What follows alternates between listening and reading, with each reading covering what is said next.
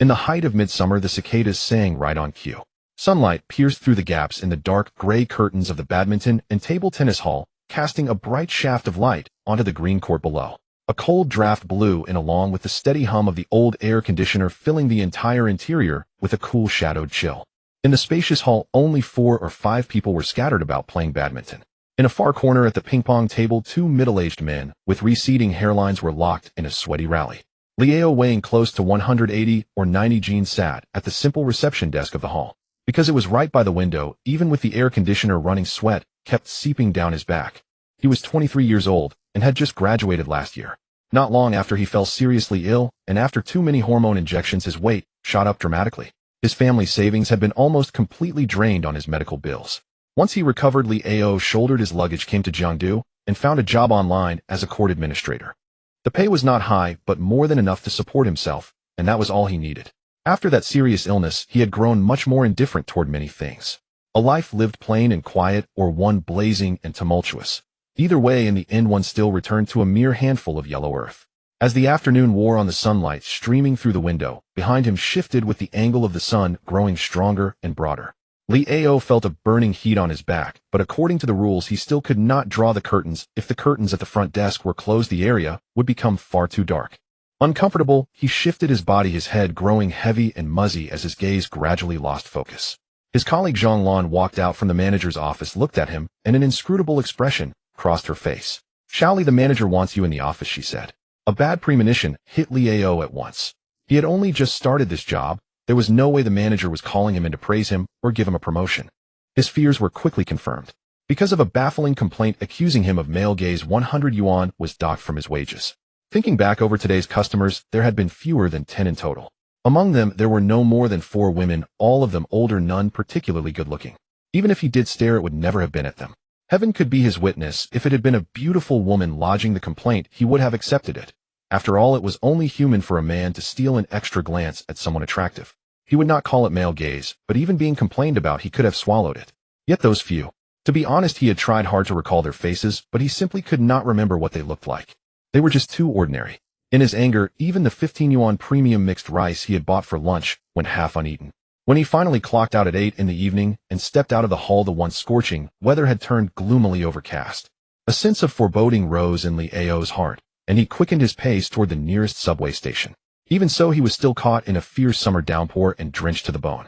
He stopped in the rain, paused, and let out a helpless little laugh. At least it was finally cool. Half an hour later, he emerged from the subway station and walked on through the rain for another 7 or 8 minutes until he finally reached an old residential complex that had been standing for over 30 years. By the time he reached home, the rain had already begun to let up. Standing before the old building, he looked out toward the pitch-black sky in the distance, just about to give voice to his feelings. All of a sudden, he heard an abrupt sound. Rather than a sound, it was more like a message emerging directly within his mind. Binding Perfect Tycoon System. The system will assist the host in becoming a perfect tycoon. Liao was dazed for a few seconds. His mouth opened slightly, then clamped shut again. A night breeze swept past, and a shiver ran through him, jolting him fully awake. A tycoon system. At first he thought he was hallucinating, but that strand of information lingered in his mind, unshakable and unmoving. Achoo! Soaked through, Liao sneezed loudly. As he studied the thing in his mind, he quickened his steps toward the building. He climbed up to the 3rd floor. It was an old apartment refurbished into a small 4-bedroom unit rented out to 4 tenants sharing. The tenants were a young married couple, a bald big brother who ran a roadside food stall, and a young woman with rather decent looks. At this moment, a hot pot was bubbling in the living room. Steam curled upward as the spicy red broth roiled, and the small table was packed with neatly washed ingredients. The young couple and the bald big brother sat around it. When they saw Liao come back, they greeted him enthusiastically. "Shaoli, you're back. You're soaked. Go change and come have some." "No thanks, I've already eaten." Liao politely declined their invitation and dove straight into his own room. Even the finest delicacies meant nothing to him right now. The system. He had awakened a system. From the information in his mind, he understood that this was a tycoon system, one that could help him become a perfect tycoon. As for where the system came from, he knew nothing. Its concrete functions would all have to be explored. There was not the slightest trace of intelligence to it. No way to converse with it like with a chatbot. It was as rigid as a pre-written program. Liao. Physique 40. Charm 20. Spirit 71. The Tycoon system is divided into 4 main modules: Panel, Missions, Career, and Mall. Panel, a data-based representation of the host's personal information. missions issuing various tycoon-related tasks, career reflecting the host's ventures and scale of wealth, mall locked items available for purchase, beginner's gift pack obtained, special tycoon talent, heaven rewards diligence. As long as you work hard you will reap rewards. Choose one of the following: 10 free attribute points or 100 million in funds. Receive. In his heart, Liao silently intoned his choice to receive the talent. The next instant his mind felt suddenly clear, as though something indescribable had opened up within his consciousness. A talent like heaven rewards diligence, if it appeared in some world of immortals and martial heroes, alone would be enough to serve as a protagonist's golden cheat. Unfortunately, he was in an ordinary modern city. It was not as if he could train himself into a superhuman. With that thought, he turned his gaze to the second reward, a choice between 10 attribute points and 100 million in funds. That was 100 million. Rationally speaking, he should have made his decision without the slightest hesitation. Yet, just then the system, as if loading with a delay, displayed a new message. Heaven rewards diligence talent loaded. Massive increase in spirit attribute obtained. Liao shifted his attention back to his information panel. Liao. Physique 40. Charm 20. Spirit 91. 10 free attribute points pending distribution. From these numbers, it seemed that 100 was likely the human limit, and his original score of 71 had been that of an ordinary person. And now it had become 91. Physique and charm were easy enough to understand. One was the body's physical capacity, strength, speed, stamina, all folded into it. Charm represented a person's looks, bearing, and overall presence. Spirit, however, was far more abstract. Intelligence, comprehension, or something even more elusive. Both physique and charm could in theory be improved through effort. Only this mysterious spirit. Even if one wished to train it, there was no obvious way to do so. If the human limit was 100, then what kind of world lay beyond 100? Now Liao stood before a choice: 100 million in funds, or that unknown possibility. The room was utterly silent save for the faint clink of glasses and muffled chatter drifting in from outside the door. He pondered for a long time, and in the end made his decision. System, allocate the points for me. 100 million, an entire 100 million. Yet when he thought it through, with a divine tycoon system in his possession, money had instead become the least important thing. Since 100 million had arrived, a second 100 million would naturally follow. 10 attribute points fell into his hands, and he allocated them all directly to spirit. Focus on a single point and push it to the summit. In the next instant, his spirit value of 91 surged to 101. It was as if a great bell boomed within his mind. Li Miao's face flushed red, his head burned, and his nose tingled. Bright red blood traced a line down from his pallid chin, dripping onto the floor. He paid it no heed. The world before his eyes suddenly turned vivid, and his perception underwent an earth-shattering transformation. A torrent of information surged into him all at once, nearly more than he could bear. It felt like downing a huge mouthful of icy water all at once, leaving his head throbbing faintly. He drew in a deep breath, closed his eyes, and quietly listened and inhaled. The faint, damp, and moldy odor in the cramped room became starkly distinct, and the tiny rustling of a few insects hidden in the corners sounded as if they were crawling right beside his ears. Outside the door came the clink of glasses and the sounds of people drinking, yet to his ears that could now catch the movement of crawling insects. That noise no longer felt harsh at all. It was clear that the growth of his spirit was not merely a simple sharpening of the senses. Amidst the noisy chatter and the bubbling of hot pot, Li Miao distinctly picked out the sound of a key turning within the locked cylinder of the front door. Immediately afterward, through the mixture of mold, dampness, and sour sweat that filled the air, a faint, fresh fragrance slipped in, a scent reminiscent of gardenias. He also smelled a trace of exhaustion and suppression woven into it. "You're back. Want to eat something?" "Thank you, I've already eaten. I'll just head back to my room first." The soft, slightly sticky accent, as if the words were gently chewed, made it immediately obvious to the ear that she was a girl from the southern regions. So the girl had returned, and rather early today at that. Li Miao opened his eyes, the bleeding from his nose had stopped. He had already adapted to this new world. He breathed lightly, calming his emotions. Walking to the windowsill, he stood in the pitch-black room with the lights off and looked down toward the street below. A fine drizzle still fell the ground, shimmering faintly beneath the ghastly white street lamps.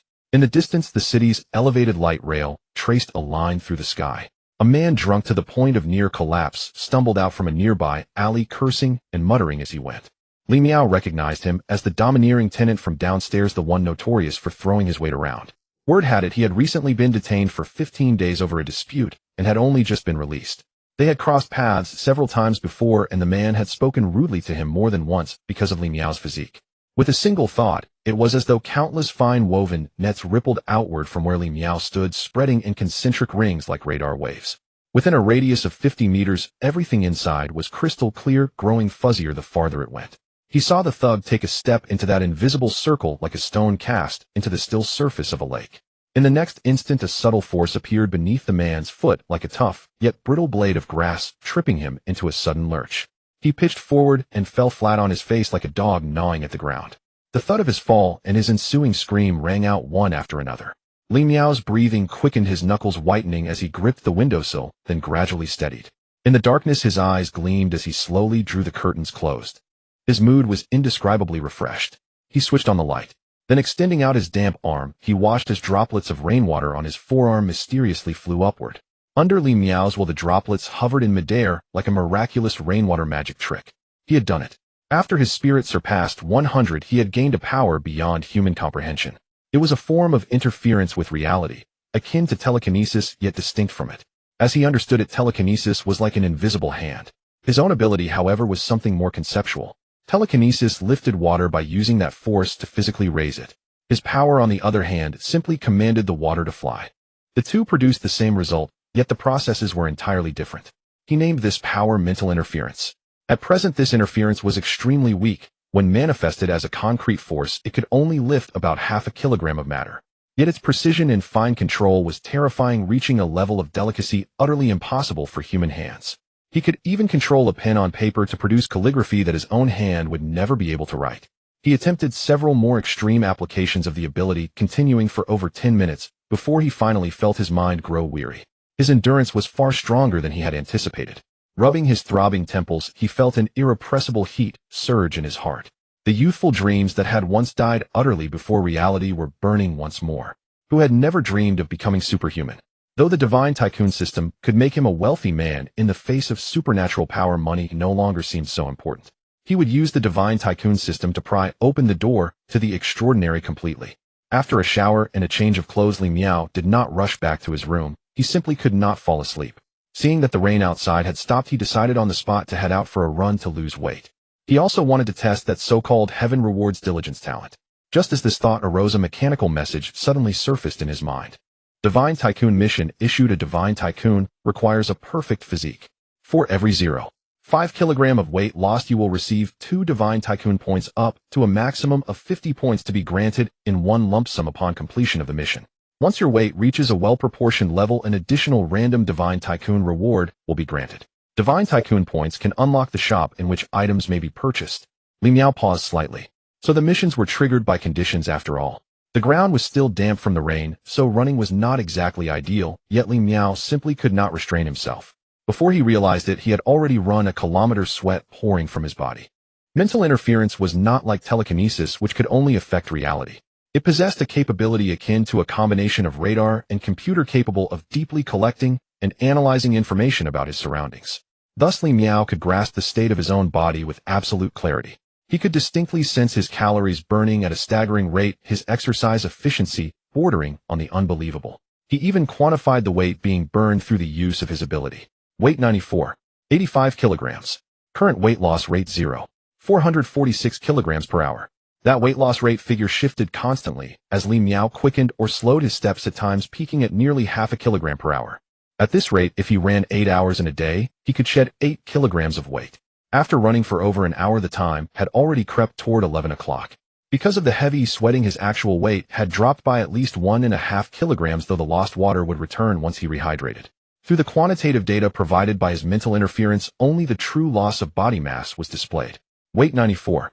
25 kilograms. He had lost more than half a kilogram. Li Miao returned to the old building. Opening the door, he found everyone already dispersed. The lights in the living room switched off, a faint hot pot aroma still lingering in the air. Interwoven with it was another very distinct light gardenia scent. In the darkness, his mental perception automatically gathered every fragment of information from his surroundings, culminating in an incredible reconstruction within his mind. Within his mind, he could even replay the scene that had unfolded here not long ago, based solely on the surrounding traces. He saw in that inner vision the small gardenia-scented girl sneaking out of the bathroom, moving as if afraid of being noticed. The two of them bumped face to face. The girl was startled, her whole body tensing up. Because his spiritual power far exceeded that of ordinary people in such darkness, once outward appearances were stripped away, it became far easier for others to sense the fundamentally different essence within him. In the darkness, he was like a burly beast exuding an intense masculine aura. Liao felt his face grow slightly hot. In that fleeting instant just now, he had unconsciously read the girl's information, which was admittedly even more excessive than a male gaze. The scent on the girl's body, every inch of skin along her arms and collarbone all transformed into information more vivid than reality itself and surged into his mind. If he wished, he could even see through her clothes. Now he realized that his supernatural ability of spiritual interference had extended into a new method of use. Supervision. His powerful spiritual strength allowed him to contemplate so much in the span of a single instant without revealing the slightest flaw. At this moment, the girl had just finished bathing and changed into white pajamas, her hair already blown dry. By the faint remnant of the street lamp's light outside the window, her face could be seen. Her features were beautiful, her face small, her skin carrying a sickly paleness, and her lips were slightly pale as well. Her name was Sang-ji, a tenant who had only recently moved in. Liao was not familiar with her. They had hardly exchanged a few words. The young couple sharing the apartment with them got along fairly well with her. According to them, Sang-ji had just graduated and was currently interning at a large company. In an era where good looks could almost be used as currency, a girl with her level of beauty would have had absolutely no intersection with the former him. Even if for various reasons she was temporarily living in the same apartment as him, she was nothing more than a passerby. Their gazes met for a moment, then they simultaneously turned away.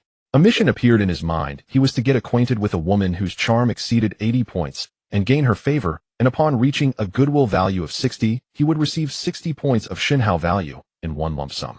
Moreover, every time goodwill broke through a major threshold, he would receive an additional random Shinhao. Goodwill was divided into 5 major stages: 20 for acquaintances, 40 for friends, 60 for close friends, 80 for family-like bonds, and 90 for important life relationships. The triggering of this mission made Liao feel both expected and yet somehow surprising. However, like the weight loss mission, this was another long-term task. Good evening. Liao hesitated for 2 seconds, then forced himself to say dryly. People often said that money was a man's courage, that men with money would always stand a little straighter and feel a bit more confident in the face of anything. Though he currently had little money, he was after all a superpowered individual. Good evening, Sang-ji replied, slightly surprised, nodding as she returned the greeting. She had moved in a week ago. Aside from the day she arrived when the landlord introduced them, and she exchanged a few words with Liao, they had only greeted each other once since. To be honest, she did not dislike Liao. Although his outward image was not very good, he was at least far better than the disgusting bully downstairs. It was just that her work pressure was so heavy that she simply could not summon the energy to engage in socializing. Thus the two of them exchanged this silent and awkward conversation, then retreated back to their respective rooms with tacit understanding. A prompt appeared. He had met his first woman with charm above 80, and the goodwill panel was unlocked. It displayed Sang-ji, physique 70, a charm 86, spirit 78, goodwill 20. Goodwill of 0 represented a stranger. With Sang-ji's current goodwill at 20, he received an encouragement funds of 100,000 yuan. The next moment, Liao's phone vibrated, and he received a text message from the bank. It read a deposit of 100 yuan had been made into his account ending in 0527, bringing the balance to 101230. 5 yuan. Sang-ji truly was a good girl. After all, with his looks and image, practically a city goblin, it was difficult enough for most girls not to have a negative goodwill toward him. It was just a pity that the encouragement he received was money rather than attribute points. But thinking it through, the primary rewards of the Shinhao system were likely wealth-related items, while attribute points would be comparatively rare. Time passed. After taking another shower and lying on the bed, Liao tossed and turned, unable to fall asleep. On one hand, he had been intensely stimulated by the vivid information from Sang-ji, on the other it was because of the Shinhao system and his supernatural power. Thinking carefully, a notion suddenly arose in his mind: spiritual interference possessed the abilities of information gathering, analysis, and the power to interfere with reality. What domains did this interference encompass? Could it be directly applied to himself like hypnosis? With a single thought, he attempted to issue a sleep interference command to himself. In the next second, darkness swept over his vision, and he plunged into deep sleep. Even his breathing became steady and long, like a bear in hibernation. For hours later, Liao's eyes snapped open abruptly, and he awoke completely, without the slightest warning, as though he had died for a moment and come back to life. He sat dazed on the bed for a long while, unable to regain his composure. An indescribable lightness coursed through his entire body. He had slept wonderfully, even a sleep that could be called utterly refreshing. Yet it also seemed to run completely counter to the natural rules of human sleep, leaving a strange sense of dissonance. It actually worked. It appeared that his development of this supernatural ability, spiritual interference, was barely the tip of the iceberg. If he could interfere with his own sleep, that meant he could do the same to others, and perhaps even go beyond influencing sleep alone. At that moment, the mechanical voice of the system once again sounded in his mind. The Shinhao system announced that a hidden achievement task had been completed: perfect deep sleep. He had completed a flawless deep sleep, and thus received an encouragement 1 free attribute point. There are even achievements. So in addition to triggering missions, he could also obtain encouragement by achieving hidden accomplishments. Without hesitation, Li Ao allocated the 1 attribute point to his spirit, raising his spiritual attribute from 101 to 102. Although it was only a single point, Li Ao felt that the improvement was far more pronounced than when his spirit had previously risen from 71 to 91. It was like improving from 71 to 91 on an exam was nowhere near as difficult as climbing from 99 to 100. Moreover, this was akin to improving again after having already broken past a score of 100. Glancing at his phone, he saw that it was only a little after 4. Outside was still pitch dark, and the first subway train was at least an hour or 2 away. He put on his clothes, and after a moment's thought packed an extra set of clean clothes. Moving quietly to wash up in the bathroom, he then left the apartment. Turning on walking navigation on his phone, he began jogging toward the Yuping gym. The distance was just over 12 kilometers. He did not know how long it would take, but since work started at 8 with 3 to 4 hours, he should be able to make it there. Time slipped by. The sun dragged its scorching light up from the edge of the horizon. Traffic surged along the streets and crowds of people flowed like a river. Gasping for breath, Li Ao finally came to a halt when he saw the Yuping gym in the distance. Sweat had soaked through his clothes, clinging uncomfortably to his plump body. He glanced at his phone. It was 7:23. He had indeed run for nearly 3 hours. His weight now read 184.9. In 3 hours his weight had dropped from 188.5 to 184.9, a real loss of 3.6 gene. This was mainly because, guided by the information provided by spiritual interference, he was able to maintain an extremely efficient exercise pattern throughout. Combined with visualized progress where every bit of effort yielded visible tangible returns, his motivation became immensely strong. At this rate, in only a few days his weight would visibly change. The system's weight loss encouragement required him to reach a well-proportioned weight, though he still had no idea how much he had to lose before it would reward him. The badminton and table tennis hall felt cool and deserted. After all, there were few people with the leisure to come play so early in the morning, especially when they had to pay for court time. The entire venue covered at least 1,000 square meters, yet there were only 6 staff members, 2 of whom were leaders and 2 cleaners. In truth, Li Ao had only seen the director of the hall once and did not even know what the director's name was. The signboard of the Jiangxing Badminton and Table Tennis Hall, though old and weathered, still hung squarely and properly above the main entrance. This place was not an ordinary enterprise, but a special company with a state-owned background. The original venue administrator, Zhang Lan, was a woman in her 40s. She held an official post with a proper establishment, entirely different in status from a temporary worker like Li Ao. Incidents like having money docked from one's pay, such as what had happened yesterday, would never occur to Sister Zhang. "Xiaoli, you're here." Reclining on a lounge chair beside the reception desk and slowly reading a newspaper, Sister Zhang glanced up lazily at the entering Li Ao. "What's with all that sweat?" "I'm losing weight," Li Ao replied, wiping his sweat with his sleeve. "I wasn't this fat before. I put on weight after taking a lot of hormones while I was sick. I'll slim down very quickly." He knew that with his Heaven Rewards diligence ability his weight loss would be astonishingly fast, so he laid some groundwork in advance to avoid attracting too much attention later. "So that's how it is." Hearing this, Sister Zhang looked him over. She truly felt he had slimmed down a little, and there was an indescribable change about him, as if he was indeed different from before. "That's good. Once you slim down, I'll introduce you to a nice girl," she said. Li Ao answered with a smile, but he did not take it to heart. These days there was almost a reproductive barrier between those inside the system and those outside. As a mere temporary worker, what good girl could realistically be introduced to him? The hall had its own showers, but he was in no hurry to bathe. Since there was no one using the courts that morning, he could keep training. Watching Li Ao run laps around the courts, Zhang Lan clicked her tongue, repeatedly thinking that this Xiao Li would not be staying in this hall for long. It was not that the hall would ever lay people off in a place like this unless one committed some enormous mistake. Even temporary workers were almost never dismissed. Rather, it was that Li Ao now had spirit, had aspirations, and a light in his eyes. Someone like that would never keep hiding away in such a place forever. She truly was not lying to Xiao Li. In this era, losing weight was harder than cutting a slice off oneself. If he really had the willpower to slim down, she did know a suitable girl she could introduce him to. Even if the women inside the system might look down on him, there were still those outside the system. Around 10 o'clock, the leaders finally strolled in from outside, unhurried and late. They saw Li Ao running, but did not comment on it. By noon, around 12 o'clock, Li Ao had been exercising, running, stopping, and starting again, for another 4 hours. Panting heavily, he braced his hands on his knees, and his physical stats surfaced in his mind. Weight 181. 2. He had dropped from his original 184. 9 Gene, losing another 3. 7 Gene. Before leaving work yesterday, his weight had been 189. 7 Gene. He could not keep training and not because he could not endure it, but because he had already lost nearly 10 Gene. If he continued, the change would become too conspicuous. More importantly, heaven rewards diligence, ensured that his efforts were repaid. It did not turn him into an Iron Man. The information fed back by the mental interference was already warning him that his body was nearing its limit.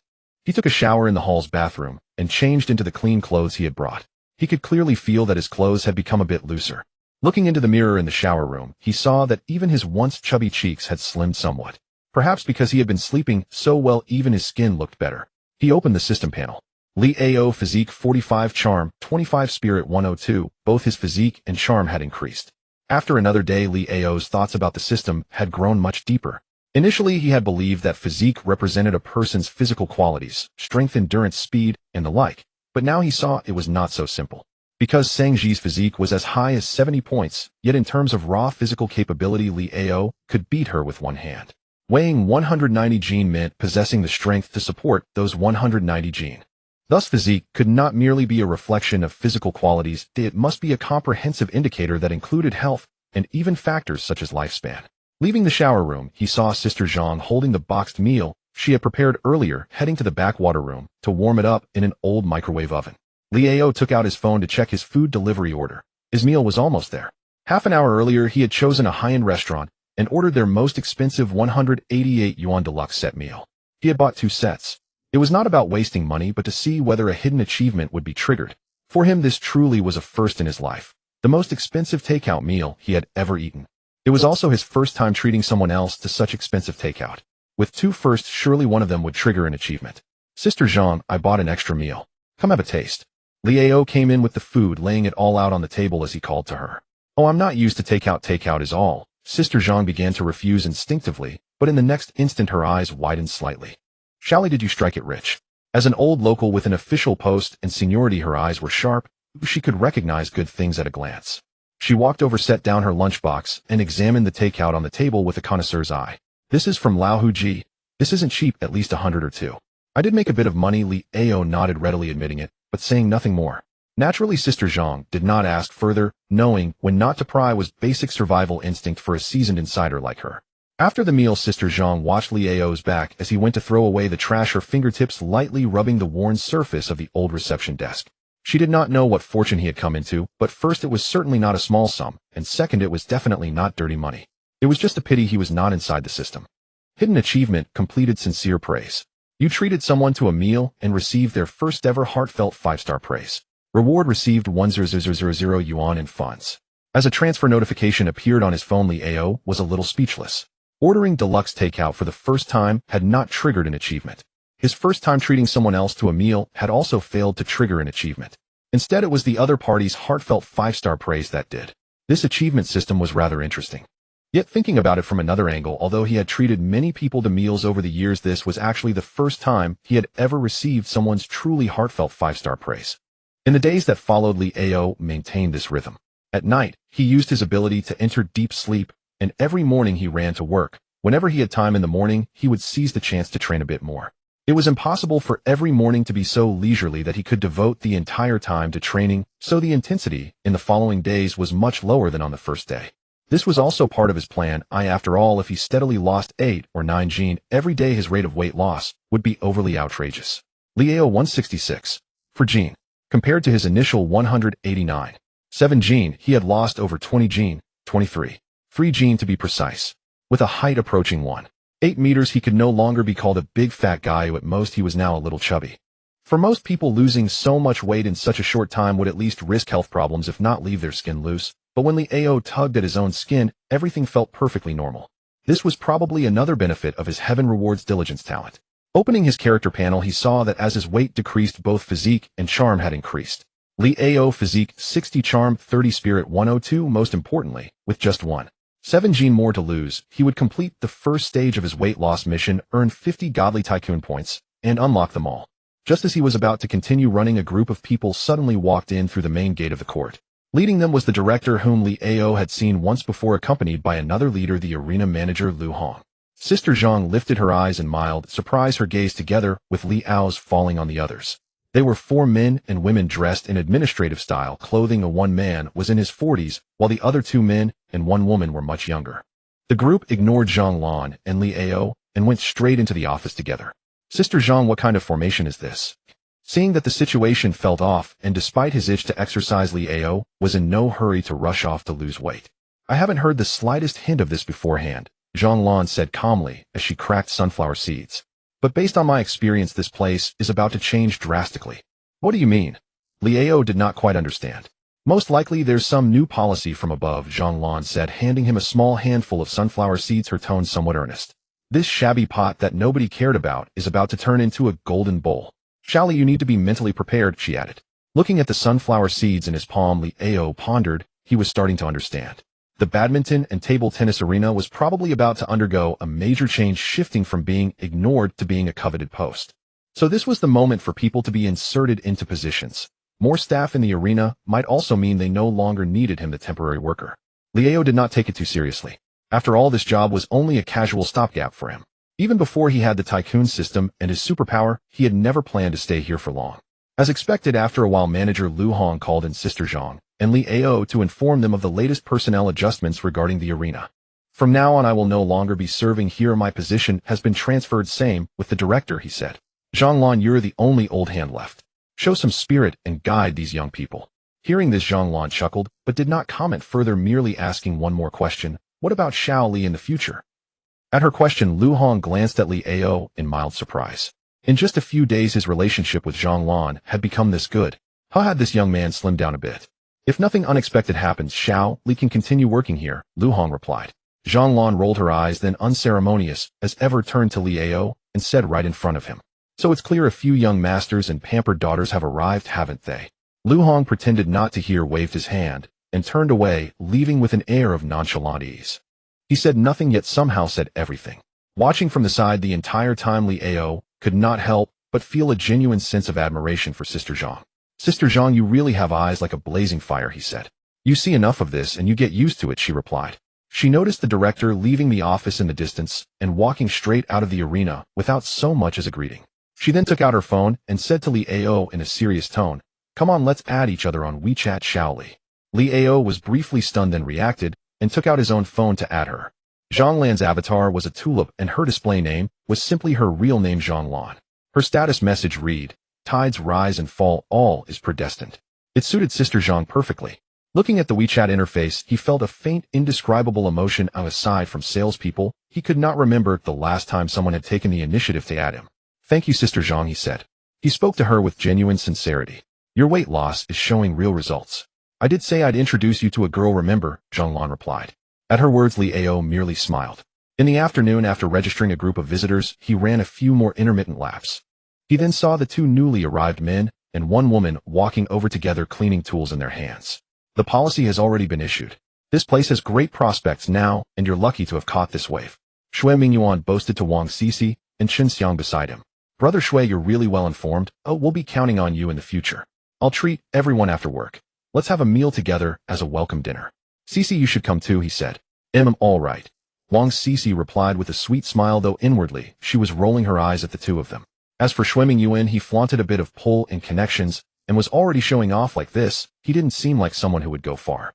As for Chen Xiang, he couldn't even pay proper respects when trying to attach himself to a new patron. "You over there, the venue needs a thorough cleaning. Come get your tools," Xue Mingyuan shouted. Li Ao frowned and glanced around. Indeed, he was the only one there. "Are you talking to me?" he asked. "If not you, then who?" Xue Mingyuan replied impatiently. "Go clean the toilets and make sure they're spotless." The remark amused Li Ao, and he had no intention of indulging him. "I'm not a cleaner, and who exactly are you anyway? That I should jump whenever you tell me to." His position was that of court administrator. Though temporary, he had a signed contract, and cleaning duties were simply not part of his job description. The arena already had 2 cleaning ladies, both employed through a labor agency. They worked only a fixed number of hours each day and could not realistically keep the entire court spotless. Their main task was simply mopping the floors. Xue Mingyuan's expression darkened. He had already familiarized himself with the staffing structure of the badminton and table tennis arena and knew very well that besides the regular cleaners, there was 1 temporary worker. Aren't you just a temp? Ever heard of organizational discipline? Do you know the leaders are coming for an inspection next week? What's wrong with asking you to do a bit of cleaning? If you don't like it, you can always leave, he snapped. Then go ahead and fire me, Liao replied calmly, leaving Xue Mingyuan momentarily speechless. Without waiting for whatever he might blurt out, next Liao turned and walked straight to a corner of the court. The arena was a bit too crowded for running now, so he decided to jump rope instead to continue his weight loss. Brother Xue, people like him aren't even in the same world as us. For all we know, he'll be gone tomorrow. No need to get worked up over him, Chen Xiang said from the side. True, Wang Sisi chimed in. Xue Mingyuan shot a dark glance in Liao's direction, but said nothing. Come on, let's clean, he said. Liao, weight 165. 3. Liao, weight 164. 7. After another bout of intense jump rope exercise, Liao's weight finally reached the standard he had set for himself. Stage mission completed, received encouragement reward of 50 Tycoon points. You have gained Tycoon points. Tycoon Mall unlocked. Tycoon Mall current level LV1 refreshes automatically once a month, can generate level 1 items. Consume 100 Tycoon points to upgrade to level 2. So the mall had levels as well. Eagerly, Liao opened the mall interface. Inside, he saw only 5 solitary items hanging there. Cash 100 yuan, 10 Tycoon points. Random property in Jiangxing, 10 Tycoon points. Free attribute point X1, 30 Tycoon points. Basic facial enhancement, 20 Tycoon points. Perfect muscle enhancement, 50 Tycoon points. The selection was more ordinary than Liao had imagined. He had thought there might be skills or talent type items, something along the lines of heaven rewards diligence. But considering this was only a level 1 mall, having these options was already quite good. There were a total of 5 items, and the shop refreshed once every month. After doing a quick calculation, he realized that if he wanted to buy everything in the shop, he would have to earn 120 Shinhao points within a month. He currently had 50 points, leaving a gap of 70. There was also a favorability mission. If he completed it, he could obtain 60 Shinhao points. Counting that mission, the shortfall would be reduced to just 10 points. However, he had to take into account the possibility that within this month, he might fail to complete the favorability mission and might not trigger any new Shinhao point missions either. Therefore, choosing what to prioritize was crucial. The million in cash went without saying. At the moment, that was practically all the wealth he possessed. If he wanted to complete the system's achievements and various missions, there was no way he could do it without money. With 1 million, he could attempt many things that might trigger achievements. As for the random property in Jiangxing, although the items in the level 1 shop were clearly restricted in grade and would never grant him some ultra-luxury mansion, even the cheapest apartment would still cost at least 1 million. Moreover, acquiring his very first home would in all likelihood trigger an achievement. As for the free attribute point, it was something no amount of money could compare to in importance. He also found the facial enhancement extremely tempting. After all, with a handsome face, life would feel as though it came with cheats, and more importantly, many missions and achievements would become far easier with good looks. If he looked like Yinzu, Sangji's favorability toward him would definitely be higher than it was now. Lastly, there was the most expensive item, perfect muscles, which though costly would undoubtedly grant a tremendous boost to his physique. His spirit attribute had surpassed 100, breaking through the human limit and granting him the power to interfere with reality. He could not help but wonder what would happen if his physique too broke past 100. Li Mao found himself torn for a moment. The decision was difficult, so he did not rush to choose immediately. Around 3 in the afternoon, the newly arrived curator left. At 5 o'clock, Sister Zhang and the few young staff members also left. Only he, the temporary worker, had to work overtime until 8, while the official staff all got off work at 5. In the empty badminton and table tennis hall, Li Mao sat quietly alone, letting the air conditioner blow cold wind over him as he watched the evening rush hour traffic flowing back and forth outside. He had to make a choice. He decided to rule out the cash and the apartment first. Although they were important compared to items imbued with supernatural qualities, they were somewhat lacking. The free attribute point cost 30 Shinhao points, the basic facial enhancement 20 Shinhao points, and perfect muscles 50 Shinhao points. After careful thought, he realized that although perfect muscles could greatly increase his physique thanks to heavenly reward for diligence, he would one day reach that level through his own effort anyway. The free attribute point, however, could be allocated to his spirit attribute, which he had no idea how to train.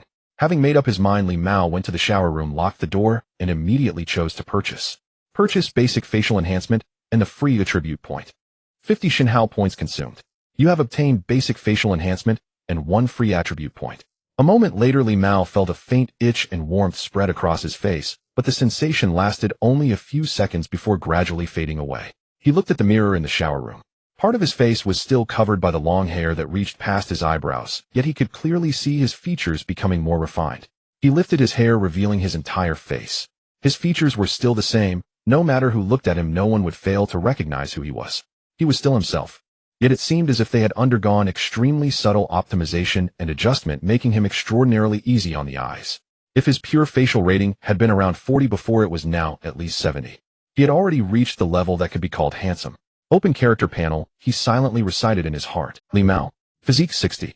Charm 50. Spirit 102.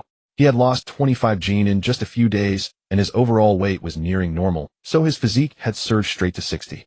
If he slimmed down completely, Li Mao estimated his physique would reach the 70s. A normal healthy adult's physique should generally fall between 70 and 80. At this moment his charm had reached 50 points, 20 more than before the enhancement. This was an enormous improvement. Charm was different from mere looks. Some people might have a facial score of 90, yet due to personal qualities, temperament, family background, or even their voice, their actual charm might only be 50 or 60.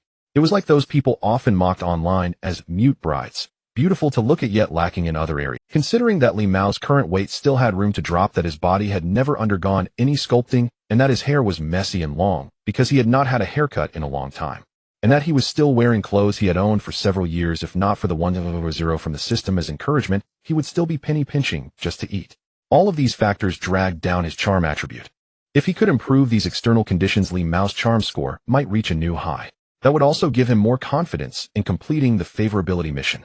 After all, as a city goblin, even if he invited a princess to a simple meal, she would definitely not go. As for the one free attribute point, Li Mao did not rush to allocate it this time. Although heavenly reward for diligence had infinite potential, going from 100 to 101 certainly would not be a simple breakthrough. It would be better to save this attribute point and use it in the future when he had trained his physique to 100. At 8 o'clock, Li Mao got off work on time. Instead of going home, he sought out a nearby barbershop that had relatively few customers. Tony greeted him with a broad smile almost immediately. "Brother, do you have an appointment?" "No, I just want a haircut." "Arrange whoever has the best skills for me." "Then please get your hair washed first, while arrange it for you." Tony was secretly delighted. He loved straightforward customers like this. Water flowed slowly down from the top of his head as a pair of hands gently massaged his scalp. Li Mao opened his eyes and saw a young girl with a tender face but a very serious expression. Unfortunately, no system prompt was triggered. She looked decent, but her charm had not reached 80. In Li Mao's eyes, her facial score was at least 80, and although she was not as stunning as Sang Ji, she was still quite pretty. It was probably other factors that dragged her score down. He suddenly wondered whether if he helped a girl with good looks, but weak in other aspects, undergo a makeover, her charm attribute could break past 80. He made a mental note of it. Perhaps it would be a direction worth trying in the future. Li Mao picked up their hairstyle catalog, which featured all kinds of cuts, and finally settled on one that looked pleasing to him. "Brother, this light layered fringe really does suit you." As the scissors clicked, Li Mao watched in the mirror as locks of hair continually fell away. Half an hour later, a slightly chubby but refined-looking young man wearing clothes that were far too loose stepped out of the barbershop. Li Mao. Physique 60. Charm 60. Spirit 102. It was hard to believe that a mere haircut had increased his charm by a full 10 points. No wonder people said that sometimes a hairstyle could account for half of one's looks. The 168 yuan he spent on the haircut was well worth it. He touched the extremely loose waistband of his pants and knew he could not put it off any longer. He had to buy clothes. He had thought about waiting until he was fully slim before buying new clothes, but now it was already affecting his daily life, so he had to at least buy a couple of sets to make do for the time being. Because of Sang Ji's overtime, he had not seen her for several days. Once he changed into new clothes, his charm attribute would definitely rise again, and perhaps he could create a striking contrast by then. Just then his phone suddenly rang. Li Mao picked it up and glanced at the screen. It was Shuang Ge. "Hey Shuang, what's up?" Liang picked up the phone, a hint of puzzlement in his mind. Zhao Shuang, known as Brother Shuang, was his senior in university. He was a senior when Liang was a freshman and had been very kind to him. "Liang, long time no talk. I just heard you were sick. How are you now?" "Nothing serious. After a year of rest, I'm fine now." Liang figured those spreading the news were probably gossiping about whether he was dead or not. "Good to hear." Brother Shuang sighed with relief. "Take care of yourself. I heard you're in Jiangxing too. Where are you working?" "Just recovered, so I took a random job to tide things over." Although Liang attended an ordinary second-tier university, his computer science major was one of the top programs there. He had signed an employment contract upon graduation, but illness forced him to give it up. After recovering, the tech job market had cooled down, which was why he ended up as a temporary administrator. "You've got solid skills. I have some freelance work here. Want to give it a shot?" Brother Shuang's voice carried full trust. He knew Liang's abilities well. Liang initially wanted to refuse. His mind wasn't on work, especially freelance gigs that were often troublesome. But on second thought, it might be a viable path since he definitely wouldn't stay an administrator for long. More importantly, the Divine Wealth System had a career module. A career was built through action, not waiting. Sometimes, even money couldn't buy a sufficiently substantial endeavor. Thanks, Brother Shuang. We'll give it a try. Alright, check your email later. And let's catch up sometime. After hanging up, Li Ong headed to the nearest roadside clothing store. He spent over 500 yuan on 2 outfits, a black t-shirt and dark pants. Like most ordinary guys, his taste didn't go much beyond that. But once he changed into the well-fitting clothes, his vibe instantly improved. With his refined features, which seemed to have a whitening effect, his fair skin stood out sharply against the black t-shirt. The external influence of his superhuman mental power beyond human limits now revealed itself without restraint. It wasn't about facial beauty. It was an aura of spotless purity, a detached and pristine temperament. At first glance, he seemed like a layer apart from the real world. Charm 70. His charm had risen by another 10 points. Purely in terms of looks, Li Ong figured head score over 80. Except for being a bit chubby, he was undeniably handsome. It was time to take on the favorability quest. In Jiangxing, at Tianqing Tower, the headquarters of Huaxing Group. From the 26th floor, the window framed the glittering nightscape of Jiangxing, with a great river running through it from east to west. The finance department was brightly lit, printers running in a non-stop queue. A surprise audit had made the already busy department even more hectic. Sang Ji's eyes were strained from staring at the computer. She closed them and massaged her temples, then opened them to see it was already 9 o'clock. She stretched her stiff legs quietly, slipping her feet out of her low-heeled shoes and curling her toes. Just then a work message flashed on her phone. It was Director Li from the finance department tagging her in the group chat. Sang Ji, make sure that reconciliation report is done tonight. It's key for tomorrow's meeting. Got it, Sang Ji replied weakly. The rich aroma of coffee gave her a slight jolt. Guanmi, a colleague at the neighboring desk with whom she got along well, had somehow fetched 2 cups of coffee and walked over. Sang, have some coffee to perk up. Me, can we even make it home tonight? Sang Ji held the coffee with both hands, her voice drawn out. Don't worry, the power shuts off at midnight sharp, Guanmi pointed upward. It's a firm new rule. But if we don't finish, we'll have to work from home anyway. True. In that case, I'd rather pull an all-nighter here. Commuting takes forever. Let's just focus on what's the rush? No matter how urgent, we can still take a sip of coffee or use the bathroom, right? Drink up slowly, then come with me to the restroom. You've got quite the schedule. Sang Ji's mouth twitched, but seeing Guanmi's smile eased some of the pressure in her. Hey, I heard that Xiao Zhang has been pretty attentive to you lately. What's the deal? Any sparks? Guanmi lowered her voice, a hint of gossip in her tone. Sang Ji thought of Xiao Zhang from the admin department. He was decent looking, a few years older than her, but not hot. Huaxing didn't prohibit relationships between employees from different departments. After a chance business encounter, had added her on WeChat under the pretext of work and often sent her trivial messages. She wasn't naive. She knew he might be interested, but she felt no spark at all. From the look of it, it's a no-go, Guanmi shrugged. But no rush, we're still young. The right man is still out. I'm not thinking about that right now. Sang Ji brushed off Guanmi's words and buried herself in the report again. She had worked hard all through school, and that drive had barely gotten her into Huaxing. Even if she were genuinely interested in Xiao Zhang, she wouldn't complicate things by dating casually. Though the policy allowed cross-department relationships, who could say for sure? As for life's big matters, like Guanmi said, she was still young. What was the hurry? But she dismissed Guanmi's notion of a good man waiting ahead. No matter how great a man was, could he really make her swoon like in a TV drama? Love was just dopamine, wasn't it? Nothing so mystical. She wasn't that kind of lovesick fool. She worked until 11, then left the company with Guanmi. The subway had stopped running by then, and they lived in opposite directions, so each took a ride-hailing car home. Seeing the estimated fare of 35 yuan on her phone, Sang Ji's heart ached. Broke as hell. The old neighborhood had narrow roads the driver refused to enter, so she had to walk a few minutes out. As she walked, she spotted a roadside food stall and unconsciously slowed down. Growl. Her stomach, from every health perspective, eating at this hour was a bad idea. But after her brain had been working so hard, the aroma of various foods made her hunger unbearable. Sang Ji, want a bite? A vaguely familiar voice broke the silence. Sang Ji instinctively lifted her drowsy head and froze on the spot. Clean. A purity beyond the mundane, as if from another layer. The world seemed to fall silent. The deep red smokeless charcoal at the stall sparked slightly as hot oil dripped onto it. Red and blue plastic tables were scattered haphazardly. He sat quietly among them, his skin a cold white against the t-shirt, his dark, deep eyes looking at her like a character from a manga. Honestly, he wasn't devastatingly handsome, but that clear, ethereal quality was something even the most handsome men rarely possessed. Who is this? Sang Ji's mind went blank. Someone she knew. She racked her brain but came up empty. Oh heavens. Think, damn it. Remember who he is. Li Meng had been waiting here for a while. He did not know much about Sang Ji. However, there was only this one way back. As long as she returned today, she would definitely pass through here. Seeing Sang Ji's dazed expression, he felt a slight relaxation in his heart, which indicated that his efforts were not in vain. In this day and age, social interactions for adults were an exhausting luxury. If you do not present enough value outwardly, others will essentially assume that you do not wish to socialize, thus respecting your personal choice. It was like peacocks in the animal kingdom who would spread their feathers when wanting to connect with the opposite sex. This was not merely attraction, it was a signal being conveyed to the other gender. Sang Ji, come and eat a bit, it's on me, he invited again. This time Sang Ji seemed to awaken from a dream and instinctively responded. Okay. She stepped closer and took another furtive glance at Li Meng, feeling increasingly familiar. Suddenly the image of a somewhat silent chubby figure floated into her mind. You are Li. Brother Li. Sang Ji exclaimed in shock. It was quite normal for her to recognize him. After all, Li Meng's features had not changed, they had merely been refined. I've been losing weight recently. Oh, I've slimmed down a bit. You didn't recognize me, did you? Li Meng chuckled and invited her to sit down.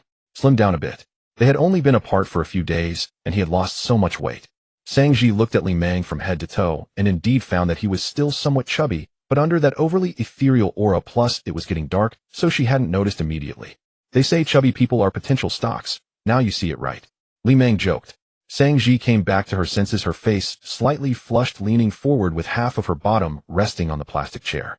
I'm sorry, Brother Li, your change is too drastic. I didn't recognize you. It's normal, I was sick before and gained weight due to hormone treatment, so I'm losing it quite fast now. Li Meng had gotten used to spreading this narrative. So that's how it is. Brother Li, why are you still awake so late? Sang Ji's voice unconsciously lowered a little. After all, it is said that those with high attractiveness have an easier life. I'm running to lose weight, but there are obstacles everywhere. I couldn't hold back. Li Meng picked up a skewer of squid from the plate and offered it to Sang Ji. Looking at the oil-sizzling squid skewer and the smiling Li Meng, Sang Ji instinctively accepted it. Thank you, Brother Li. She truly had to completely reevaluate this person. Li Meng ordered more barbecue and added 2 glasses of ice beer. The two of them ate for a full hour. Sang Ji appeared to be a person of few words, yet once familiar, she talked quite a bit. After a glass of beer, her cheeks flushed, and she began to complain to Li Meng about her recent overtime at Huaxin. She spoke about her efforts in school. She mentioned her good friend Guanmi, who was her peer.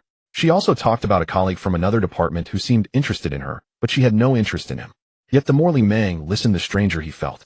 Back in school, my roommates were always about love and relationships, but I wasn't interested in that. I just liked reading Freud's The Interpretation of Dreams alone in the library. Every time I saw them waste their time, how to put it, Brother Li, you understand. Li Meng smiled slightly at the slightly dazed and overly ambitious Sang Ji, finding her rather interesting. The two enjoyed their conversation and even exchanged contact information, staying until midnight before heading back. Brother Li, thank you for treating me to barbecue today, Sang Ji said softly, having regained some clarity in front of her room. Next time I will treat you to a meal. Let's wait until you get confirmed. I'll be waiting for your meal, Li Meng replied with a smile. After returning to his room, Li Meng checked the change in his favorability level. System prompt: current favorability level of Sang Ji is 40. Sang Ji's favorability level has reached the second stage, gaining the luxury of encouragement immunity to all diseases. In the span of a meal, Sang Ji's favorability jumped from 20 to 40, and at this stage they were already friends. It was just a young girl who had just entered society, plus Li Meng's image probably coincided perfectly with her preferences. Otherwise, if it were someone who had been around for several years, it would have been impossible to rise so quickly. Considering this, raising the favorability level to 60 within a month didn't seem too difficult. Although the immunity to all diseases encouragement didn't show immediate effects, it was much better than cash rewards. In the future, during his free time, he could use his psychic interference ability to analyze the changes in his... After tidying up, Li Meng was not in a hurry to sleep because he relied on his psychic interference ability, allowing him to feel refreshed after just 3 to 4 hours of sleep. He turned on his desktop computer that he had been using for over 4 years. He couldn't afford a high-performance laptop, so he had always used a desktop. He opened his email and started looking at the freelancing tasks sent by Shuangge. The project was from a tech company named Jinhan. Upon checking, it turned out to be a company not very large in scale in this field, established for less than 10 years with a valuation of several billion. However, it had been making significant strides in the past 2 years. Based on Shuangge's age, if he began working there when the company was small, it was quite possible for him to have reached the position of department manager now. If he went any higher, it would be difficult given the age factor.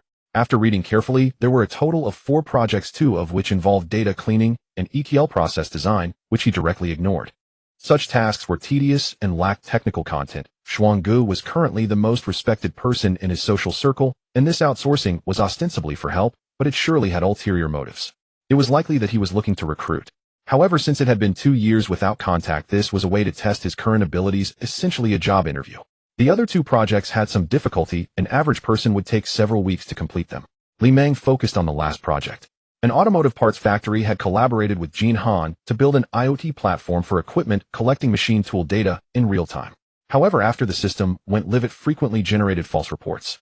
Jin Han had spent 2 weeks internally investigating without finding the cause, so they outsourced it, hoping to gain external perspectives and brainstorm ideas. Could he accomplish what Jin Han couldn't in 2 weeks? Li Meng's fingers traced the mouse as he contemplated. If the range of his psychic interference could include the human brain, what reason was there that he couldn't interfere with electronic devices and data? He decided to start with the simplest attempt, directly linking his consciousness to the computer and inputting data with his thoughts. The next moment, the computer screen flickered twice. Then irregular code appeared on the screen, standing straight in the center of the desktop, as if an invisible ghost had broken through the system limitations to form a line of text. Hello world, it worked. It was even easier than he had imagined. Li Meng's heart raced, slightly excited. This scene was no less than the first time words appeared on the screen when computers were invented. This was input. What if he output data from the computer back to his mind? He directed his gaze towards the data package from the factory, and the next moment a wealth of data flooded his mind, each character crystal clear. The entirety of this data package held no secrets before him, including the reason that Jin Han had failed to uncover in 2 weeks. He instantly understood. In the quiet, dark room, only Li Meng's breathing could be heard, the cold light from the screen illuminating his astonished face. From this moment on, he was the god of data. Humanity once harbored such fantasies. Could a technology be invented that would directly transmit data to the human brain, thus bypassing the arduous process of memorization? However, numerous difficulties lay ahead, making humanity realize that this was almost impossible to achieve. Now Li Mao has accomplished it through his ability to interfere with reality. In theory, his brain is now a database capable of downloading various kinds of knowledge from the internet at will. And it is not merely about memory. His mental interference also possesses a powerful capacity for information assimilation. Li Mao quickly downloaded several books from the internet, transferring the data. After several attempts, he confirmed the reliability of his ability. The human brain has its limits. A research indicates that the maximum information capacity of the human brain is approximately 5 PB. 1 PB equals 1024 terabytes, and 1 terabyte is 1024 gigabytes. In some fantasy works, there are settings where an overload of information in the brain leads to problems. Under the influence of his mental interference, his brain resembles a super-optimized compressed file capable of compressing information to minimal sizes. Some obsolete information would be deeply compressed into the depths of his mind, only to be decompressed and accessed when needed. This way, at least for a long time, he need not worry about his brain's capacity being insufficient. With the worry of becoming a fool due to an overwhelming amount of data set aside, Li Mao began contemplating another potential danger. Connection and input are achievable. Could he also delete memories? With this thought, he attempted to remove the content of a book he had already memorized from his mind. The sensation was indescribable, akin to a colorful canvas slowly fading to white, then vanishing into nothingness. He struggled to recall the contents of that book, but nothing came to mind. Indeed, deletion was possible. Li Mao paused, unsure of how to approach this outcome with the right feelings and attitude. After validating his thoughts, he faintly felt a fear regarding his own abilities. Extraordinary power comes with significant risks. The ability to delete knowledge implies the potential to tamper with other normal memories. His brain is not a true computer, lacking the chance for a system reinstall. He reminded himself to exercise utmost caution in the use and exploration of his extraordinary powers. Every step he takes now feels like crossing a river by feeling the stones. Yet Li Mao is not the type to give up easily. While fear arose within him, he also felt an immense excitement about this supernatural power that transcends the limits of human intelligence. Such a manifestation was precisely what he desired. If this so-called extraordinary power merely involved enhanced fire breathing or stronger defenses, what significance would that hold? What value would compel him to abandon a life of ease and luxury to bear such enormous risks? This danger only convinced him that he was on the right path. All right, the analysis is complete. Now it is time to take off. Li Mao rubbed his hands together. Calm. He must remain calm. Even if a certain level of safety has been determined, downloading vast amounts of data into his brain all at once is inadvisable. The capacity for mental assimilation relies on mental strength, thus it must have its limits. Undoubtedly, Li Mao can now, with just a flick of his fingers, rapidly acquire any publicly available knowledge on Earth. More specifically, those pieces of knowledge that can be learned through diligent effort. With this thought, a smile involuntarily appeared on his face. He first attempted to download the entire Oxford Dictionary along with some English teaching videos. Super Rich tasked the language skills of the super rich. For mastering a foreign language, gain 20 super rich points. Reaching a proficient level grants an additional 20 points. There's also an unexpected joy. Learning one foreign language yields 40 super rich points, and with so many countries in the world, there are at least dozens or even hundreds of languages to learn. If calculated at 100 languages, he could ultimately obtain 4,000 super rich points for free from the system. Sudden wealth overnight. He also downloaded dozens of GB of English courses from various educational. As a torrent of English knowledge flooded into his brain, it was refined and digested by his mental interference ability, making Li Mao feel as if he instinctively mastered the English language. System encouragement: a language has reached proficiency level, gaining 20 super rich points. System encouragement: a language has reached mastery level, gaining 20 super rich points. However, after Li Mao finished learning English, French, German, Japanese, and Russian, he suddenly felt an unusual fatigue mentally. His body seemed affected as well, with his forehead beginning to burn as if it had reached 40 degrees. It seems this is the current limit for single-input knowledge assimilation. There is still one unused free attribute point A should he add it to mental strength. After hesitating for a moment, Li Mao chose to forego it. He wished to personally experience the consequences of this mental strain. Just like the initial doctors who lacked experience in treating patients without having witnessed the process of illness in the first patient. If it becomes unbearable, he can always add that free point. Rubbing his temples, he took a deep breath to suppress the fatigue and discomfort, glancing at the super rich system. Super rich points: 200 points. This is unprecedented wealth, enough to purchase all items in the store and then upgrade the store. He just doesn't know if the products will be refreshed immediately after the store upgrade. Cash 1,010 super rich points. Buy. The phone vibrated in response. Your account ending in 0527 has been credited with 100 yuan balance, 10023. 5 yuan. One property randomly selected in Jiangxing, 10 super rich points. System acquired a 140 square meter riverside apartment in the southern part of the city. 140 square meters by the river. The southern part of the city. The southern area is an old district lacking newer properties, but the riverside area is still close to the city center. This 140 square meter place must cost at least over 3 million. However, Li Mao does not plan to leave his rented room anytime soon, especially since Sang Ji is still here. Uncertain of how much time had passed, Li Meng's fingers twitched. In the next moment, he slowly sat up, fully awakened. He gazed out the window where the blinding sunlight streamed and spilling onto the white bedsheets. The time on his phone read 8:20 in the morning. He had slept for a long time, almost 8 hours. He was late. However, Li Meng was not in a hurry, as he had no intention of continuing his job. The rental apartment was quiet. Those who needed to go to work had already left. At this moment, the feeling of mental exhaustion had vanished, and he felt an abundance of energy coursing through him. That invigorating sensation was reminiscent of his vibrant youth at 16 or 17.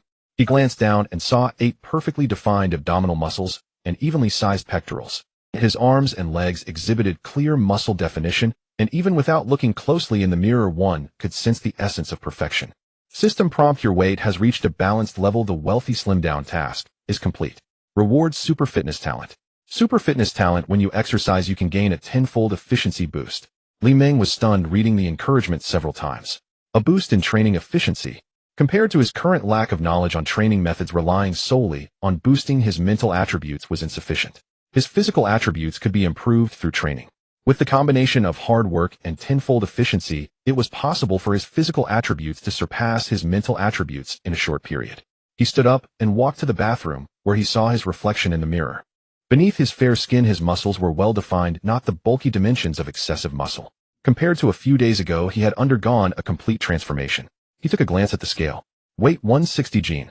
It had decreased slightly, but not significantly. It seemed that with a high muscle density, one could still achieve a balanced physique, even at a higher weight.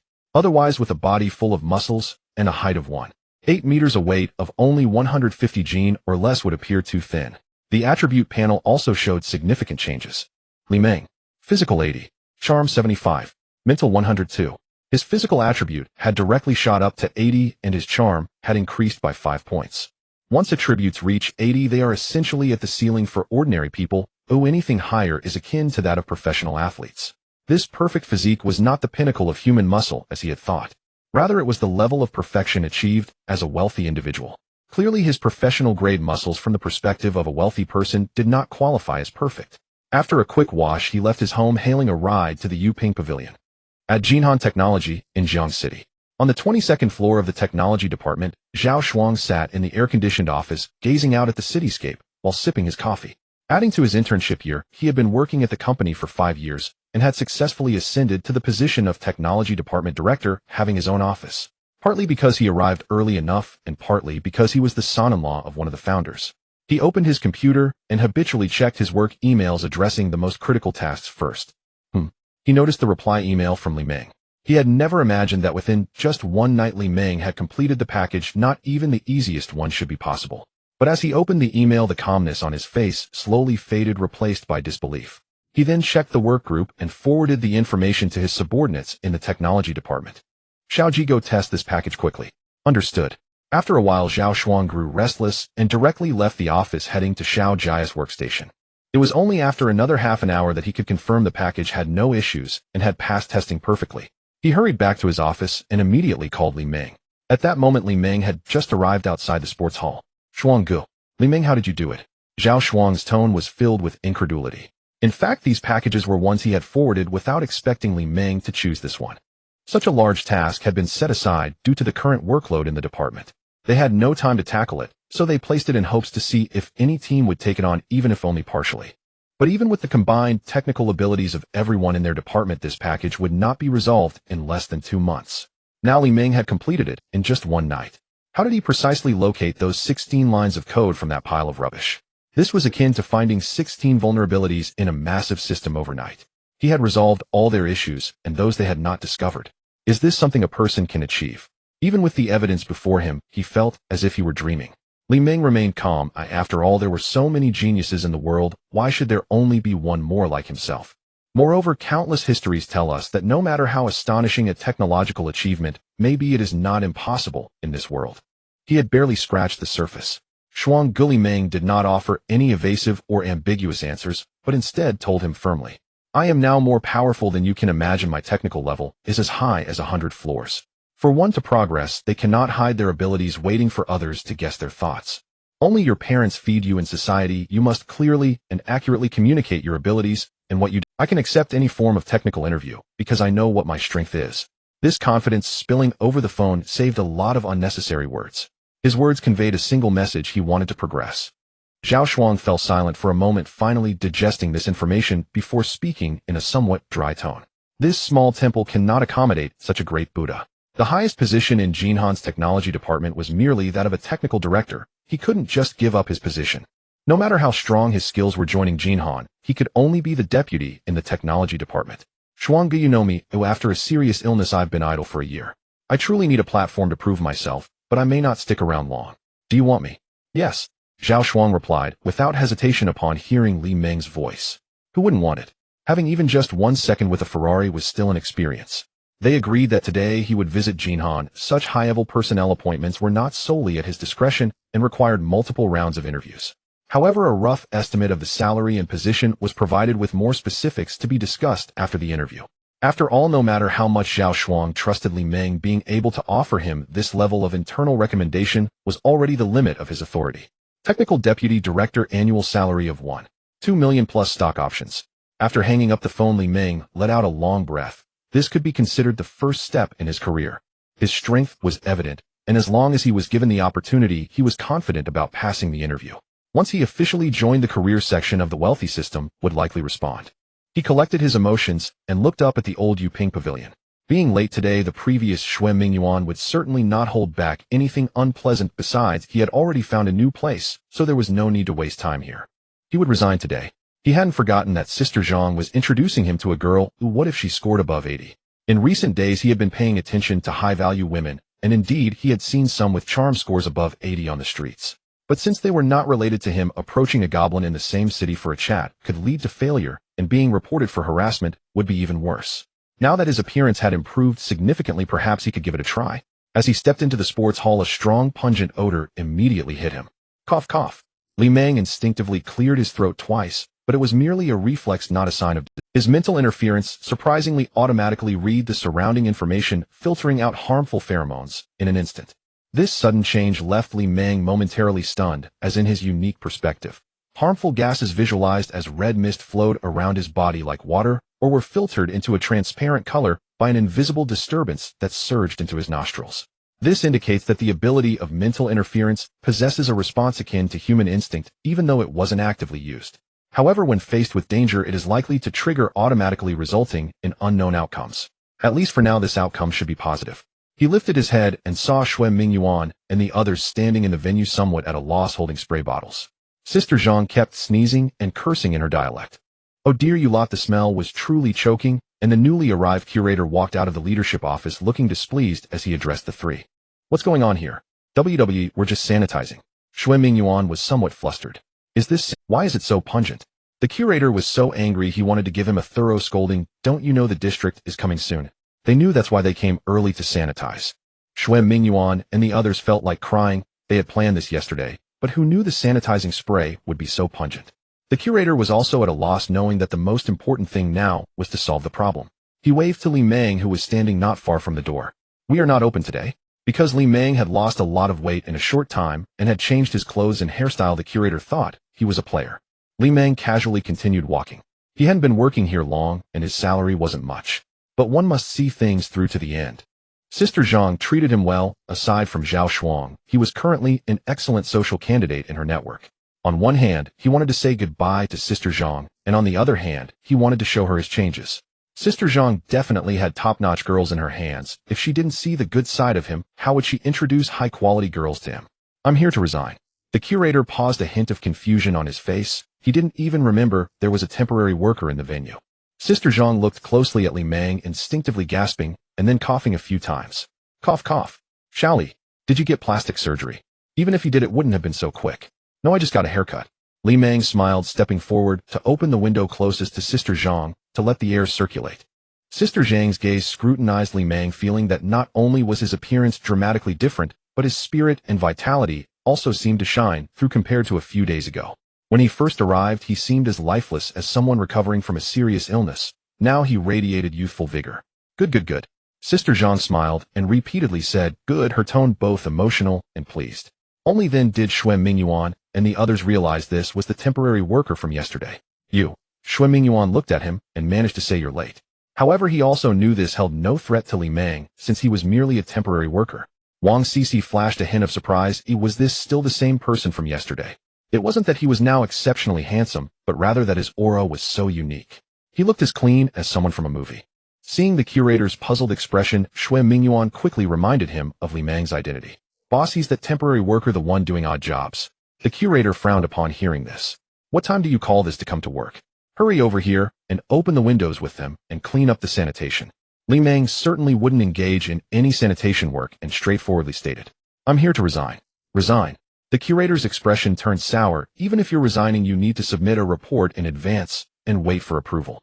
I'm a temporary worker. Li Meng glanced at the curator, and it was stated when I came that I could leave at any time.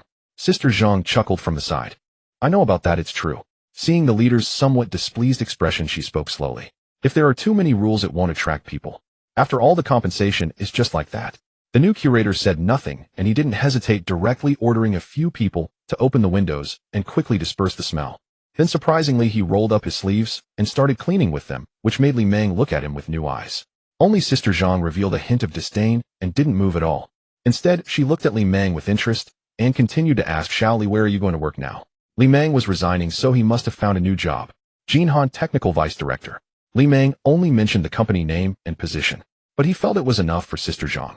Jinhan indeed wasn't a super large enterprise. Most outsiders hadn't heard of it, but Sister Zhang was different. Her eyes brightened slightly as she exclaimed in surprise. Not bad, Shaoli, congratulations on your fortune. Technical Vice Director, this at least meant a salary of $1 million a year plus options and year-end bonuses potentially reaching $2 million.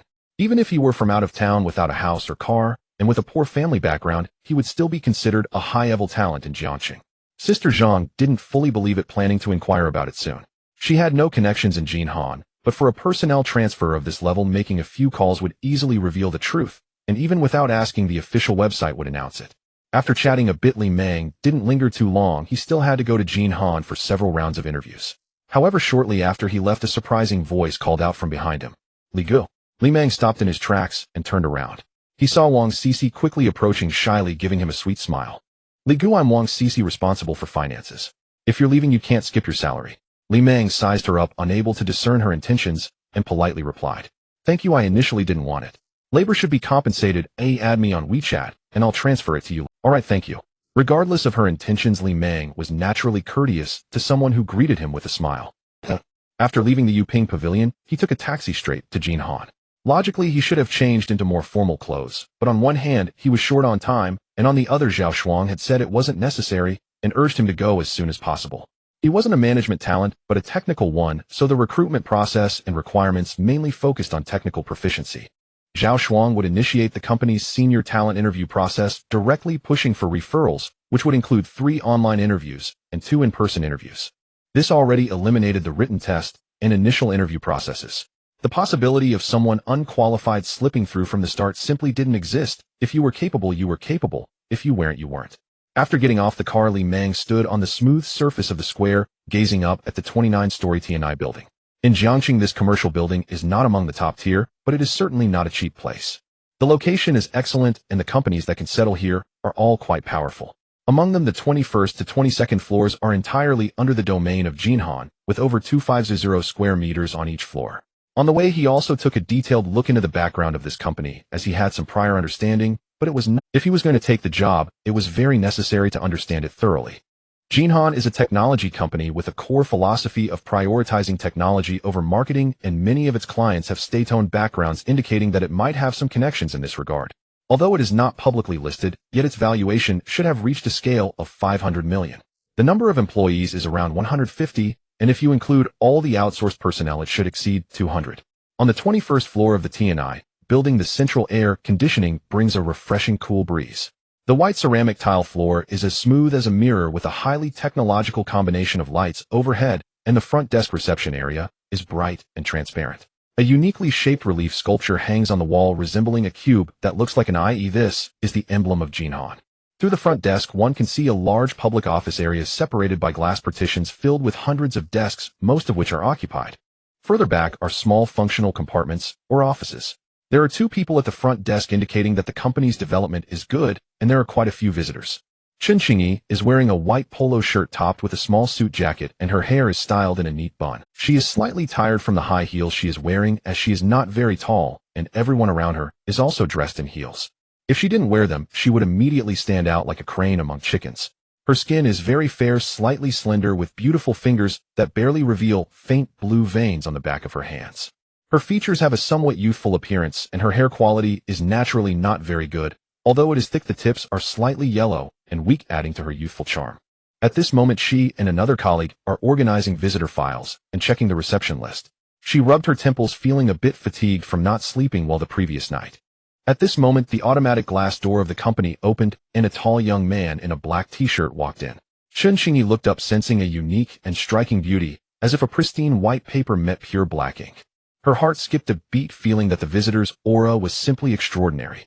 Just as she was momentarily stunned, her colleague, Xiao Mei, beside her, had already jumped in to speak. "Hello, may I ask if you have an appointment?"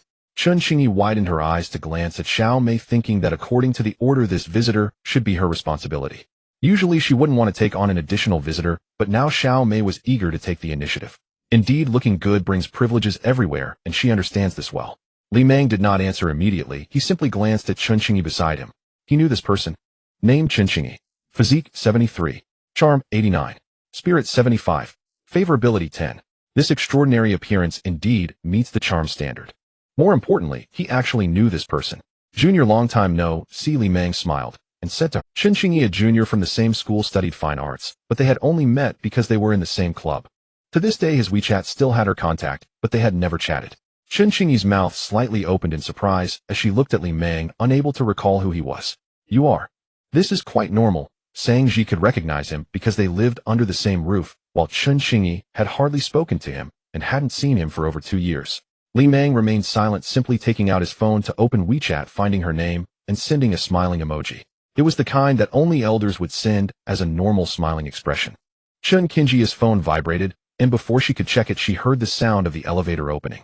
She saw the director of the technical department, Zhao Shuang, who many in the company privately speculated to be a relative of the board, waving at the young man in front of her.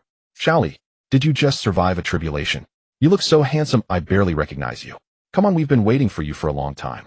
Li Meng nodded at Chen Xingyi, and then turned to enter the elevator going up to the 22nd floor with him. Chen Xingyi stared blankly at her phone, which had received a smile emoji from someone noted as Computer Senior Li. She finally remembered who Li Meng was. Only knowing his surname was Li, but what was his full name again? More importantly, she couldn't remember what he looked like back then. Regardless of how he looked before, it certainly couldn't be like this now, or else she wouldn't have forgotten. Xingyi, do you know this person? Xiaomei asked curiously. He seems to be a senior of mine studying computer science. Seems to be. Are you blind? How can you say seems when he's this handsome? Back then he wasn't this handsome. I get it, he must have changed his look and is now striving hard, and now he's landed a job at our company. You're killing me. Chen Xingyi replied speechlessly. But what is he here for? Since Zhao is from the same school as you and he studies computer science, he must have been internally recommended for the position. I must say Xiaomei made a good point, and Chen Xingyi also felt that this must be the case. Her own major was too poor, making it too difficult to enter a big company after graduation. After much selection, Jin Han was the only one that wanted her as a receptionist due to her good looks. Originally not wanting to come, but who let Jin Han take the first place in the competition among the mediocre. A monthly salary of 600 plus housing and meal allowances working from 8 a.m. to 6 p.m. is already a very good treatment for a fresh graduate. These days, just for a receptionist, being able to leave work at this time is already a rarity. 22nd floor, Technical Department Director's Office. It's been a while since we last met. You have really changed a lot. After all, they were relatively familiar with each other, and Li Meng's features had not changed, only optimized. Moreover, Zhao Shuang had never seen Li Meng when he was overweight, so it was easy for him to recognize him.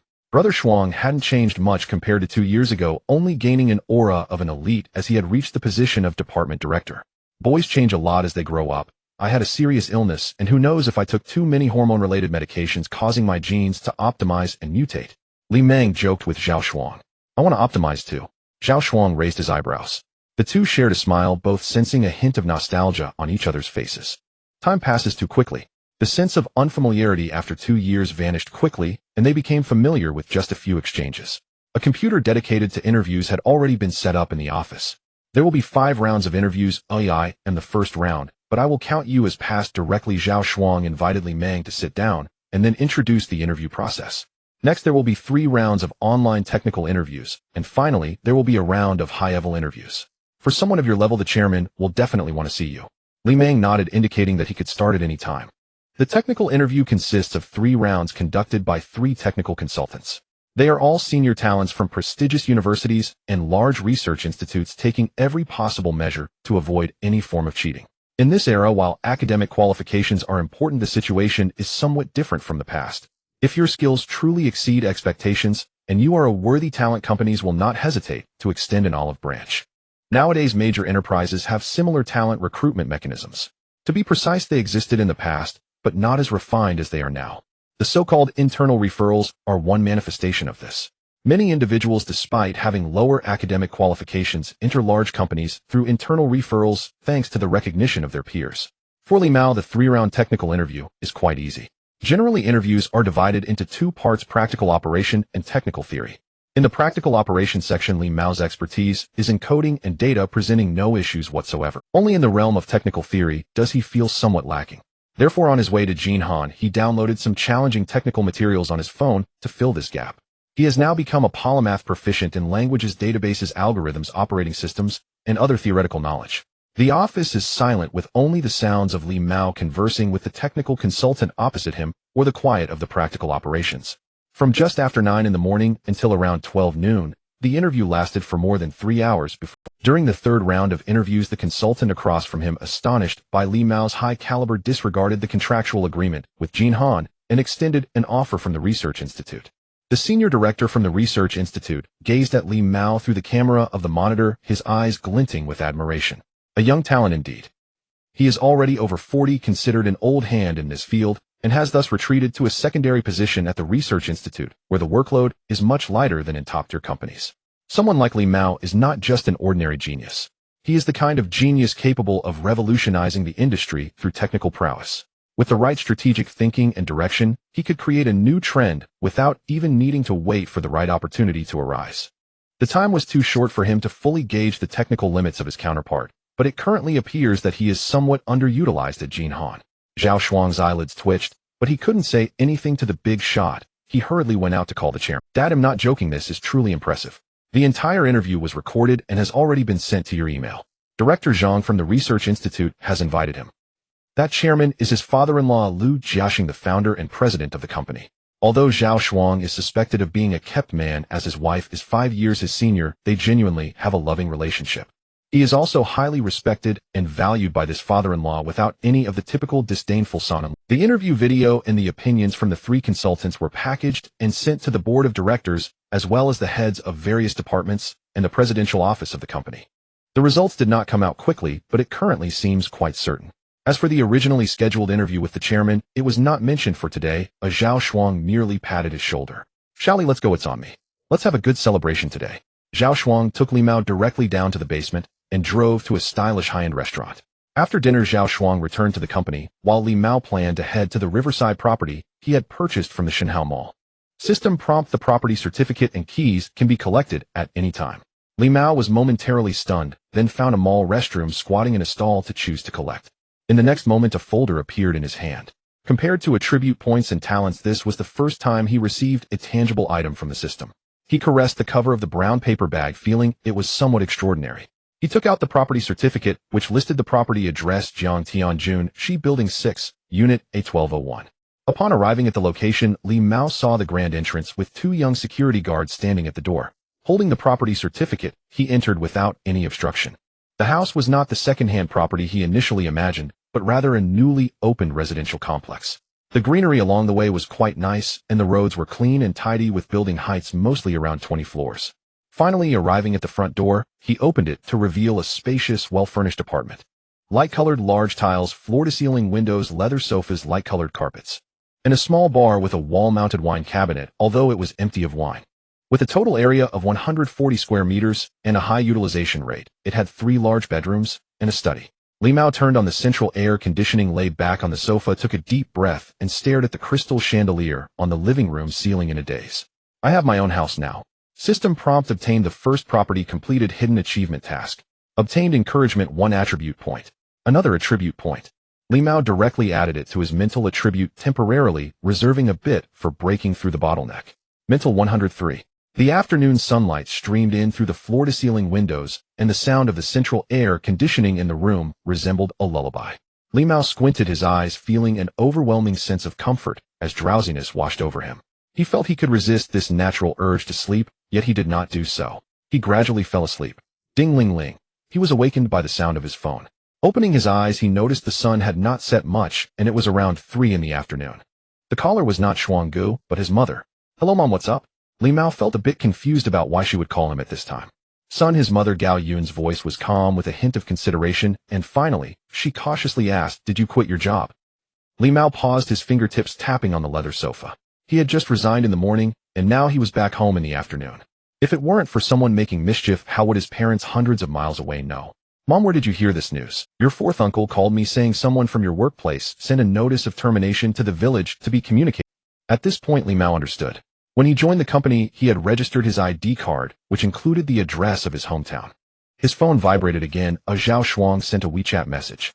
"Interview passed. The last round with the chairman is just a formality tomorrow. Come at 9 in the morning to sign the contract. There's an onboarding ceremony." Gao Yun saw that Li Mao remained silent and thought he was upset about losing his job. "Son, it's okay. You can find another job." "Mom, it's fine. No, I've already changed jobs." "Changed jobs?" "At a tech company as the deputy general manager of the department with an annual salary of over $1 million. After he said this, there was silence on the other and only the faint sound of breathing followed by Gao Yun's flustered voice. "Son, you're not joking, right?" "Mom, I just passed the interview today and it'll start tomorrow. There's an onboarding ceremony and he'll send you pictures." Li Mao had no intention of hiding anything. This was all earned by his own strength, nothing to be ashamed of. It's not just relying on the encouragement from the Shinhao system to obtain unclear assets. Even if there is a system backing, explaining it clearly to those close to you is always challenging. Often a mere statement like "you can trust that it's all legal" suffices, but saying this to his parents would not only fail to alleviate their doubts, but might also increase their worries. Such words are only suitable to be spoken when one is strong enough in the future. By then, even if he presents more system encouragement, it will be taken for granted by others. At that time, regardless of how much system encouragement he has, it will be seen as a matter of course. Li Meng reluctantly wandered around his first apartment a few times, planning to return tonight. After all, Sang Ji was still in that rented place. Thinking of Sang Ji, Li Meng also remembered Chen Xingyi. He glanced at his WeChat and noticed a message from her that he had missed. It was the same smile emoji he had sent. "Remember to greet me properly tomorrow," he replied. He wasn't sure if Chen Xingyi was slacking off, but she replied almost instantly. "Senior, you really came to our company." They skipped any formalities and jumped straight into conversation. There were no greetings like "long time no see" or "how have you been." It felt as if they had reverted to the casual interaction. "Your director Zhao personally came to pick me up, what do you think?" Li Meng sent a smug emoji. "Show off connection-based. How we went to the same school, right?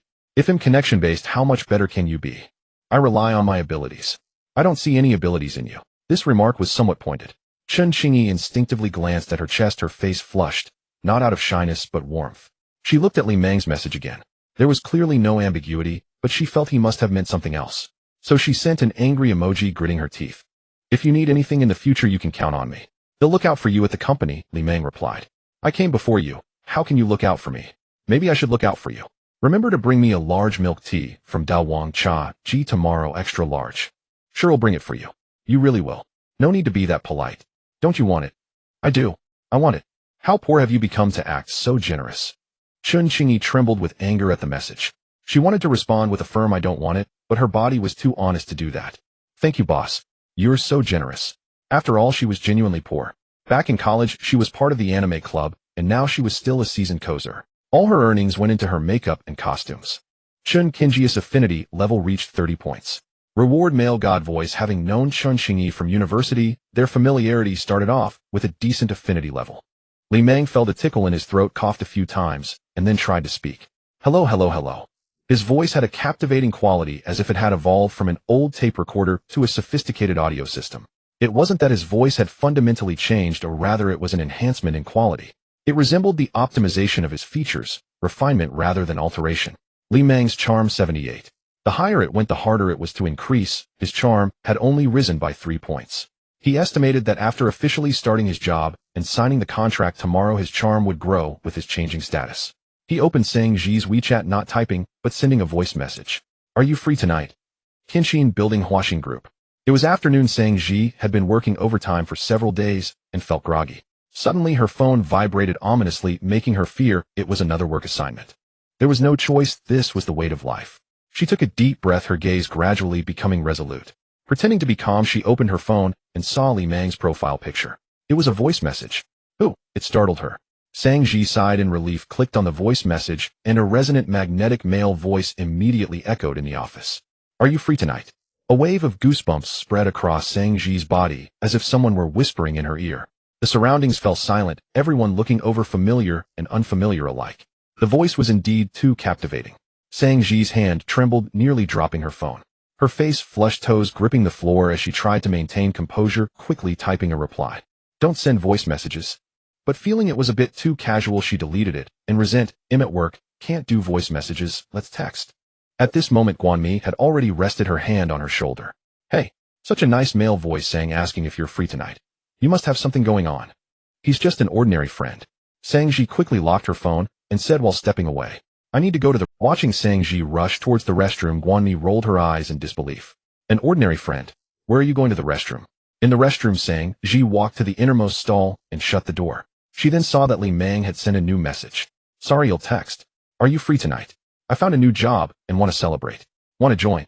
This wasn't a very reasonable excuse, but sometimes all one needed was an excuse, not how reasonable it was. Sang Ji hesitated. Li Meng saw that she was typing, seemed to delete it, and then typed again. A few minutes later, he sent another message. "Can I bring a friend? It's the Guanmi I told you about last time. Of course I'll send you the location." "Okay." Then Sang Ji replied again. "This time I'll treat you. It's better to choose someone familiar," so Li Meng sent the address of the restaurant Zhao Shuang took him to. "It's quite close to our company. We're not working overtime today, so let's meet at 7. Sang Ji checked the location and replied, "Okay, I'll wait for you."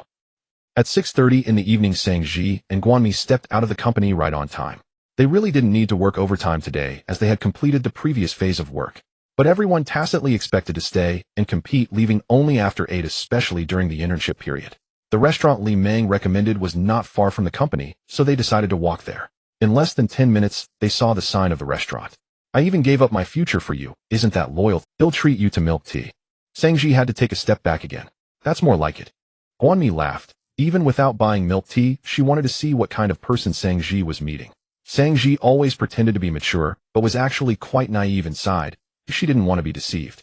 Moreover, based on what Sang Ji had revealed, that person didn't have much money and had an average education. He had been chubby and had suffered a major illness, now dieting, but still slightly overweight. He had just recently tidied himself up, improving his appearance. Guanmi was unimpressed. The foundation was still there. How much better could he really become? As they walked into the restaurant, Guanmi immediately spotted a tall guy in a black t-shirt. Surrounded by diners exchanging toasts, he sat quietly at a table flipping through a book with a black cover. He seemed to sense something, closed the book, and gazed over with a calm demeanor. The rising steam surrounded him, giving him a clean aura that felt otherworldly. He looked just like a pure male lead from a romantic drama. Could it be him? Guanmi clenched her fist, and indeed saw Sang Ji quickening her pace towards him. Not my friend, are you eating this well? Chubby. Where's the chubbiness? Even in poverty, she would still be willing to go after someone like this. As Sang Ji approached, she noticed the book in Li Mang's hand, which was indeed Freud's The Interpretation of Dreams that she had mentioned earlier. This small detail instantly struck a chord within her. It was quite mysterious, as if her words had been valued. We are late. Have you been waiting long? No, I arrived early. As Li Mang spoke, it felt as though he pierced through the layers of reality, drawing people into the two-dimensional world of voice actors. Sang Ji imagined scenes from a surreal idol drama in her mind. How come Li Guest's voice is so pleasant? Was it this charming last night too? In a daze, she was still pushed down into her seat by Guanmi. You're Li Mang, right? She introduced herself to Li Mang with confidence. I'm Guanmi, Sang's friend from the same batch. You're even better looking than she described, and your voice is so nice. You're too kind, Li Mang replied, handing the menu to the two of them. I've ordered a few dishes, you can add whatever you like. He then looked at Sang Ji and added a special note. Today is to celebrate my new job, so I'm treating. Don't be polite with me. That's not acceptable. Sang Ji waved her hand and said, I insisted on treating. Oh, you two are being so polite, it's really pointless. You can treat me next time, Guanmi laughed. In any case, we must celebrate once we confirm our positions, and we can invite Li Gu to join us then. Hearing this, Sang Ji no longer opposed. The restaurant chosen by Shang Gu was indeed good. Even during peak hours, the dishes were served promptly. Li Mang didn't order any alcohol, but Guanmi generously ordered 3 bottles of colorful chilled alcoholic beverages. This is refreshing if the alcohol content isn't high. She popped the cap off, and the bottle emitted a somewhat tempting cool mist as she blew into it. Here, cheers. Cheers. As they ate and drank, the atmosphere quickly became warm and lively. That's how young people are. At this moment, the conversation expanded from work to family, from studies to daily life.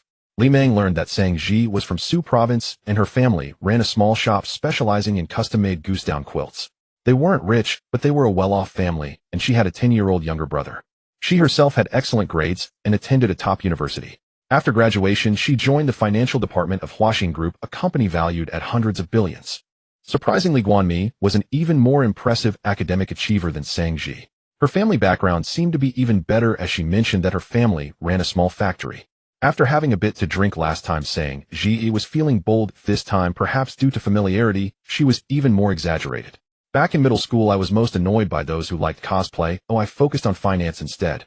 A group of people always gathering together, giggling and laughing.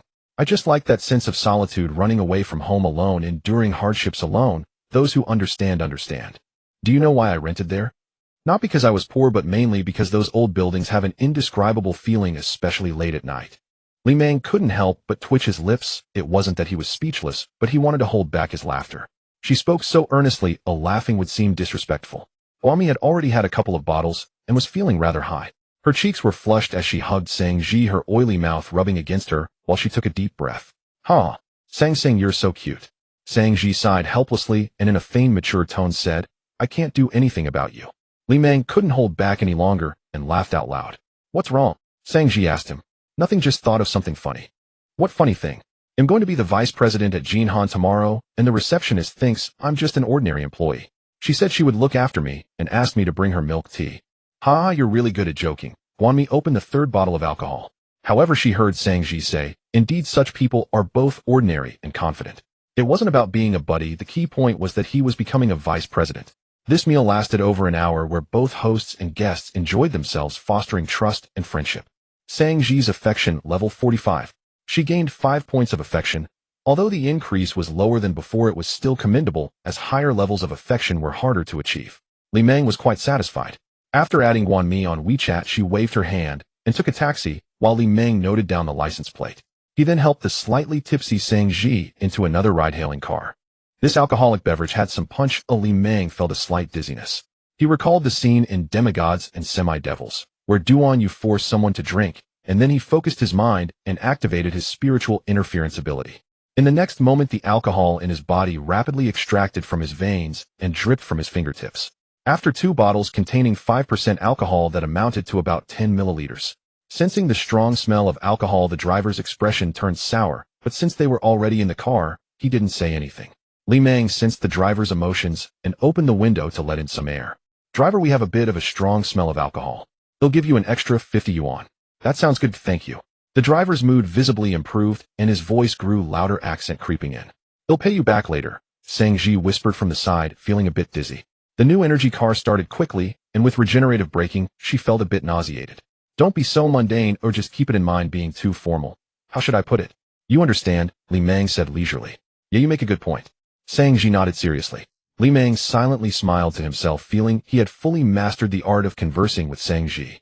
Unknowingly, Sang Ji let out a soft snore and fell asleep just like that.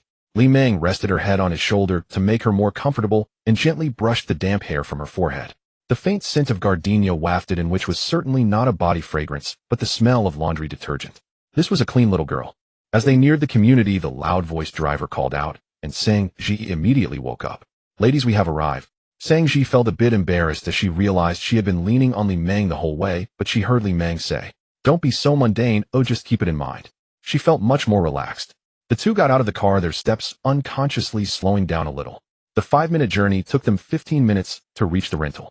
The bald guy who ran the food stall was out, and the young couple was also not home today, saving them a lot of social interaction.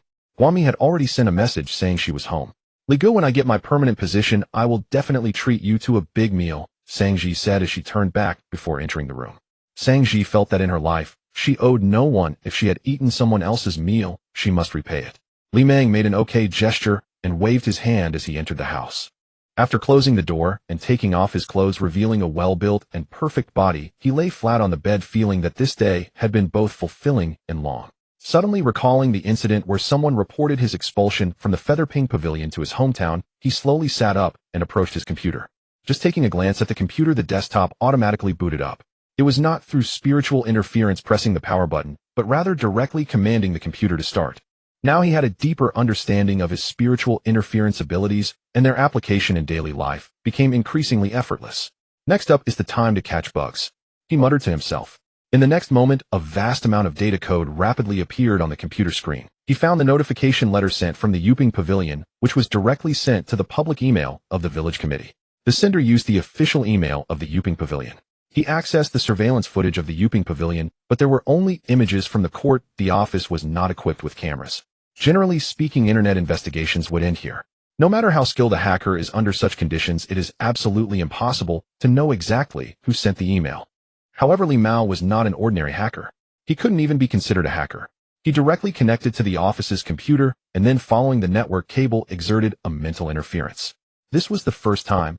He didn't know whether his mental power could extend so far through the network, but how could he know it wouldn't work if he didn't try?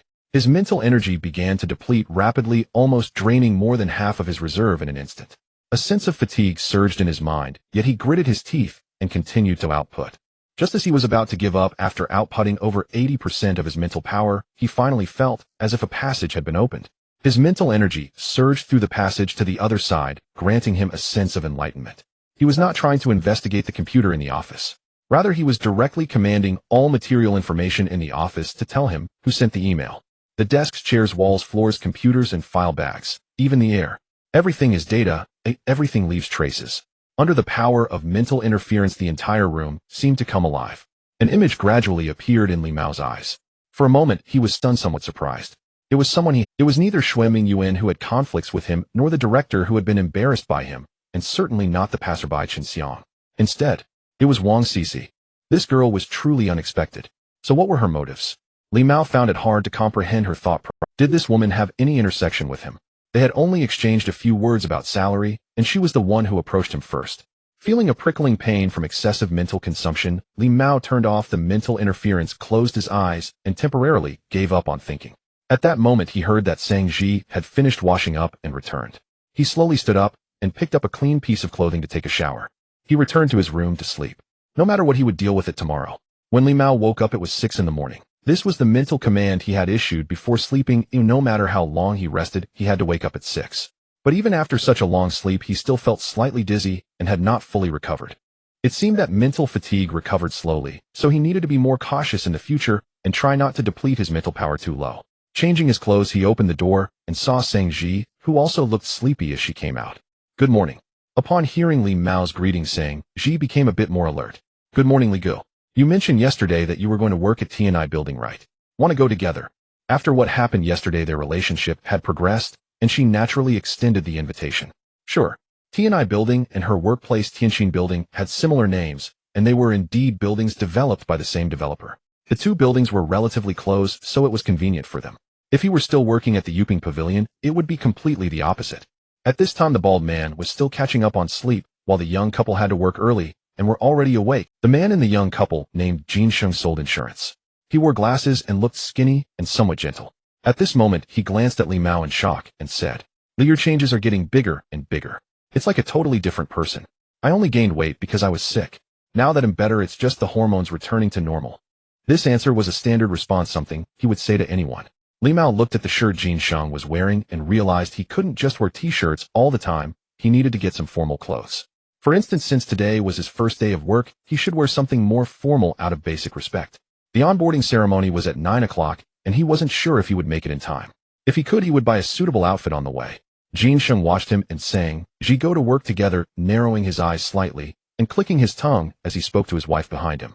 She looks better now, and his romantic luck seems to have arrived. His tone carried an inexplicable hint of sourness. Stop gossiping. Whether or not he's lucky in love has nothing to do with you. Hurry up, I need to leave. His wife, who looked average and somewhat older than her age at 26 or 27, appeared to be in her 30s, but she was very capable and serious as she shouldered her bag and left. Sigh. Jin Sheng let out a deep sigh, looking at his own reflection in the mirror. He was still young, but already had a receding hairline and looked thin and weak, remaining silent. Men who are tall and handsome have good luck with women, right? He could easily guess the rest of his life. No matter what women will come knocking on his door, it's an endless buffet. He had seen many such people, who none of them ended up well. Jin Sheng's face darkened, and just as he was about to leave, he suddenly thought of something and quietly closed the door. He turned and walked towards the shared bathroom used by Sang Ji and his wife, looking around several times, but finding no clothes, not even a toothbrush or towel. He was extremely disappointed and finally picked up 2 strands of hair from the floor, unsure if they belonged to his wife or Sang Ji. He held them to his nose and inhaled deeply. T&I building, Jinhan Technology. All departments had been notified early that a deputy general manager would be starting today. At the level of deputy general manager, even if it has nothing to do with one's own department, every employee must be aware. After all, they are part of the upper management. There are only a few departments in the entire company, and some departments don't even have a deputy, like the technical department, which was previously vacant. Everyone knows that the director of the technical department is the chairman's son-in-law. He hasn't been promoted yet due to age, but he will definitely move up. This deputy general manager, once promoted by the director, is likely to become the head of the department. Chen Qing yawned and looked at the time. It was already 8:30. She didn't pay much attention to the deputy general manager's matter, as it felt too distant from her. Around 8:40, the elevator suddenly opened, but not from below, it was from above. Chen Qingyi and Xiao Mei straightened their backs as the ones arriving were the chairman and several directors. Upon closer inspection, it seemed that all the upper management were present except for those on business trips. What was going on? Was there a leadership inspection? There was no prior notice. Lu Jiaxing, the chairman of Jinhan, was in his 50s. Although his energy didn't match his youth, he was still far from retirement. He was from Xiangjiang and had some official background.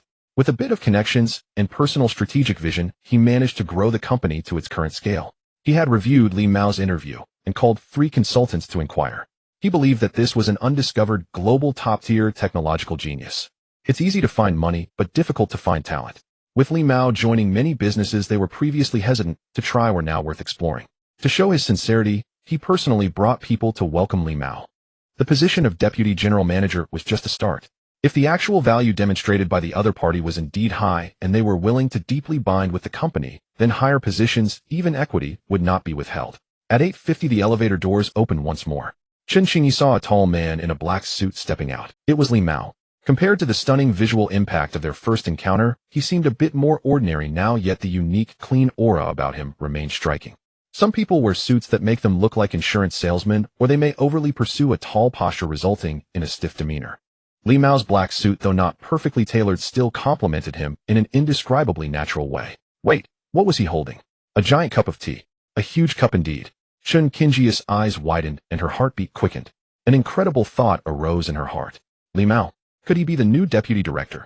What gives him the... Zhao Shuang always came in as a son-in-law, the one everyone had nothing to say about. After all, he was from Director Lu's family. To put it bluntly, he would manage the entire company as a son-in-law since Director Lu had no son and his daughter was in a different industry. But there was no word of Director Lu having a second daughter. Then she saw Director Lu smiling as he approached, warmly shaking hands with Li Mao. Of course, that oversized cup of tea drew attention. A hero emerges in youth. I am Lu Jiaxing, the founder of Jinhang.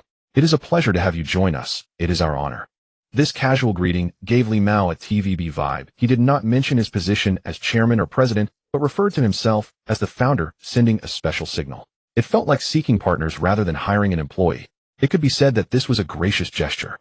This was indeed the so-called welcoming ceremony, quite grand albeit not very convenient for filming. Li Mao quickly turned his thoughts while responding with an appropriate smile.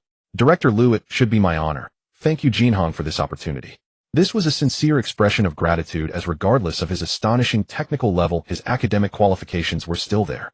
If he did not make a significant impact, such as challenging technical bounties in forums, no one would know him. To be appointed as deputy director right away required Zhao Shuang's trust, Lu Jiaxing's respect for Zhao Shuang, Jinhang's excellent talent acquisition mechanism, and Lu Jiaxing's insight and decisiveness. All of this was indispensable. Let's not dwell on mutual compliments. I would like to meet with your team for a deeper discussion and to get to know each other better. Director Lu's words made Li Mao feel as if he was basking in spring breezes. It must be said, he was worthy of being the head of a company that had grown from a founder's model to a near-public entity. Of course, I wouldn't want anything less. Li Mao smiled, but in front of Director Lu and the executives he refrained from being oblivious by saying, wait a moment, I brought tea for someone. That would draw attention to Chun Qingyi, and it wouldn't be beneficial for either of them. It was better to wait until the meeting was... So he merely exchanged a glance with Chun Qingyi from a distance before getting into the elevator with Director Lu and the others. That fleeting glance made Chun Qingyi's heart race. She truly feared Li Mao might just come over with the tea. She wouldn't know how to respond. Fortunately, he did not do so, which relieved her, yet she felt a vague sense of inexplicable loss. This must be how women are, she thought to herself in self-pity. My goodness. Xiaomei beside her had already started to shout. Such a young deputy director. Qingyi, you're about to cling to a big shot. Cling to a big shot. That sounds so harsh, Chun Qingyi replied, exasperated. The technical department is miles apart from us. That's true because Jinhang's system is such that the heads of each department are directors, not general managers. There are relative powers, but not absolute authority. For instance, the technical department director is only responsible for technical matters. Other matters, such as personnel appointments, are managed by other departments. But in some companies, a department head can make final decisions on all affairs within their department. Then let Director Li transfer you to the technical department, Xiaomei said with a smile. What would I do there? Cleaning. That would not be impossible, a personal cleaner. I see you must not want to see tomorrow's sun. Spare me. Ha ha ha. They engaged in a closed-door, in-depth discussion with Jinhang's executives covering everything from technology to strategy, from company development to personnel appointments. They talked until 11 o'clock before concluding. Finally, a secretary from the president's office handed a document to Li Mao. It is easy to find riches, but talent is hard to come by. This is Jinhang's greatest sincerity towards you. Director Lu looked at him sincerely, suggesting he read it carefully. Li Mao glanced at it and found it much better than the treatment Zhao Shuang mentioned earlier. In summary, there were 3 points: a post-tax monthly salary of 1,200, a 6-month year-end bonus, and 2 equity. This was undoubtedly a top-tier treatment that was exceptional in the industry. He believed not even directors like Zhao Shuang could secure such a contract. After opening the document and finding no traps or loopholes, Li Mao picked up a pen and signed his name. Pleasure to cooperate. Director Lu and the others smiled, shaking hands with Li Mao once again. Zhao Shuang directly came over and put his arm around his shoulders, showing recognition and closeness. The personnel department recorded this moment with equipment and archived it in the company's personnel database. At this moment, Li Mao officially became the deputy director of the technical department at Jinhang. System prompt career sector activated. Li Mao position deputy director of the technical department at Jinhang Technology Company. Career impact factor 1. 1 career impact factor refers to the degree of an individual's career impact on the entire world. Every time a stage is reached, encouragement from the system will be granted.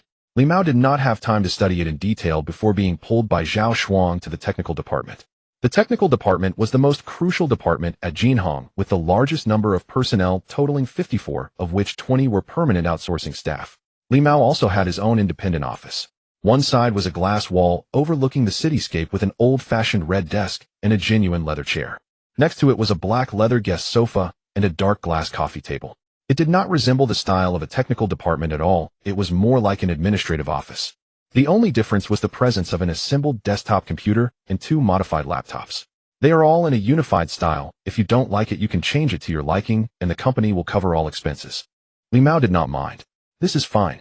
Also, your office has an internal line. If needed, you can directly. This makes it much easier for you to report on issues. Li Mao smiled. Zhao Shuang struck a playful pose. Get lost. Alright, I'll leave first. We'll talk about work tomorrow. I'll come find you later. The restaurant has been booked as a welcome banquet for you, and the chairman will be attending. After saying this, Zhao Shuang left the office. Though the office's decoration style was old-fashioned, the materials were of high quality, offering excellent soundproofing. Liang sat on the leather chair, feeling the cool breeze from the air conditioner, still feeling as if he were dreaming. Without the godly tycoon system, his skills would have at most landed him an ordinary position in the technical department through Shuang's connections. If he were lucky, after 7 or 8 years, he might be promoted to technical supervisor. Then, after another decade, once Shuang Gu truly became the company's head, he could ride that wave to climb higher and vie for his current position. By then, he would probably be over 40. He took a deep breath, suppressing the emotions rising within him. Then he pulled out his 4-year-old phone, filmed the surroundings, and sent it to his mother. Soon the phone rang. Liang didn't answer, but instead initiated a video call. Gao Yun's face showed a hint of surprise as she asked, "Son, are you at the company now?" "In my office," Liang said, panning the camera around the entire office space once more. Gao Yun only had a high school education, but she and Liang's father Li Dasong had always been employees. Though they were just ordinary workers, being at a local state-owned unit gave them a bit more insight than farmers. At least when Liang said he was the deputy head of the technical department, she understood what that meant, since the factory had a similar hierarchy and a technical department too. "Son, I'm so proud of you. Your father will be overjoyed." Gao Yun's eyes glistened with tears. "Mom, the company gave a big relocation allowance. They'll transfer 100 to you first to pay off the family's debts. They'll send the rest later." In truth, there was no such allowance. Liang just used it as a reasonable excuse to ease the family's burden. "Will you be short on money over there?" Gao Yun's first concern was whether it would affect her son. "I'm fine. My salary is set. With bonuses and stock options, it's hundreds of thousands a month." Liang took out his signed contract and pointed to the salary figure for Gao Yun to see. "But don't share the specifics with others. Salaries are confidential." Even without saying it, Liang trusted that Gao Yun understood the principle of not flaunting wealth. Mentioning it just made the offer seem more credible. "Are you coming home this year?" Gao Yun asked another question. Liang thought for a moment before giving a definite answer. "Yes." After chatting for a few minutes, they hung up, and he transferred another 100. He glanced at the time. It was already 1120. He sent a message to Chen Qingyi, then picked up the large tea set from the table, left the office, and headed straight for the elevator to the 21st floor. Along the way, technical department staff greeted him one after another. "Director Li." "Hello, Director Li." Chen Qingyi's toes curled together, her heart anxious, mostly wondering when Liang would bring her the milk tea. After all, since he bought it, he would surely give it to her. She nervously glanced around. It was almost time to clock out, so everyone was relaxed. Xiao Mei, unaware of the milk tea situation, gave her a strange look. "What's wrong?" "Got a cramp from standing." "No, just tired from standing." "Then sit for a while." "All right." Chen Qingyi paused, then sat down. Company rules did allow sitting, though they had to stand when receiving visitors. She had been too nervous to sit much all morning. Her phone vibrated, and she instinctively picked it up to check. "I'm coming to bring you milk tea." She nearly jumped up in panic. Was that okay? Office romances were generally prohibited in the industry. Though it might sound conceited, they were far from that stage. But if rumors spread, the deputy director, being high above, would be fine, while she, a lowly receptionist, could hardly keep her job. Even jealous colleagues would drown her. If she actually had something going on with Liang, she wouldn't fear anything with him as her support. But honestly, their friendship was pure. "Go to the first floor." She typed 3 exclamation marks, then quickly said to Xiao Mei, "I'm going to the first floor to pick up a delivery." Xiao Mei didn't suspect anything, as company policy required employees to pick up deliveries themselves. With so many employees, if delivery personnel could come and go freely, there would be hundreds of trips around noon. After receiving her reply, Liang pressed the button for the first floor. As the elevator doors opened, he saw Chen Qingyi standing right there. "What a coincidence, you're going down too?" Liang asked with a grin. "Yes, hello, Director Li." Chen Qingyi forced a smile and stepped inside. As the elevator doors closed, Chen Qingyi's gaze sharpened, and in her mind, she fantasized about pressing him against the elevator wall, grabbing his collar, and interrogating him fiercely. But in reality, she cowered looking at Liang with a sycophantic fawning smile, and spoke in an "Oh, Director Li, you really brought me milk tea. You're too kind." She said it again. "Too fake. Snap out of it. I prefer your defiant side." Liang got goosebumps. "Ahem, I just didn't expect you to become our company's deputy director." Chen Xingyi dropped the act. "There's a lot you don't know. Don't ask about a tech genius affairs. Do you want this milk tea or not?" Liang, "Yes." Chen Xingyi reached out, took it, pierced the straw, and held it with both hands, taking a big sweep. The elevator fell silent. She stole a glance at Liang, feeling an indescribable sensation. This must be that spark, right? Yeah, no helping it. Brother Li just sparks too much. Brother Li'll treat you to a meal sometime, wishing you a smooth rise, she blurted out. Liang didn't reply but checked something on his phone, saying casually, "There are 2 big comic conventions in Jiangxing this month. Can you even afford to treat me?" Hearing this, Chen Xingyi seemed to recall something and gave an awkward smile. Lust had clouded her judgment. Indeed, she was broke. Could she afford to treat a deputy director-level person? Unless it was street food. "But I do have something I need your help with," Liang spoke before she could answer. "I'm not doing anything lewd." Chen Xingyi crossed her hands in an X shape. "In your dreams." Liang glanced contemptuously at her chest. "I just don't know much about dressing up and want you to help me buy some clothes." Chen Xingyi noticed his gaze and glared angrily. "Am I your maid?" "They'll pay extra," Liang said. A smile bloomed on Chen Xingyi's face. "Oh, don't be so formal.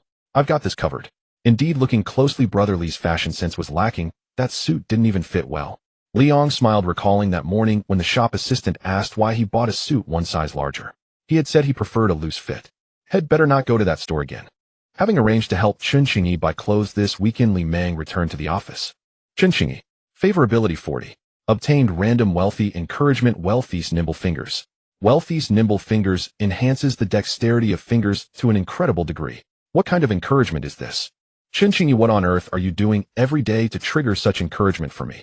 Li Meng felt a slight itch in his fingers and looked down. He saw that his fingers had become slender and fair with clearly defined knuckles, and the small calluses at the joints had completely vanished, resembling a flawless work of art. Activating mental interference, he conducted a deep analysis of his fingers. His mental power began to deplete, rapidly draining 20% in an instant.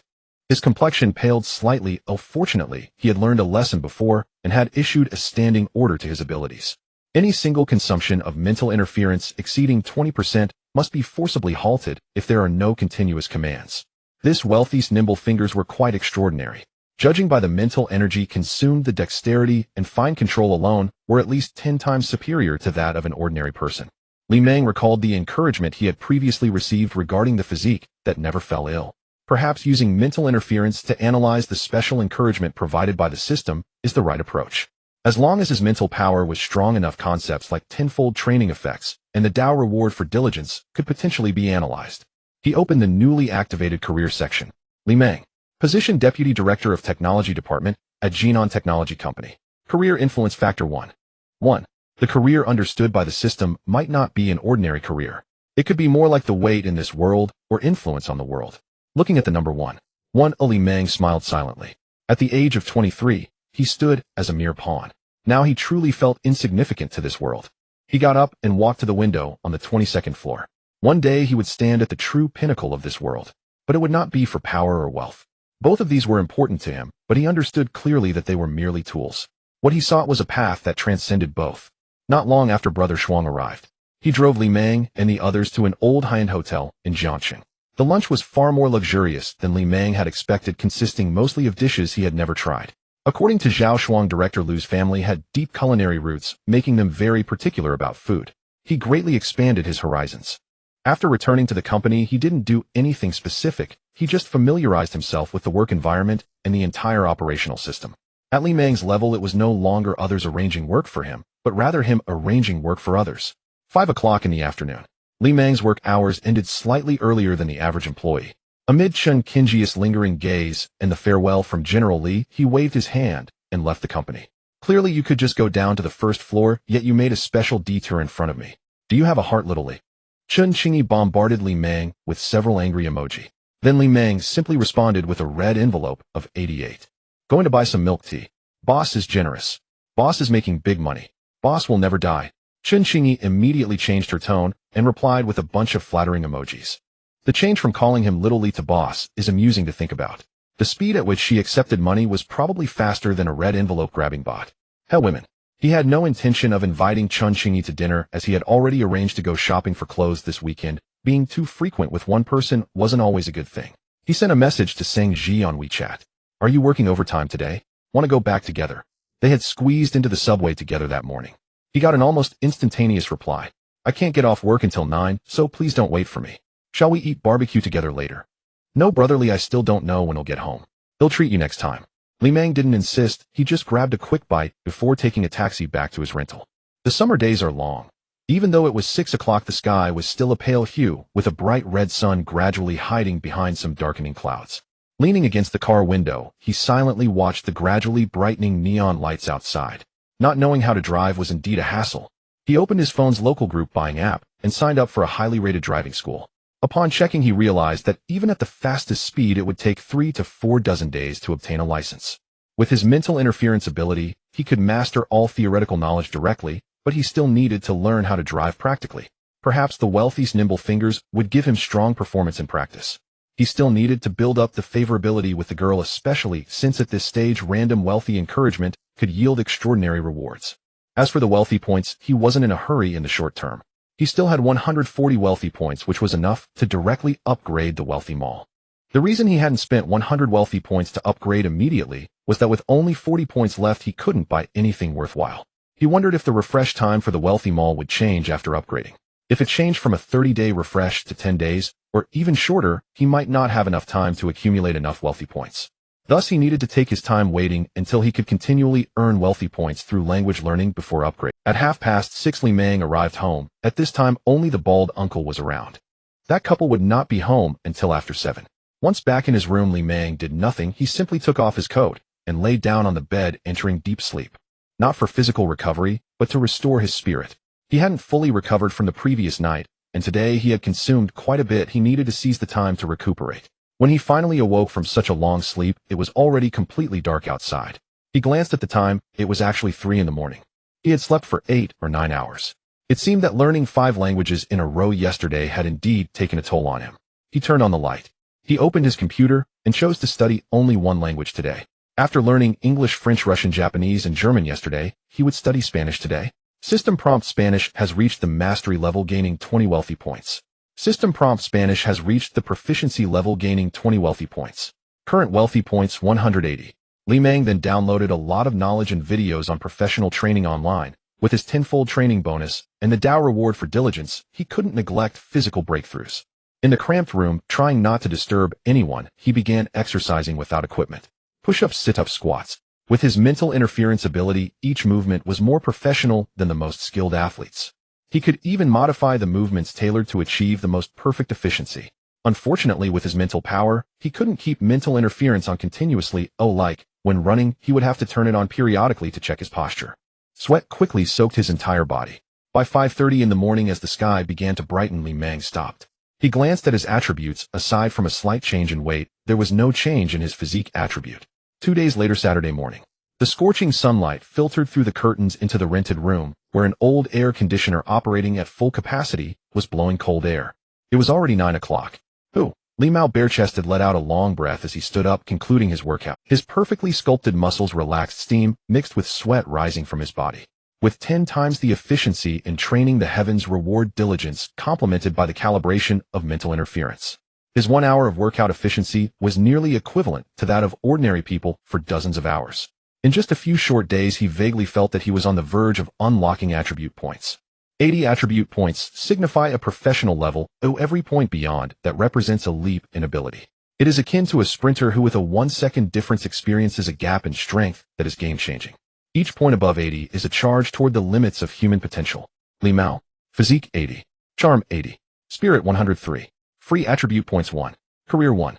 1 influence factor. Tasks 1. Affection for the opposite sex, Sang Ji 50, O Chun Chingy 46. 2. Language skills. Mall LV1, no products available, refresh pending. Wealth points 260. In these 2 days, Li Mao learned a language every evening, not more not less, and additionally consumed some mental energy to acquire various potentially useful knowledge. In the mornings, he would squeeze onto the subway to work with Sang Ji, and during his free time, he focused on fitness training. At the company, aside from work, he would tease Chun Chingy. Sangji had gone to the company early in the morning. After all, it was a well-known workplace, and for her, as an intern, there was simply no weekend. Both of their affection levels steadily progressed thanks to this fast-paced era. If it were years ago in a time when everything was slow, they probably wouldn't have even reached 40 points of affection by now.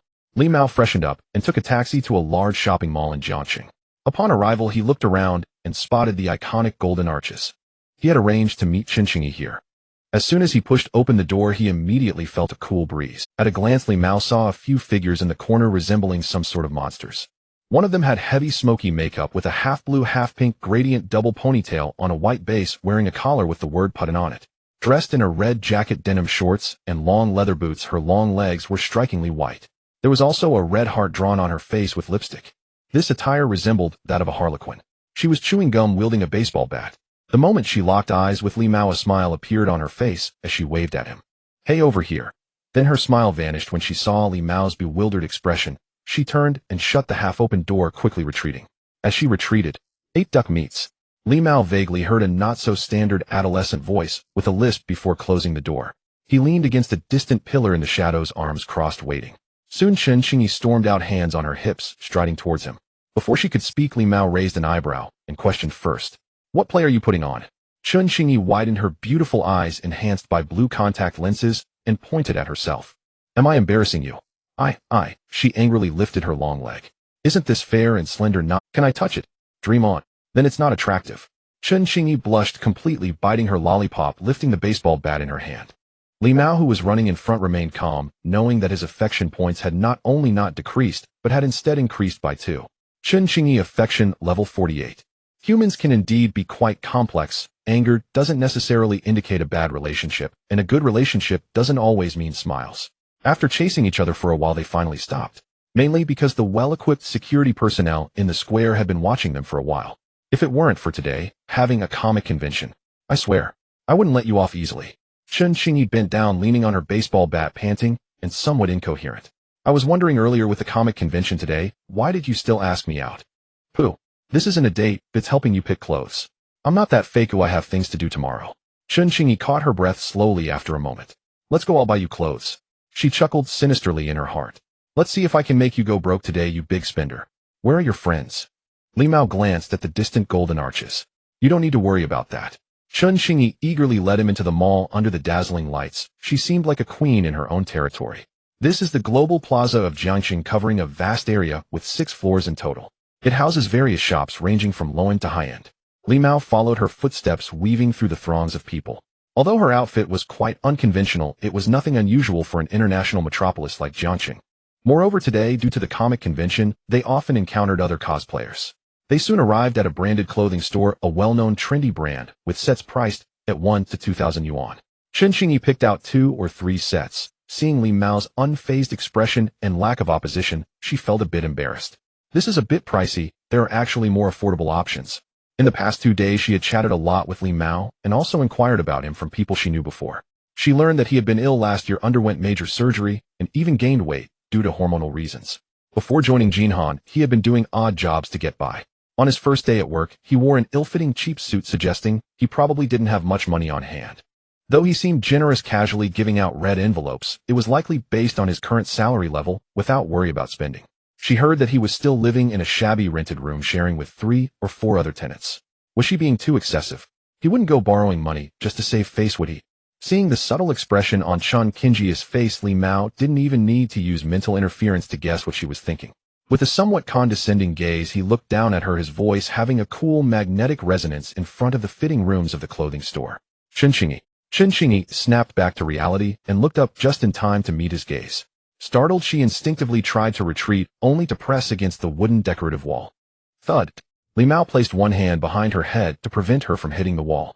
"Let me guess, what are you thinking? This new guy just started. He probably doesn't have much money in his pocket, right? After all, it's the first month, and he hasn't received his salary, yet is he trying to save face? Well, he wouldn't be resorting to online loans, would he? Chen Qingyi widened her eyes, the posture making her heart race, and she instinctively lowered her head to escape from under Li Mao's arm. "Do you have mind-reading abilities?" Li Mao did not respond directly. "Guess why I'm not the vice president of the sales department, but rather in the technical department. You probably don't know how I received the offer from Jinhan. Oh, I resolved one of their technical subcontracts in half a day, and Jinhan paid me 3,000 yuan. This was no lie, the money had already been deposited on Friday. One thing was one thing, getting hired was another matter altogether. Chun Qingyi widened her eyes, about to say he was trying to fool her. Just then she saw Li Mao leisurely pulling out an old phone with a cracked screen and retrieving a deposit notification. Your account ending in 0527 has received a deposit of 3,000 yuan, balance 129700 yuan. Chun Qingyi cried for a few minutes. Her makeup was ruined. Li Mao stood nearby holding the clothes he had just paid for, simply listening. Passers-by occasionally glanced over. Li Mao struggled to maintain his composure. She wasn't acting. Or rather, she had started acting, but as time went on she became genuinely empathetic. Enough already. You think it's my fault? It has nothing to do with you. Am I not allowed to vent my emotions? Chun Qingyi with tear-filled eyes recalled how she worked hard every day for a meager income, while Li Mao, who graduated from the same school, earned 0 in half a day. This was more painful than being killed. Why am I even studying art? What a useless major. Seeing her sob so hard that snot was running down her nose, Li Mao sincerely felt sorry and handed her a tissue. It's okay, don't be too sad. This has nothing to do with your major. Even if you studied computer science, you'd probably still be working as a receptionist now. After all, many computer science graduates were struggling too. Chun Qingyi stopped crying and looked at Li Mao, whose face was flushed and fists clenched. Do you even have a heart? Li Mao looked at her completely smeared makeup, unable to bear the sight. Go wash your face first, this is a bit embarrassing. You think I'm embarrassing?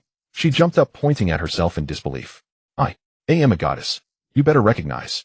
The smudged smoky eye makeup came close, resembling a madwoman. Back in school, someone like you wouldn't even get the chance to hand me a tissue. Li Mao didn't respond. It was the truth. Back in school she was indeed that sought after. Seeing Li Mao's silence, Chun Qingyi smiled, as if she had won. It was a sneer from a petty girl looking down at Li Mao despite her shorter stature. I admit you have some looks, you're tall, well-built, have a nice voice, a good job, and a high salary. Her voice grew softer, more uncomfortable, unable to continue. Finally, she opened her mouth, looking at Li Mao, who was waiting for her to continue. I need to go to the restroom. Her disheartened figure made Li Mao want to laugh. This drama queen. Chun Qingyi's favorability, 55, she was genuinely crying, and her favorability was genuinely increasing. Moreover, the speed of increase was too fast, it was about to reach 60. This was not surprising. Li Mao made her acutely aware of the reality that this person exceeds me in the ecological niche. There was also a feeling of having no secrets left in front of this person, as if all her flaws had been exposed. By the time Chun Qingyi emerged, 20 minutes had passed. She carried an inconspicuous small bag, likely containing some cosmetics. Her smoky eye makeup was touched up. Let's go, it's time to buy some proper clothes. Acting as if nothing had happened, she continued to lead Li Mao to shop for clothes. This time, they went straight to the fourth floor, which mainly housed expensive stores. Therefore, it felt slightly colder compared to the lower floors. Now that she was aware of Li Mao's capabilities, she naturally wanted to take him to stores that matched his status. Of course, they weren't selecting luxury items worth hundreds of thousands.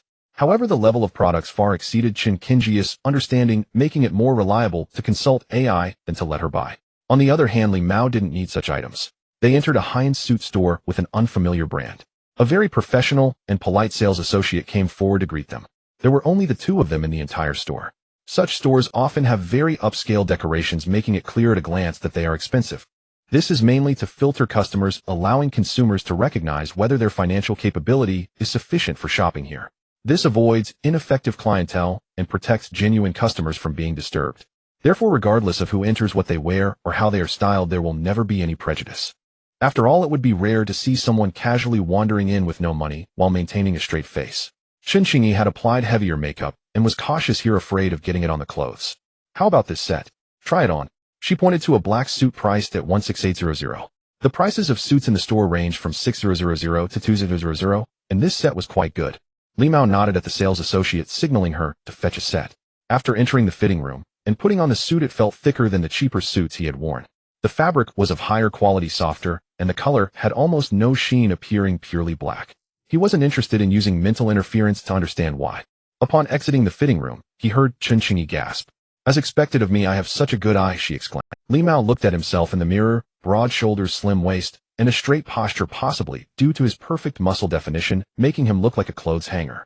Charm 85, just this one suit raised his charm by 5 points.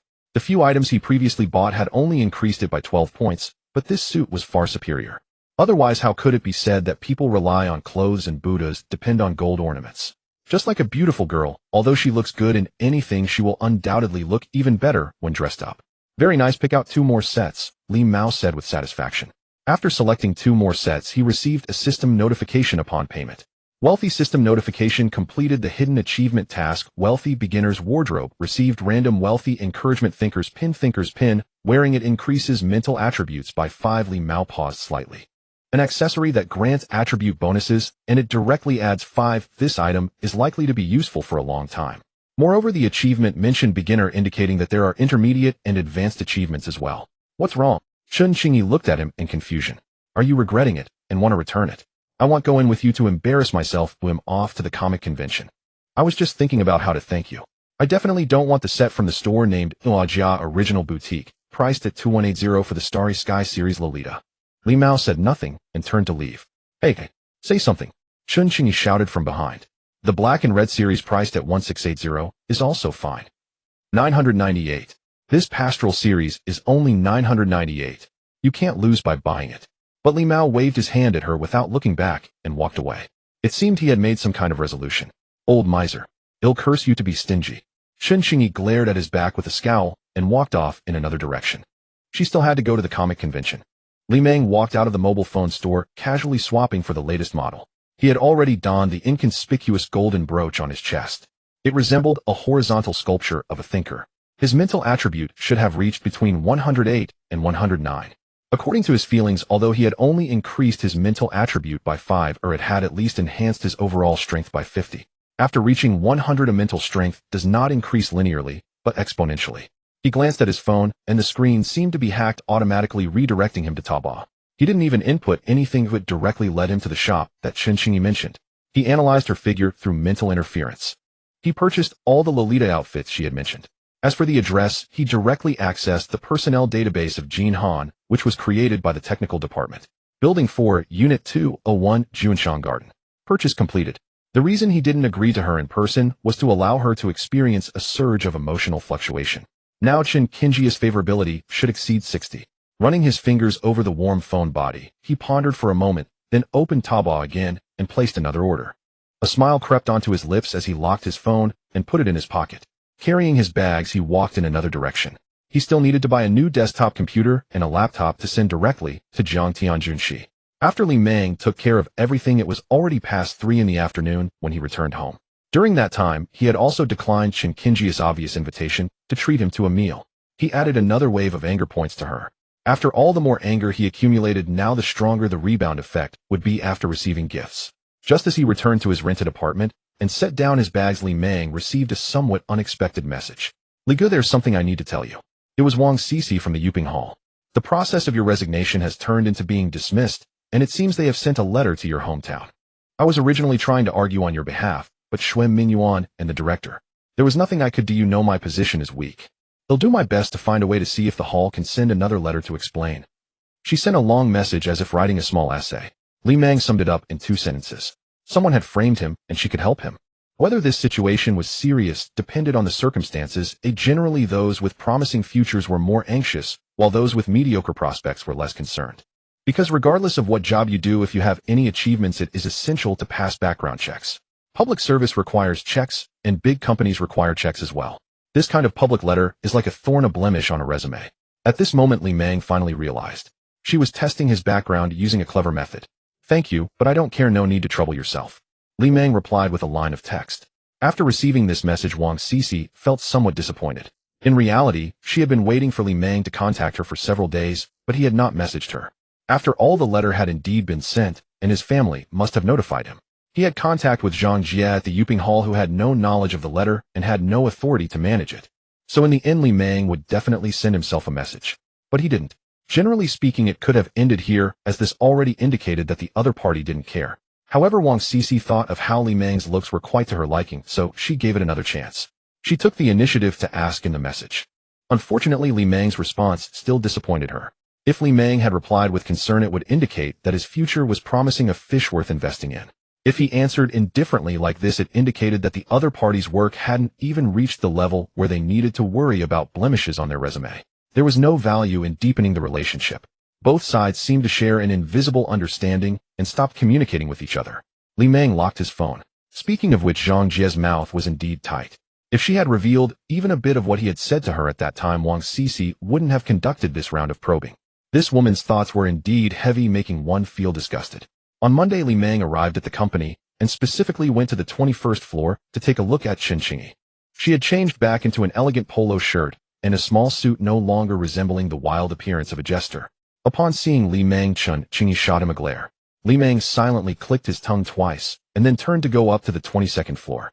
In the elevator, he felt his phone vibrating constantly, the frequency enough to scramble an egg. Without looking, he knew it was Chen Qingyi cursing. However, it was fine. He glanced at the logistics and the items had already arrived. He would see what she said after she got off work. President Li.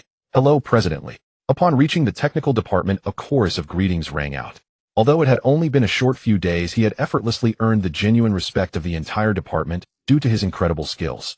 Perhaps among them were several who were jealous because of his age. But absolutely no one would question his skills. Technology is like mathematics. The real cannot be false, and the false cannot be real. A problem that would take you a week to solve, others could see the answer at a glance. This disparity would prevent anyone from raising doubts. After arriving at the office, he opened his work computer and entered his employee ID and exclusive password. As the deputy director, he had the highest technical authority in the company, just like Zhao Shuang. Several internal emails were quietly sitting in the inbox waiting for his review. Every completed project must be confirmed and verified by the director and deputy director. At the same time, each new project sent from other departments must also be approved by both. Casually glancing through the internal phone rang coming from the chairman's office. Director Liu, Xiao Liu and Zhao Shuang come to meeting room 1 for a small meeting. Big matters are discussed in small meetings and small matters in big meetings. After hanging up, Li Meng pondered. Before he could make a move, Zhao Shuang was already knocking at the door outside. The two chatted a few words as they walked, mainly Zhao Shuang explaining. It seems there is some project that needs our technical department to confirm if it can be done. Although Director Liu understands a bit of technology, he is not a professional. After entering the meeting room, besides Director Liu, there were several department heads and an administrative secretary. After sitting down, each person was given a printed detailed plan. Director Liu did not speak, but simply asked everyone to look at it first. The meeting room was extremely quiet with only the sound of pages turning. Large smart sports project. To Li Meng's surprise, the main subject of this project was actually the Jiangxing Yuping Hall, where he had previously worked. This project is spearheaded by the authorities intending to undertake a significant transformation of the Yuping Pavilion, turning it into a state-of-the-art intelligent sports venue. Jin Han is tasked with completing an entire suite of intelligent systems, including facial recognition for entry, AI high-definition camera tracking, and smart training facilities, along with all compatible hardware, and will also be responsible for long-term maintenance. The total project cost is over 26 million. Such a high price. Chairman Liu must have some connections to secure such a lucrative contract.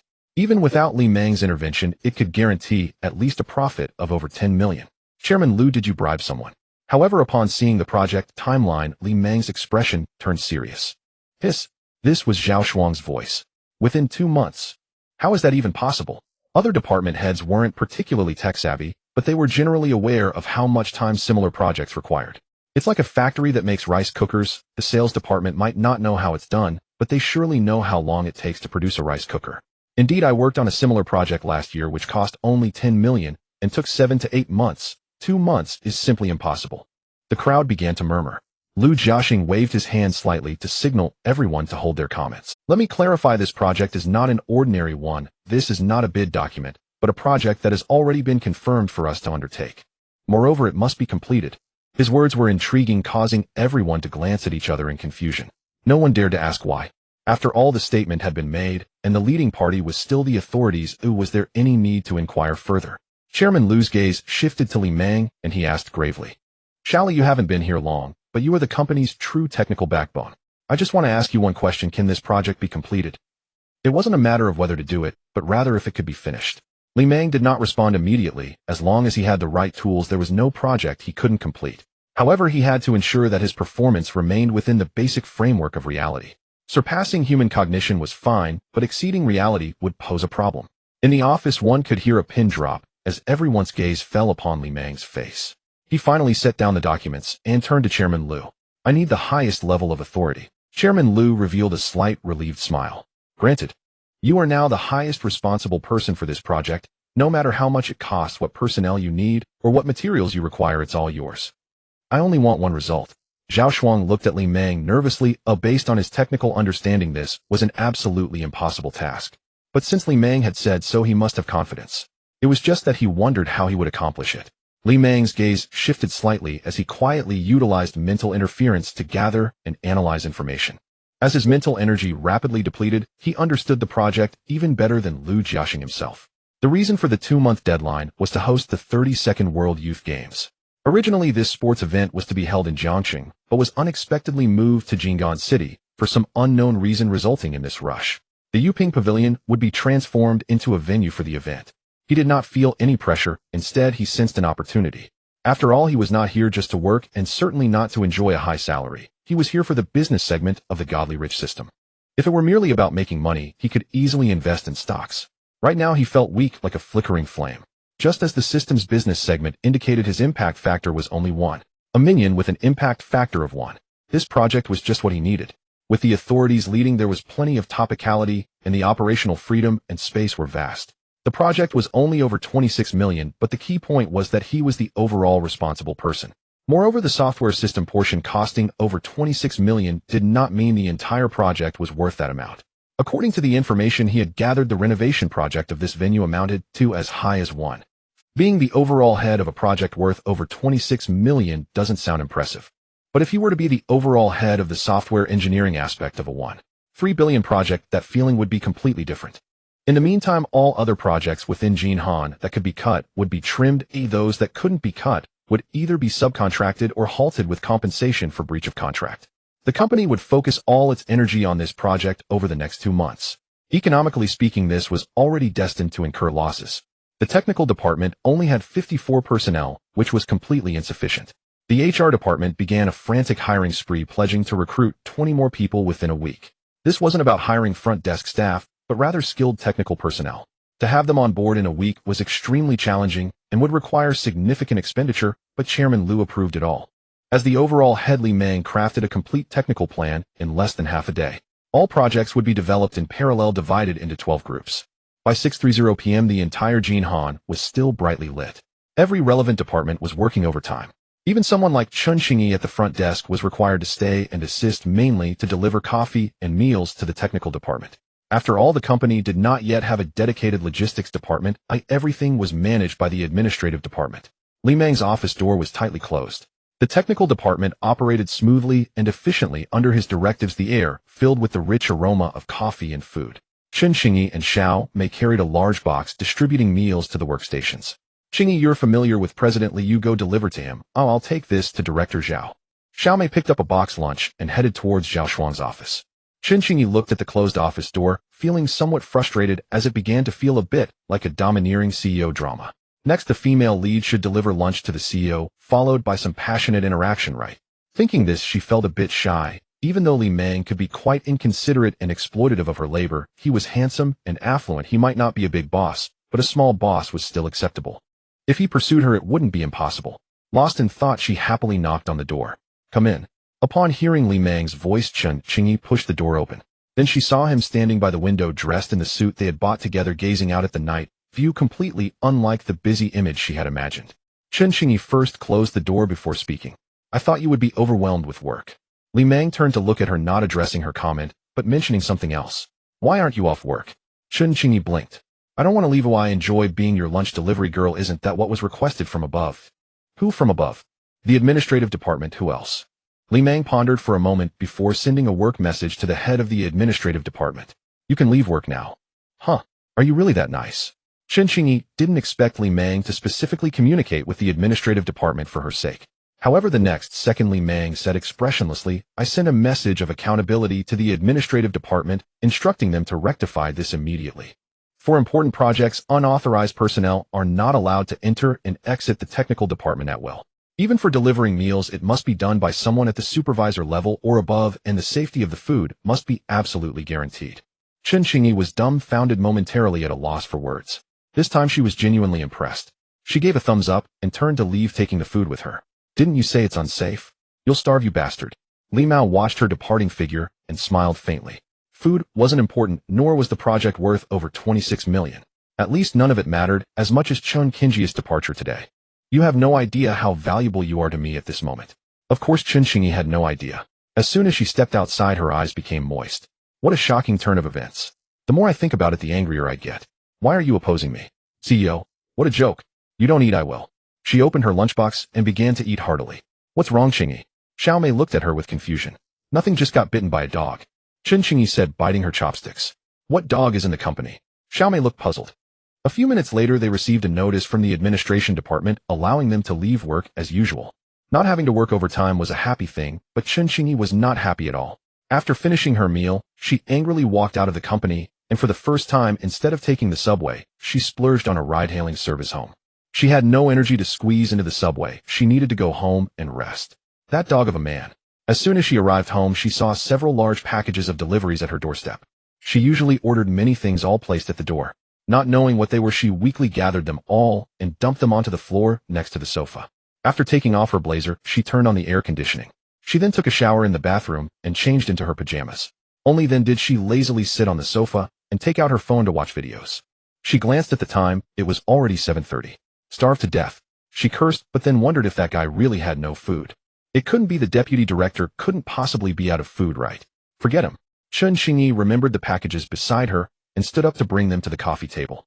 She tore open one bag. Oh, my curling iron. She tore open another one. Oh, my Lolita. Hey. She picked up that parcel in shock and looked at the receipt, then pulled the clothes out of the delivery bag completely. Was that the 998 yuan pastoral Lolita? When did I buy this?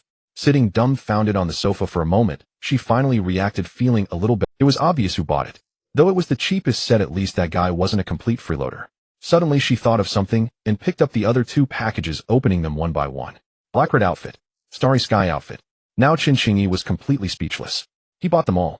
She only mentioned it once, yet that guy not only remembered the store's name, but also accurately found the outfits she wanted, purchasing all three sets she mentioned. And he never brought it up. Today he even specially let her leave work early. It turned out to be to let her see this surprise. This trick was so fake, yet so real.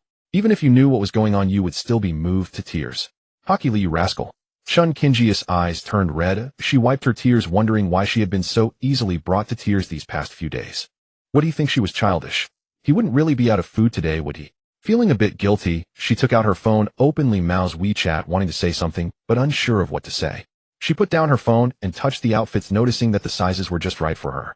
How did he know? But thinking carefully, as the deputy chief of the tech department, wasn't it easy for him to access her employment medical report? Oh no, my height and weight privacy is completely gone. At that moment, a small package that had been hidden at the bottom fell out. She picked it up curiously and gently tore it open. Inside was two flesh-colored pancake-shaped soft items. She had never used them, but knew what they were. Chest pads. There was also a note inside stating her chest measure. The silent mockery like a sword hurt deeply. The emotion on her face faded, and she started to blush. Taking out her phone, she unlocked the screen and aimed it at Li Mao's profile picture. She began to type furiously. But soon she started deleting. Because the screen displayed. Red envelope, 88 yuan. You've worked hard today. Buy yourself a cup of milk tea. Chen Xingyi clicked on the red envelope with lightning speed. Thinking carefully, she realized she wasn't that angry after all. Li Dog, though a dog, did deliver rewards. The red envelope was real, and he even let her leave work early. She wasn't really foolish if Li Mao hadn't found a reason to tell the administration department and had instead given her a backdoor privilege directly that would have caused a real uproar. She sent another WeChat message. Thank you, boss. Boss is generous. Boss rises step by step. Boss never dies. System prompt. Chen Xingyi's favorability 65 points, breaking through 60 favorability, gaining a luxurious bonus 2 free attribute points. For the first time in life, a non-blood-related person's favorability broke through 60 points, completing the hidden achievement task interpersonal relationships, gained luxurious bonus 8 million funds. A series of system prompts made Li Mao smile. Breaking through 60 favorability actually granted 2 free attribute points at once. This indicated that the luxurious encouragement for favorability tasks likely improved with higher favorability. System, give me points. She allocated the 2 points directly to mental attributes. Mental 105.5. With the attribute bonus from the brooch, Li Mao's mental attribute had reached 110 points. It felt as if he had crossed a critical threshold akin to breaking through a bottleneck. The world before his eyes became more vibrant. If he previously could only maintain mental interference for 20 minutes, now it was at least doubled. At that moment, his phone received a text message from the bank. Amount credited 8 million yuan. Just as he was about to lock the screen on his phone, Li Mao suddenly realized something. No way. Why had he never considered a question? Where does the money come from? Or rather, he had indeed thought about it, but he had never once had the thought to trace the source of this money. He opened the mobile banking app, checked the transfer records, and found the source. It was a personal account within the country. He remained silent for a moment, then activated mental interference and conducted a deep investigation along this clue. As he had suspected, he reached the warning line of 20 consumption in an instant. Conclusion: the luxurious system had activated a magic similar to expelling muggles during the transfer. Muggles refer to mortals in certain magical works. When a wizard uses this magic, muggles are subject to mental interference, automatically dispersing and completing self-explanation in their minds. Thus, the money from the luxurious system was not merely about its source being legal or illegal. It was that no one, including Li Mao himself, would have the thought to investigate or even contemplate whether this money was legal. The influence of this extended even to Li Mao himself. However, today his mental attribute exceeded 110 points. Due to the bonus, perhaps under the effect of this power, he discovered this secret. Looking at the dozens of task progress charts gathered on the computer screen, Li Mao knew that although he could complete them himself, it would undoubtedly take a considerable amount of time. At the very least, it was impossible for him to be so leisurely as he was now. He wouldn't be foolish enough to work hard. He had already devised a strategy to cope. He felt it was necessary for him to create an assistant much like Jarvis from the Iron Man movies. Although AI is already widely used, it is still light years away from the level of intelligence represented by Jarvis. Though his IQ wasn't as high as Iron Man's, his special ability of mental interference could perfectly compensate for that. He had contemplated this idea for an entire day. Looking at the few free attribute points he had previously reserved, he began to ponder a possibility. What if at the moment he added points to himself, he withdrew that one attribute point of spiritual power and used his mental interference to create an AI? The AI he created must have a fundamental carrier. As a material core, choosing any human-made object would not satisfy Li Mao's requirements. He touched the golden brooch on his chest. The thinker glimmered with a profound light under the illumination of the lamp. Perhaps this was the most perfect carrier. Instead of acting immediately, he downloaded various open-source and non-open-source AI studies from the internet. Then he set several awakening triggers and went to sleep. Having just consumed 20% of his spiritual power, he needed to be in the best possible state to do this. He didn't wake up until midnight.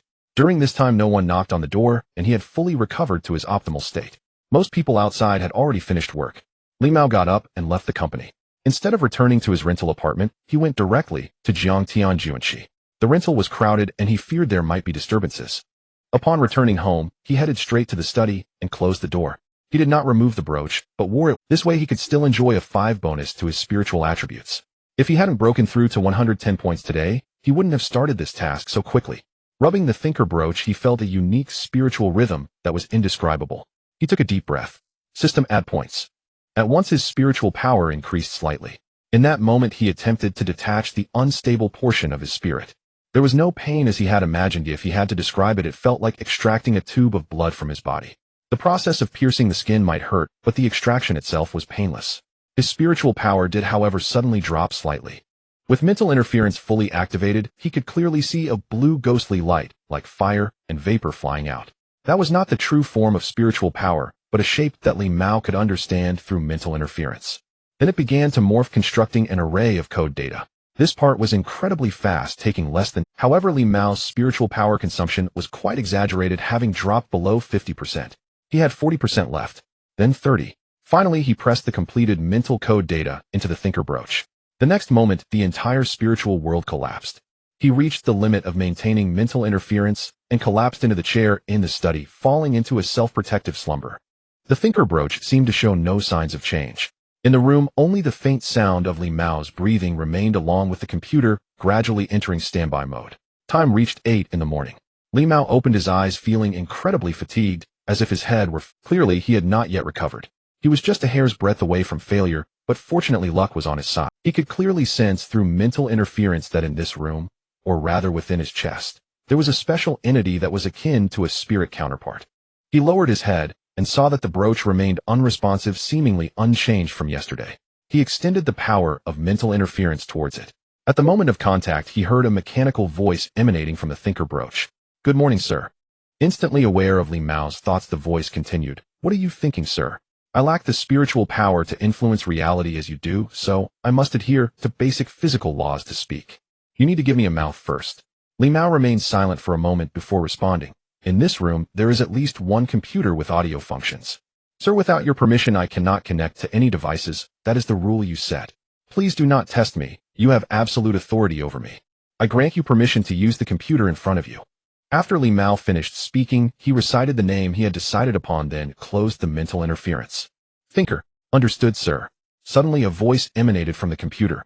Li Mao did not rush to work. Instead, he began testing the thinker at home. He sent a task list to it, and the computer started displaying a flurry of code. The computational power far exceeded the limits of this computer, or rather it was not using this computer for calculations at all. The thinker brooch was its true form, inherently possessing computational power. Where did this computational power come from? And how strong was it? Through a series of tests, Li Mao engaged in deep communication with the thinker. Its computational power source turned out to be spiritual power. Moreover, it far surpassed the most powerful supercomputers currently in existence. The thinker had only 1 point of spiritual power, but that 1 point belonged to Li Mao, equivalent to a range from 105 to 106. It was akin to a student in an exam who only got one question right and received 1 point, but that point was from the most challenging question. Quantitatively, this 1 point of spiritual power exceeded the spiritual power of an ordinary human by 70 or 80 points. As an artificial intelligence, such a human-level brain could unleash terrifying computational power in its hands. Years ago, an experiment was conducted where simulating just one of human brain activity for 1 second took 40 minutes on the world's 4th-ranked supercomputer. In contrast, the thinker could reverse that, transforming 1 second into 40 minutes of supercomputing power. Of course, it could not achieve that conversion rate, as maintaining itself required substantial computational support. Even so, its power far exceeded human imagination. Li Mao reached this ultimate conclusion. It was a monster of his own creation. Sir, you who possess the power of mental interference to influence reality are the true monster. The thinker commented rationally. Chen Qingyi arrived very early today. Usually she arrives at 8 sharp, but today she got there at 7:50. Even Xiao Mei joked about whether she was love-struck. Although it was only a 10-minute difference, only professionals understand the value of those 10 minutes. After completing another registration, she glanced towards the elevator. She had sent him a message yesterday and had yet to receive a reply. Is he playing hard to get? She understood men. Thinking of this made her feel somewhat pleased. Stop daydreaming, hurry up with the registration. The line is almost at the elevator. Xiao Mei's urging voice broke Chen Qingyi's reverie, prompting her to return to her work. However, by 9 o'clock Li Meng still hadn't shown up. The interviews in the technical department had been underway for a long time, but some positions couldn't be finalized without Li Meng the head. Zhao Shuang hesitated for a moment, but decided not to call Li Meng, believing he would know what to do. In the end, he could only instruct someone to reassure the interviewees and ask them to wait patiently. Hey, you're not planning to skip today, are you? The technical department's interviews are getting chaotic. Chen Qingyi took a moment to send Li Meng a message, having already sent several before this one. But there was no reply. Unexpectedly, after a few seconds, he actually responded, but only with 3 words. She was utterly speechless. What does he even know? She was the one handling everything here. Chen Qingyi's patience ran out, and she decided to write a little essay. Just then the elevator doors opened. Li Meng finally arrived, albeit late. She set her phone down and quietly deleted her little essay, putting on a sweet and professional smile. Good morning, Mr. Li. She noticed that Li Meng was wearing a discreet Bluetooth headset today. Additionally, he didn't look too well, with dark circles clearly visible under his eyes. Li Meng responded with a barely audible grunt, acknowledging her. Mental fatigue is hard to recover from. He tried to minimize his mental expenditure. Everyone in the company knew about this project. It was all the buzz. It was said to be a special task that not only would incur losses, but was also nearly impossible to complete. Li Meng had taken it on in front of Director Liu. Who knows how many people were waiting to see him fail, saying he had become overconfident and didn't know his limits. Even the people in the technical department generally did not have high hopes. Some even said Li Meng was merely a scapegoat, otherwise why wasn't Zhao Shuang the director made the head? Chen Qingyi, a mere receptionist, didn't understand the intricacies of it all. She only knew there was one thing she could do. She took out her phone and sent Li Meng a message. Good luck, genius. After Li Meng arrived at the office, the technical supervisor responsible for the first 2 rounds of interviews came in. Mr. Li, 5 interviewees are waiting. Seeing Li Meng looking exhausted, he subtly shook his head. He was well aware of Li Meng's technical skills. He was far superior to himself. However, some things couldn't be simply resolved with skill. It was unclear whether Li Meng was truly confident or if he was just pushing forward. Let them line up to come in 10 minutes after the meeting starts. After Li Meng entered the conference room, he picked up the materials of the job applicants from the table. He first issued a command to the thinker. Check it out. Understood, sir, came the thinker's voice from the headset. Then a large block of text appeared in Li Meng's phone notes. The first interviewee caught Li Meng a bit off guard. Looking at her confident demeanor, she was a strikingly attractive woman with a charm value of 73. Her skills were decent, which was rare, A good-looking woman studying computer science was indeed a rarity. But the problem was that according to the investigation results provided by the thinker, she was an undeclared female student. Li Meng pondered for a moment, but still marked her as acceptable on the interview document. Sir, while waiting for the interview, this lady approached Chen Qingyi 3 times without reason. The thinker's voice came through the headset. Li Meng ignored his reminder. The second interviewee was dismissed after just 2 minutes of questioning. He was entirely superficial, lacking substance. Although he was articulate and subtly expressed his loyalty from the start, he was still eliminated. It continued until the 5th interviewee. Li Meng lifted his gaze from the resume to look at him. He wore thick black-rimmed glasses, giving off the typical vibe of a tech nerd. His slightly unkempt hair was long, and he wore a suit that was somewhat mismatched, appearing a bit disheveled. Triggered the God-level task talent collection long-term. For each talent above 3 stars under your command, you will earn 10-star rating worth of God-level points each month. Unlocking God-level career section, subordinate potential assessment function. Current target Li Su 3-star potential. Li Meng's gaze flickered. 3-star talents would provide 30 God-level points each month, totaling 360 points a year. He had to secure this person. The individual must be under his command, meaning that if Li Meng were to leave, he would have to find a way to take him along. That posed a problem. Li Su felt somewhat apprehensive. He had the worst resume among the 5. The only reason he received an offer was that Jin Han was at a point of desperation in hiring. He never expected to make it to the final round. The office was silent, only the hum of the central air conditioning could be heard. Although it was quite cool, Li Su felt his back damp from anxiety. He forced himself to face the young interviewer, who was also the vice president of technology at Jin Han, with a calm demeanor, feeling a bit envious inside. The gap between people sometimes is indeed larger than that between man and dog.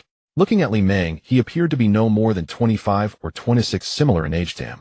Tall and well-built with handsome features, wearing a well-fitting designer suit, he had his own office in a technology company valued in the billions. Once the company goes public, he would be financially free in an instant. This was how he envisioned his perfect life. After reviewing Li Zu's materials and pondering for a moment, Li Meng finally spoke. Li Su, I've reviewed your materials. Let me tell you the conclusion you have passed. His voice was magnetic and penetrating. Each word was crystal clear, like a refreshing drink on a scorching summer day. Li Su wanted to appear calm, but couldn't help but show his excitement. Thank you, Mr. Li. I will definitely work hard. This was his first job with a company worth over $1 billion. Previously, he had only worked at small companies or taken on freelance projects. For him, this outcome was akin to securing a public service position.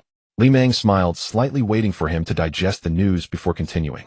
But as an individual, I would like to talk to you. Li Su was taken aback, but quickly regained his composure, adopting an attentive demeanor. Please go ahead. Your first degree is only from a vocational school, and you later pursued a degree upgrade, but it's not from a prestigious school. So you understand, right? If it weren't for Jin Han's urgent need for personnel, you wouldn't have been able to join the company smoothly. Li Meng's voice was steady, as if devoid of emotion. Li Zu's expression turned grim, and he spoke hesitantly. Thank you, Mr. Li, and the company for giving me this opportunity. Li Meng raised his finger slightly and shook his head. I think you misunderstood. Oh, I am not saying this to manipulate you, nor should you feel inferior. After saying this, he pulled up a photo of his graduation certificate from his phone's album to show Li Su. Li Su looked at Li Meng in surprise. He never imagined that this seemingly accomplished young vice president of technology graduated from such an ordinary school. So Li Su, do you understand? Li Su instinctively looked up and saw Li Meng slowly stand up and walk to the large glass window of the conference room overlooking the city. We are of the same kind. After a long while, Li Su regained his senses. The conference room was already empty. He didn't even notice when Li Meng had left. A small window had been pushed open at some point, and the strong wind from above billowed the curtains, creating a rustling sound. The hot air mixed with the cold air from the central air conditioning, forming an invisible vortex. For some reason, the words of General Manager Li echoed in his mind like an indelible imprint. We are the same kind of people. Are we really the same kind of people? He shook his head and let out a long sigh. Then he heard the sound of a door being pushed open, and someone from the HR department walked in. Why are you still here? Come sign the contract. Sorry, I'm on my way. After returning to the office, Li Meng felt even more exhausted than he had before. He even experienced an indescribable feeling of nausea. Sir, you just used an ability I cannot comprehend, and it affected that young man. Hearing the thinker's words, Li Meng did not respond. He had indeed used an ability to interfere with reality, but at least at this stage, directly controlling others was pure fantasy. Even influencing their behavior was nearly impossible. He could only implant a suggestion akin to hypnosis, allowing the other party to remember a certain phrase profoundly. It was similar to how someone decades later could not forget a particular scene from their youth. Talents marked by the system, even the lowest level of 3 stars, had extraordinary potential. It was worth Li Meng's effort. Thinker complete all company work online on my behalf. Understood, sir. In the next moment, Li Meng laid down on the table and entered deep sleep.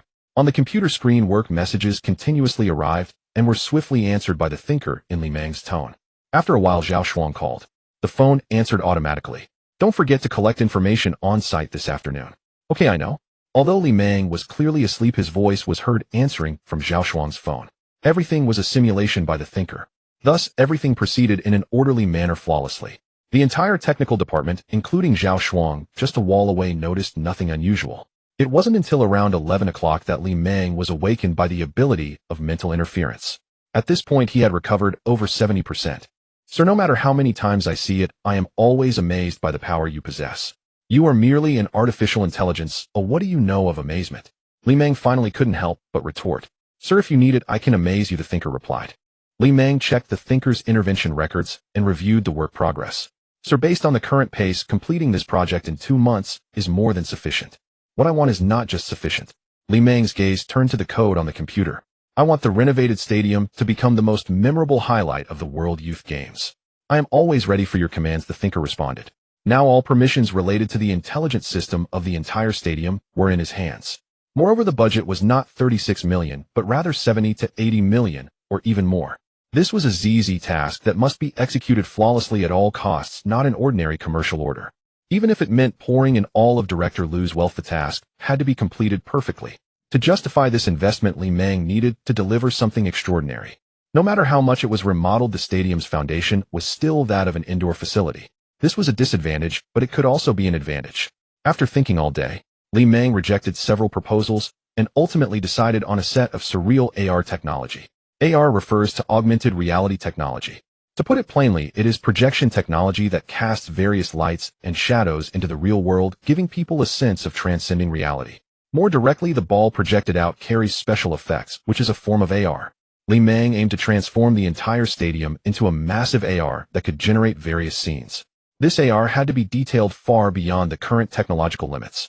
To achieve this effect, 3 steps were required. First, a code that was perfect to an extreme. Second, the on-site arrangement must match his requirements without the slightest deviation. The first 2 steps would complete 99.9% of the work. The next and most crucial step required him to insert that unique code, which was less than 0.001. Understood, you want me to do this core part? The thinker responded after receiving the message transmitted through reality interference from Li Meng.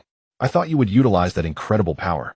Li Meng remained silent. Indeed, if he used the ability to interfere with reality, it would be much more perfect than what the thinker could achieve. But he would not do so. Although the thinker was a product of transcending the times, it was still a product within the basic worldview of this physical realm. Interfering with reality was supernatural power. He was not trying to create a magical venue that humans could never replicate. Instead, he aimed to leave behind a spectacle that could be built through the wisdom of a genius without the need for an unimaginably massive financial investment. The Yuping Pavilion had long been completely sealed off. The construction company had entered, and the construction period was very short. The International Youth Games would take place in just over 3 months, so the timeline was only 3 months. Even if it was just a renovation and not a complete rebuild, this level of difficulty would be pure fantasy in other countries. But in a country known for its infrastructure, anything is possible. Hurry, hurry, hurry. Don't block the way. Get out of the way quickly. Have the materials arrived? Why haven't they been delivered yet? Wearing hard hats, the engineers worked in an orderly yet chaotic manner. They had fought countless hard battles in 3 shifts for 24 hours and were already accustomed to it. Director, who was also on site with Wang Sisi and others to handle relevant work coordination.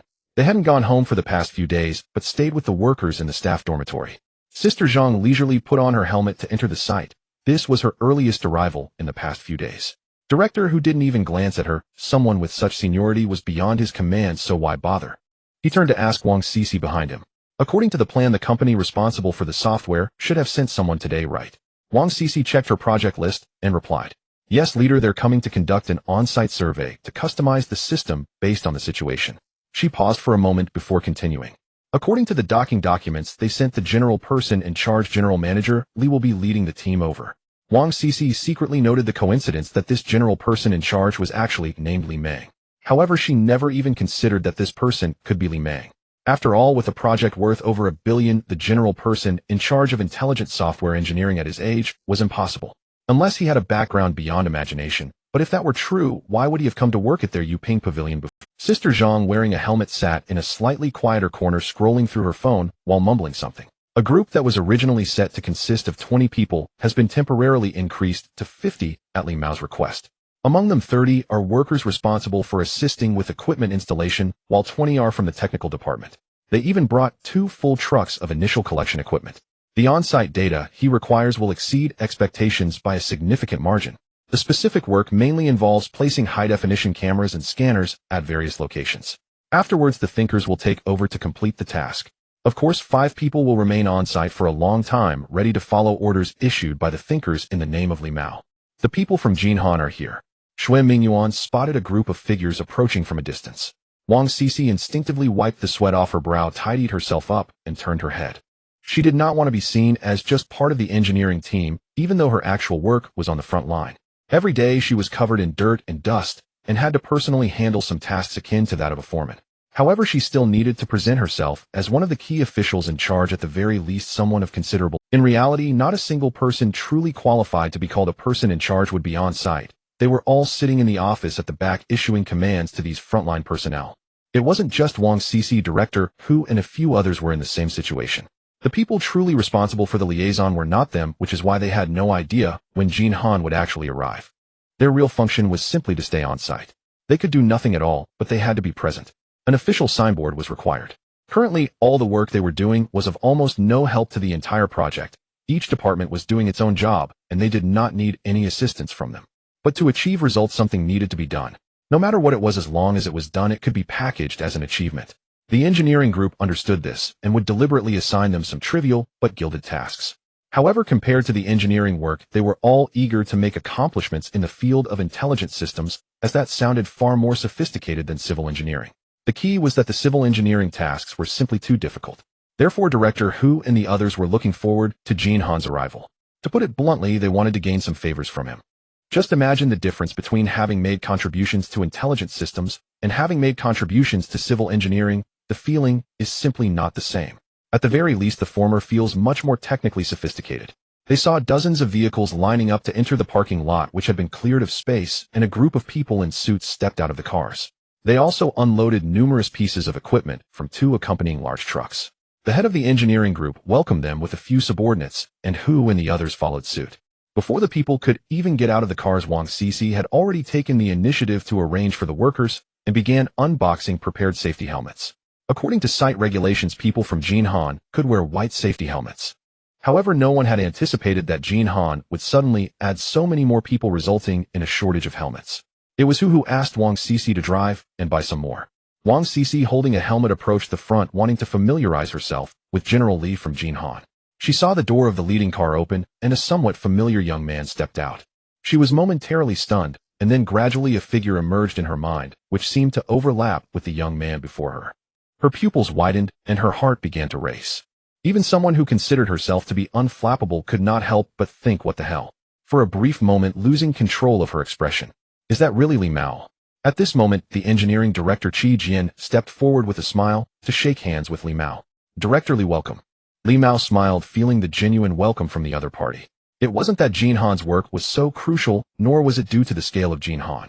Rather, it was because Lu Jiaxing had a personal connection with Director Qi, and before coming he had specifically told Li Mao that he could seek his assistance if needed.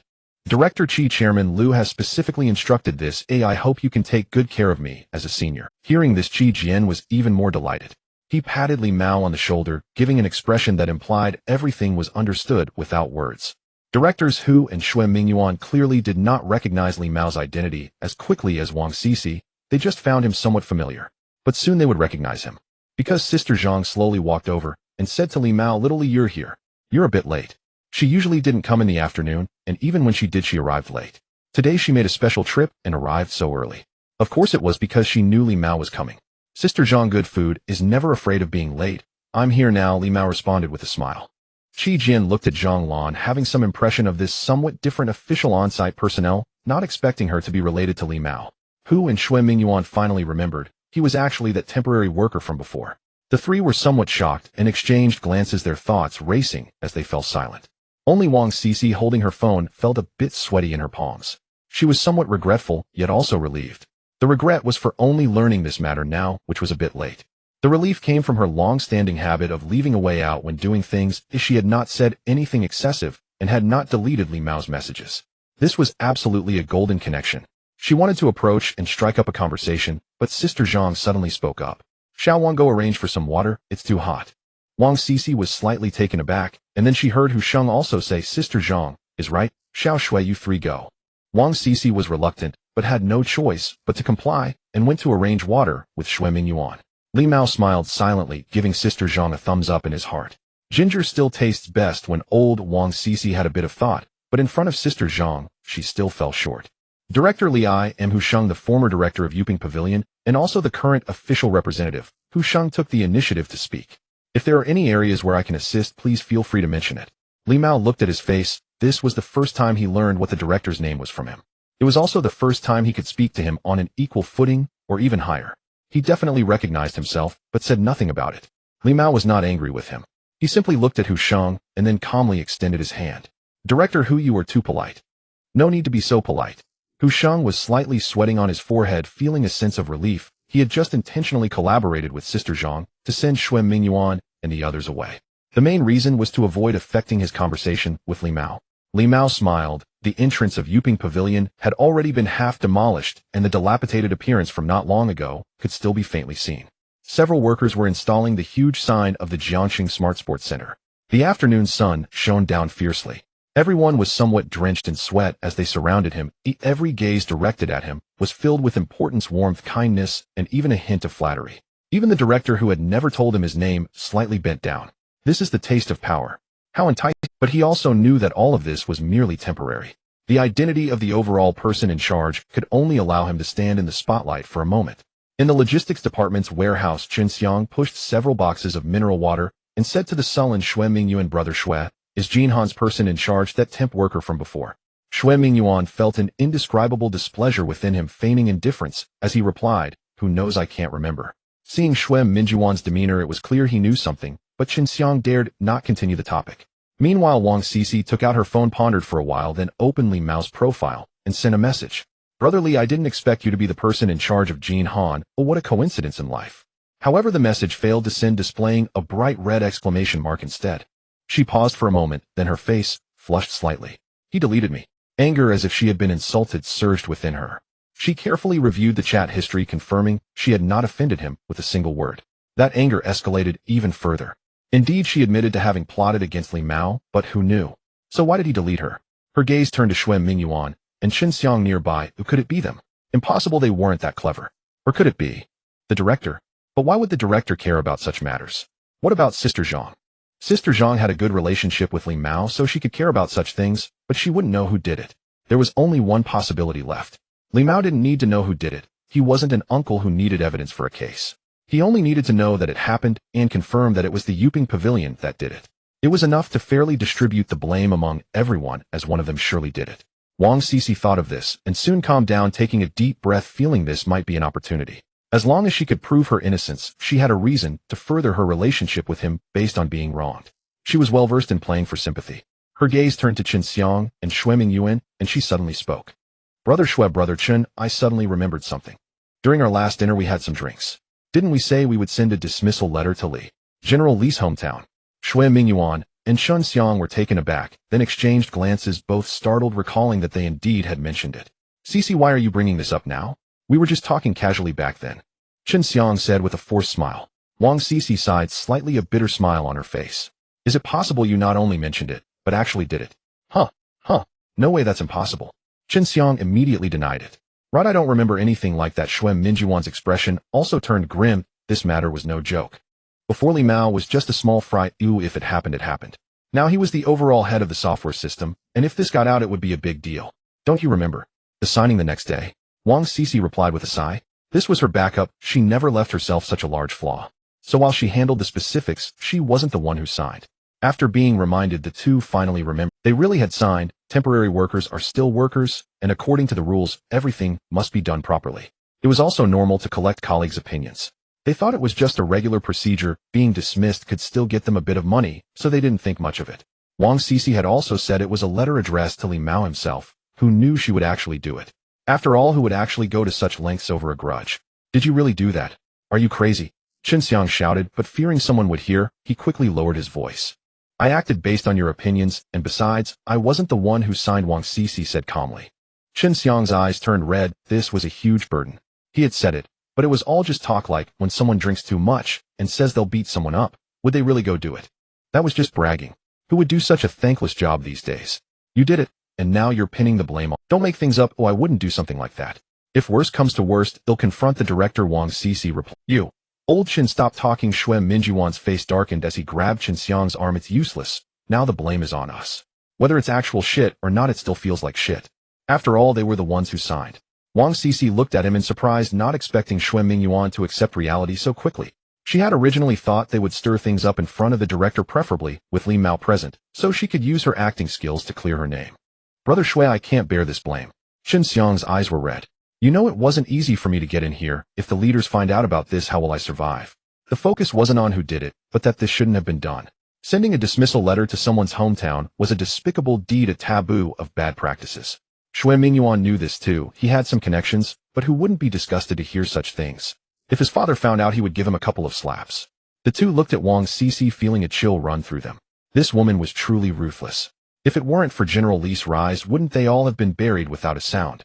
Wang Sisi calmly lifted the water and left the warehouse, no longer bothering to pretend after the facade was shattered. I'm going to find General Li. Oh, we can't take this blame. Chen Xiang watched her retreating figure and said, even if you go talk to him, what can it accomplish? Xue Mingyuan clenched his fists. Will he believe us? We can't even reach him to talk, you understand. Although Xue Mingyuan wasn't particularly clever, he was still smarter than Chen Xiang, who had no background. Right now, there's only one person who can help us. Brother Xue, you mean the director?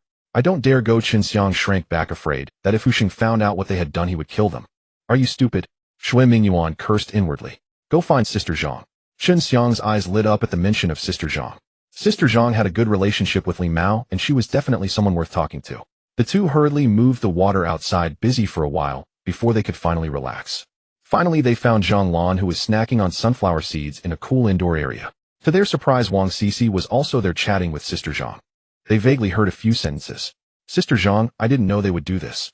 After all, who would know someone could commit such a despicable act? The two exchanged glances, shocked at this woman. Fury surged, and they hurriedly approached. Sister Zhang. Stop right there, Sister Zhang said, without changing her expression. Don't talk to me about this. Xue Mingyuan choked for a moment, wanting to speak again, but saw Sister Zhang looking coldly at him, then sneering at, aren't you three taking yourselves too seriously? With that, Sister Zhang said no more and walked towards the door. She was going home. She was too lazy to stay here listening to this self-righteous woman and these two foolish. Regarding the matters of the venue, she knew far more than these three. Today she saw clearly. Li Mao had reached the position of Deputy General Manager of Jinhan Technology. He had already proven his capability. If he continued steadily, it wouldn't be long before many would look up to him. At this very moment, he was already among the top 0.1 in the country. So why would he wade through this muddy water? He wasn't here to flaunt his power. He wouldn't be distracted by such trivial matters. He had grand ambitions. He was someone who truly wanted to achieve great things. Such a person is rarely seen in a lifetime. Zhang Lan admired him. In this small world, how many flies can hit a wall? A torrential downpour fell. The entire Jiang city seemed to be submerged, as if the world were engulfed in a deluge. Thunderous blue and white lightning roared through the sky, while the dark clouds hung low like lead. At 6 in the evening, the rain had yet to cease. Chen Xingyi did not see Li Mao return from the Yuping Pavilion and inquired about him, learning that General Qi from the construction group was treating everyone to dinner. In truth, she wanted to chat with Li Mao, but there had been no opportunity. However, she also understood that Li Mao was likely under the greatest pressure at the moment. She did not understand the technicalities, but she could hear the loud jeers, those words of gossip hidden in filthy corners and the crevices of grime. All of it clearly indicated that the company was undertaking a project that was nearly impossible to complete with Li Mao as the person in charge. She took out her phone, thought for a long time, and ended up sending a repetitive message. Keep it up. Genius. There was still no reply. Li Mao received Chen Qingyi's message and locked. Chen Qingyi was a girl who had never lacked attention and love throughout her life, who she did not need to offer extra greetings. In contrast, a certain sense of distance would alter her feelings. Of course, the premise was that you needed to have established a considerable relationship with her. It was not until around 8 that Li Mao finally replied to her. Take a good rest. You too. Chen Qingyi immediately replied.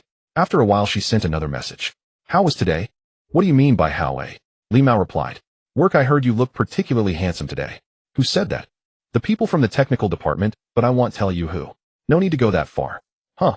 I mean, if you're trying to chase me, you've already gotten someone in the technical department to help you. If you confess directly, I might consider it. There was silence on the other end for a moment, indicating that he was typing, then paused and resumed typing. In the end, she sent a sticker with that expression. Li Mao did not pursue the topic further and changed the subject to ask her, "Did you receive the clothes?" "I did, thank you, boss. The boss will never die. As long as you like it." Chen Xingyi, wearing her pajamas and hugging a pillow, tossed and turned in bed. The heavy rain tapped against the window, and she stared at the last 4 words Li Mao sent, her face unknowingly turning a bit flushed. She then pulled out a photo of Li Mao taken secretly at some unknown time. She raised her hand to fan her heated face and then buried her head in the blanket. Before long, she fell asleep. Chen Qingji's favorability 67. Li Mao sat in the taxi, watching the relentless downpour. He received a favorability prompt from the system. He felt it necessary to rethink the concept of favorability. Generally speaking, the normal thought process should be favorability is easier to increase at the beginning, but becomes more difficult as time goes on. But the reality is that the difficulty of developing from strangers to ordinary friends is often higher than that of progressing from good friends to lovers. Reality is not a game. When a woman believes you are not among her options, no matter how hard you try, you may find it impossible to even transition from acquaintance to friend. On the other hand, once you become an excellent male friend to a woman, she has essentially given you a ticket to a higher favorability level. Chen Xingyi was currently in such a situation. At least raising her favorability to over 70 should not be very difficult. Li Mao returned to his rented room. He selected a language course to study and successfully earned 40 luxury points. System claimed the talent task luxury points. Li Mao silently issued the command in his heart. System prompt: the current number of 3-star talents under your command is 1, earning 30 luxury points, and you can continue to claim next month. Thus his luxury points had reached 330. That's enough, with time to upgrade them all. Upgrade to level 2 luxury mall. System prompt: deducting 100 luxury points, remaining luxury points 230. System prompt: the luxury mall level has been upgraded to LV2. The current products have been refreshed, and upgrading to LV3 requires 500 luxury points. As Li Mao had guessed, after the upgrade the mall refreshed directly, but the normal refresh time remained unchanged at 1 month. The number of products also remained the same, still 5 items. Therefore the change after upgrading should be in the quality of the products. Cash: 50,100 luxury points. A random industry in Jiang City. 100 luxury points. Luxury cigarettes generates a special cigarette every day with a maximum storage of 20, instantly restoring 20 of mental energy.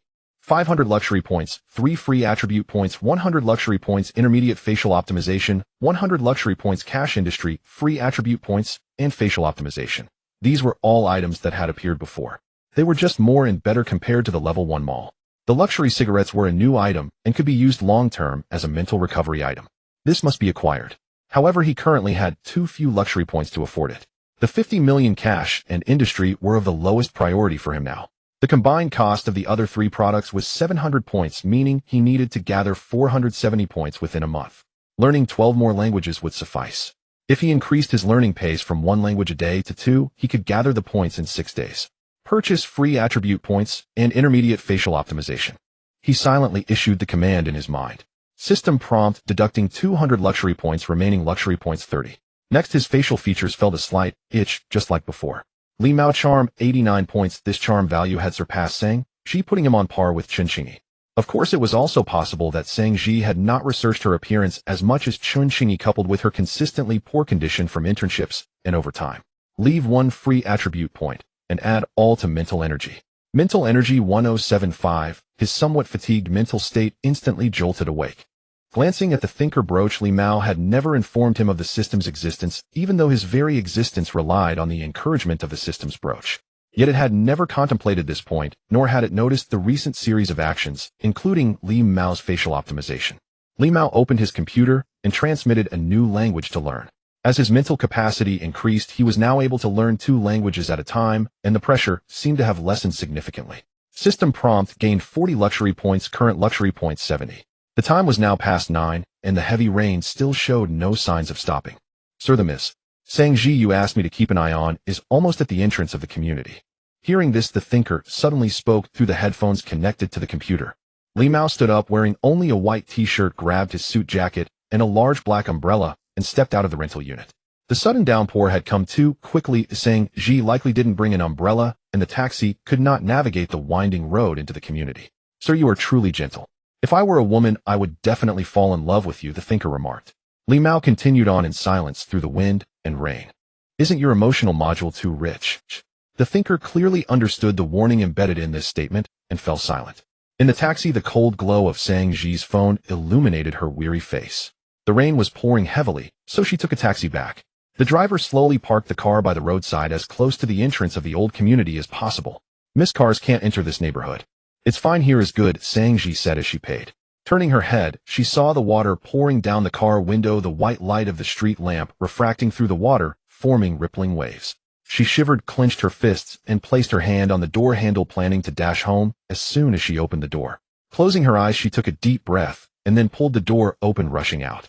In an instant, she stepped into a world engulfed by torrential rain. Reality was completely different from her imagination. Even with the speed of bolt, the outcome would still be the same in such heavy rain. Moreover, she still had to close the car door. By the time she closed the door and turned around, there was no need to run anymore, as she was already drenched. She wiped the rainwater from her face, feeling the strands of hair sticking uncomfortably to her forehead and cheeks. The rain was too heavy. Ah, this is the world of adults. She silently thought of a cool line in her heart. With her hands in her pockets facing the sky, she walked home with heavy steps. The rainwater had accumulated a thick layer on the road, and her feet sank completely into a puddle. In a moment of distraction, her open-toe sandals slipped, and she lost her balance, kicking something. A sharp pain shot through her foot, and she quickly pulled her hand out of her pocket to support herself on the ground. She crouched by the roadside, unable to regain her strength, her toes trembling in pain. At this moment, she couldn't care less about whether this was the world of adults. She felt a sting in her nose, tears mixing with the rain, her vision becoming blurred. It hurt so much. At that moment, she seemed to sense something. She looked up and saw a figure in a white shirt holding a large black umbrella walking over from the distant light. The rain was falling too heavily, and she couldn't see who it was. Before she could gather her thoughts, the umbrella was opened over her head. She then felt a black suit draped over her. A pair of strong hands gently supported her waist, lifting her half-dragged from the ground. I'm here to pick you up, a magnetic voice with a piercing quality echoed by her ear. Sang Ji finally recognized it was Li Mao. He looked even more handsome. Or perhaps it was just that he seemed like a hero descending from the heavens, and she was seeing him through a filter. She couldn't tell. Not at all. The next moment, as Sang Ji took a step forward, she jumped up, her face cringing. My foot hurts. Li Mao handed her the umbrella. Hold it well. He then scooped her up under her legs and arms. Sang Ji instinctively held the umbrella, huddling in his arms, looking up at Li Mao's face, her heart racing. It wasn't long before they reached the building. I can go up by myself. Sang Ji's voice came out as if she was biting it, soft and sticky, echoing in the dark corridor. Li Mao didn't respond. He simply continued to carry her up. Sang Ji fell silent. When the door opened, a young couple and a bald man were drinking and eating together. They all looked over and exchanged glances. The wife of the young couple stepped forward to take the umbrella, folding it up to put it away. What's going on here? It's raining too heavily, and she hurt her foot, Li Mao answered. Be careful, it's a heavy rain day. Isn't this quite normal for young people? Why are you two so gossipy? The wife Niu Jie intervened, waving her hand to silence them. Jin Sheng looked displeased, remaining silent, while continuing to clink glasses with the bald man. Put me down. Sang Ji, unable to withstand their gazes, quietly said to Li Mao. Li Mao gently set her down and supported her back to the room. As the door closed, the bald man chuckled softly, saying something. These two young people, one beautiful and one handsome, I knew they would end up together, Jin Sheng said. Isn't that right? I bet they'll have something good tonight, the bald man added. Shut up, you always talk nonsense, his wife Niu Jie scolded. Sang Ji's room was slightly larger than Li Mao's. One wall was curved, composed of over 20 small glass panes forming a large glass frame. The outside light shone in perfectly, and the heavy rain poured down, enhancing the sense of solitude. A table held neatly stacked thick books and a laptop. Several minimalist art pieces in a blank style hung on the walls. Li Mao turned on the light, pulled out a chair to help Sang Ji sit down, and heard her softly mumbling. Thank you for today. It's nothing, we're friends, Li Mao replied with his usual line, but today it seemed less effective as Sang Ji didn't appear at ease. Let me take a look at your foot. Okay, no need. I can handle it myself. If you don't take care of it properly, you probably won't be able to go to work normally tomorrow. Li Mao looked at her, providing a reason she couldn't refuse. I have medicine in my room. For common sprains, it won't affect your mobility tomorrow. Sang Ji hesitated for a moment. This was a crucial time in her internship. All right then, thank you. She said, her face turning red as she added. My feet don't look good, and they're a bit dirty, so don't laugh at me. Li Mao didn't respond to this. He was applying medicine, not judging her feet. He squatted down and carefully removed Sang Ji's slippers. Her foot was beautiful, with a not too pronounced arch, each toe curled up tensely, revealing the veins on her instep. Li Mao held her foot, feeling it was somewhat cold, nearly odorless, with only a hint of the laundry detergent or shampoo she often used. Her nails were neatly trimmed, with a faint stain brought in by the rainwater between her toes. In the light, he noticed her big toe was noticeably swollen and red. Take a shower, change your clothes, and don't catch a cold. I'll go get the medicine and be right back. Li Mao turned and left the room, mentioning to Niu Jie to help keep an eye on Sang Ji while she showered. Niu Jie helped Sang Ji finish her shower and returned her to her room. A short while later, there was a knock on the door. I'm coming in. Okay, sure. Li Mao entered with a bottle of medicine, closed the door, and sat on the edge of the bed. Sang Ji was curled up in bed, watching him with hopeful eyes. Li Mao remained silent, quietly applying the medicine to her toes. Sang Ji felt a cool sensation, which was indeed much more comfortable. When does your internship end? Next month. Next month, or next month? Next month. After applying the medicine, Li Mao asked her, how does it feel? Much more comfortable. It doesn't hurt as much as before. What medicine did you use? Just a common sprain medicine. In reality, Li Mao used his ability to subtly interfere with reality, conducting a small experiment on her foot, slightly altering her injury. Otherwise, even the best sprain medicine would struggle to allow her to walk normally tomorrow. Finally, he told Sang Ji, your foot is beautiful. Without waiting for Sang Ji to respond, he left the room. Sang Ji felt a warmth on her face as she lowered her gaze to her feet. Her toes curled slightly, feeling a bit awkward, but more so it was a sensation of a heartbeat she had never experienced before. Dopamine, it must be dopamine. She forced herself to calm down and took out her phone, looking at the name Li Mao Wei, composing a sentence. I have been living this way for so many years, thinking I had gotten used to walking alone in the rain. I didn't expect to embarrass myself today and make you laugh. However, she didn't send it and made changes again. You really know how to show off. You have some skills. Hee, I almost felt moved.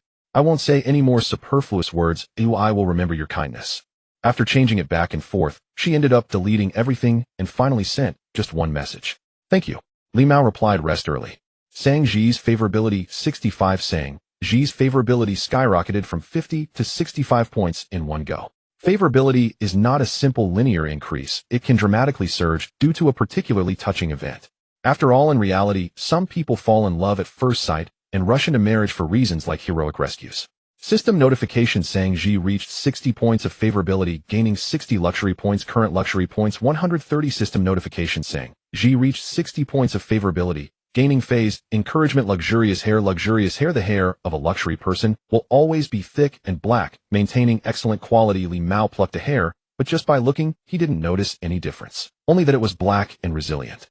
He limited himself to using about 5 of his mental energy to interfere and analyze, and it was instantly. At this stage, any form of bodily modification provided by the system, whether it is a body free from ailments or enhancements to muscles, features, or even just hair, he could not perform any effective analysis through his mental interference ability. However, the fact that he could conduct an analysis was already enough to thrill him. It is akin to knowing there are unbeatable super bosses, yet they have revealed their health bars. As long as he continually enhances his mental attributes, given time, these bosses will become extraordinary treasures. Sir, I do not understand. Why did you not appear before Miss Sang Ji fell, or even before she got out of the car? Clearly you had already arrived. The thinker's voice came from the computer, interrupting Li Mao's thoughts. Also, your heart rate increased significantly when you applied medicine to Miss Sang Ji. When you were observing Miss Sang Ji's foot, why did you take a deep breath? Did you need to confirm the injury through smell? I do not understand. Li Mao felt a bit strained. He thought the thinker was overly fond of pondering. Shut up, he said. Thus the thinker fell completely silent. The heavy rain that fell all night did not significantly impact the construction of the Yuping Pavilion. Wang Cici tried many methods to read Li Mao, but failed each time. Even switching to a different messaging app did not help. Meanwhile, Xueming Yuan and Xin Xiang were anxious, bubbling with frustration, and had repeatedly sought Sister Zhang for help, but were ignored. Yet Li Mao never uttered a word about it. He neither reported to the director nor confronted them. In fact, he hadn't even visited the Yuping Pavilion again. Gradually, both of them let go of their worries. A month later, the venue was about 60 completed, progressing faster than expected. If the intelligent system segment was assessed according to the original plan standards, it could even be declared over 90 completed. The AR system designed by Li Mao also reached 80 progress, and the remaining 20 was entirely due to delays in construction. Knock knock. The office door was suddenly knocked on. Come in. The visitor was Zhao Shuang. However, he showed no signs of vigor, looking completely worn out. Upon entering, he first grabbed a disposable cup to pour himself some water. Huff. So tired. As the lead person in charge, Li Mao had done the most work. Although Zhao Shuang had his share, it was not to the extent of complete exhaustion. There's something I'm hesitating to discuss with you. Zhao Shuang sat down and looked at Li Mao seriously. Since you're here, it must be important. Why bother with all this? Li Mao paused his typing on the keyboard. He knew this matter was certainly significant and would also affect him.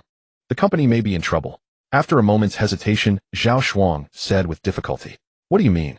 Li Mao paused, not expecting him to say this. Zhao Shuang glanced at the closed office door.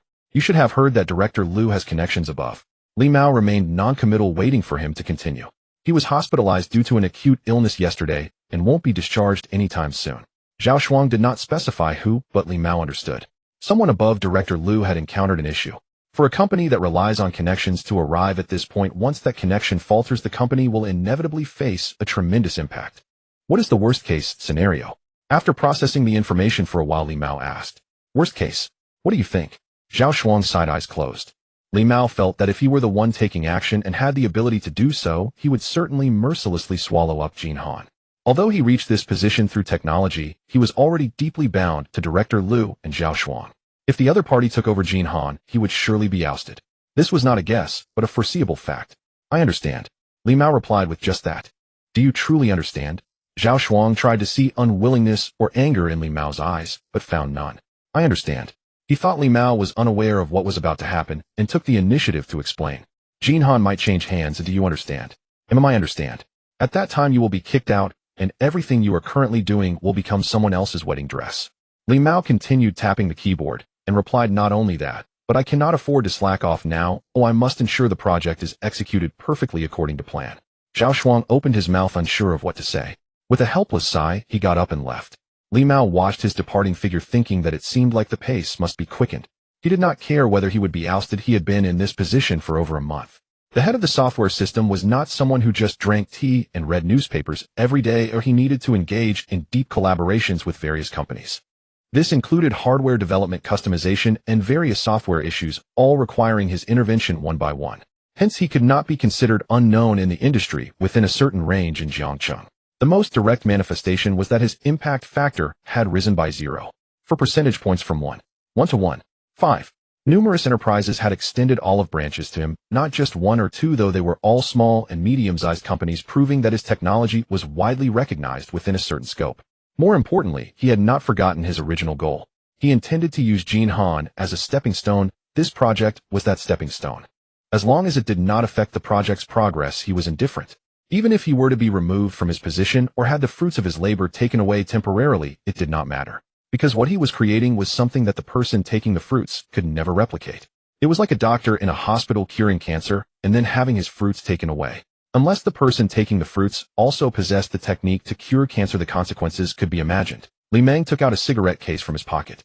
The pitch-black case was evidently custom-made and did not belong to any commercially available brand. The surface of the case was adorned with golden tree-like patterns. He opened the cigarette case to find 20 neatly arranged cigarettes inside.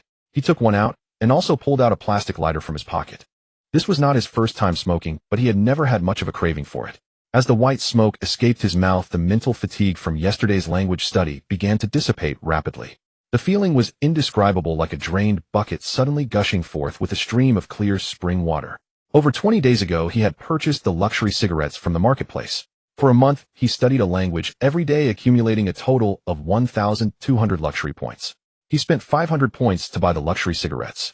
Adding to the original 130 points, he now had 830 luxury points remaining. The marketplace would refresh again tomorrow. So today he had to purchase the remaining two items.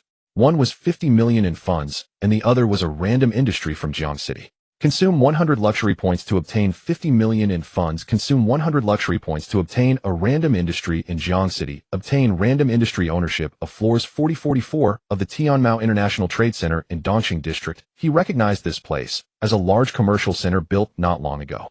Although it wasn't the top commercial building in Jiang City, at 2.0 per square meter, selling a floor for over 40 million was still feasible. This meant that these 5 floors had a value of 2 billion. Your account ending in 0527 has received 50 million. Current balance is 51273404. 5 yuan. Li Meng felt indifferent about money, now having exercised self-control to wait until the last day to make the. However, when faced with this exponentially growing immense wealth, he still felt somewhat overwhelmed and needed to calm himself down. From millions to tens of millions, and then to billions. He achieved this in just over a month. This was what they called sudden wealth. But what he truly sought was not this. Minutes passed, yet the turmoil within him could not be quelled. It turned out that sometimes what you envision is far from what reality allows you to achieve. It was as though an impulse compelled him to leave the office immediately and visit the commercial building worth $2 billion. With the mental intervention activated, Li Meng regained his composure. The most important thing now was to complete all his final tasks before the person who would pick the fruit arrived. Thus, even if he were to leave Jin Han, it wouldn't matter. There was one more thing. He opened the work group on his computer. Come with me to the gym this afternoon. Got it, CEO Li. Li Su replied instantly. During this time, Li Meng had placed considerable importance on Li Su, allowing him to participate directly in the core project process. Li Su was reciprocating this trust, visibly increasing his loyalty, and had publicly stated that he was a direct subordinate of Li Meng. However, if Li Meng said he was leaving Jin Han now and wanted Li Su to follow him, it would likely be a bit challenging. So Li Meng needed to do something. At 2:30 p.m. at the Yuan Badminton Hall, now known as the Jiang City Smart Sports Center, the main hall's construction had been completed, and after 4 cleanings, it was spotless inside and out. The gym could accommodate thousands of people with rows of seats appearing like a green ocean from a distance. The court surface was made of removable wooden flooring combined with green and blue plastic flooring. Once completed, it was capable of hosting various sports events, including badminton, table tennis, basketball, volleyball, and tennis. The massive ceiling above was constructed from special materials, exhibiting a high-tech matte white finish. Li Meng could see numerous small and large devices hidden behind the ceiling. At that moment, the entire venue was empty. He and Li Su stood in the center of the gym. Your masterpiece is breathtaking. The thinker praised Li Meng through the headset. Li Meng did not respond, standing silently for a long time before calling out Li Su. CEO Li. Li Su stepped forward. His appearance was better than during the interview, but he still looked quite young and awkward. This morning, Director Li Shuang came to my office and mentioned something. Li Meng looked at him as if discussing a trivial matter. In short, I am leaving. Li Su was initially taken aback, then looked at Li Meng in shock. CEO Li, you were fired? He couldn't believe that someone with Li Meng's skills could be dismissed. Sort of. Li Meng did not hold back from him. There was a problem on Director Lu's side, and the company is going to be acquired. When that happens, not only will I leave, but the project will also have to be relinquished. This? Li Su didn't expect to hear such a shocking insider story. Isn't that just picking the fruit? Yes, you could say that. Li Meng took a few steps forward slowly, and Li Su followed. I brought you here to show you something, and then ask you a question. Before Li Su could respond, he saw Li Meng raise his hand, pointing towards the ceiling. In the next moment, an incredible scene unfolded. As his fingertip touched the ceiling, golden light gathered, and the sky was pierced by a single point. The entire world began to crack open from the ruptured sky. Blue skies and white clouds emerged from the fissures. Then came the gentle breeze and the rustling of grass. The gym beneath him and around him transformed into a vast, desolate grassland under Li Zu's astonished gaze. He felt as if he were in Truman's world, completely unaware of the nature of heaven and earth. He staggered back 2 steps and fell to the ground. Rationally speaking, he should have made his decision without the slightest hesitation. Yet, just then its scales glimmered, its gaze deep and real, and in the blink of an eye its body expanded to over 10 meters, circling slowly around Li Meng. The last fierce dragon head with white whiskers floating hovered above Li Meng, gazing down at him. Li Su felt as if he could sense its breathing. At that moment his mind had completely crashed, and he lost all ability to articulate or think. Crack! A sound like shattering glass echoed, and the entire scene collapsed. The white divine dragon, blue skies, grassy fields, and the torn dome all vanished into nothingness. The gym's lights shone like countless small suns, casting a pale, cold light from above. Everything felt surreal. Li Su gasped for breath, looking up in shock at Li Meng, who stood high above him in silhouette. CEO Li, what was that just now? AR. Li Meng's cool and magnetic voice resonated in the gym. The AR I created. Augmented reality. You made it. Li Su repeated in a daze. You made it. As a technical person, he couldn't help but feel a sense of awe, something more than just admiration. Before him stood a god. It was precisely because he was involved in this project that he could deeply understand what just as he was still digesting everything he had just seen, he saw Li Meng walk up to him and extend his hand. I have shown you everything of mine, so now I have a question for you. If I leave, will you follow me? In that moment, Li Su looked at the outstretched hand, feeling a rush of blood to his head. His eyes turned red and his nose felt sore. Such a thing Director Li Shuang definitely did not know. Jin Han did not know, and Director Lu would not know either. He had brought this small person before him, laying everything bare before him. Li Su recalled their conversation from a month ago when he joined and the care he had received during that month. He could confirm that the person before him truly valued him and his skills. This was a boss he would never encounter again in his lifetime. He remembered a saying, "A soldier dies for a knowing friend." Before meeting such a person, he thought it was commonplace. But after truly encountering someone like this, he realized that he would willingly risk everything for them. Picking the fruit. To hell with it.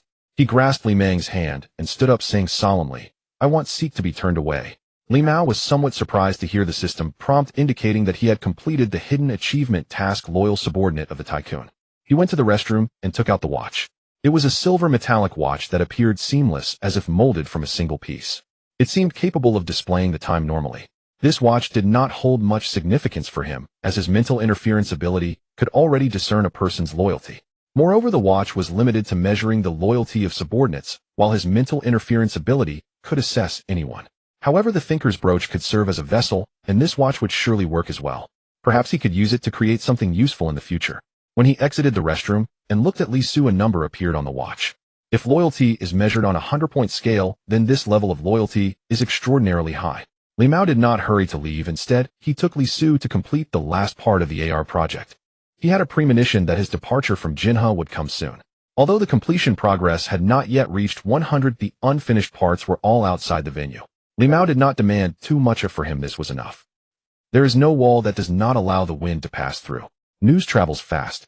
The next day, shortly after Li Mao arrived at the office, Chen Qingyi sent him a message. "I heard the company is in trouble. Is it true? Where did you get this news?" "It's an announcement from the Pioneer Group saying they are negotiating to acquire Jinhe." Chen Qingyi sent a screenshot and a link. Li Mao clicked to take a look and felt that they were indeed a bit anxious. They should be trying to seize the opportunity to conclude the acquisition swiftly. Director Liu must be under considerable pressure now. Moreover, he likely has no way to resist this pressure. Normally, Pioneer Group wouldn't issue this announcement without some certainty. Furthermore, Jinhe remained silent, offering no response. This silence itself was a response. As a receptionist, you shouldn't worry unnecessarily. After replying to Chen Qingyi, Li Mao set his phone down. He stroked the silver watch on his wrist, recalling Chen Qingyi's loyalty score measured earlier that morning. It turned out to be much higher than the affection score, reaching 88 points. After testing, he found that the loyalty detection watch strictly followed the system's instructions. It could not detect anyone outside his subordinates. For example, Zhao Shuang or other directors of the same level could not be assessed either. However, aside from that, even employees of Jinhe not in the technical department fell within this subordinate category. Chen Qingyi was just a receptionist. Strictly speaking, she was a subordinate of the administrative department, and there was no clear hierarchical relationship with him as the deputy director of the technical department. Yet she was still recognized as Li Mao's subordinate. "Open the rich man's mall." Li Mao silently issued a command to the system. In the next moment, the system interface refreshed to show 5 new items. A property in Jiangxing Jinka Shanshan Community, 100 rich points, funds 50 million, 100 rich points, a random luxury car, 100 rich points, 3 free attribute points, 100 rich points, a clue for a random talent, with potential above 3 stars, 300 rich points, industries, funds, free attribute points. These might be some of the more common encouragements in the rich man's mall. There was nothing much to say about the car. He hadn't finished his driving test yet. Moreover, the randomness is too vast. Although it has a luxurious prefix, being able to buy 50 million in funds for 100 rich points does not necessarily mean that the luxury car is worth that much. However, the talent clue is quite good. Even if he randomly gets the lowest 3-star talent, it would still yield a fixed income of 30 rich points each month. Importantly, as a talent, they inherently possess high value. Purchase free attribute points, and the talent system prompt deducted 100 rich points, gained 3 free attribute points. System prompt deducted 300 rich points, gained a talent clue. Current rich points 470. He learned a new language last night. But as Li Mao learns more languages, he will eventually learn all the languages available online. He estimated that it would be challenging to gather 100 languages. Although there are more than 100 languages on Earth, the languages that can be learned online are limited. If there are no other stable sources for accumulating rich points in the long term, he would have to consider making choices about the items in the rich man's mall. He could afford to let go of wealth-related items and only buy some special encouragements. System prompt random talent clue has been issued. Song Chi, 4-star, potential talent, administrative direction, age 33, current position deputy supervisor of Tangtai Garden Property Department. Li Mao searched for Tangtai Garden, which is a remote old community with a history of at least over 30 years. A 4-star potential talent is equivalent to a purple card in a card drawing game, yet he serves as a mere deputy supervisor in a local area. Good horses are common, but good horse trainers are rare. Thus, although there are famous horses, they are only humiliated in the hands of enslaved people. They die in the stables without being recognized for their 1,000-mile talent. Li Mao could not stay in Jinhe for long. He needed to consider 2 directions. One option is to use Jinha as a springboard to reach a higher platform, such as moving to a larger enterprise in a senior position and after accumulating enough experience leave to start his own business. The other option is to leave Jinha and directly assemble a team to start his own venture. Before the troubles in Jinha, he preferred the former. Entrepreneurship is not easy, and he has no interest in small-scale operations, fearing he might not be able to grasp it if it escalates. Just like how a good horse lacks a trainer. But now he must consider this matter. To accomplish things, he needs trustworthy and reliable personnel. Song Chi Li Su and Chun Xingyi are potential recruits, while Sang Ji should be put on hold for now, as she had just entered Huaxin with great difficulty. Additionally, there are Zhao Shuang and Sister Zhang. Once Jinha changes ownership, Zhao Shuang, the original owner, will certainly find it hard to remain, likely returning to Hongdu with Director Liu. However, leaving one's homeland is difficult. If Li Mao extends a sufficiently weighty olive branch, he might be willing to stay and help. Moreover, just Zhao Shuang alone could bring him many reliable staff members. As for Sister Zhang, Li Mao felt that it was mainly about reigniting her passion to do something. But what project should they undertake? Should they continue with AR? Li Mao shook his head slightly. That was merely a spectacle, a means for him to gain prominence, not the career he truly wished to pursue. Engaging in such endeavors is no different from producing electronic fireworks. To enhance his influence factor, he must undertake a heavyweight career. Beep, beep, beep. The internal phone rang. Li Mao answered the call, hearing Director Liu's somewhat tired voice. Shall we come over? I need to talk to you about something. Li Mao set his thoughts aside and stood up to head to Director Liu's office. As he left, he saw Zhao Shuang standing outside Director Liu's office with an unhappy expression. The people from the Pioneer Group have arrived, he said to Li Mao. Li Mao nodded without saying anything and pushed the door open to enter. The air conditioning in the office was set very low, creating a heavy chill. Besides Director Liu, there were 3 people that Li Mao did not recognize, 2 men and 1 woman, all dressed in suits exuding an elite aura. Without needing to use mental interference, Li Mao's powerful mental strength faintly sensed a hint of malice. Clearly the visitors meant no good. The leader was a woman in her 30s with a beautiful face and long hair that was styled neatly and professionally. She wore a white blazer embodying the image of a strong career woman. With a smile, she looked at Li Mao and took the initiative to speak. You must be Deputy Director Li. I am Zhang Ye, Vice President of Mergers and Acquisitions at Pioneer Group. Li Mao nodded slightly, his expression unchanged. Ms. Zhang, a pleasure to meet you. As for the 2 individuals behind her, no introductions were made, and Li Mao did not bother to engage. Director Liu spoke to Li Mao in a somewhat heavy tone. Shally, I don't know if you've heard the news about the company being acquired, but I must inform you that it is true. The acquirer is Pioneer Group. Hearing this, Li Mao was not the least bit surprised, just as Lu Jiaxing had anticipated. After all, even Zhao Shuang coming to discuss this matter with him was something Lu Jiaxing knew about, and even suggested. Okay, I understand. Director Liu, may I ask why I was called here? Let me handle this, Director Liu. Zhang Ye interjected forcefully before Lu Jiaxing could speak. Director Li Jinhan has already signed a preliminary agreement with us at Pioneer. According to the agreement, Pioneer can now fully intervene in Jinhan's operations. Based on our due diligence, we found that Jinhan's most critical project, the Jiangxing Smart Sports Center, has serious issues. Zhang Ye looked at the handsome young man delivering the cold, factual information with precision and professionalism. She was known as the Iron Lady of Pioneer. However, Li Mao did not show any signs of panic as she had expected. Zhang Ye's brow furrowed slightly, indicating that the other party might indeed not have taken bribes or profited from the situation. But this also suggested that the other party's personal abilities were quite limited, considering they could not even understand the basic budget. Realizing that the project's progress might be poor, her tone became a bit harsher.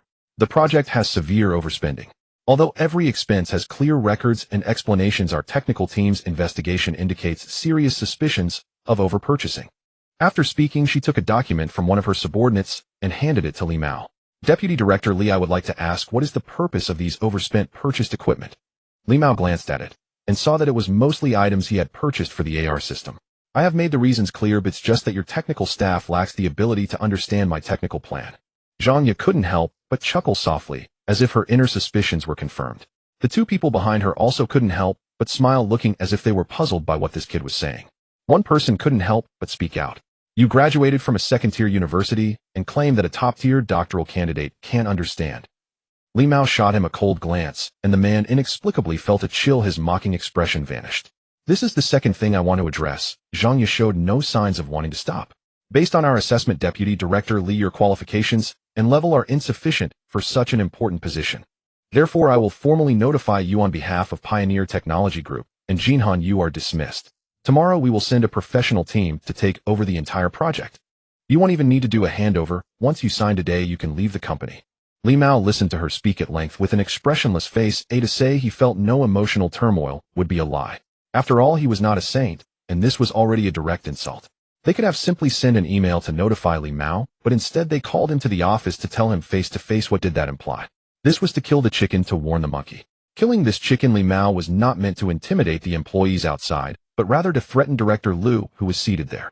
Director Liu looked at Zhang Ye and her companions with a displeased expression, his inner anger surging. This was not just questioning Li Mao, it was openly questioning Lu Jiaxing himself. Every word seemed directed at Li Mao, but in reality, they were meant for Lu Jiaxing.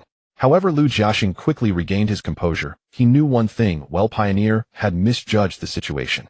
Li Mao was undoubtedly a top talent, deserving of better treatment.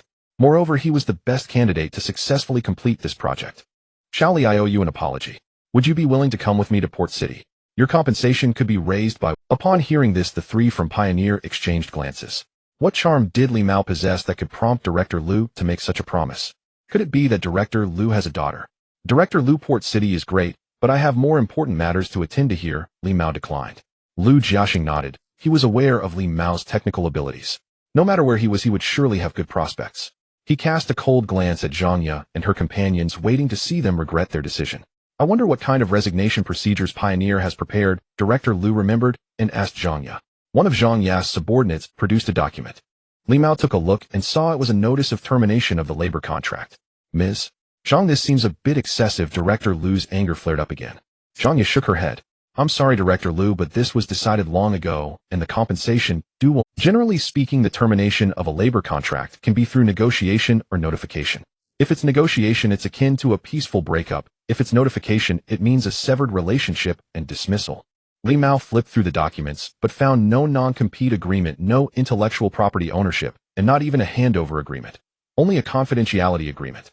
In their view, Li Mao, a second-tier graduate who had been employed for only a month, could not possibly create anything. Moreover, signing these documents would require payment. Considering Li Mao's salary, the company would have to spend hundreds of thousands each year. There was no point in this. That was like giving away money for free. Li Mao picked up the pen on Director Liu's desk and unhesitatingly signed his name. Seeing this, Director Liu had nothing more to say. Zhang Ye revealed a relaxed smile, as she was not afraid of Li Mao refusing to sign, but rather worried that he would resist and affect the project. This was why she did not even allow Li Mao, the project leader, to do the handover. She knew that if a former project leader had malicious intent during the handover, the process would not only become lengthy, but could also cause problems. From a normal person's perspective, the possibility of the dismissed Li Mao having no complaints was zero. So it was better not to do a handover, especially since such a large project was not solely his responsibility. Li Mao's office had not a single personal item. Even the cup he used was disposable. The computer was also... After clearing his personal traces from the computer, he placed his work badge down and left the company feeling light and free. Stepping out of the main entrance on the first floor, he squinted his eyes and looked up at the dazzling and blinding sun. For the first time in his life, he had been dismissed, yet he felt none of the confusion or despair typical of a worker. He simply touched the brooch on his chest. What do you think we should do? Sir, I can help you directly access Pioneer's servers and delete all their data to give you some satisfaction, the thinker replied. Li Mao lowered his head, his expression darkening. Liang returned to his rented apartment, not yet having changed his clothes, when he received a voice call from Chen Qingyi. He tapped to answer. You got fired? She deliberately lowered her voice, but her tone was still filled with shock. Before Liang could respond, she added, the whole company is buzzing about it. Where are you now? Where else would I be? I'm home. What happened? Why were you suddenly like, huh? Wait, Li Jimmy, aren't you a genius? Even geniuses can be overlooked. Then what will you do now? In Chen Qingyi's tone, aside from concern, Liang also detected a hint of schadenfreude. He let out a soft laugh. Afraid your friend will struggle, yet more afraid they'll thrive. He smiled faintly, reclining in his chair, picking up his phone to watch Chen Qingyi's figure hiding in the restroom. Are you worried I won't have a meal? I've received offers from several companies no smaller than Jinhan. One even wanted me as their technical director. What are you worried about? Chen Qingyi's figure seemed to freeze, then she broke into a smile. Really? That's great then. But now I want to start something on my own. Would you like to come and join me? Liang casually tossed out the topic. Chen Qingyi looked at him suspiciously. If you're really serious about starting your own venture, I'll quit my job and help you. But her words trailed off as if unfinished. Liang caught on and couldn't help but chuckle. Are you worried I'm tricking you into quitting so we can be miserable together? No, you're just a little receptionist. Don't you think you're overthinking this? Chen Qingyi showed no embarrassment at being seen through. Instead, she became more candid. It's only wise to be cautious. By the way, what do you want me to do, and how much will you pay me? Receptionist, 3,000 a month. Goodbye. Chen Qingyi hung up. Liang smiled and didn't call back. A while later, he received a message from her on WeChat. Are you really offering 3,000? There was also a humble little emoji. Liang replied with just 2 words, trust me. Afternoon. Several project leaders from Pioneer Group couldn't wait until the next day and rushed over to Jinhan. Zhang Yu would also serve as the direct project supervisor responsible for maintaining the smooth handover and operation of the entire project. In the server room, Qin Yifan, the technical vice president of Pioneer Technology, adjusted his glasses and tested the entire program once more. Despite the cold air in the room, sweat was beading on his forehead. What's wrong? Any issues? Seeing this, Zhang Yu felt a sense of foreboding. Her first thought was whether Liang, the former lead, had left behind any problems. In fact, her decision to directly let Liang go was itself tinged with suspicion of fear that he might pull some tricks before leaving. After all, many companies had suffered such lessons before. Qin Yifan spoke with a strained tone. There are no problems, only. The project is nearly complete. What do you mean? Zhang Yu didn't catch on. General Zhang, I find it hard to believe too, but the facts are right here.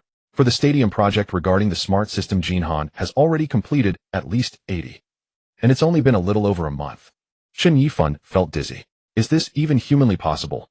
I checked the operation logs, and most of the work was done by the former lead. Zhang Yu was momentarily dazed. The image of that remarkably handsome, deeply composed young man suddenly flashed in her mind. He had left too calmly, too placidly. He had signed his resignation too readily. And Chairman Liu had treated him far too well. Setting aside all impossibilities, what if what he said was true? I have clearly stated the reasons. It's just that your technical staff lack the ability to comprehend my technical proposal. The company might have let a genius slip away. They hadn't even signed a non-compete agreement. This wasn't just a loss that proved that Zhang Yu had failed to recognize talent. She had handled this too ruthlessly. Even the resignation was a notification that burned bridges. This also showed her arrogance. For a moment, Zhang Yu couldn't accept it. Even if the project progress was astonishing, it didn't necessarily mean it was all because of Liang. Check it twice more. Zhang Yu's voice turned stern. Notify the technical department, don't wait until tomorrow. Come today. After a flurry of thoughts, she fell silent. Regardless, she had made up her mind. Even if the project's progress was truly remarkable, it could only be credited to Pioneer Technology Group after their takeover. Even if someone claimed the credit belonged to Liang, who would believe them? A person like him would never remain obscure forever. But by the time he proved his abilities again in the future, this incident would be long forgotten. General Zhang, there's a part one can't quite understand. When Qin Yifan first arrived, he was arrogant with a look that set him the top expert here, and no one else matters. But after delving into the data Liang had left behind, his eyes cleared. Now he looked like a devout apprentice analyzing the blueprints left by a top-tier master. The strange parts probably weren't mistakes by the master, but rather things he couldn't comprehend himself. It's the hardware devices that the department discussed before, the ones deemed unnecessary, and this massive chunk of code. Weren't they said to be useless? Delete the redundant code and dispose of the unnecessary hardware, Zhang Yu said. Qin Yifan forced a strained smile, trying his best to explain to his boss that he lacked the ability to tamper with that monumental structure and feared that any changes might disrupt the currently flawless operation of the program. That code is too complex, we can't just modify it casually. As a layperson, Zhang Yu had her own understanding. I see, so it's what they call a spaghetti code mountain without comments, right? Qin Yifan opened his mouth wanting to explain. That wasn't a spaghetti code mountain, it was an immensely precise, vast virtual logic project that would leave any programmer awestruck. He dared not touch it. But in the end, he forced himself to rephrase, saying vaguely, more or less it's something like that. It's just not something we can easily change. Will it affect the actual results? Zhang Yu asked. No. Qin Yifan could at least guarantee that. What about the hardware? It's best to leave it as is. Even if changes are needed, they should wait until after the sports meet. Zhang Yu fell silent for a moment. She might be a layperson, but she wasn't foolish. No matter what Qin Yifan said, the current outcome boiled down to 2 things. First, the project was nearly complete, requiring little core work from Pioneer Technology. Second, Pioneer Technology couldn't perform major overhauls or further processing on what Liang had left behind. She sighed before continuing. Then complete the remaining 20 to perfection. The project must be absolutely flawless. Qin Yifan quickly agreed, but inwardly, he was already feeling uneasy. It was like building a house a master architect constructs it, completing 80 of the work, and now an ordinary architect takes over. The remaining work could certainly be finished, but aside from the positive aspect of completeness, that remaining 20 might actually detract from the overall quality. Li Meng pondered for 3 days about what to do after leaving Jinhang. He still did not forget what his fundamental purpose was. Transcendence. Work is for the system's business segment, and opening and expanding the business landscape is to gain encouragement from the system. And system encouragement is to enable oneself to transcend. Therefore, if he were to venture out to start his own business, he could tailor projects according to this purpose. He opened the rich system panel. Li Meng. Physique 83. Charm 89. Spirit 110.5. Free attribute points 1. Talent hard work rewarded by the Tao tenfold. Fitness talent immunity to all ailments agile fingers. Career 1. For influence factor. Items thinker's brooch loyalty detection watch rich man cigarettes. Tasks. 1. Affection level with the opposite sex saying, Ji 69 points. Chun Xingyi 68 points. 2. Language skills. Mall LV2 to be refreshed. 1. One apartment in the Jinsheng Jinka Shangqing residential area 100 rich points. 2. Funds 50 million 100 rich points. 3. A random luxury car 100 rich points. Rich points 710 points. For over a month he had not given up on exercising, and his physique naturally increased by 3 points. The career factor dropped by 0.1 percentage points due to Li Meng's departure. In terms of affection, Sang Ji remained at 69, while Chen Qingyi naturally increased by 1 point. He maintained the habit of always having a spare free attribute point. The 3 free attribute points purchased after refreshing the mall were all added to his spirit. Thus, even without the boost from the brooch, his spiritual power broke through 110 points, reaching 115.5 with the boost. From then on, Li Meng began learning 2 languages every day. In these 3 days, he earned 240 rich points. Li Meng took out a notebook filled with the projects he had contemplated over the past 3 days. After hesitating for a while, he focused his gaze on the name of one of the projects. Brain machine. It is not the traditional kind of brain machine. Rather, it is a type of spiritual brain machine based on Li Meng's ability to interfere with reality. The human brain can be viewed as a computer with neurons and brain tissue typically considered as hardware. But Li Meng knew that there was actually a special force mixed in which is spiritual power. Connecting countless human brains together would form a vast spiritual supercomputer cluster. Countless spiritual individuals gathered together would create a massive sea of consciousness.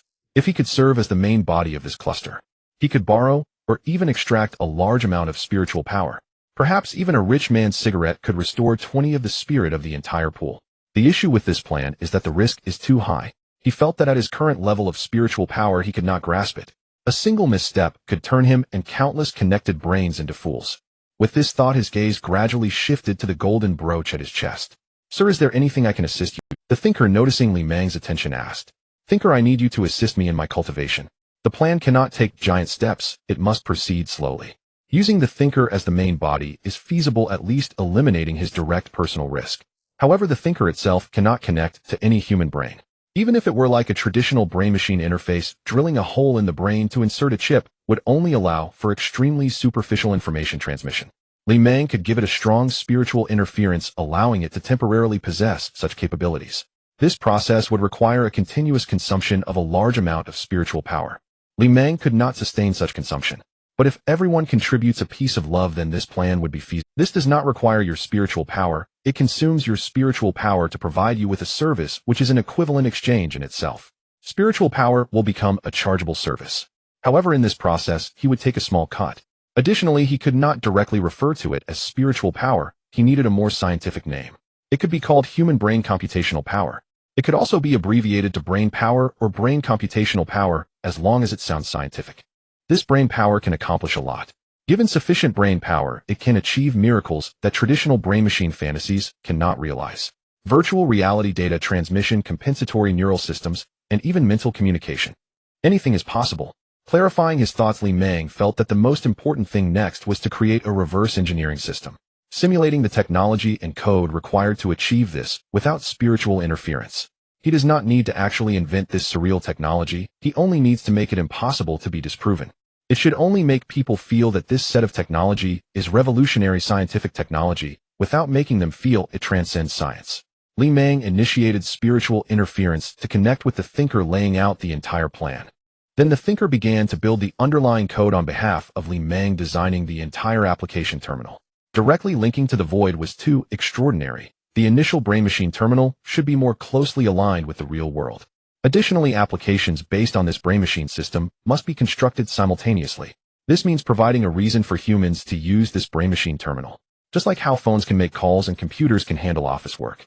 The brain-machine terminal will ultimately become an indispensable device for humanity, just like phones and computers. It may even one day replace phones and computers. So you have a phone call. The thinker reminded. An unexpected call came in for Li Meng. It displayed that it was from Sister Zhang. This was the first time Sister Zhang had called Li Meng. Usually, they only chatted via WeChat. Xiaoli, I heard you left Jinang. She started with Mandarin mixed with local dialects, somewhat direct, but not unpleasant. Sister Zhang, the news is outdated. I left a few days ago. Li Meng joked. To be honest, he was quite surprised that Sister Zhang only found out now. Sister Zhang herself worked at the gym where there were permanently stationed Jinhang technicians, and Xianfeng technology would definitely be present. I hardly ever go to the gym. Previously Wang Cici and the others would find me to connect you, but suddenly went silent recently, so I knew you had something going on. Zhang Lan said cheerfully, and their relationship had not been affected by Li Meng's departure and unemployment. Do you remember, I wanted to introduce you to a girl. She asked me about you a while ago, but I haven't heard anything lately. Li Meng couldn't help but laugh upon hearing this. What a pity. But there was not a hint of pity in his tone. They chatted casually for a few moments, and then Zhang Lan suddenly spoke. I have a job offer for you. Do you want to give it a try? But whether it works out depends on you. Li Meng fell silent for a moment, genuinely moved. Sister Zhang offering to introduce him to a job, although she didn't specify, would definitely not be inferior to the technical vice president position at Jinang. Even if it was just an internal referral, it was not something that could be done with a bit of connections. Zhang Lan was someone reliable. Sister Zhang, I plan to start my own business. Li Meng said slowly. He did not mention inviting Sister Zhang to help, but intended to wait until the gym project was completely finished. By then his name would at least resonate within the industry. The current invitation was a plea for help, while the future invitation would be a form of repayment. Sister Zhang paused for a moment before she spoke with a hint of emotion. I knew there would be a day like this, Xiaoli. You are an ambitious person. Sister Zhang, I still have no idea about anything. Whether you have an idea or not, I understand in my heart. I heard from someone about the situation, but I also saw it myself. After the people from Pioneer Technology arrived, they worked hard in the equipment room for half a day, yet they didn't even touch a single screw you had tightened. I may not understand technology, but I understand people's hearts.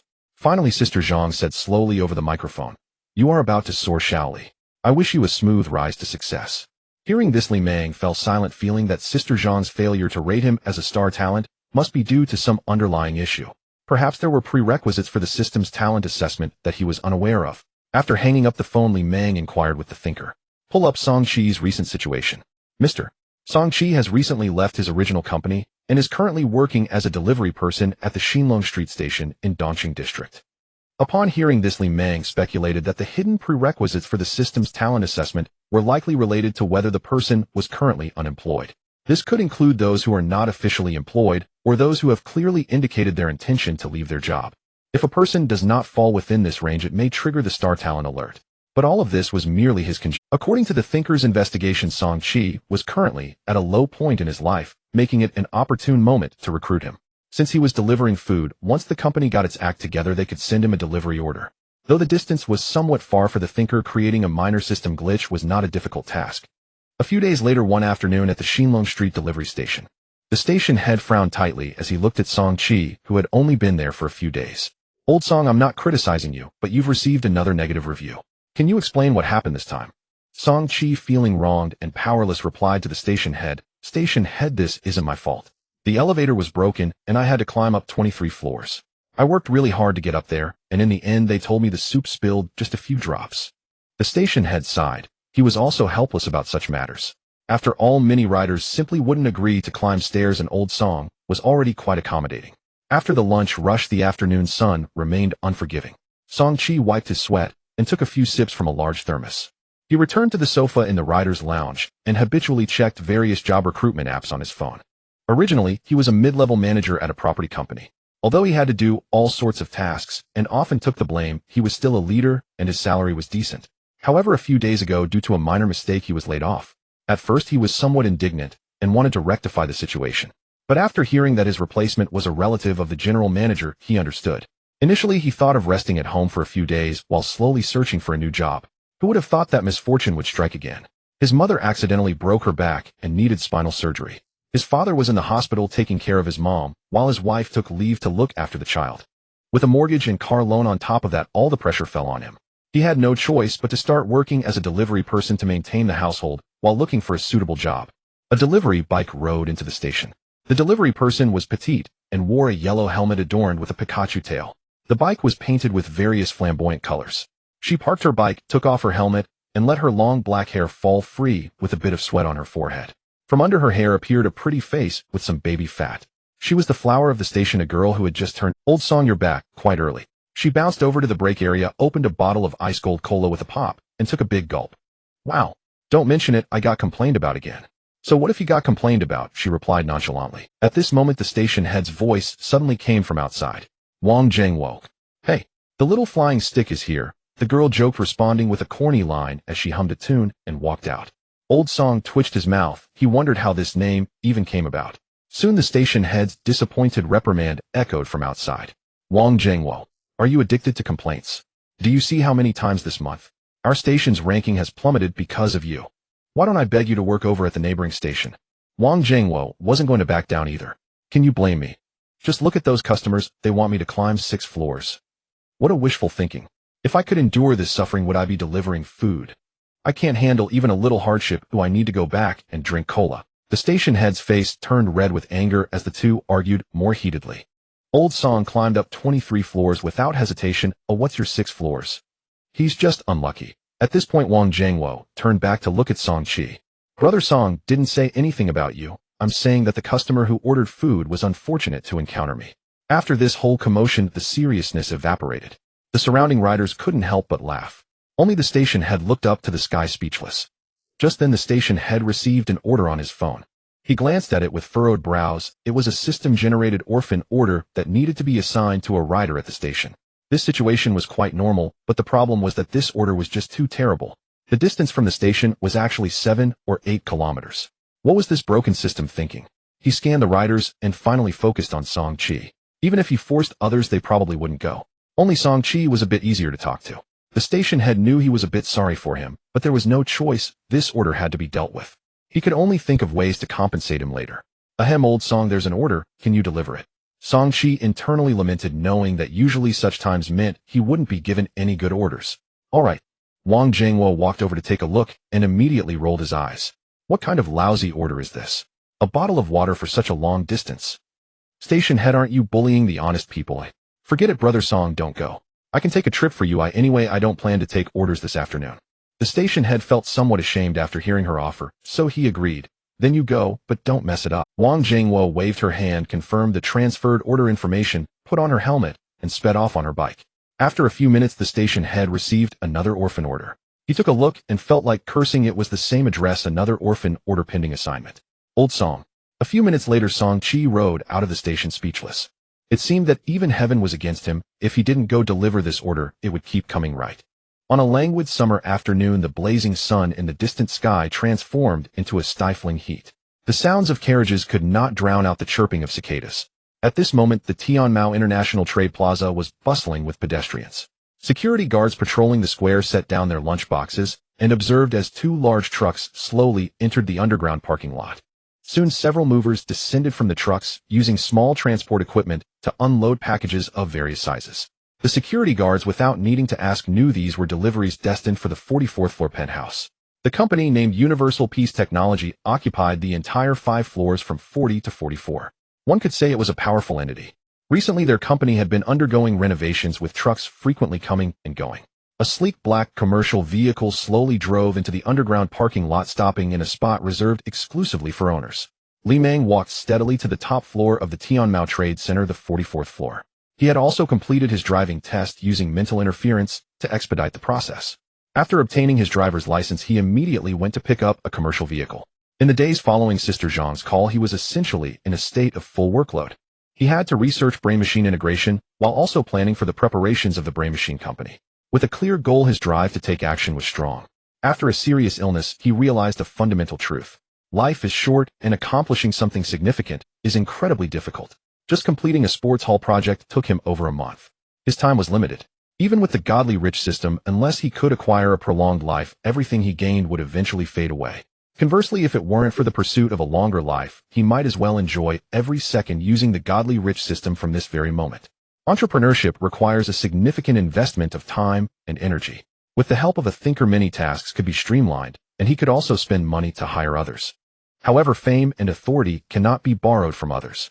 Li Meng entrusted an accounting firm to register his company, with the registration location being the top floor of his trade center.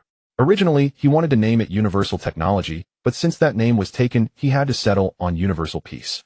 A substantial amount of capital flowed continuously from him, and the over 50 million he received from the godly rich system quickly dwindled to a few million. Mr. Li. Hello, Mr. Li. The workers from the renovation company greeted Li Meng as he arrived. The number of people working simultaneously on-site had already exceeded 100. Yet it was still not enough. One must know that the combined area of floors 40 to 44 exceeded 10,000 square meters. Fortunately, the hard installations such as floors and walls were completed, so it was not a bare shell. The 44th floor was the first to be completed, or rather partially completed, with the remaining work not requiring ordinary workers. This area was divided into 3 major sections. One section was a personal studio equipped with various devices, vast and spacious, where he would complete all his designs. The second section was a lounge connected to the studio, providing him a place to rest. The third section consisted of regular office spaces and meeting rooms, but generally he would not allow company personnel to work here permanently. In the future, there might be arrangements for a structure similar to a CEO's office to be set up. After passing through 3 automatic doors, he arrived at his personal studio. The floor was littered with a chaotic pile of packages. He first opened a work uniform and put it on, then donned a glass protective visor, taking an angle grinder to cut open the metal frame of a large package. Soon a silver-gray humanoid robot wrapped in thick protective layers was unveiled. Li Meng pulled a wire from its back and plugged it into a specially designed socket. Thinker Connect. As Li Meng's words fell, the robot's eyes lit up with a soft blue glow and its hands slowly began to rise. Connection successful. Testing in progress. This robot had the best mechanical performance available on the market and was customized with several accessories. Once the Thinker connected, it could utilize this body to assist him with many tasks. Testing completed. Commencing work. At that moment, it picked up the angle grinder and other tools Li Meng had set down, starting to dismantle the packages. Soon it revealed another new robot totaling 10 neatly arranged on the 44th floor, all connected with. Due to current battery technology, the robots could only sustain limited movement for no more than an hour.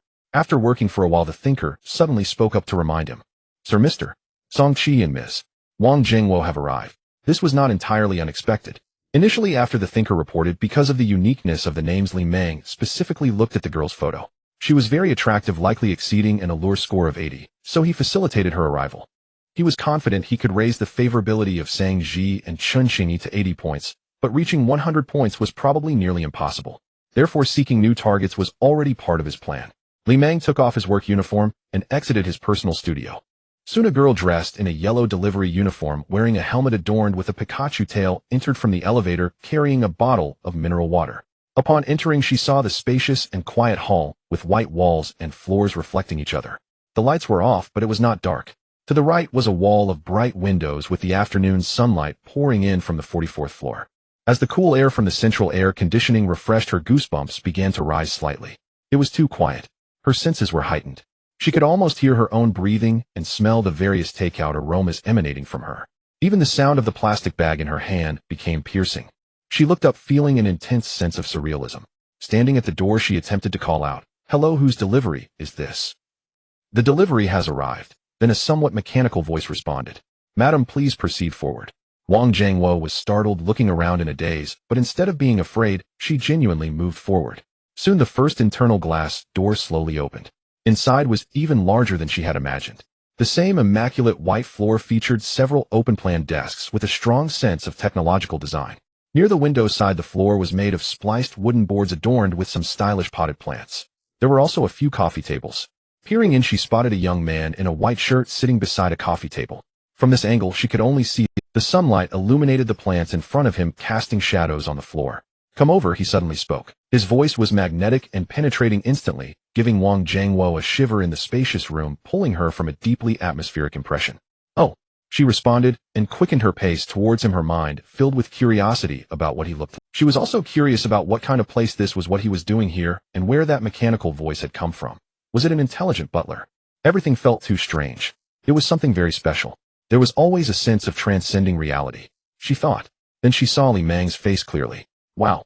Stunningly handsome features, deep-set eyes, and slightly messy, but uniquely styled black hair. He perfectly matched everything she had imagined before, even better. Wang Jingwo stood there dazed, gazing into Li Meng's eyes. What she thought was, could it be that I was already killed on the way while delivering takeout? Then not fully dead, she was dreaming. Doctor, she could still be saved. She tried to pinch her arm, feeling a bit of pain. Meanwhile, Li Meng quietly observed her receiving a system prompt. System prompt: Wang Zhengwo charm 88, current favorability 10. However, what Liang found even more unexpected was that the system had a second prompt. Discovered 3-star potential talent, computer science direction, Wang Zhengwo. For a moment, the words he was about to speak got stuck in his throat, and his gaze towards the other person grew even deeper. A talent. And in computer science, what a coincidence. He took another careful look at the person opposite. Under the yellow delivery vest was a pink t-shirt, and her arms were covered with some protection sleeves. Her helmet had some personality, and her eyes flickered as if lost in thought. According to the information provided by the thinker, her resume was indeed quite ordinary. A high school graduate, just turned 18. Her grades during school were also average. Being a delivery driver was her first long-term job. Wang Zhengwo, on the other hand, recalled a story. There was a person who died while working at their job, but didn't know they were dead and kept on working. Until one day, they met a handsome man with a cold temperament dressed in a white shirt. That person said to her, "You are dead. I am the Grim Reaper here to collect you." But this was a romantic drama. Both of their thoughts occurred in a very short span of time. "Ms. Wang Zhengwo, please have a seat," Liang said, directly inviting her to sit down. "Huh? What?" Wang Zhengwo was utterly bewildered. Her earlier fantasies were starting to seem real, and she was genuinely getting creeped out. She was even starting to believe it. Wait, could all these fantasies be true? Was she dead, and the Grim Reaper had come for her? Otherwise, how did he know her name and tell her to sit down as if he had something important to discuss? What was wrong with the world? Was it all this crazy? Impossible, absolutely impossible. She set aside her wild thoughts and sat down timidly on the edge of the chair, hearing Liang ask her, "May I ask if you plan to resign from the delivery station?" Wang Zhengwo blurted out, "How did you know?" Then she lowered her voice and said, "Well, I mean, you are truly all-knowing." After confirming his suspicions, Liang knew she must have misunderstood something, so he began to introduce himself. "My name is Liang, and I am the owner of this company, Universal Peace Technology. I have built a large AI model and gathered a special database through various channels." As Wang Zhengwo listened, she grew more and more confused. What was this person talking about? What did it mean? She couldn't understand. It was the one that welcomed you in. As Liang's words fell, the thinker's voice chimed in at the right moment. "Hello, ma'am, I am the thinker AI." Wang Zhengwo opened her mouth, then caught on. "AI, huh? Everyone knew about this stuff these days. But what did it have to do with her?" Liang spoke slowly. "I know this is hard to believe, but according to my database, you are a talent." Wang Zhengwo pointed at herself, a question mark written all over her face. "Huh? Me? A talent?" "Yes, that's the AI's conclusion. Is AI this gullible these days?" as she remarked. "Ma'am, I am still here," the thinker suddenly interjected. "Oh, sorry." Wang Zhengwo gave an awkward laugh, but she finally fully understood. "So you collected my information through AI and knew my name. Isn't that a bit illegal? Not that I'm blaming you, but I mean, don't misunderstand, it's more than that. Even getting you to deliver food was our doing." Liang admitted generously. "Actually, I wanted to invite you to join Universal Peace. No, don't try to fool me. If I hadn't volunteered to help, someone else would have come right." Wang Zhengwo had a flash of insight. "You mean Song Qi? He's also recorded in the database as a talent, even a level higher than you, so he came too." Liang replied. Now Wang Zhengwo was truly stunned. "Mr.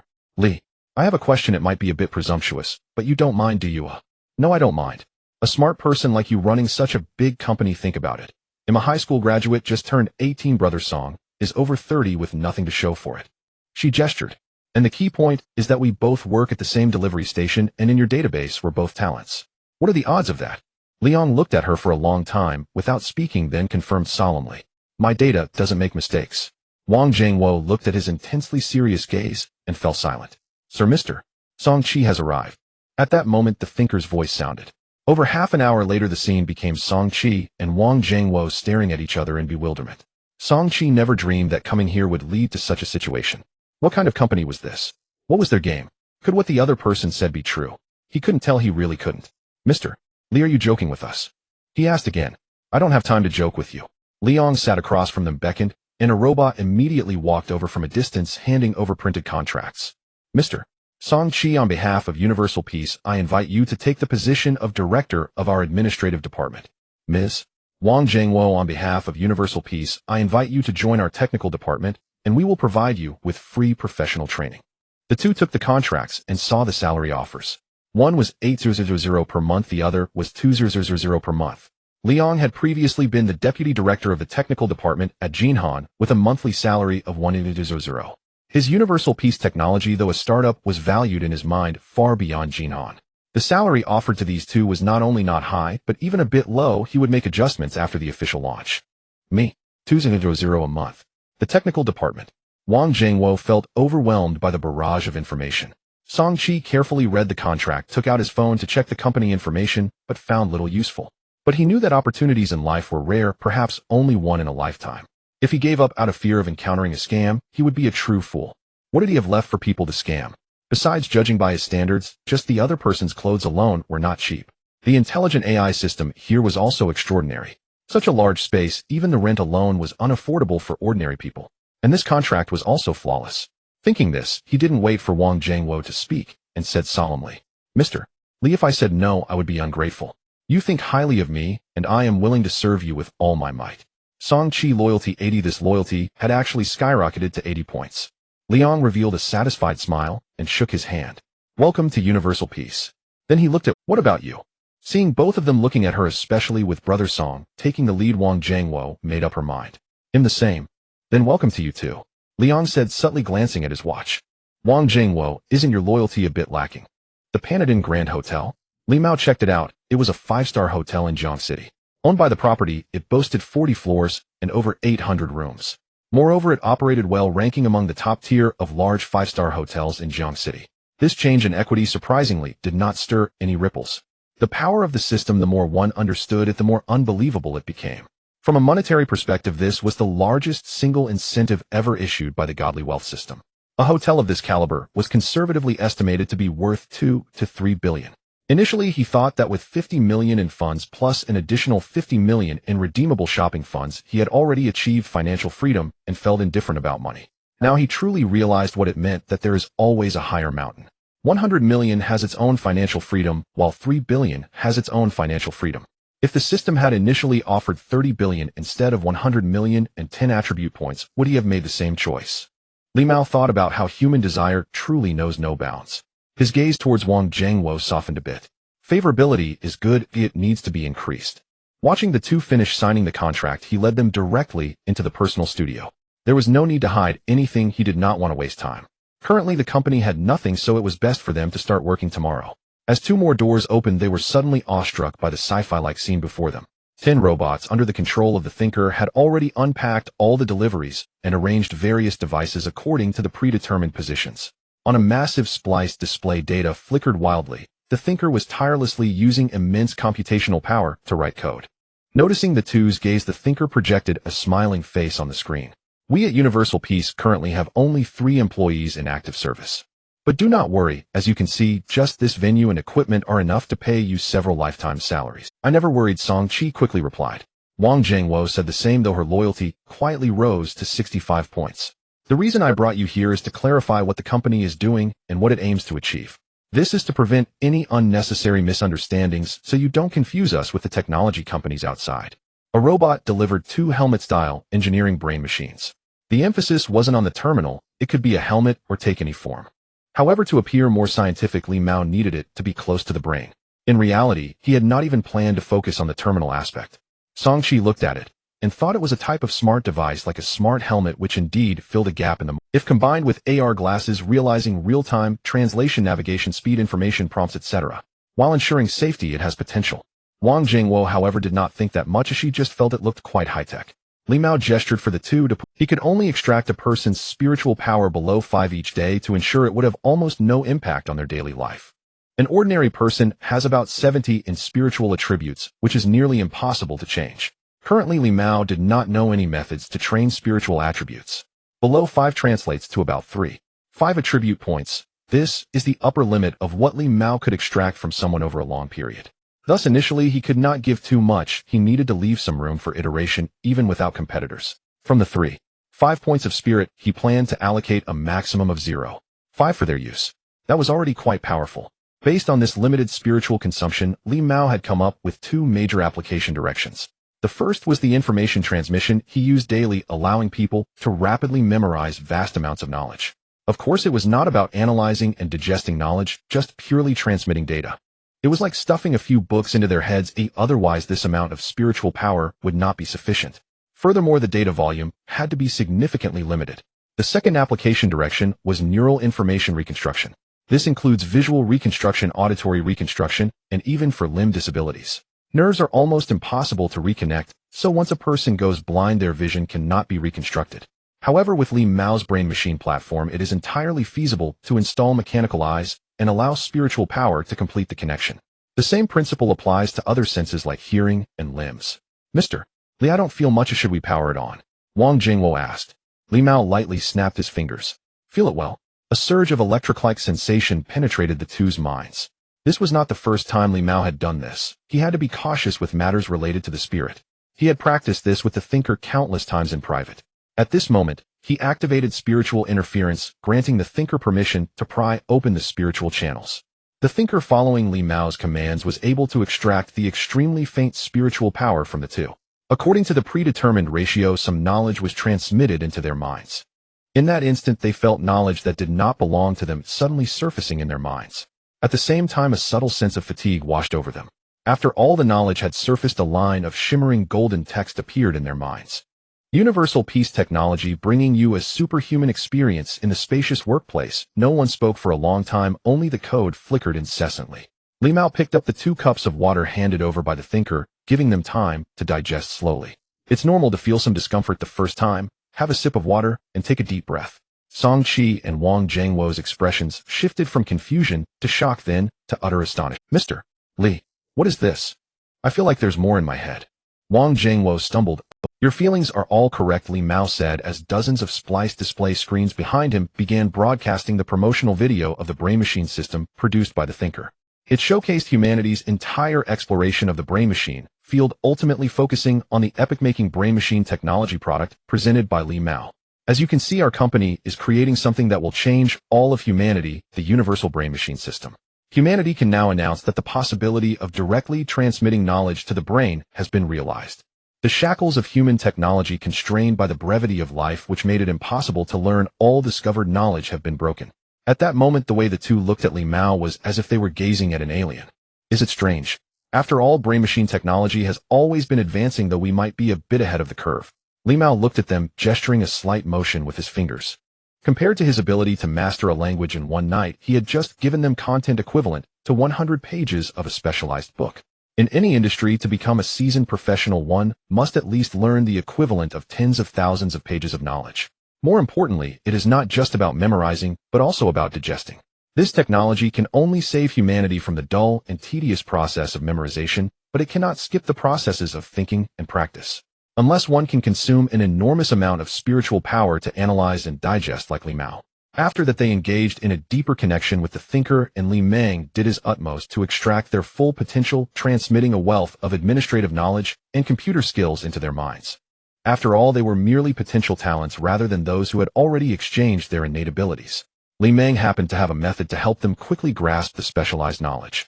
Now their minds were buzzing, their temples throbbing, feeling as though they had studied intensively for an entire day. Song Qi was drenched in sweat, unable to cool his heated mind, even with the air conditioning, as he closed his eyes and took deep breaths. Wang Jingwo was even worse off, slumped in the studio's recliner, as if he had been drained of all energy, his tongue nearly hanging out. Thinker, I can't take it anymore. I really can't fit anything else in. I have good news for you both. The gentleman says you can leave now. Wang Jingwo sprang up straight, feeling as if he had come back to life. A robot controlled by the thinker approached them, holding a tray with a glass of water, a bottle of iced cola, and 2 mobile phones. Your phones have downloaded some of my data. From now on, you can contact me directly through the internal app of the Universe and Peace. I will serve you wholeheartedly. The robot gracefully bowed, and the automatic door behind it slowly opened. Gentlemen, I look forward to your guidance in the future.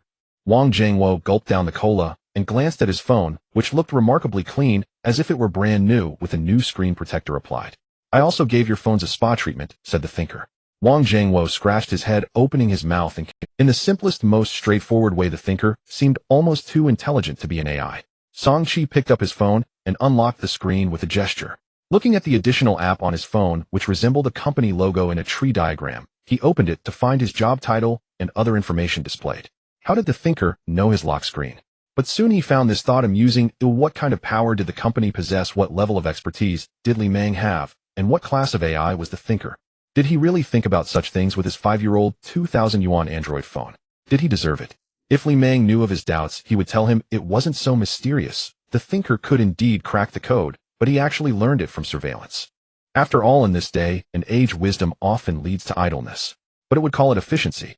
As the two walked out of the building, their steps were still somewhat disoriented. The evening sun brought them back to the real world. They exchanged glances, unable to believe what had just transpired. Big data captured information identifying them as talented individuals. An incredibly generous contract. A super-intelligent boss, demonstrations of technology that transcended the era. The Universe and Peace Technology Company. In just that short afternoon, they had experienced so much. On his phone were several missed calls from the station master, to which Song-Chi returned a call. However, Wang Jiangwo sent a message. Station master, we are no longer people of the same world. I am resigning to save the world. The station master called again, but she did not answer. The two unconsciously turned back to look, the sun's afterglow casting light on the glass facade of the 44-story building. This afterglow was also the rising dawn on the other side of the earth. At this moment, they recalled Li Meng's profound gaze and calm words. They were on the path of humanity's destiny transformation. As the sky gradually darkened, streetlights illuminated one by one. As they got closer to home, Song-Chi's heart was filled with excitement and fervor. He carried bags of cold dishes, Peking duck sauce, beef, money, belly, boneless chicken feet. All items he usually couldn't afford, but today he bought a large haul. He had previously been a small leader in property management, earning only 8,000 yuan a month. Now his salary had increased tenfold.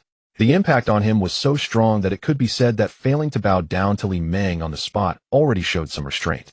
If it were just about the salary, he wouldn't be so affected. More importantly, it was the company's strength. Not just the financial strength, but the technological power that transcended the realm of reality. For any company to thrive, the key lies in its core competitiveness. However, Universe and Peace possessed not just competitiveness, it couldn't even be called monopoly power. It was the future of all humanity. Li Meng was destined to be a brilliant figure etched into human history, and he had somehow obtained original shares. The more he thought about it, the more excited he became, unable to suppress the smile on his lips. He had to stay grounded and hold back. After taking a moment to calm his breath, he opened the door and stepped inside. His wife Lu Nan was in the kitchen, cooking while his mother helped nearby. His father, paralyzed for several years, sat in the living room watching television. Dad, his 2-year-old son, opened his arms towards him to be embraced. Song-Chi squatted down to pick him up and kissed him. Honey, why are you home so late today? Lu Nan hurriedly came out of the kitchen to greet him. The couple had been married for 4 to 5 years, and their relationship was stable. Even when Song-Chi was unemployed, they didn't experience the kind of double blow to career and marriage that was often discussed online. Why did you buy so many things? Lu Nan laughed as she took the bag from his hands. You didn't even say a word. Dinner is almost ready. Song-Chi began to smile, but it wasn't a broad smile. He needed to hold back, remain calm, and subtly reveal the good news.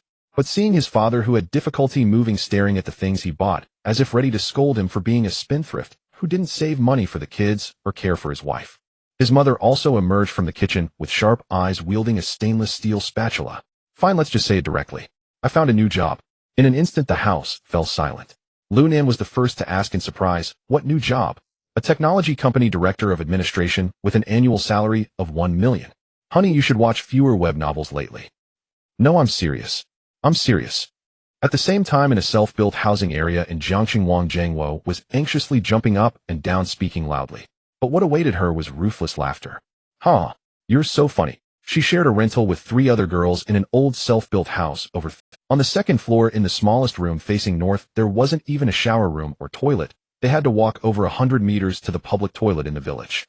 To take a shower, they had to go to the public bath at the village entrance, which cost 10 yuan per session.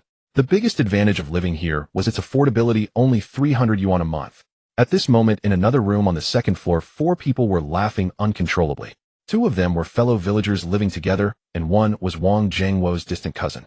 It was thanks to their support that Wang Jiangwo was able to establish herself in this city after just running away from home with only a few hundred yuan. She pulled out the contract printed on white paper and placed it on the table. Her name was clearly signed on it, and her dialect was forced out. Take a look, I'm not lying. None of them recognized many characters, but they could still see the key points, including the salary of 20,000 yuan. The red stamp at the back also made it seem very official. They exchanged glances, their smiles fading. Although Wang Jiangwo's name sounded a bit masculine, she was genuinely a beauty, certainly standing out even in a big city like Jiangxing. It was precisely because of her looks that she had caused quite a stir back in her hometown before she even turned 18. After graduating, she took her savings of a few hundred yuan and an old used phone and came to Jiangxing to stay with her cousin. Now she could earn 4,000 to 5,000 yuan a month just by delivering food, and her life had just begun to stabilize. Suddenly someone offered her a job with a monthly salary of 20,000 yuan. Kid, you haven't been scammed, have you? How could anyone fool me? The three of them looked at Wang Jiangwo, without speaking, their gazes causing him to feel a little defensive. What do you mean by that? His cousin took out her contract and snapped a few photos with her phone. What are you doing? Sending it to your dad. I wasn't scammed. I didn't say you were scammed. Then what are you doing? Sending it at the Tianmao International Trade Center 44th floor. Liang was also about to leave. System notification hidden achievement task completed. The Tycoon's company. Reward charm aura. Possessing this aura increases initial favorability by 5 points for anyone, cannot trigger if base favorability exceeds 5 points. Upon receiving the notification, Liang was somewhat surprised. In truth, he had once thought this achievement would never appear since the company had been registered a few days ago.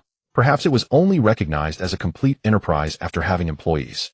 This charm aura was also quite intriguing, akin to becoming someone with an innate affability. It was worth studying further later on. He passed through a door and entered the rear living quarters. The space was still quite sparse, furnished only with a bed, 2 nightstands, a wardrobe, a sofa, and a coffee table. Liang slid open the wardrobe to find numerous clothes. He picked out a clean set and changed into it. These were all selected by Chen Xingyi. Chen Xingyi had now become his personal fashion stylist, frequently sending him links to various new clothes. Liang instructed the thinker to order every single item she linked. In return, he would often send her red packets as a token of gratitude. Stepping out of the living quarters. The lights in the personal workspace were not too bright, with 10 robots busily working without pause. Even after he left, the work here would not cease. Liang walked out of the 44th floor entrance. Watching the thinker turn off the lights, he looked at the neon glow outside the corridor window, while waiting for the elevator, feeling a subtle sense of loneliness. The things he truly had to do, the path he had to walk, there was no one who could fully share it with him. Not even the thing. He took out his phone and sent a message to Chen Xingyi and Li Su. The company awaits with open arms. Oh, everything is ready. You can resign now. He also sent them the company address. Li Su replied simply, received. They'll be there as soon as possible. Chen Xingyi had recently been acting as if she wanted to stir up trouble, asking him all day long if it was ready and whether she should resign to come and join him. So the moment he sent it, she replied instantly. Finally found you, I never gave up. Attached was a screenshot. It showed her resignation submitted to the company's HR department. Liang didn't reply. Instead, he transferred 30,000 yuan each to Li Su and Chen Xingyi, noting it as a relocation allowance. If the new company was far from their homes, they might need to rent new apartments. Especially for Li Su, who had just gotten a stable job, everything would have to start from scratch. After some thought, he decided it was better to treat everyone equally. Tomorrow, once Song Qi arrived, he and Wang Jiangwo would also receive their share.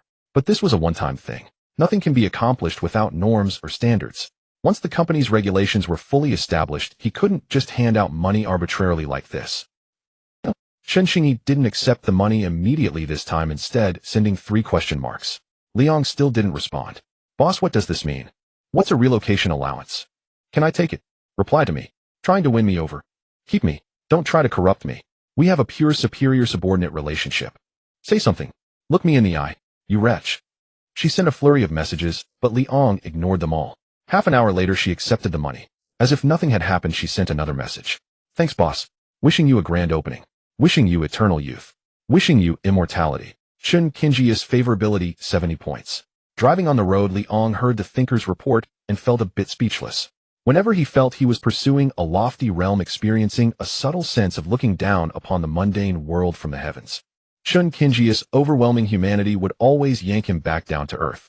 She was the vanguard against extravagance, a pure realist. If she ever had the chance to meet Sang Ji, their interactions would surely be interesting. Meanwhile, Li Su hadn't accepted the money at all. Liang instructed the thinker to transfer it directly into his bank account. After a while, Li Su sent a message. President Li, I don't want this money. Please take it back. Keep it, don't think it's too little. Liang replied. Li Su seemed to want to say more with typing. Persistently showing. But whatever he replied, Liang didn't bother to. Less than 15 minutes into his drive, he received a message from Sang Ji.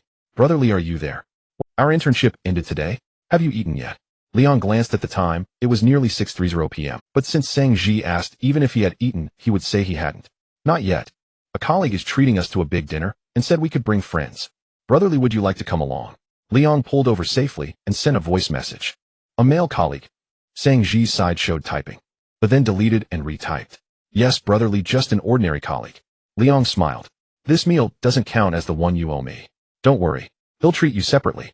I've sent you the address. Liang took a look. The Long Island restaurant. A high-end place he had heard of. It seemed this colleague was quite wealthy. A rich man treating a group of young colleagues to dinner. Based on his basic male intuition, he was likely interested in one or more people in the group. With Sangji being so beautiful, she was probably his target.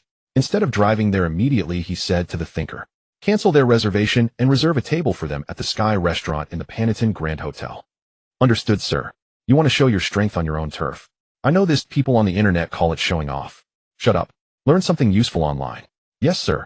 It wasn't a coincidence that the gathering was on his turf, but that wasn't a problem. He had plenty of methods and the thinker to make this coincidence happen. Inside the reception hall of the Long Island restaurant, the manager spoke with an apologetic expression. "I'm sorry, everyone, your reservation has been canceled due to a system error. We will refund double the reservation fee." The group fell silent for a moment, then murmured among themselves. "We're already here, and it's canceled. Are high-end restaurants this unreliable these days? My boyfriend is already on his way. What does Brother Chui say?" The colleague footing the bill, Chui Bin, flushed red, feeling deeply insulted. "What do you mean the reservation is canceled?" If not for the crowd, he would have let out a string of curses. The lobby manager wiped the sweat from his brow, feeling helpless, and apologized repeatedly. Just then he remembered a local Jiangxing industry group chat he was in where a manager from the Panatin Grand Hotel Sky Restaurant had mentioned a last-minute cancellation that evening. He quickly pulled out his phone and contacted the manager named C, who had the surname C these days. The manager of Changdao opened the profile of that person and looked at his moments. Indeed, there were various photos and videos of the Panatin Grand Hotel, some of which had been posted since a few years ago. After chatting a bit, the other party sent a confirmation letter for an electronic mini-program appointment. It really was the official mini-program of the Panatin Grand Hotel. He finally dispelled his doubts. "Hello," he whispered to Chui Bin as he led him aside. "I truly cannot help you, but I have a friend at the Sky Restaurant in Panatin who can reserve a table for you. Would you be willing to go there?" Chui Bin fell silent, contemplating the feasibility. Logically, he was reluctant to take everyone to Panatin. Even if it was harder to book than the Changdao restaurant, its standard was much higher. But to go like this felt like admitting defeat, even though he was in the right. "I will refund you 3 times the reservation fee and arrange for a car to take you and your friends there as quickly as possible." Seeing this, the lobby manager offered a way out. "Well then, let's discuss it." The manager let out a sigh of relief, knowing that the so-called discussion was essentially a decision. In the lobby of the Panatin Grand Hotel on the first floor, Lin Lu wore a silk shirt from Orr, whose smooth texture perfectly showcased her slender figure. Her hair was meticulously styled, with one side casually tucked behind her ear, revealing a crystal earring from Satori. She wore beige high heels that gave off a business vibe. A discerning eye would notice that although they were not haute couture, they were classic limited edition pieces from VOLD. Walking on the polished marble floor, her steps produced a crisp sound. She gracefully entered the elevator and pressed the button for the 10th floor. Inside the elevator were 2 men and 1 woman, all unable to resist casting glances at her. The men's desire and the women's envy. She reveled in the attention, her face seeming to forever wear a calm and gracious smile. Just as the elevator was about to close, a clean, slender hand casually wedged itself in the gap, holding one side of the door. The elevator doors, which had not yet closed, opened again. A young man walked in. Lin Lu slightly turned her gaze, feeling that he exuded a very clean aura. He was dressed in ready tower from Avita, not top-tier haute couture, but not something an ordinary person could afford. The outfit showed almost no signs of wear, and his wrist bore only an unrecognizable brand watch. He was very handsome, and his skin was that of someone who took care of themselves. More importantly, one could notice his well-defined muscles even through his clothing. She made a judgment in her heart. A young man without much money, his clothes must have been second-hand, and he likely didn't wear them often. Everyone knows that in this day and age a man cannot possess both looks and wealth at the same time. It is even more impossible for someone to genuinely develop a well-built physique. Such individuals only exist in dramas featuring domineering CEOs. Even among those, not everyone has a great physique. It takes a certain level of willpower and time to achieve. A CEO may have willpower, but certainly not that much time. This person exuded habits of a poor man from head to toe. Not at all like herself, he was entirely a flawless socialite, without any flaws. Thinking of this, she couldn't help but smile. Oh wow, another day of envy and jealousy. As the elevator ascended slowly, that person exited on the 10th floor. Could this person be a high-end escort hired by a rich woman? Yet another day of envying rich women. Lin Lu scoffed inwardly. She was going to the 26th floor. She and 7 or 8 friends had booked a presidential suite for the day.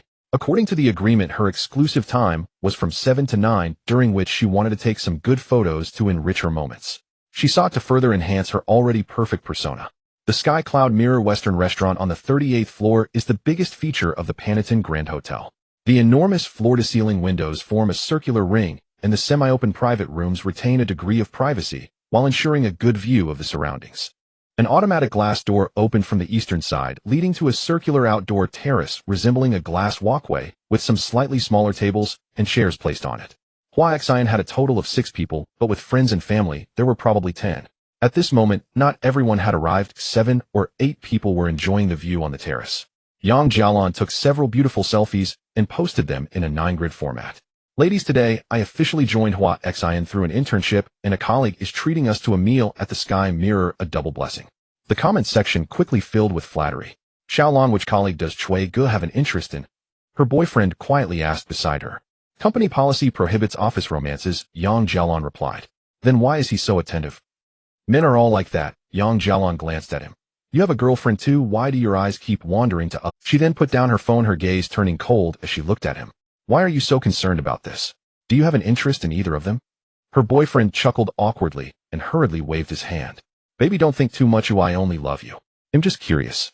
Yang Jialan snorted. Even if you had that audacity, they would have to take a liking to you. Look at your toad-like face, if only you don't find it off-putting. If it weren't for the fact that you have a bit of money and work in a big company, I would have kicked you to the curb long ago. Cui Bin was dressed in a black suit, but he appeared too thin and seemed unable to carry it off, with dark circles under his eyes distinctly visible in the light. He was standing next to Sang Mi and Guan Mi, holding a blue cocktail, trying to appear gentlemanly. This place, Guan Mi smiled and echoed, after all, one should be polite when receiving favors. It's quite good. Sang Ji, however, wanted to invite Li Gu here alone. But looking at the high-end and elegant decor, she whispered to herself, how much would it cost to dine here? Money isn't the main concern, the main issue is how hard it is to book. If you like it, I can treat you to come here next time, Cui Bin said, looking at Sang Ji with some heat in his eyes. Guan Mi felt a little uncomfortable. What does it mean to only mention Sang? Didn't she see that he wasn't interested in her? Moreover, the company regulations prohibited office romances. He should be careful here. This guy's thoughts are not pure. Guan Mi took out her phone and snapped a picture capturing both Sang Ji and Cui Bin, then sent it directly to Li Meng. Prince, come quickly, there's a toad trying to eat swan meat. When Li Meng received the message, he was already in the executive office on the 10th floor of the Panatin Grand Hotel. 7 or 8 senior executives were standing in front of him, waiting for the boss to speak. In a 5-star hotel, it is like a large enterprise.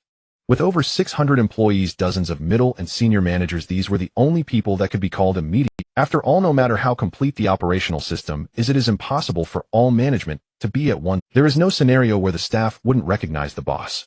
After receiving Guan Mi's message, Li Meng had not taken any action. He knew Cui Bin was not a threat. But soon he received a reminder from the thinker. Another person was flirting with Sang Ji. Not only did he have a peculiar illness, but he was also a drug addict. Li Meng immediately stood up and walked out of the office. 7 or 8 suited senior executives immediately followed him. Once outside, their assistants and subordinates also followed suit.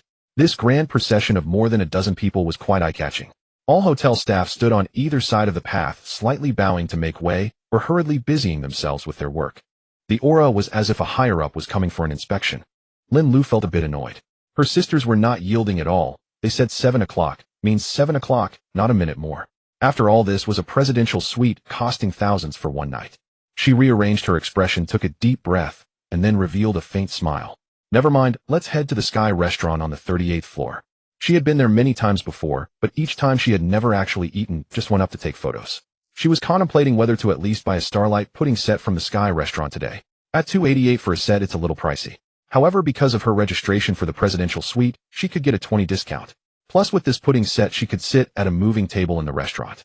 Just then the elevator doors opened, and she happily thought of stepping inside. She bumped directly into a solid chest. Her first concern was whether her makeup had gotten messed up. The elevator in the 5-star hotel was designed to be very spacious, capable of holding more than 30 people at once. How could such a large elevator have someone bump into it?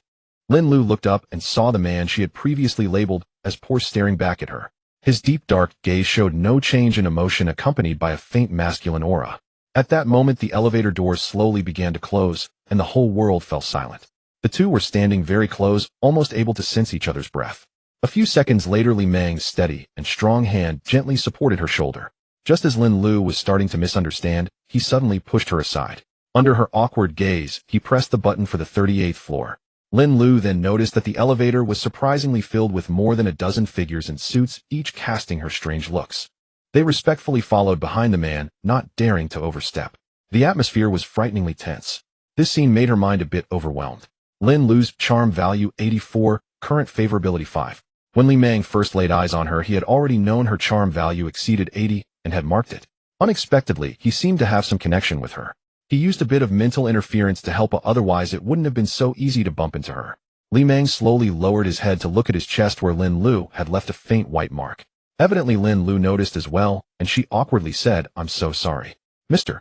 Li's steady middle-aged female voice sounded, and a woman in professional attire presented a wet wipe from the side.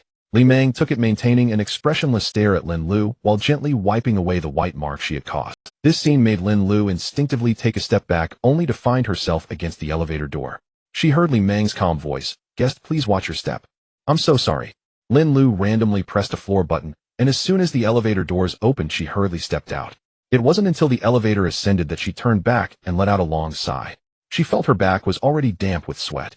This was too awkward. So embarrassing. At this moment, she realized she had definitely misjudged the situation. He was not some poor person, but a true big shot. She also noticed that some of those following him were wearing pants. He should be a major shareholder of the hotel, and a significant one at that. The clothes were new, not necessarily because he was reluctant to wear them, but perhaps he had too many to wear them all. The watch on his wrist was something she had never seen before. It was not necessarily a knockoff, but could be a high-end custom piece. His perfect physique suggested he might have grown up in a family without financial constraints and maintained good health habits. Lin Lu calmed herself by the window in the stairwell, for a while continuously reasoning with herself. Then she took out her phone and sent a moment update. "I accidentally bumped into Mr. Li from Panadin. So awkward, but Mr. Li was very gentle and just reminded me to be careful." She attached a few photos of the elevator. Just as Guanmi had sent a message to Li Meng, a greasy voice suddenly came from nearby. "Beautiful lady, is this your first time here?" Guanmi saw a man in his 30s with slicked back hair and a small artistic mustache, dressed in a white suit, holding a glass of champagne as he approached Sang Ji. Sang Ji caught a whiff of an excessively strong cologne and uncomfortably turned her head to greet the natural night breeze. "Sorry, I'm not interested," she said. Since university, and even earlier, she had lost count of how many times she had encountered such situations. These men were truly immature, not at all like Brotherly. When would Brotherly arrive? She took out her phone, and the chat record still showed the last reply from Li Meng. Zhang Jingxiang did not give up, speaking in a mix of Cantonese and English, casually revealing the luxury watch on his wrist. "More friends, more paths. My name is Zhang Jingxiang from Port City, just back from abroad. You are the most beautiful girl I have ever seen, and I would like to buy you a drink." This was too blunt, but it somehow felt reasonable given his persona, carrying a subtle moral coercion of "I'm educated and open-minded while you are too conservative if you don't accept." Those who subscribed to this kind of talk would easily establish a connection. Sang Ji felt a bit annoyed as she didn't respond, but took a few steps away and leaned against the railing at the far edge. The night breeze blew her hair wildly as she gazed at the colorful neon nightscape, her fair and beautiful face illuminated by the lights, showing no expression, like a cold atmospheric sculpture. At that moment, a low melody filled the restaurant. So lonely. She felt much better if only it could rain now. An emo beauty. Zhang Zhengxiang's eyes lit up with interest. He had never encountered such a girl before. Only Guanmi couldn't help but twitch her lips, knowing her best friend was getting a bit extravagant again. Beside her, Cui Bin had a somewhat unpleasant expression and stepped forward to stop Zhang Jingxiang, who was about to pursue further. "Please do not harass my colleague." Zhang Jingxiang chuckled lightly, not even glancing at him, just clicking his tongue, then made a gesture to leave. "She is just your colleague, not someone special to you. I just heard you are from the finance department of Huaxing Group. What a coincidence, I happen to be going to your group tomorrow to represent my company." He pulled out a business card from his pocket and handed it to Cui Bin. Cui Bin glanced at it. The card belonged to the deputy manager of the public relations department of Port City Alliance, a company he had heard of, but he had not heard about them coming to Huaxing. Moreover, the other party was just a mere deputy manager. What influence could he have? But what if his intention was never to discuss marriage with Sang Ji? He was merely tempted by her appearance. So he took the business card and silently stepped aside. Zhang Jingxiang nodded in satisfaction. There was actually no coincidence. His company had nothing to do with Huaxing at all. Guanmi frowned. This person was so annoying.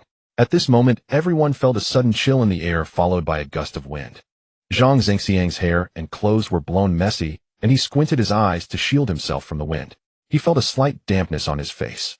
For a moment, he looked up in surprise at the sky, only to find a few barely noticeable raindrops falling from above. He didn't remember there being rain today. People on the glass walkway outside were crowding inside. Zhang Jingxiang was also pushed back in by the crowd. He instinctively turned to look at Sang Ji, who stood still at the outer edge facing the wind and the light rain. The lights shone on her, the dark night enveloping her flowing hair. She simply looked up at the sky. Compared to others avoiding the rain, she was so unique.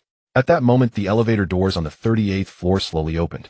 The deep and melodious sound of the cello echoed in the restaurant. Someone on one side stretched their hand to stop the elevator door. As the leading figure stepped out, the once chaotic restaurant stirred by the sudden storm fell silent. The pitch-black leisure suit contrasted sharply with the white shirt underneath. Coupled with his pale skin and handsome features, the newcomer exuded an aura that seemed somewhat out of place in this world. Behind him followed a dozen or so elegantly dressed elites, stepping out in unison without missing a beat. From a distance, they appeared as a dark mass radiating an undeniable aura that could not be ignored. Yet no one would associate him with a celebrity. This was not a scene crafted by a star. This is just too stylish. The aura is absolutely striking. Someone picked up their phone wanting to take a picture. The people behind Li Mao attempted to stop them, but he raised his hand to halt them. With thinkers present, someone might capture a normal shot of him, but it would never gain traction online. Unless he would. At this moment, Zhang Zhengxiang's gaze flickered, temporarily forgetting Sang Ji as he searched his mind for Li Mao's identity. He recognized several individuals following Li Mao. They were high-ranking officials from the Panadin Grand Hotel. This meant that the man was at least a major shareholder of the hotel. Such a person was rare to encounter, making it essential to connect with him. He stepped forward, adjusting his smile to perfection, completely shedding his earlier greasy demeanor, now appearing calm and humble. "Hello, I am." Li Mao did not even listen to his self-introduction, merely pausing slightly to interrupt him. "I don't care who you are." His voice was calm and devoid of emotion, yet it carried a magnetic quality that made everyone perk up. As if receiving a clear directive from a superior, two individuals immediately stepped out from behind him to block Zhang Zhengxiang. Li Mao subtly issued a mental suggestion for expulsion. Then, without pausing, he continued forward, as if ignoring an ant trying to obstruct his path. "What a disgrace. What level do you think he is? And you just approached him to chat. Cannot distinguish your own position." Someone mocked, covering their mouth as they glanced at Zhang Zhengxiang, who was publicly humiliated. Zhang Zhengxiang's face turned extremely ugly. He clenched his fists and ultimately swallowed his pride. This man was not someone he could afford to offend. At that moment, an inexplicable urge to leave surged within him. After hesitating for a moment, he attributed it to a blow to his self-esteem and turned silently towards the elevator. Guan Mi was completely stunned. She could hardly believe that the person before her was Li Mao. Wasn't he supposed to be unemployed? How did he turn around with so many subordinates who were clearly not ordinary employees? Were they also here for the gathering? And such a grand spectacle. Unbeknownst to her, with so many people following him and being the center of attention in the restaurant, Li Mao himself felt a bit nervous. After all, he was just an ordinary person who had recently grasped wealth and power, struggling for survival just a month or two ago. It was entirely due to his mental interference that he could appear so composed. Generally, he did not wish to be so high profile. But there was no choice.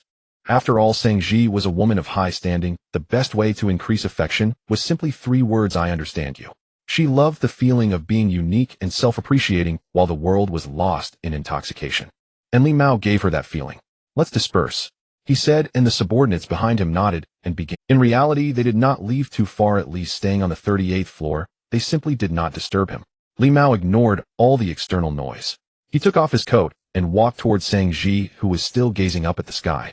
By this time, a few raindrops had already begun to fall. Li Mao thought that if it weren't for her beautiful face, she would have long been considered a lunatic. Otherwise, how could one say that the world is unfair?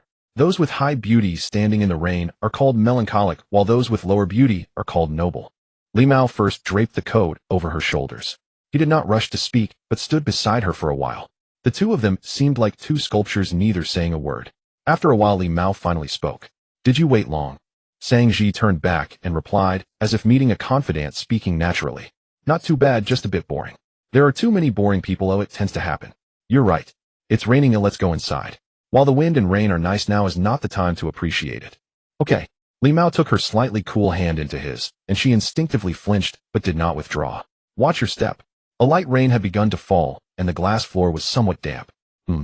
Sang Ji said nothing and allowed him to lead her into the restaurant. But Li Mao could feel her heartbeat quickening. After a while, in a semi-closed scenic box, everyone took their seat. The waiter slowly pulled the glass door shut, turning the interior into a completely enclosed space. Li Mao, Sang Ji, and Guan Mi sat together. At this moment, a voice came through the earpiece. "Sir, I believe humanity is still too complex. I couldn't understand the dialogue and behavior between you and Miss Sang Ji. Was it encrypted?" "Shut up." Li Mao sent a message using mental interference. Regardless of the process, the effect was indeed extraordinary. Sang Ji, current affection level 79. The speed at which this affection level soared was simply outrageous. Just a little more, and he would receive the next stage of encouragement. Based on previous experience, while not absolute, it was relatively true that the higher the affection level reached, the better the encouragement offered. The atmosphere fell somewhat silent. Everyone was startled by Li Mao's entrance. Initially, Cui Bin had a slight interest in Sang Ji and wished he hadn't shown up today. Guanmi watched the two silent figures from the side. One was handsome, and the other was beautiful. The key was the aura of grandeur, completely in sync. "You two are a match made in heaven," she said strangely. "It's fine, we have good chemistry." Li Mao replied without changing his expression. Generally, a woman as grand as Sang Ji wouldn't easily blush, but she still felt a hint of... At this moment, Li Mao's hand was still holding hers under the table. She had never experienced such a scene and dared not move. Why wasn't he letting go? What was this? A confession? But he hadn't said anything. Why was he holding my hand? Her mind felt a bit chaotic. After a moment of random thoughts, she felt Li Mao gently exerting pressure. That hand slowly brushed against her fingers and skin, sending shivers down her spine. It was both powerful and decisive, causing her palms to heat up with a slight sweat. She turned to look at Li Mao, whose eyes were fixed on her. They were like dark coals radiating an intense heat. She lowered her head in silence, but at this moment her heart was no longer in chaos. For she was certain that he indeed liked her. Moreover, he was clearly conveying this and seeking her opinion. This was mutual understanding.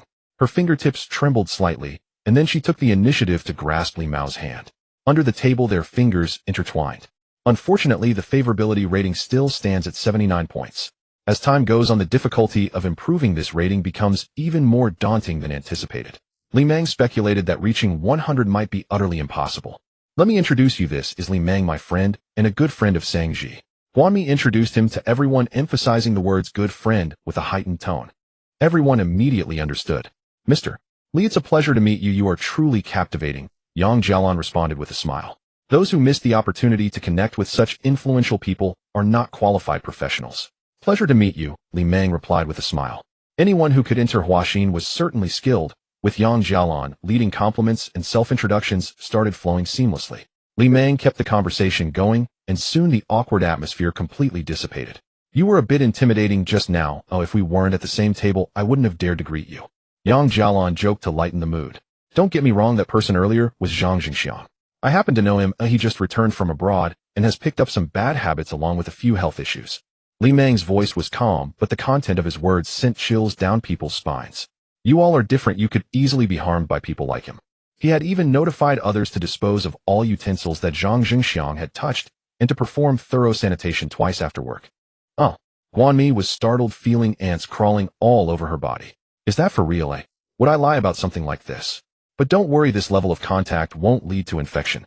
Even after hearing Li Meng say that, everyone still felt a wave of dread wash over them.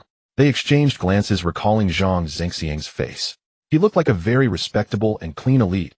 Who would have known he was toxic and filthy? Some decided to take a proper shower and disinfect themselves once the event was over.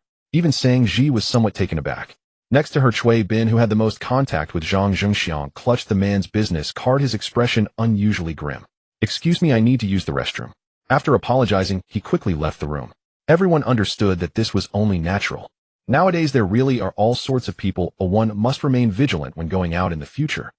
Cui Bin is in trouble. I saw him with the business card. He might need to go to the hospital. However, after this incident, the favorability rating towards Li Meng among those present skyrocketed, as he had created a common enemy for everyone. On the other hand, discovering that Li Meng was not so cold formed a striking contrast. By the end of the meal, everyone had already started calling him Li Ge. It wasn't just superficial flattery. They genuinely felt a degree of affection and recognition for Li Meng. Moreover, they tacitly avoided asking about Li Meng's current identity and job, knowing the principle of keeping casual relationships light. After the dinner party ended, although it was Li Meng's territory, he did not interfere with the usual settlement. The hotel still gave Cui Bin a significant discount and arranged for a car to take them home. Finally, only Li Meng and Sang Ji remained. Under Guanmi's somewhat ambiguous gaze, she lowered her head, her eyes darting away. Soon a message from Guanmi arrived on her phone. "Don't think I didn't see your little actions under the table." Sang Ji immediately locked her screen. Yet this message was sent to both of them, and Li Meng chuckled. "I drove today, so I won't have them take me home." Li Meng directly took Sang Ji's hand. After the first time, there would be a second. This time holding hands felt much more natural, without anyone else's interference. But neither spoke as they walked out of the hall. By now the rain outside had stopped, but the ground was still slightly damp. A refreshing summer evening breeze blew in, mingling with a hint of lingering raindrops. Li Meng felt Sang Ji's heartbeat quickening. They finally arrived at the dimly lit parking lot, where a large plaza lamp cast a soft glow. Li Meng pressed the car lock and the car's lights flickered on. He opened the front passenger door and Sang Ji got in. Inside the car it was dark and quiet with Sang Ji's two hands nervously clasped together. Li Meng sat in the driver's seat and turned to pull her seatbelt across. At that moment he could distinctly smell the faint fragrance of gardenia on Sang Ji. Her breathing was somewhat rapid and her eyes were filled with a misty look. Click! This was the sound of the seatbelt being fastened. Then Li Meng slowly leaned in and kissed her lip. The soft sensation felt electrifying, her body stiffened, and her hands instinctively gripped Li Meng, her toes curling inside her shoes. But she quickly recovered, wrapping her arms around Li Meng's neck. This wasn't inappropriate. The person before her was her boyfriend, who had reciprocated her feelings. So she felt this was normal. The unfamiliar sensation of their teeth meeting mingled with breathless gasps. The small space of the car echoed with faint yet clear sounds. The two were somewhat inexperienced. After a while Li Meng took the initiative to separate, and Sang Ji let out a long breath, resting her head against his chest. The car that had not started felt a bit stuffy. There was a light sheen of sweat on Sang Ji's temples. She lifted her head, and at that moment was no longer shy, her eyes gazing at Li Meng's face. Li Meng gently tucked her hair behind her ear, saying nothing. This feeling was one that Sang Ji would never forget in her lifetime. After a long while she heard Li Meng's voice. "Let's go home, Sang." This address made her feel weak all over. The rain outside the car windows had started again without her noticing. The summer in Jiangxing often has such a phase with intermittent rains that come and go without warning. Li Meng's feelings at this moment were complex. On one hand, he was officially off the market for the first time in his life. To say he felt nothing would be a lie. Sang Ji was a good girl, beautiful, well-employed, highly educated, and from a harmonious family. Her character, being a bit bold, isn't a flaw. In short, she was the perfect choice for a girlfriend. But on the other hand, Sang Ji's current favorability, 79, still stood at 79. They had held hands, kissed, and made their relationship clear. He had invested. Well, fine, he wasn't at a loss in this. But it was still 79. This clearly indicated one thing. Perhaps when the favorability reaches 75, or even 72, opposite sexes can establish a boyfriend-girlfriend relationship. In short, the threshold for a boyfriend-girlfriend relationship, according to the system statistics, does not reach 80. Or could it possibly go further? Li Meng was uncertain. He recalled that Chun Qingyi also had a favorability rating of 70. Could this woman have developed inappropriate thoughts about him? This favorability rating definitely needed to be improved. Sang, how's your foot now? Li Meng suddenly asked her. This had been a matter for some time now. Sang Ji's voice was always soft, as if she was speaking with a gentle lisp. It seems. Still a bit uncomfortable. Then I'll check it again tonight. Okay. Sang Ji felt her face warm as she enjoyed the cold air conditioning in the car. Outside the wind howled, and the rain poured down, accompanied by thunder and lightning. This damned weather, sunny one moment and rainy the next. Jin Sheng cursed as he spotted a man and a woman walking hand in hand through the rain from the balcony. Their pace wasn't particularly slow, but they appeared far more composed than the typical panicked crowd. Upon closer inspection, it was none other than Sang Ji and Li Meng. He scoffed, recalling that just a few days ago his wife Niu Jia had asked Sang Ji about her relationship, and Sang had claimed they weren't together yet. Upon returning, the two of them entered Sang Ji's room drenched. Her room was just as he remembered, featuring a large curved glass wall made up of dozens of small square panes. Outside, the thunder and lightning reflected off the glass while torrents of rain cascaded down, resembling a waterfall. As soon as they stepped inside without turning on the lights, Li Meng embraced Sang Ji and kissed her. He released her after a brief moment. After all, they were both soaked to the bone, or if they didn't hurry to shower and change, even in summer they could easily catch a cold or fever. He could already feel that Sang Ji's body was somewhat cold. Quick, go wash up. Li Meng ruffled her wet hair. Sang Ji wrapped her arms around him, already feeling a bit clingy. Just wait a bit longer. Good, I'll come find you in a bit, Li Meng said as he turned on the lights and left the room, taking a shower and changing into loose-fitting clothes. He took out the nearly soaked Bluetooth earphones from the pocket of his changed clothes. He wondered if they would still work. Suddenly the computer powered on, and the voice of the thinker sounded somewhat aggrieved.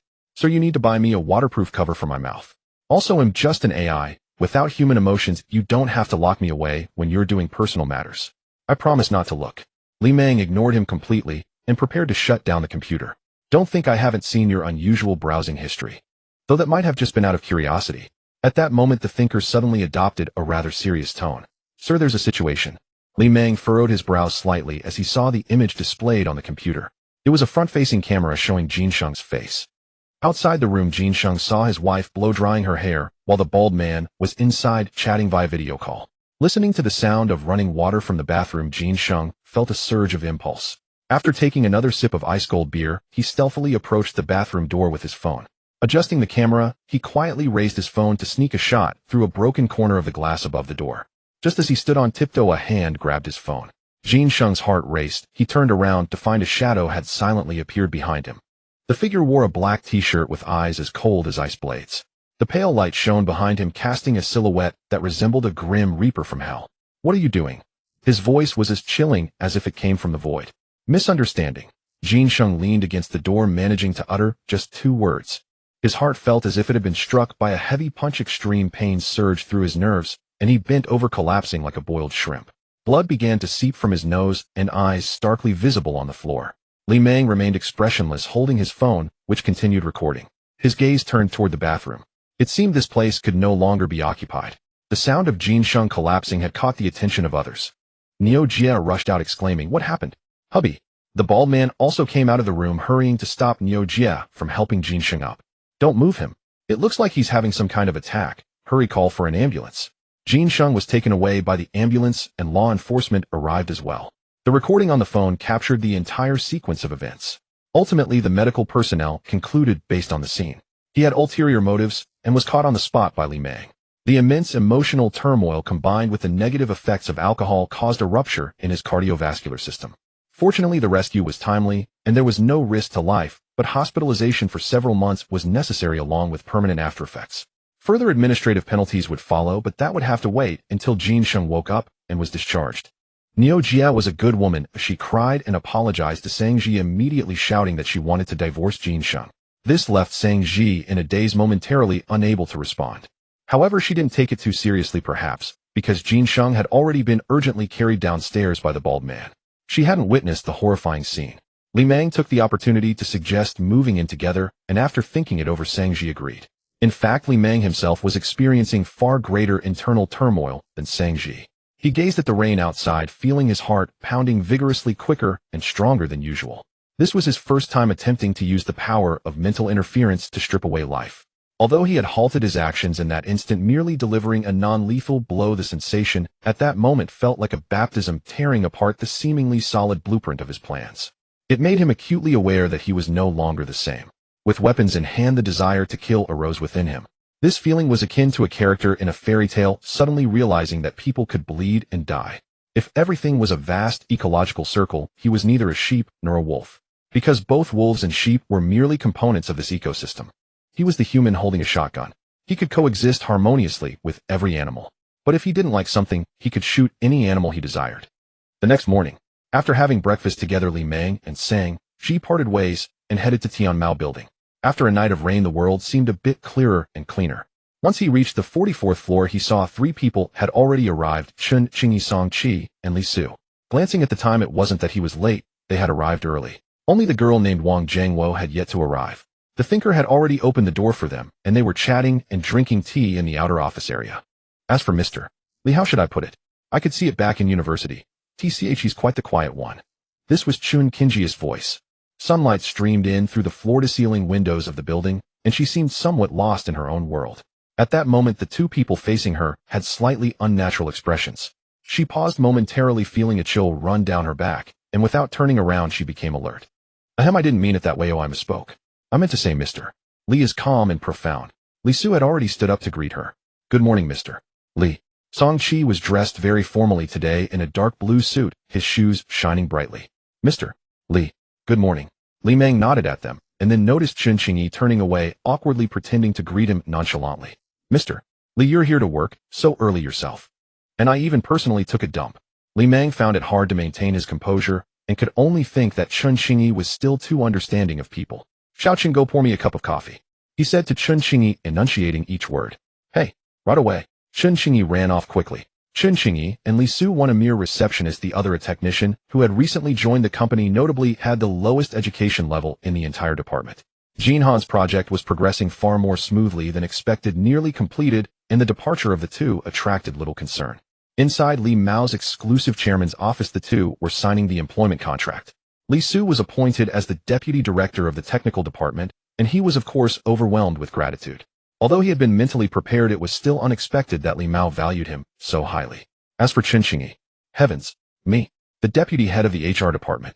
Chen Xingyi exclaimed, pointing at herself, looking at Li Mao as if she had seen her foster father. In fact, this was something Li Mao had considered early on. The HR department was one of the least skilled departments in the entire company. Because Li Mao possessed loyalty testing and talent evaluation skills with a thinker assisting from the side, Chen Xingyi was not a system-certified talent, making her suitable for this position. What's wrong? Li Mao inquired. I thought you wanted me to be your secretary. You can't do that. Your abilities can only be wasted in the HR department. Do you really think being a secretary is something anyone can do? That's a bit hurtful. Will you do it or not? Yes, but it won't be the same. We are no longer just superior and subordinate. Moi. You can't call me Xiao Chen anymore. Oh, I am now Director Chen. You are the deputy director. A deputy director is still a director. Xiao Chen, where's my coffee? I'm bringing it right now. Chen Xingyi, knowing the circumstances, went out to pour a cup of coffee, but while holding the cup she thought, isn't this still the secretary's job? After about 10 minutes, in Li Mao's personal studio, several people were summoned. Chen Xingyi put on the brain machine device, shocked as she recalled the knowledge transmitted to her, refreshing her worldview. Li Zong, you are amazing. No, wait, I mean wow. I mean you are truly impressive. Chen Xingyi stammered, feeling as if she had been hit by 1,000 gold bricks. Is this technology real, eh? This is what your company is working on, eh? It's outrageous. This could change the world. Li Gu, are you even human? Li Mao could no longer endure her gaze, which was as if she were looking at an alien. Calm down. Sure. From now on, whatever you tell me to do, I will do it. I am your dog. Thus I told you to calm down. Although Li Su had seen Li Mao's AR technology, his shock at this moment surpassed Chen Qingji's.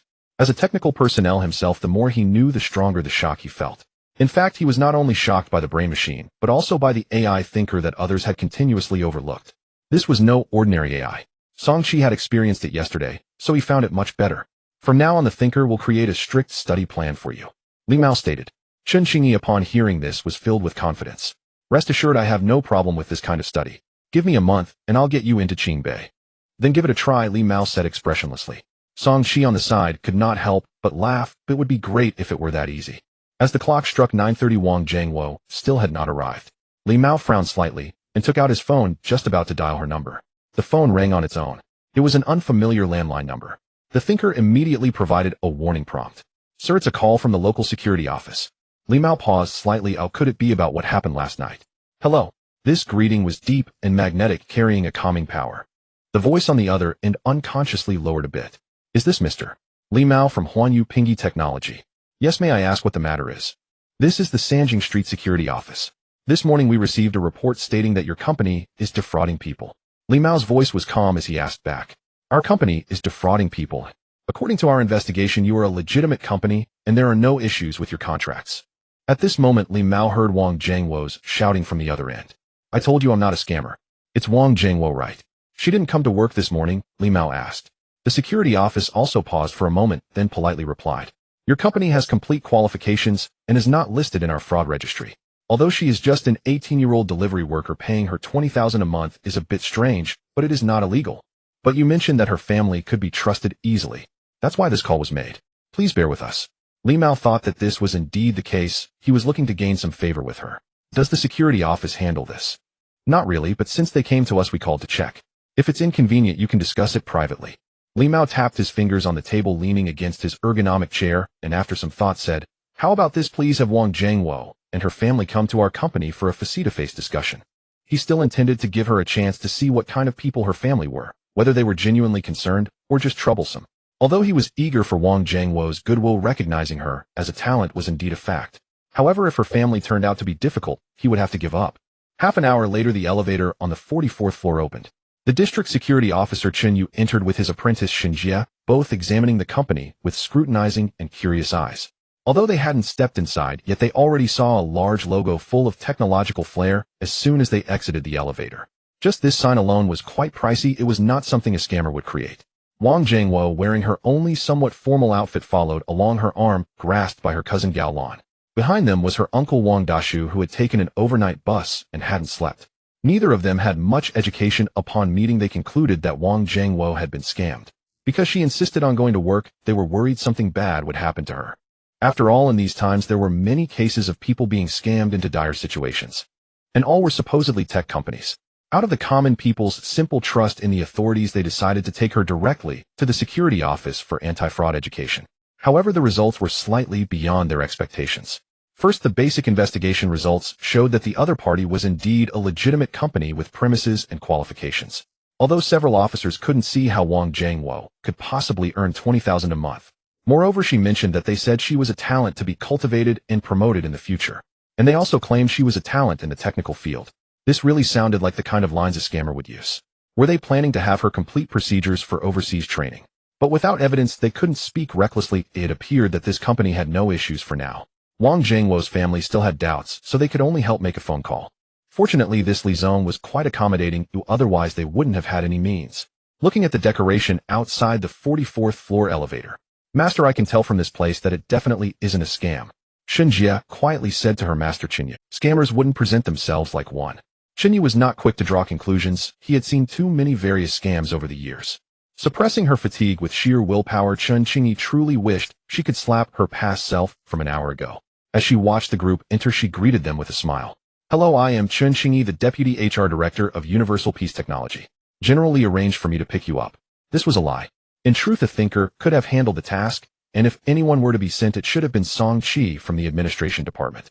So this was entirely her own excuse to slack off. So young, and already a deputy director. Hello, I am Chen Yu from the Sanjing police station. Chen Yu discreetly sized her up before introducing the people behind him. This is Wang Jiangwo's father Wang Dashu and his cousin Gao Lan. Though uneducated, Wang Dashu was no fool. He had been observing the company all along. His initial skepticism had now shifted to bewilderment. He was lean and gaunt with thick hair, appearing to be in his 40s or 50s. Clad in clean but worn-out clothes, he seemed utterly out of place. Gao Lan spoke to him in dialect, but he couldn't catch much of it. Wang Jingwo, however, was slightly surprised. This sister wasn't here yesterday. She's quite pretty. Follow me, General Li is inside. Chen Qingyi now took a curious glance at Wang Jingwo.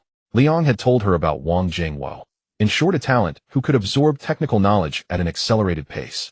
Having experienced the marvel of knowledge transfer via the brain-computer interface, Chen Qingyi now had unwavering faith in her boss. Forget the doubts. Hasn't the brain-machine technology already been demonstrated? Yet she fully understood why a police officer had been summoned. This girl didn't look like a talent at all. Just pretty, almost rivaling her own looks. Lost in her thoughts, she led the group inside with crisp clicks of her high heels. Only then did they grasp the vastness Wang Jiangwo had mentioned. As they ventured deeper, the air grew cooler and the silence more profound. An indescribable solemnity enveloped them. After passing through 2 more doors, they arrived at the massive personal workspace. After a night's work by the thinkers, the space had transformed once again. The floor was so clean it reflected. Priceless equipment was arranged in perfect order, and a colossal display composed of dozens or even hundreds of screens streamed lines of code. Silver gray robots moved with precision, each completing their tasks. The scene was straight out of a movie. Incredible, are robots this smart nowadays? Shen Jie's eyes widened, feeling she had gained a new perspective. Chen Yu was stunned too. He had seen many things, but never anything like this. Even the least observant could tell these items were worth more than their lives. A figure in a black suit emerged from behind the equipment beside the screens, accompanied by a young man who kept nodding. For now, these are the main tasks. No director will be assigned temporarily. I'll report directly to me. General Li, Wang Jingwo exclaimed excitedly. Everyone's eyes fell on Liang. The image of a pot-bellied, white-haired old man that Chen Yu had conjured vanished. This young man so handsome. The others were equally taken aback, their preconceptions shattered. Liang and Li Su ended their conversation and walked over together. General Li, they've arrived. This is Officer Chen Yu from the Public Security Bureau, and that's Wang Jingwo's father and sister, Chen Qingyi reported. Liang nodded. He had already learned their identities through the thinker before their arrival. He sized them up briefly before speaking. I am Liang, owner of Universal Peace Technology. Welcome. His calm, composed demeanor and magnetic voice instantly evoked a subtle fondness. General Li, hello. I think there might be some misunderstanding here. Since the family is present, perhaps we can clear things. Chen Yu got straight to the point, glancing between Wang Jingwo and Liang. He wondered if Liang had taken a lot, but on second thought, what did this girl have besides looks? Still, he was tall, handsome, and wealthy. If that were all, Wang Jingwo wouldn't be losing out, as long as there was no fraud involved. General Li, my daughter said you're paying her 20,000 a month for some technical work. I'd like to know what that is. Wang Dashu wasn't dazzled by the scene. He might not understand tech companies, but he knew his own daughter. I know my child, as she's not cut out for that. This involves company secrets, Liang said. What pleased him most was that Wang Jingwo had never mentioned the brain-computer interface to anyone, even though he hadn't asked for secrecy. But since you're all here, it'll be straightforward. You might think him joking, but I don't like such jokes. Wang Jingwo is indeed a talent with technical aptitude. Seeing the expectant looks, Liang gestured for Chun Qingyi to bring a helmet. Allow me to introduce our first-generation engineering product, the Brain Computer Helmet Universal 1. Brain Computer. Shen Jie had seen related videos and was familiar with the concept. He hadn't expected the company to be working on this. The primary reason I call Wang Jingwo a talent is based on this brain-computer interface. Liang was being truthful. Even a system-verified talent would struggle to realize their potential without, but his brain computer could perfectly shorten that process. Shen Yu at 40 was still unclear about this new technology, let alone Wang Dashu and Gao Lan, who were utterly confused. Seeing this, Shen Jia explained, "Sir, simply put, wearing this helmet allows you to control machines remotely or even input commands into a computer with your mind." He pulled up a video showing a monkey wearing a helmet playing a game with its mind. The three were stunned witnessing such a marvel for the first time. Has the outside world advanced this far? Generally, I think I understand. So Wang Jingwo has a talent for controlling the brain-computer interface, right? Shen Yu reasoned that Wang Jingwo, wearing something like the monkey's helmet, could control it better than most. So my daughter is that monkey, Wang Dashu said, looking at Wang Jingwo, finding the analogy fitting. He knew his daughter well. She was indeed a little monkey. Everyone in the village knew she was as mischievous as one. "I'm not a monkey," Wang Jingwo protested. Liang shook his head. "If that were the case, you'd be underestimating our company. What you saw is brain-computer output, but our work goes beyond output. It's input." Seeing their confusion, Liang offered a vivid analogy. "In short, it's like downloading a movie, directly downloading knowledge into a person's brain." Wang Dashu and Gao Lan were still processing, but Shen Jie and Chun Ye's eyes widened in shock as they stared at Liang. "Generally, do you realize what you're saying?" Even without technical expertise, Chen Yu knew such technology was impossible in the current world. Maybe in another 50 years. Or perhaps it would always be 50 years away. And now someone was claiming they had already built it. They immediately suspected whether Li Meng had become delusional. Because there truly are people in this world, authoritative in academia. Yet they suddenly throw out various weighty statements, all of which are ultimately debunked. Or they possess great wealth and run large companies, yet often utter nonsensical remarks. There are even many great scientists who suddenly shift their focus to theology. Hence they suspected that Li Meng was one of these delusional individuals. However, Li Meng calmly looked at them, and in the next moment everyone felt a sudden influx of characters appearing in their minds. It emerged abruptly without any warning, without premise or causality. Moreover, the impression was incredibly vivid, as if they had recited it 1,000 times. They instinctively raised their heads. They saw dozens, or even hundreds of screens behind Li Meng with code data transforming into a large expanse of obscured characters gradually becoming clearer. Shen Yu heard Shun Jie murmuring, as if to herself, "We explore. We discover. We value. The truth of science should not be sought in the dusty books of ancient sages, but rather in experimentation and theories based on experimentation." The characters on the screen became completely clear, forming the very words Shun Jie recited along with those she hadn't. Finally, all the characters coalesced into a line of shimmering text.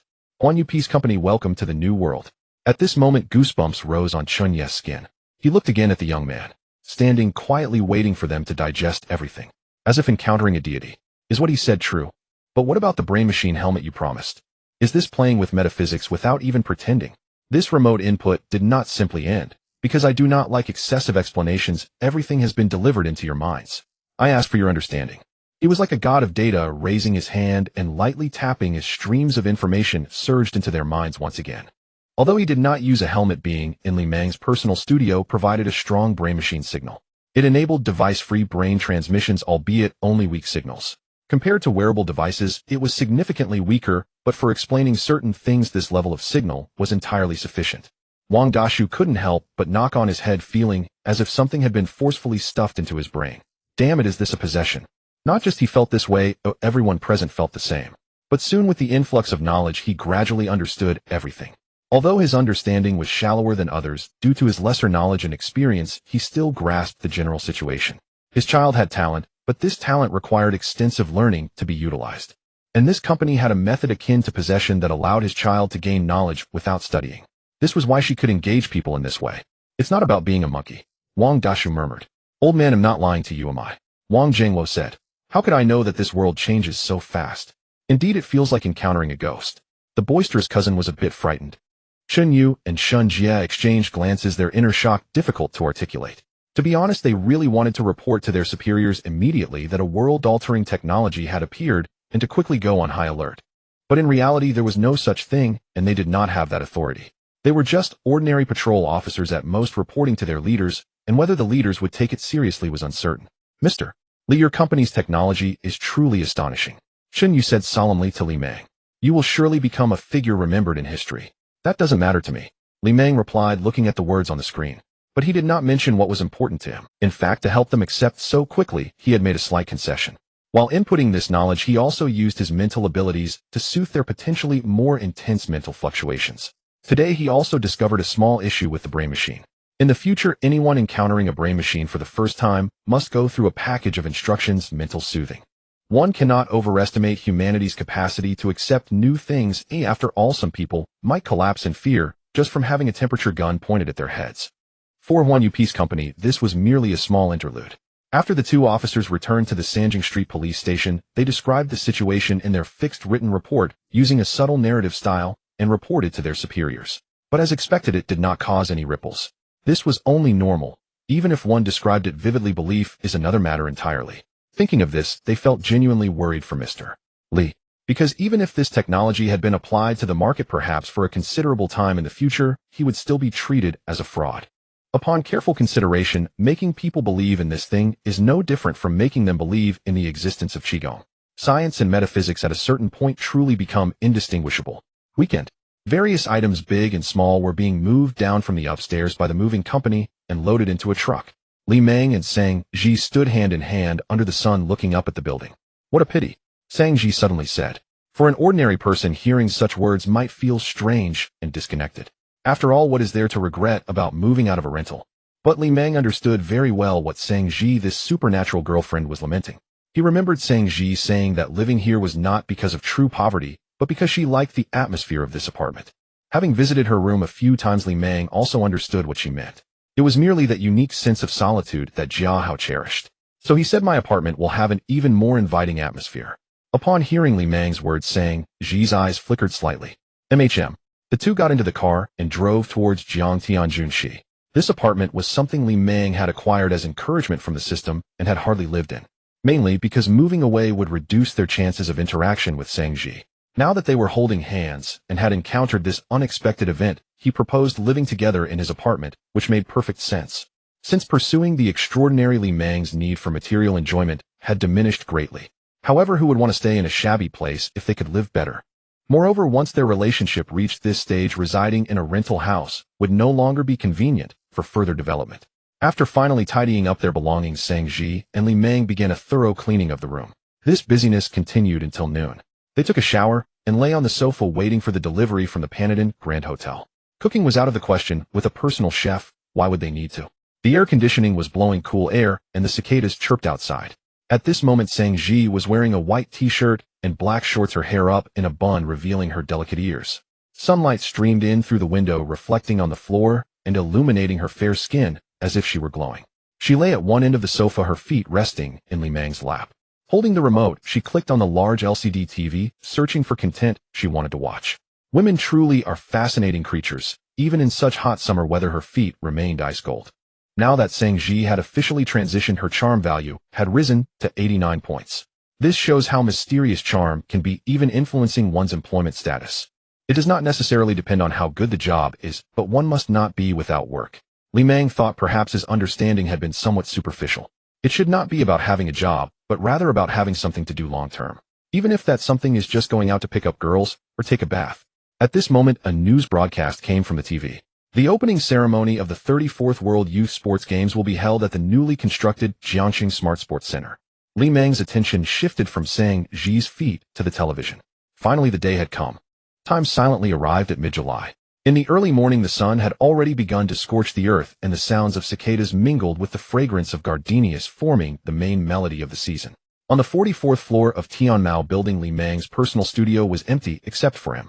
At this moment, all the screens were no longer flashing with code, but displayed live footage from Jiangxing Smart Sports Center. If someone were to make a comparison, they would find that the images here were even more comprehensive and clearer than those from the sports center's control room. It had been several days since the Jiangxing Smart Sports Center was fully completed.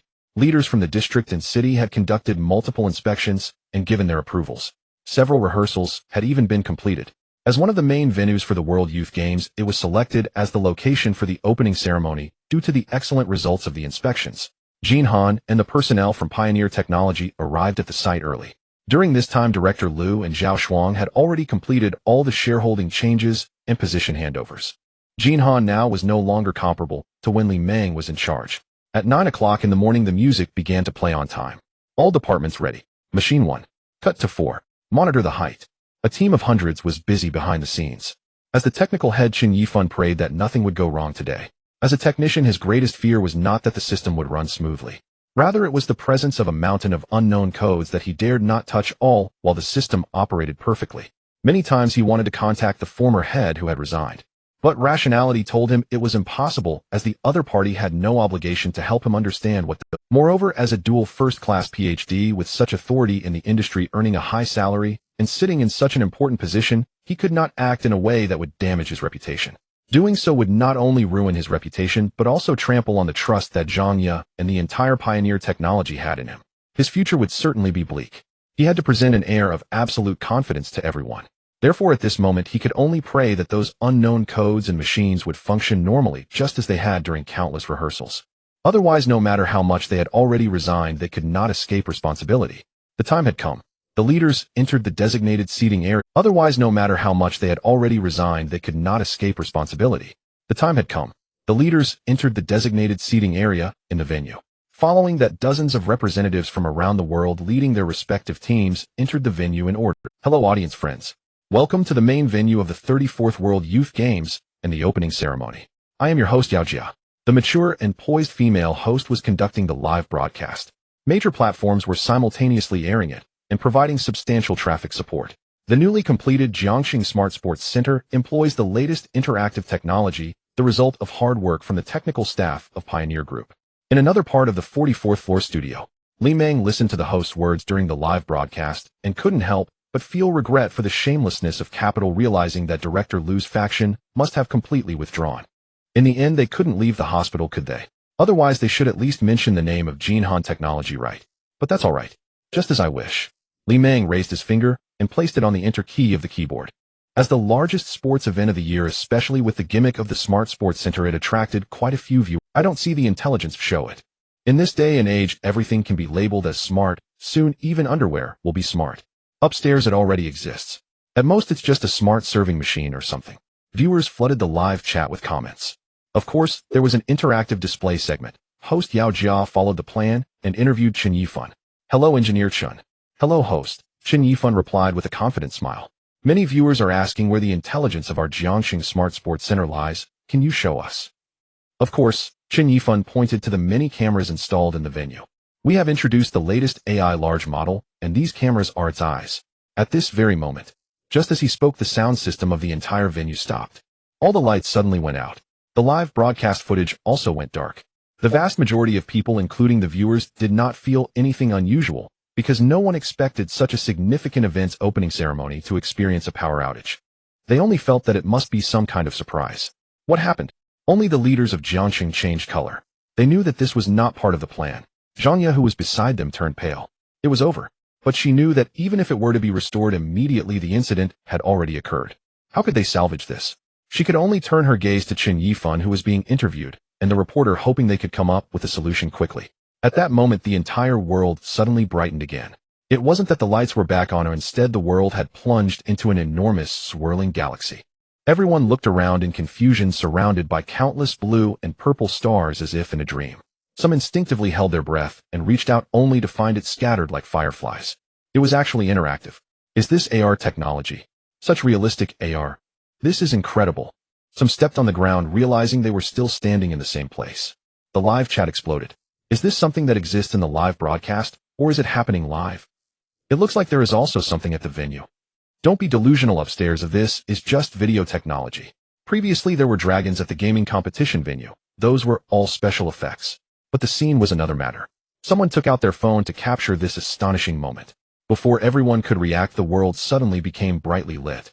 The surroundings transformed into an enormous city. The hot wind, the sun, the honking, the traffic lights, and the bustling vehicles all felt so real. All the athletes and spectators were dumbfounded, as if they had directly crossed from the sports center into the city. Someone recognized it as Jiangxing. but it was a modified version with numerous landmark buildings clustered together. Li Meng in his personal studio on the 44th floor watched the scene on the screen and listened to the cheers of the crowd, feeling a sense of joy in controlling everything from behind the scenes. "You look like a king," said the thinker. This brought Li Meng back to calmness, and he then made a gesture of prayer in the next moment, the city is coming," someone shouted.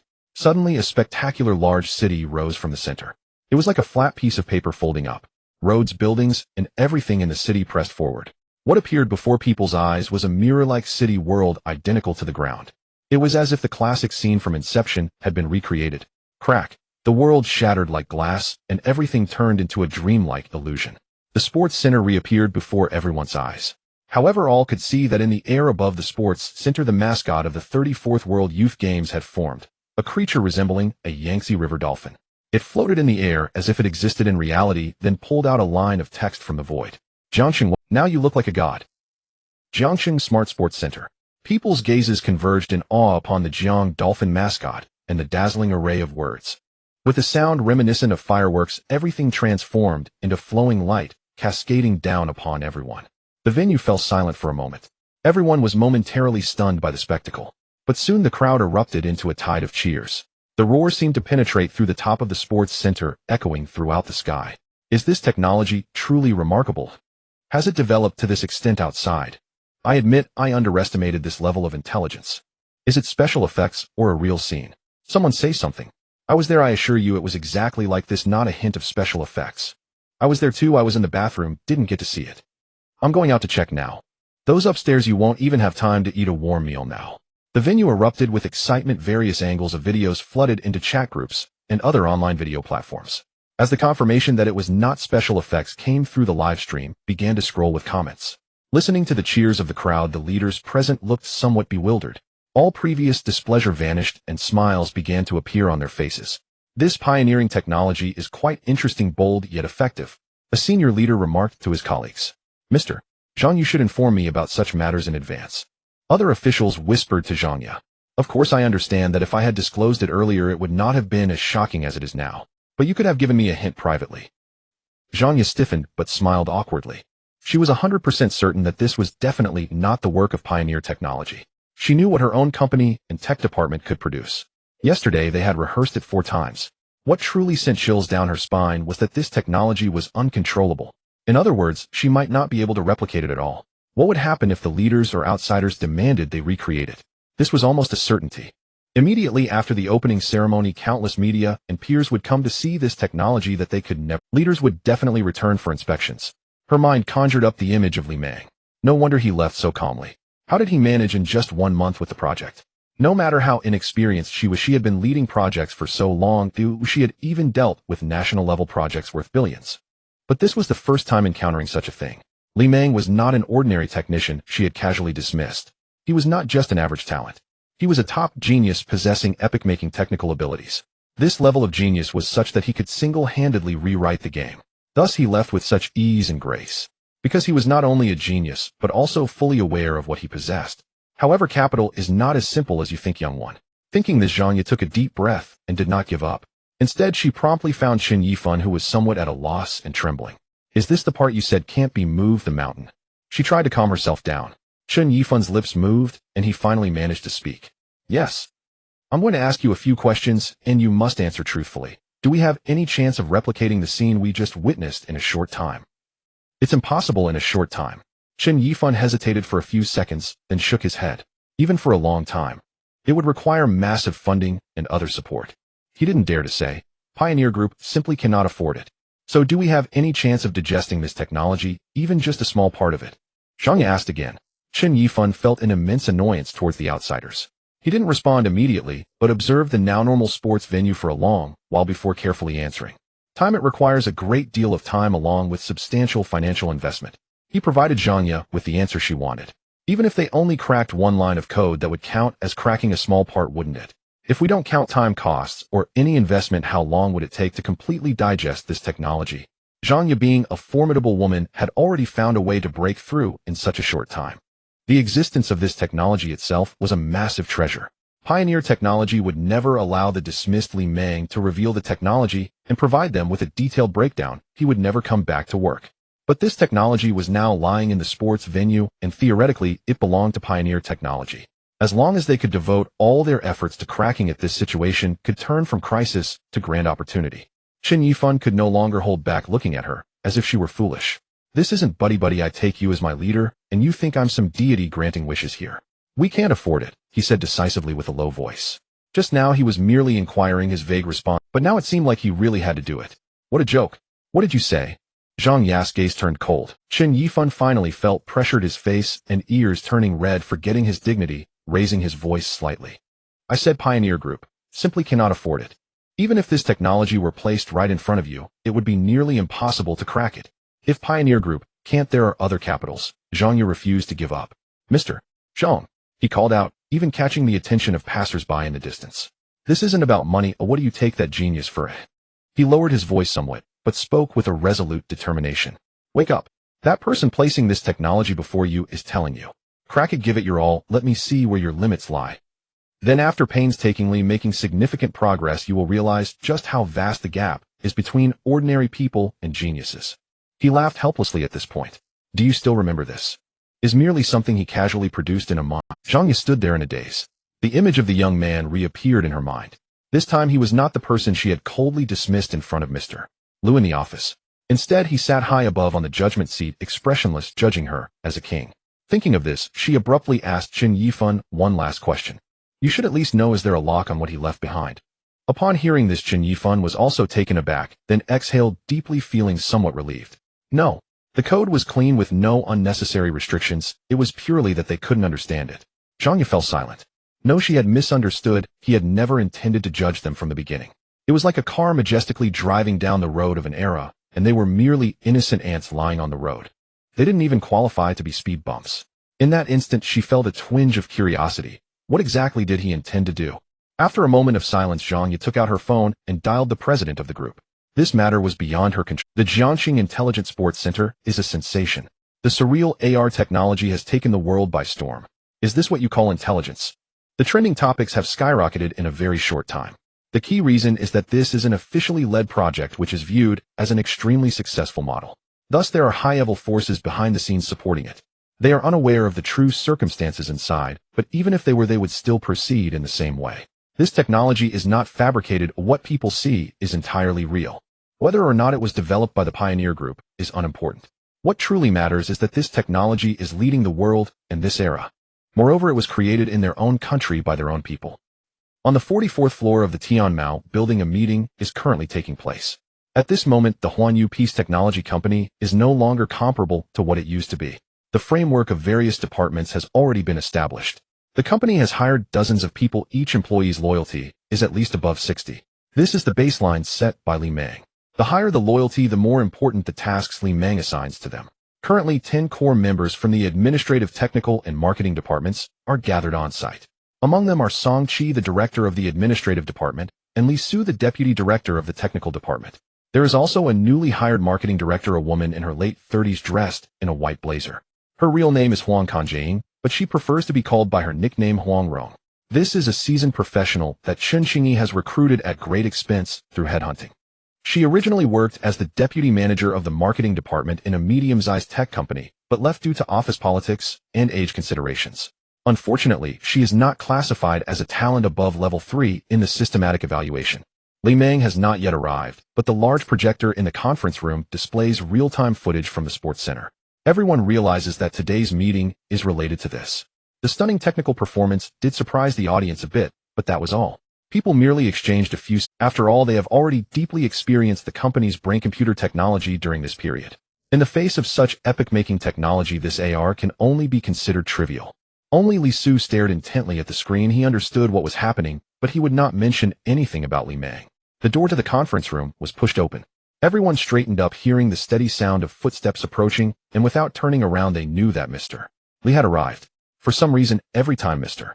Li appears, there is an inexplicable sense of calm in the room. It is not oppressive or serious, but rather an inexplicable feeling that everyone's attention becomes focused and the air grows quiet. It feels as if one had just woken from a deep sleep, and in the utterly silent room one could hear the sound of their own. Because the company is researching brain-computer technology that exceeds the times the technical department often jokingly refers to brain computing power as akin to mental strength which Mr. Li possesses in extraordinary intensity. Li Meng sat at the head of the table, and everyone turned to look at him, hearing him state his usual opening line. Now let's begin the meeting record. His voice was magnetic and penetrating like a machine being turned on. The voice of the thinker echoed, repeating Li Meng's words. Yes, sir, the meeting record has now started. Upon hearing this, everyone took out their notebooks, although it was not truly necessary. But sometimes putting on a serious front for the boss is a basic skill. Today's meeting topic is about the official announcement of our brain-computer technology. Li Meng spoke. Everyone displayed expressions of delight. They had tested it over and over, and the product was already perfected. Finally, they heard Mr. Li mention that it would officially debut. Before the establishment of Huanyu Peace Technology, I was the head person in charge of the Jiangxing Intelligent Sports Center. Upon hearing this, everyone looked up, revealing expressions of surprise, and they began to reassess the footage of the sports center. The Pioneer Group took over the project after I completed the AR. However, they neither have the ability to reproduce my technology, nor can they remove the AR I developed from the sports center project. Upon hearing this, the attendees began to understand the implications, exchanging glances. Looking again at the constantly switching scenes of celebration and joy during the opening ceremony seemed somewhat absurd. This grand celebration, seemingly the epitome of success, was not achieved by anyone present in the sport. The current scene is also not the result of Pioneer technology. Rather, it was decided by Mr. Li a month ago before it even took place. Exactly as you can see, everything has unfolded just as I predicted. Li Meng displayed a faint smile. This smile is often seen on Li Meng's face after the thinkers achieve their knowledge digestion plans based on set indicators. Everyone, now do you understand? Every passerby, every online user, every media reporter will frantically search for the source of this AR technology after the opening ceremony. Upon hearing this, Huang Kanjing, the marketing director, couldn't help but speak up. Mr. Li, you have created an excellent opportunity for the brain-computer technology to make its debut. Although Li Meng is younger than her by a round, she sincerely wishes to address him with respect. She is a genius about to become a top-tier billionaire in the world. It is no exaggeration to say that he is the Iron Man of reality. The people present provided various suggestions. Li Meng quietly listened to their speeches before giving his own opinion. Waiting for them to find out is still too slow. He did not have so much time to waste. So I plan to directly issue a public apology regarding the Jiangxing Intelligent Sports Center technology incident. Everyone fell silent. Huang Kanjing pondered for a moment before revealing a contemplative smile. Are we really issuing an apology for the Pioneer Group's project? Mr. Li, this move is quite detrimental. She understood what Li Meng was implying. The AR technology display was never part of the agreed plan for the sports center. And now it has appeared. Regardless of whether the outcome is good or bad, this is an incident. At this moment, Li Meng is admitting to a mistake left during his tenure as the person in charge. Next, it will be up to Pioneer Technology to prove that they can replicate this technology, thus denying Li Meng's apology. Otherwise, this technology won't belong to the Pioneer Group, but to Li Meng. But can they do it? This idea is indeed brilliant, Song Qi said, his eyes lighting up, somewhat astonished. The penalty for breaching confidentiality and non-competition agreements is completely worth it. It hasn't caused them any actual losses, so there's no need to pay much. I can reach out to a reliable law firm, Huang Kanjing stated. However, Li Meng smiled a faint smile. I didn't sign anything. Everyone looked at Li Meng in astonishment, somewhat confused. I said I didn't sign any agreement. Not only did I not sign, but I was also directly dismissed from the project and the company. Li Meng's voice sounded somber in the quiet conference room, causing the smiles of those present to vanish entirely. The reason was that my personal skills and qualifications were deemed too low to handle the work. Therefore, they didn't make me sign anything, including confidentiality and non-competition agreements. Because it seems the capital believes I am not worthy of receiving agreement fees of several $100,000 a year. In the now silent office, it felt as if the sound of a pin dropping could be heard. Li Zu's eyes burned with anger, his fists clenched under the table. He suddenly began to understand the feeling of being dishonored as a minister in the romance of the Three Kingdoms. Damn Pioneer technology. For a skilled technician, the greatest insult is not leaving a company nor being fired. It is not even receiving a performance evaluation that suggests they are unqualified for their job. Rather, it is when the company does not even bother to sign the most basic non-compete and confidentiality agreements upon your departure. This indicates that they perceive your technical skills as entirely non-threatening. Li Meng is not just a competent technician, he is an epoch-defining genius. Therefore, in the eyes of everyone, this is a complete humiliation. Too much bullying. Song Qi felt his ears flush, genuinely angered. Are these people blind? He was a senior executive pulled out from the delivery point by Li Meng himself, and it is no exaggeration to say that his life underwent a meteoric transformation because of it. Li Meng is not just his boss. Huanyu Peace Technology is not an ordinary company. This is the place he has resolved to devote his life to. He intends to work under Li Meng until he can no longer do so. With this awareness, the insult from Pioneer Technology feels like an insult to himself. Thus a vengeful anger began to rise within him. Huang Kanjing silently took out a pen, diligently noting down the situation in his notebook. Seeing the indignant expressions of those around him, Li Meng felt a slight sense of comfort inside. They truly are his carefully selected subordinates. Their loyalty is commendable. In truth, he was not particularly concerned about the matter. He merely brought it up to provide a more tangible motivation for their actions. Someone once said that what often unites people is not ideals, but revenge. Yet he needs to promote both ideals and revenge. After the meeting, Li Meng returned to his personal studio. He opened the panel for the God of Wealth system. Li Meng. Physique 85. Charm 89. Spirit 110.5. Free attribute points 1. Talent hard work pays off tenfold. Fitness talent immune to all diseases. Agile fingers. Charm aura. Career 1. 9 influence factor. Items thinker's brooch. Loyalty detection. Watch God of Wealth cigarettes. Tasks 1. Affection from the opposite sex saying G79 O Chun Chingy 73. 2. Language skills. Shop level 20 500 refreshing. 1. A property in Jiangxing Jinka Shangqing community 100 God of Wealth points. 2. Funding of 50 million 100 God of Wealth points. 3. A random luxury car 100 God of Wealth points. God of Wealth points 28 10 points. His career influence factor has risen to 1.9 and has become stagnant. Perhaps because the company has not officially launched, yet it remains relatively unknown. Progress in terms of physique has not been as rapid as he imagined, especially after surpassing 80 points. Even with the tenfold fitness talent and hard work paying off, the speed of attribute increases has slowed significantly. The task related to language skills has not yielded any God of Wealth points for several days now. This is because he has nearly completed learning all the languages available through resources on the Earth network. Even some extremely rare and obscure languages have been collected by the thinker from obscure corners. As a result, his God of Wealth points have accumulated to nearly 3,000. Speaking of which, the God of Wealth shop will refresh again in just a few days. With this thought, he paused. Sitting on his ergonomic chair, he observed his spacious studio adorned with a sci-fi decor, 3 expensive silver-gray robotic arms hanging from the ceiling, hovering in the air. A large display made of dozens or even hundreds of screens showcased the completed renovation of the company from the 40th to the 44th floors. It has only been 2 months since he acquired the God of Wealth system, and he has reached this point. It's quite astonishing. He took out a cigarette case with a black background and golden tree-like patterns. Inside there were 20 cigarettes neatly arranged.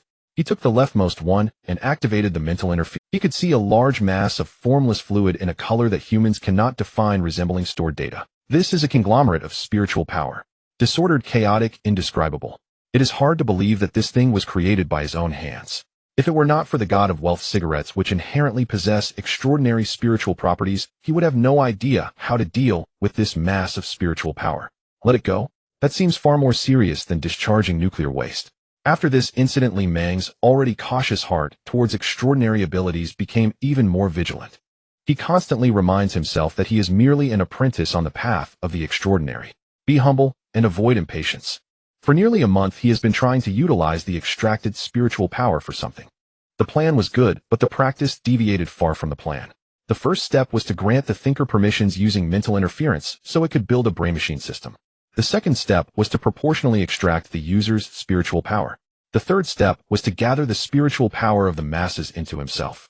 One can imagine how immense the extracted spiritual power would be if tens of millions or even hundreds of millions of people used the brain machine. After these 3 steps, he wouldn't say had become a deity, but he certainly wouldn't be out of place in human society. However, spiritual power possesses a unique and exclusive nature. He has tried to extract spiritual power from the dozens of people in the company, but this power does not belong to him and cannot be used directly. It carries the various wills of its original owners.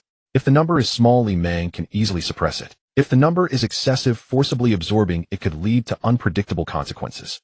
Thus his plan to become a deity in 3 steps fell through. All the extracted spiritual power was concentrated into a single cigarette from the God of Wealth. Mixed together, it became this thing. The good news is he can take this cigarette out daily and analyze and digest language knowledge using the mental interference ability to refine spiritual power. The bad news is that the refining efficiency is lower than the consumption rate. Moreover, the refined spiritual power currently cannot directly increase his maximum spiritual power. However, Li Meng does not intend to give up on this path. On one hand, who can refuse the possibility of infinite spiritual energy in the future? On the other hand, not being able to increase the maximum value is only temporary. In the future, if he can refine enough spiritual power, at once there may be changes. As his spiritual value increases, the purification rate will surely improve gradually. Focusing on the purity of human spiritual essence is also a viable approach. This means that the primary task of the Brain Machine Company has shifted. He not only needs spiritual power, but must also find ways to obtain more easily refined spiritual power. At this moment his phone vibrated. Li Meng glanced at it. It was a message from Chen Qingyi. Mr. Li, I heard you were insulted. The opening ceremony concluded, and the World Youth Sports Games commenced as scheduled. This grand sporting event held mid-year stirred up a massive wave online due to AR technology. Not only were the AR videos from the event circulating wildly, but information about the Pioneer Technology Group and Jinhan Technology was also dug up extensively. The Public Relations Department of Pioneer Group was busier than ever. However, the senior management was engaged in an unprecedentedly serious meeting, with everyone looking grim and hurrying about. This stood in stark contrast to the bustling Public Relations Department.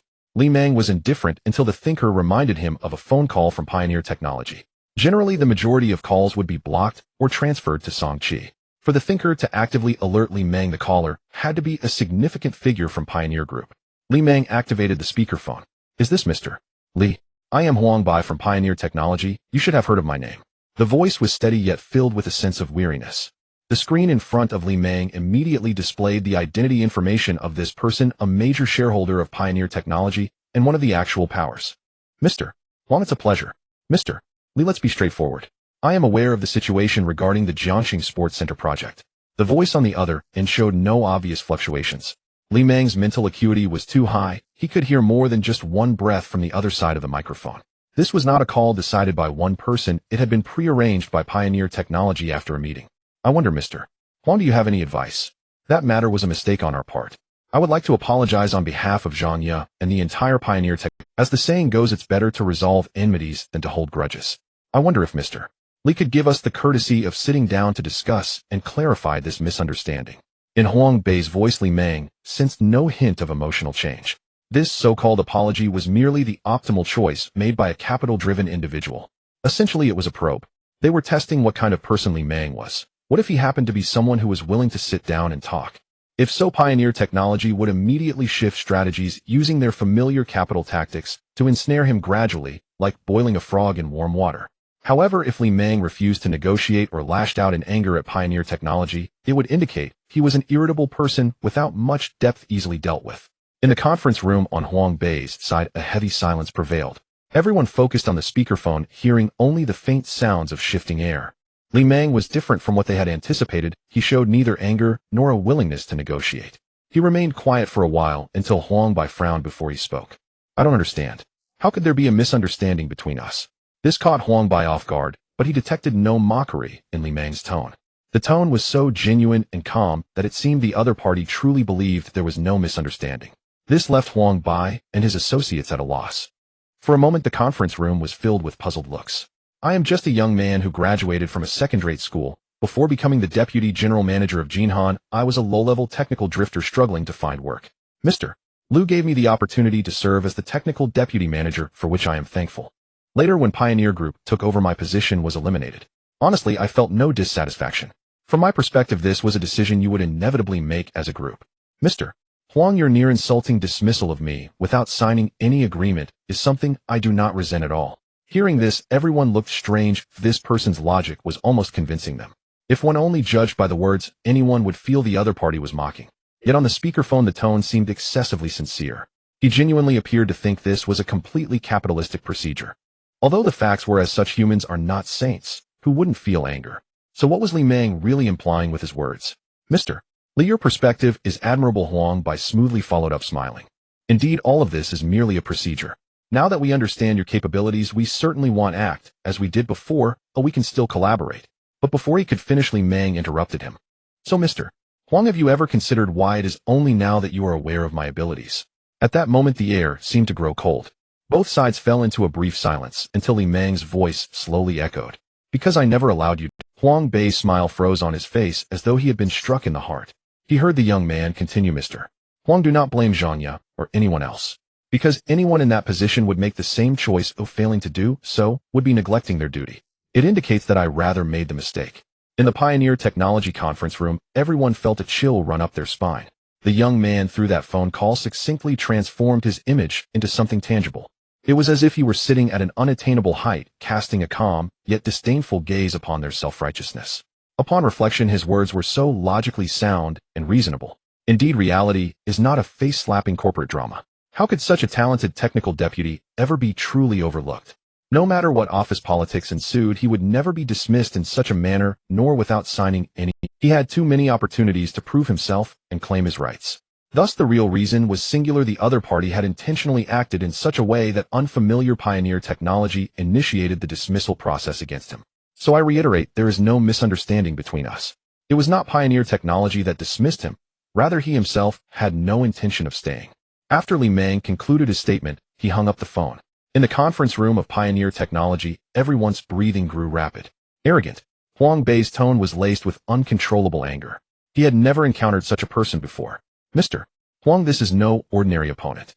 If he did this deliberately, then the Jiangxing Intelligent Sports Center is merely a chess move in his game. This means he will not back down easily, and further actions are certain to follow. These actions will likely be extremely detrimental to the company. Huang Bei was well aware of this. No matter what Li Meng planned to do, Pioneer Technology had already become exceedingly passive. Just the thought that in the eyes of that arrogant young man Pioneer Technology might merely be a pawn he could discard at any moment made his anger surge. Meanwhile, on the side of Huan Yu Peace Technology, several more calls came in, some from Pioneer Technology, others from various places, handled by Song Qi.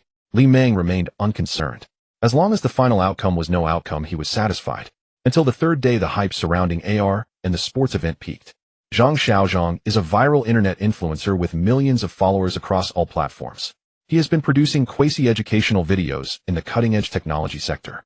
The emergence of AR at the Jiangxing Smart Stadium immediately caught his attention.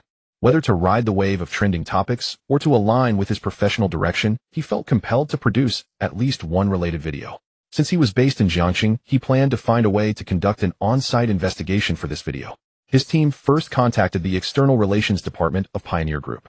However, all attempts, including work emails and other public contact methods, went unanswered. This baffled him. Although Pioneer Group was immensely popular due to the AR technology, he was a top influencer in this field. Was there anyone more suitable than him to capitalize on the hype for advertising? Surely Pioneer Group could at least respond to him. After numerous attempts, he finally got in touch with a friend who held a mid-level position at Pioneer Technology. Brother Zhang, it's not that I want help you. Let me be frank, our group is in a bit of chaos over the AR matter. What do you mean?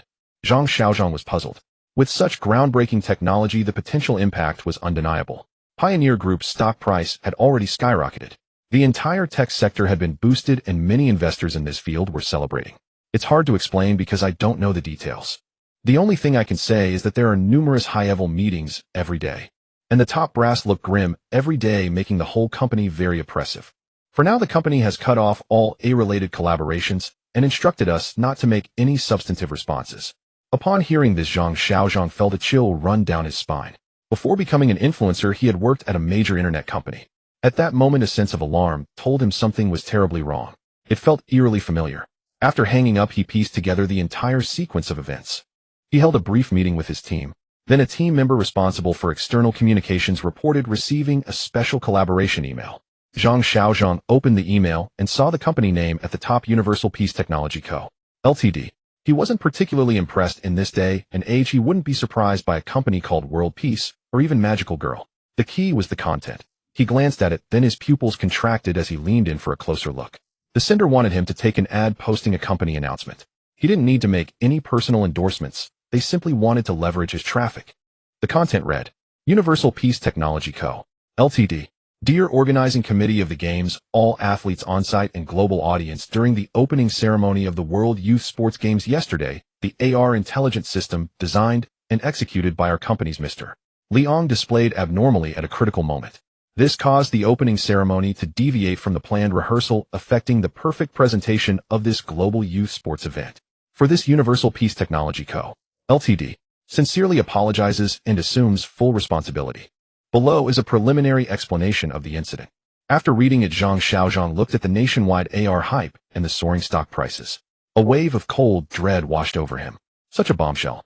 The main party Pioneer Technology remained silent, offering no response. Yet this suddenly emerging company came forward to claim responsibility for the AR mishap. He also looked at the so-called mishap, which referred to the AR performance that should never have appeared. Because AR was never part of the original plan. It was the brainchild of the original project lead Liang. After his resignation, the technology lost all technical support and maintenance, theoretically making its appearance at the ceremony impossible. An imperfect technology could easily cause accidents during the ceremony, which was highly irresponsible. At this very moment, due to the lack of subsequent technical maintenance, the AR system could not be replicated. Liang believed that Pioneer Technology must have been aware of this and would not take such a risk. Therefore, the AR that appeared on site was definitely an accident. He felt this was due to his failure to properly hand over related work upon resignation, hence his public apology. Zhang Xiaozhong then looked at the contact information left in the email. Huang Kanjiang, Director of Marketing, Universal Peace Technology Co., Ltd. If it weren't for Pioneer Technology's peculiar behavior, he would have dismissed this company as a shameless trend chaser. After all, in this era, wherever there is a trend, there are people pulling outrageous stunts. Some even falsely claim parentage, let alone taking credit for such a hot technology. But now Pioneer Technology indeed dared not speak out. Moreover, the letter wasn't just lip service, it provided several key pieces of evidence with redacted sections. These included Liang's contract as Deputy Technical Director at Jinhan, his project proposal and related agreements as the lead, and even his termination notice from Jinhan. And Jinhan had been fully acquired by Pioneer Technology. This made things interesting. Zhang Xiaozhong, habitually skeptical, didn't fully trust Universal Peace Technology. If this were true, Liang was an absolute genius, a groundbreaking prodigy. At the very least, he could single-handedly outperform Pioneer Technology's entire technical team. This seemed almost fantastical. The story was also steeped in legend, compelling one to seek the truth.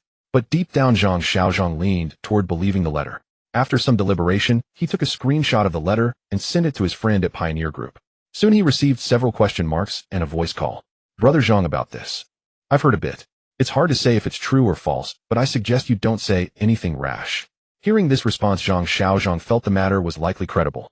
But he indeed didn't take the job and posted online recklessly. As a top influencer, he couldn't risk everything for the sake of traffic. He simply added Huang Kanjiang's contact and proactively asked for more details about the incident, hoping for more substantial evidence. But this letter wasn't sent only to Zhang Xiaozhong. Soon related trending topics shot into the top 10. Jiangxing Smart Stadium AR is fake. Fired genius technician, capital stealing the fruits. The sordid secrets behind the opening ceremony. What if I told you this AR feast was the result of an accident? This public sentiment quickly impacted Pioneer Group's stock price. Investors who had bought shares were in despair, frantically searching for the truth. They constantly demanded that Pioneer Group immediately issue an official denial. Under public pressure and stock exchange disclosure rules, Pioneer Group finally issued a belated announcement at 11 p.m. that night.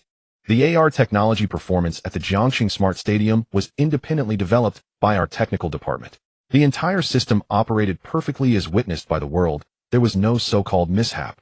Our company reserves the right to pursue legal action against the numerous false statements online. Although it came a bit late, the firm and unambiguous wording of the clarification greatly reassured investors, and the stock price finally stabilized. Some even began to counterattack Universal Peace Technology for shamelessly chasing trends. But some netizens pointed out that Universal Peace Technology at least had some concrete evidence. Pioneer Technology's announcement wasn't enough to dispel all doubts. As a listed company, it had an obligation to prove itself. The best response would be to openly demonstrate the AR technology. Opinions were divided.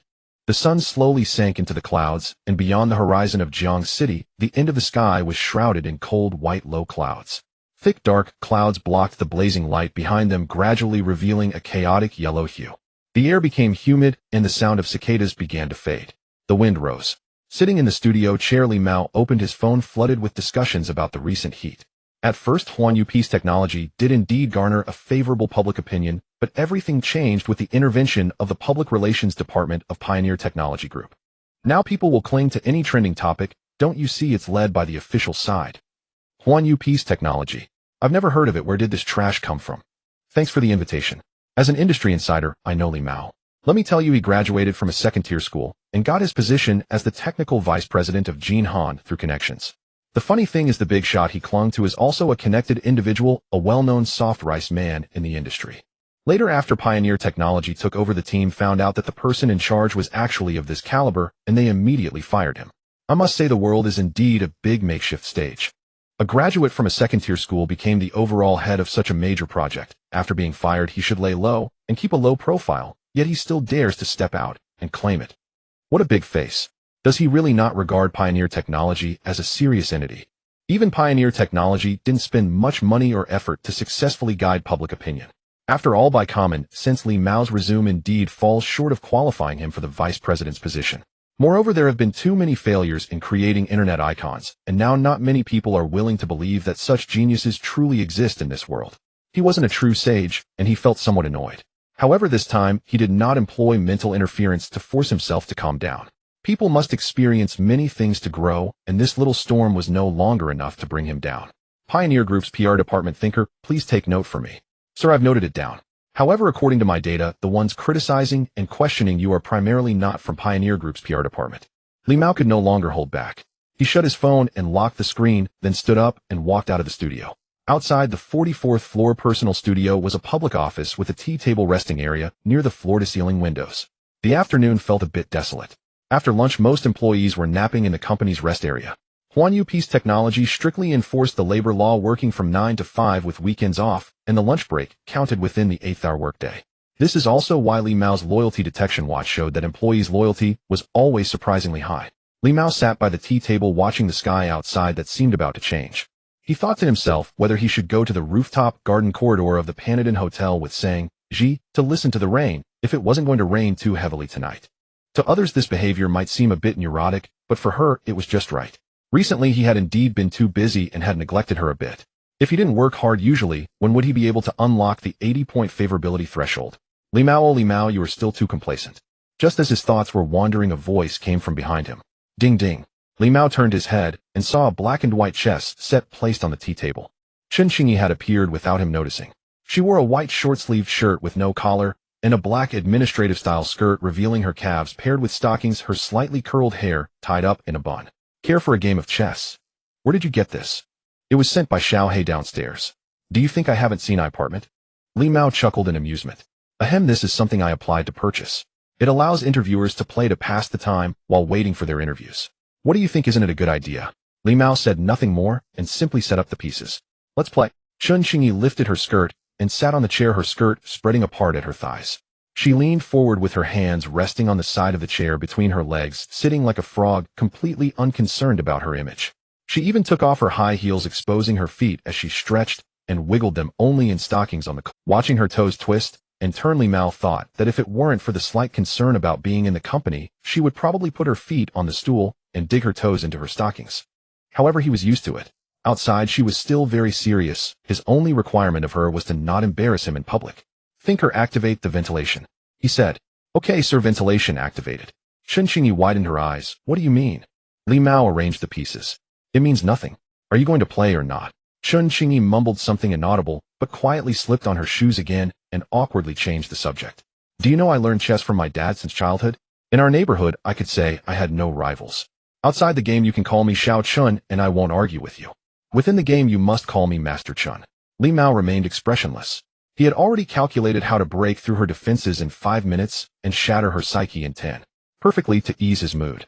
But just 3 minutes later. This move doesn't count, this move doesn't count. Hey, how did my rook get eaten? Don't get too smug, I still have a chance. Li Mao wiped the floor with Chen Qingyi, leaving her without a single piece remaining. Capturing her pieces was easier than eating. He almost got tricked into thinking she was strong. He had even considered using mental interference to cheat, but now he saw that was completely unnecessary. Let's play another game. Chen Qingyi insisted. Just then the automatic door opened. Song Qi hurriedly walked in. President Li. Chen Qingyi quickly regained her proper posture. Good old Song, you arrived just in time. Watch how I defeat. Now is not the time for play, Song Qi said. The voice of the thinker came through Li Mao's earphones, his expression slightly serious. Now is indeed not the time, we have a visitor. My. Chen Qingyi was unaware of what was happening. Song Qi appeared somewhat dazed, likely because the thinker had privately informed President Li through the Bluetooth earpiece. He had seen such things many times recently, so he was used to it. Sometimes he felt that this AI intelligence was a bit excessive. Xiao Chun, please go out to welcome the guests, Li Mao said. Chen Qingyi stood up, stretched her arms, and rubbed her hands together, ready for action. Visitors. I want to see who is so important that I have to go welcome them. Surely it couldn't be Uncle again. She walked into the reception area. The smile on her face froze and slowly became tense. She saw an elderly man with silver hair sitting on the sofa, leaning on a civilized cane with his back to her. A young man in a suit stood beside him. She recognized the young man, and she also recognized the elderly man. Director Lu General Zhao. The visitors were indeed Lu Jiaxing and Zhao Shuang from Jinhan. Lu Jiaxing appeared to be a completely different person compared to when he was at Jinhan. He now looked much older. He glanced at the greeting Chen Qingyi and smiled slightly, saying, "I know you were the little girl at the company's front desk before." Chen Qingyi had never had the qualifications to speak directly with Director Lu. At this moment her body felt somewhat stiff, as if an ordinary student had encountered her former school principal. Although the principal had a somewhat amiable appearance, she knew that this gentle face held no kindness for her. Thinking of this, Chen Qingyi straightened her back. So what if Director Lu was the principal? She was now from the Education Bureau. "Yes, Director Lu, have you come to see President Li?" she said. The clouds outside were getting lower. The lights in the reception area were pale, and the atmosphere was heavy. Zhao Shuang stood silently to the side, saying nothing. Lu Jiaxing turned his gaze slightly. He could tell that the young girl was somewhat nervous. He didn't speak immediately, quietly watching her. After a few glances, he finally spoke, though it seemed as if he was not addressing her directly. "Now it's President Li." It seemed somewhat wistful. What should I say to follow up on that? Chen Qingyi felt a bit anxious and could only smile and agree. Then Lu Jiaxing paused and said, "He has trained you well. It is Jin Han who has wronged you." Upon hearing this, Chen Qingyi felt an immense pressure. What does this mean? Is it a backhanded compliment? Or is he genuinely praising her? How should she respond? She didn't understand. Should she say, "Director Lu, you are right, Jin Han has wronged me"? Or should she reply, "Director Lu, he hasn't wronged me, I'm just a front desk person"? This is so difficult. How many presidents does Director Lu have to eat before he can say something like this? At that moment the automatic door opened. Chen Qingyi immediately looked over with a sense of relief. She saw Li Meng wearing a completely new formal black suit. The white shirt contrasted with the black, resembling distinct piano keys. The black leather shoes reflected the low clouds outside under the pale light. He was followed by Song Qi, who was dressed formally and had a stern expression, and Huang Kanjing, who wore a subtle smile. The two maintained a respectful distance, neither too close nor too far from Li Meng. Li Meng passed by her side, stirring a gentle breeze. Accompanying him was a low, penetrating voice. "Director Lu, it's been a long time. You come in and start bullying the young lady." The invisible pressure that Director Lu had brought with him was suddenly dissipated. Chen Qingyi had never thought Li Meng was this handsome before. She stared at him, her eyes sparkling, feeling a bit of admiration and instinctively stepping aside. Making way for the big shots. Li Meng received a notification and his mood lifted considerably. He had specifically asked Chen Qingyi to receive Director Lu alone, knowing she wouldn't be able to handle it. To buy some time, he even changed into a different outfit before coming. It seemed that this effort had not been wasted. Hero rescuing the beauty may be a cliché, but it never goes out of style. Director Lu, Huang Kanjing, and Song Qi greeted the elder. Lu Jiaxing nodded, and Zhao Shuang stepped forward, proactively shaking hands with them to show friendliness. He himself shook hands with Li Meng. "Am I the one bullying her?" He smiled at Li Meng. Li Meng didn't answer immediately, only thinking to himself, this old fox is really clever. He knew everything and fully cooperated with his little thoughts. Lu Jiaxing was now smiling at Li Meng, his murky eyes reflecting the image of the young and handsome Li Meng. It was as if he could see his younger self from decades ago through the years. Li Meng had heard that Director Lu was once one of the most charming figures in the port city. His own little clever thoughts might just be leftovers of the past, in Lu Jiaxing's eyes. He then realized that in just over a month Director Lu had aged remarkably. He had originally looked like he was in his late 50s, but now he seemed to be in his late 60s. For a moment, he felt a heartfelt sigh. Time defeats heroes. Zhao Shuang had discovered his own potential, but it was Director Lu who could decide everything. He was a senior who truly had a benevolent relationship with him. If it weren't for the events that followed, Li Meng might have genuinely been willing to work under this man for a grand undertaking. Even if he were to leave, it would have been a glorious departure. Instead of leaving behind so many regrets like now, Lu Jiaxing surely had similar thoughts. The two shook hands, each feeling a surge of mixed emotions. Finally, Li Meng released his hand and said, "Director Lu, let's talk in my office." He also greeted Zhao Shuang. "Brother Shuang, long time no see."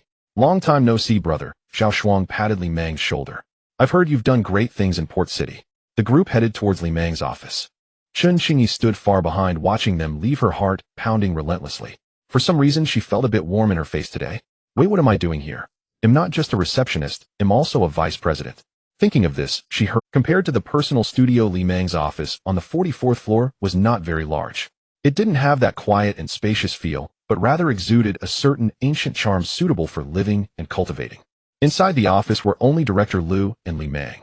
To host this, elderly Mang had carefully brewed a pot of tea. Director Lu picked up the tea and took a sip. Xiaoli, what I admire most about you is this. When you were at Jinhan, you were like this too. Xiao Xiao thinks I understand your skills, but I actually don't. I just know how to read people. You see, you only brewed tea from selecting water, preparing the tools, warming the cups, rinsing the tea, to pouring it out. Every step is flawless. Water, tea leaves, temperature, and utensils are all of the highest quality. This doesn't seem like something a person of ordinary background would do. Li Mang remained silent. This was because he downloaded all kinds of knowledge through mental intervention every day. Most importantly, he possessed an extraordinary pair of hands that allowed him to achieve a level of perfection in most things that ordinary people could not. But I am indeed of ordinary background, he replied. Lu Jiaxing laughed. That's why you are a genius. He didn't continue on that topic, but abruptly asked.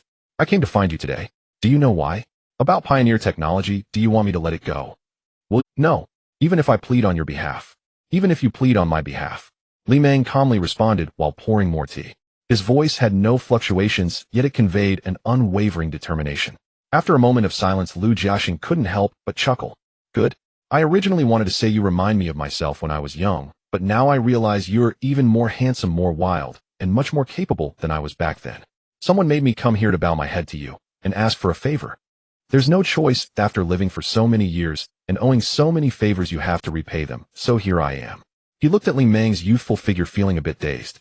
Now that I'm here, I've said what I needed to say. Xiaoli, I should be going. Li Mang simply helped him up, feeling that his weight was much lighter than he expected. It wasn't until they stepped out of the office, through the lobby, and out of the company's main entrance. Once outside the building, Li Mang finally said, Director Lu, take care of your health. Upon hearing this, Director Lu grabbed his hand with considerable strength. The one who really needs to take care of his health is you, Xiaoli. He meaningfully patted the back of Li Mang's hand. Brother, take care. Zhao Shuang nodded at him. Then the two got into a black car and gradually drove away. Li Mang watched them disappear from sight, remaining motionless for a long time. Song Qi and Huang Kanjing also stood behind him, without moving, but they heard Director Lu's words and felt a chill. Their expressions were somewhat serious, unsure of what each was thinking. President Li, Song Qi couldn't help but voice his concern. Li Mang did not respond. President Li Pioneer Group is a large conglomerate. There's no need to worry too much. Huang Kanjing also said. At this moment, Li Mang turned to look at the two. They saw the expression on Li Mang's face, which was an indescribable chill. Do you think I'm afraid? He said. His magnetic, deep voice seemed to pierce through the noise of the square and traffic. In that instant, both felt goosebumps all over. At that moment, light raindrops fell softly with the wind landing on his dark hair tips. His gaze was like a torch burning fiercely in the night, exuding a captivating energy. Both felt a suffocating pressure. Hey! At that moment, Chen Qingyi rushed down, panting. I just forgot to tell you. The boss downstairs said. Tonight, we have a discount on dinner. You came to tell us this. Li Mang chuckled in disbelief, and the atmosphere instantly thawed. What's... She felt it was strange. Li Mang didn't answer. At that moment, a phrase came to his mind. Even when facing a 100-foot cliff of ice, there are still beautiful flowers blooming. Song Qi and Huang Kanjing exchanged glances, both seeing the other's relieved expression. The sky began to sprinkle with light rain, and the huge streetlights in the distant square stood tall in the rain like a monument. It was 6:30 in the evening. The lights on the 43rd floor of the Tianmao building's technical department were still on. Everyone else had left, and only Li Su remained sitting in a chair surrounded by neatly arranged equipment and countless cables holding onto his computer. The cold light from the screen illuminated his slightly greasy face after a long day's work. He pushed up his thick black-framed glasses. As a segment of data was activated, he finally revealed a set of white teeth. Damn pioneer technology, that's enough for you to drink a pot of it. Li General. At that moment, a desperate voice came from outside. It was Wang Zhengwo. She wore a black t-shirt emblazoned with a large company logo. Her hair was tied in a ponytail, and she wore a large headset around her neck. Are you alright or not? I beg you, let's call it a day. I'm hungry, I want to eat. Today is Li's treat. It's fine, you go ahead first. Li Su suppressed his smile, ignoring her pleading. Who told me that my old man required me to be the last one to leave? You are so obedient. Not really, mainly it makes me feel more secure when I can get paid. Li Su closed the device, stood up, and adjusted his glasses, which reflected the light, as he spoke slowly. I feel the same way. Wang Zhengwo didn't understand. After that, the two of them left the technical department one after the other. The rain outside started to pour heavily, accompanied by lightning and storms. It hadn't rained this heavily since the end of the plum rain season. Wang Zhengwo held her bag over her head, darting ahead like a monkey. Li Su also opened his suit jacket and jogged, droplets splattering on his glasses. He finally spotted a hot pot restaurant with a flickering red neon sign. Water-boiled humanity hotpot Wang Jiangwo eagerly pushed the door open and dashed inside like a fish swimming into the sea. Li Su could hear his own breathing and the sound of the rain, and for some reason his fingers trembled slightly. But just a second later the door opened by itself. It was Chun Kinjia's smiling face, and she scolded, "Why are you so passive about eating? You must have a problem with your head. What are you dawdling for?" "I'm starving. I was just waiting for you." Li Su felt that his mind, which had been dazed from voluntarily working overtime and frantically inputting knowledge, suddenly became clearer. He was led by Chun Xingyi to a large table in the corner of the hall. The table was filled with bright red and white meats, vibrant green vegetables, and creamy white enoki mushrooms. The pot base was bubbling with steam. Through the steam, he could see Li Meng sitting there surrounded by Song Chi Chun, Qingyi Wang Jiangwo Huang Kanjing, and 3 other vice presidents from different departments. Li Su stood there in a daze, seemingly unsure how to join this fiery feast that made him feel somewhat flushed. Then he saw Li Meng push Chun Xingyi away, letting her sit next to Huang Kanjing. He made room beside him, waving gently. "Li Su, come sit here." At that moment Li Zu's eyes turned red. Hot tears welled up in his eyes, mingling with the rain on his face. "Hey, I'm coming," he said, pretending to wipe his glasses to brush away the tears.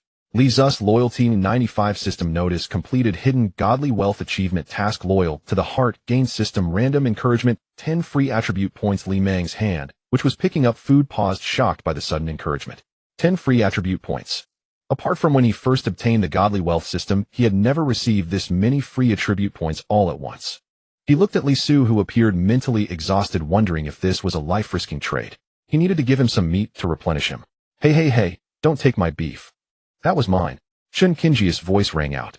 Li Meng smiled, then scooped up all the beef from the pot. "Come on, Li Su, take some food, eat more." His heart felt much more joyful. Indeed, the warmth of human connections was the most comforting. After the gathering, everyone returned home. System add points. Li Meng allocated all 10 points of free attribute to his mental capacity. Mental 125. In an instant he felt the world before him change again. The immensely powerful mental strength allowed him to obtain external information far beyond what an ordinary human could, even without actively using mental interference. He could hear the sound of rain hitting the ground, see 2 raindrops colliding in midair. He could even hear small conversations 100 meters away, and even the rustling of insects in the sewer formed images in his mind. After getting used to it, for a while Li Meng finally drove to the parking lot. It was time to pick up Sang Ji. She had worked late today. He understood Lu Dong's warning, but felt no fear at all. Because after the incident with Jin Sheng, he knew his position. If he wanted to, he could silently cause any human being on this earth to die physiologically. Pioneer technology was not the only enemy on the road ahead. He needed to win this game of chess. Strategically disdain the enemy, but tactically take the enemy seriously. He instructed the thinker to monitor any potentially harmful actions toward him and those around him. 247. This included, but was not limited to, his family, employees, and friends. Pioneer Technology's statement directly put Huan Yu Peace in a relatively unfavorable position. Before Lu Dong arrived today, Pioneer Technology had held a press conference. During the meeting, they used delaying tactics, stating that AR technology was complex and required calibration each time it was used. The gymnasium was currently hosting a sports competition, making calibration inappropriate. The reasons were reasonable and flawless. Just this alone allowed them to rest easy during the 18-day competition period. During this time, they would slowly devise a plan. Even if they couldn't think of a solution, how much heat would this matter still hold after 18 days? Letting Lu Dong negotiate was one of their methods. Lu Dong's remark about taking care of your health was also one of their methods. Now that he thought about it, how did Lu Dong's superior end up hospitalized? He probably suffered a loss in this regard, which is why he warned Li Meng. What struck Li Meng the most was that Pioneer Technology even profited from the popularity of AR, aggressively selling related electronic products. They even claimed they intended to create small home AR devices. Li Meng had seen them. In reality, they were just some ordinary AR glasses and other electronic junk. The car slowly entered the open-air parking lot beneath the Huaxing Group building. The headlights illuminated the way ahead. Countless raindrops fell like thin threads under the light, resembling an AR scene demonstration. After seeing Li Meng's car, a girl walked out from the dimly lit building. Thank goodness this time she was holding an. At this moment, Sang Ji stepped towards the headlights, bathing in the light rain. The wind lifted her hair only for it to be knocked down by the rain. She moved leisurely like the protagonist under the focused light. Surrounded by a crowd of anxious people running to avoid the rain, she formed a stark contrast. Looking at the scene before him, Li Meng suddenly had a new idea. Perhaps this AR technology could be further explored to break this situation. Until she arrived in front of the car, Sang Ji stopped. Li Meng fell silent for a moment. He and Sang Ji were one inside the car, and the other outside locking eyes with each other. Neither moved. Not a sister, what new trick do you want to play? Li Meng thought with such heavy rain there shouldn't be too many people around. So he got out of the car and walked into the rain. The two of them shared an umbrella and embraced tightly. It felt like they had completed a special ritual. Just as Li Meng let go saying, Ji hugged him again, causing the umbrella to fall knocked aside by the rain. She wrapped her arms around Li Meng's neck, followed by the cool and moist touch at her lips. Faced with Sang Ji's advance, Li Meng had no choice but to reciprocate the embrace. Kissing in the rain, he understood. Soon both of their clothes were soaked through. Under the plaza's bright lights, they looked like a couple in a romantic drama, deeply kissing. Many people were taking pictures from afar under the eaves, the flashes going off non-stop, yet Li Meng remained stoic. Just a small scene. At that moment, the thinker suddenly turned the car's sound system to the maximum, even breaking through the car's audio system's maximum volume limit. It played a romantic BGM. The key was still an old love song from the last century. How deep do you ask my love for you? Li Meng couldn't hold back any longer. 2 days later, on the 44th floor of Tianmao building in a personal studio, Li Mao, dressed in a protective suit, carefully manipulated 3 mechanical arms hanging down. With the assistance of the thinker, he embedded a precision chip into a metal plate. With a flicker of blue and white electric arcs accompanied by a sizzling sound, white smoke began to rise from the plate. Li Mao paused his actions and stepped down from his workstation. Sir, this is the 18th piece, the thinker reminded him at the right moment. The earlier incident with Sang Ji had given Li Mao some inspiration. He felt that AR technology could be further explored. Creating a large-scale AR project like that of a sports arena was clearly not feasible. On one hand, there was not enough time, and on the other hand, the project itself was a typical case with too low of a ceiling. It's like an internationally renowned landmark mall. No matter how well it is built, it remains a single landmark for all humanity. However, ordinary malls can be established all over the globe. Li Mao had always harbored a vague idea. He wanted to create a miniaturized brain machine device. The original brain machine, no. One was nothing more than a helmet-type brain machine. Using the best hardware, it achieved top-notch effects, being extremely versatile. It could be deemed perfect. However, the issues were its exorbitant price and cumbersome weight, which hindered promotion. Miniaturization was undoubtedly an inevitable trend, but smaller size meant sacrificing functionality, and Li Mao had yet to determine which aspect to focus on. Until he witnessed Sang Ji's performance amidst the rain, this inspiration was ignited. Why not integrate? In traditional mythological stories, there exists a special item known as a talisman. A talisman refers to a Taoist treasure that, when used with a spell or ritual, triggers various magical effects. AR is akin to an electronic talisman. For instance, once activated, it can create visual effects like wind and rain. This way, Sang Ji wouldn't have to embarrass him at any moment. She could choose a more suitable time and a more dignified manner. Thinking of this, Li Mao felt invigorated. Let's do another round. The thinker controlled the robot to deliver the 19th experimental material to Li Mao. This technology had already been successfully developed by him and was relatively mature. However, miniaturization remained exceedingly difficult. With continuous research, Li Mao felt the difficulty had even surpassed that of large-scale AR technology for sports arenas. Either it wasn't realistic enough, or the hardware was insufficient, or the costs were too high. By afternoon, Li Mao's studio was already piled high with scrap materials. Yet he still hadn't successfully developed anything. He discarded his protective mask, feeling he had underestimated the complexity and had dug himself into a dead end. Perhaps it was the vast knowledge continuously absorbed in his mind that gave him the illusion of omnipotence. Everything seemed so easy to grasp, making him feel that nothing was impossible. It's like an AI, no matter what you ask it, it will say it's possible. But when you put it into practice and repeatedly experience trial and error, you find it's entirely unfeasible. Then it would say, I'm sorry, I made a mistake earlier. Now, I'll give you a more accurate answer. This isn't acceptable. Li Mao smiled knowingly. He rubbed his temples in exhaustion, staring at a failed experimental material on the operating table. Then a sudden flash of inspiration struck him, and he thought of a possibility. He activated his mental interference and issued a command. Complete the manufacturing of the miniaturized AR device. The performance parameters are as follows. Then he felt his mental energy rapidly declining. 5, 10, 15. It had already reached the 20 warning line. This did not alarm him. Instead, he felt a surge of excitement. It was like an ignorant apprentice exploring extraordinary powers, suddenly feeling as if they had touched gold while crossing a river by feeling the stones. He released the warning line and quickly took out a pack of premium cigarettes, smoking one, then another, until the table was filled with 16 cigarette butts. Li Mao felt he was only halfway through, but if this continued, he would run out of cigarettes. He had to temporarily change the interference command. Based on the current progress, complete the finishing touches as a mature product. After smoking 2 more cigarettes, everything came to an end. It had to end, or he would have to give up. There were only 2 cigarettes left, one of which contained chaotic mental energy that he absolutely could not smoke. Amidst the swirling smoke around him, he couldn't help but cough a couple of times, waving his hands to disperse the remaining smoke. Then he picked up a device on the operating table that resembled a silver-gray mobile phone. But the front had no screen. Instead, it had 7 cameras of varying sizes and densely packed laser projection lenses. Li Mao extended his 5 fingers and grasped the air above the camera. Then the device projected prismatic visual rays that converged into a wandering brilliance, forming a vividly lifelike white dragon in the air above it. The imagined AR device, electronic talisman, did not come to fruition. However, it seemed he had produced something quite remarkable. Virtual projection. The essence of AR is actually a form of virtual projection. The two concepts stem from the same technology. Although it wasn't a true miniaturized AR, this virtual projection technology was sufficient. But what excited Li Mao was not the technology itself. It was the process through which he acquired this technology. He hadn't expected his mental interference ability could actually think for itself.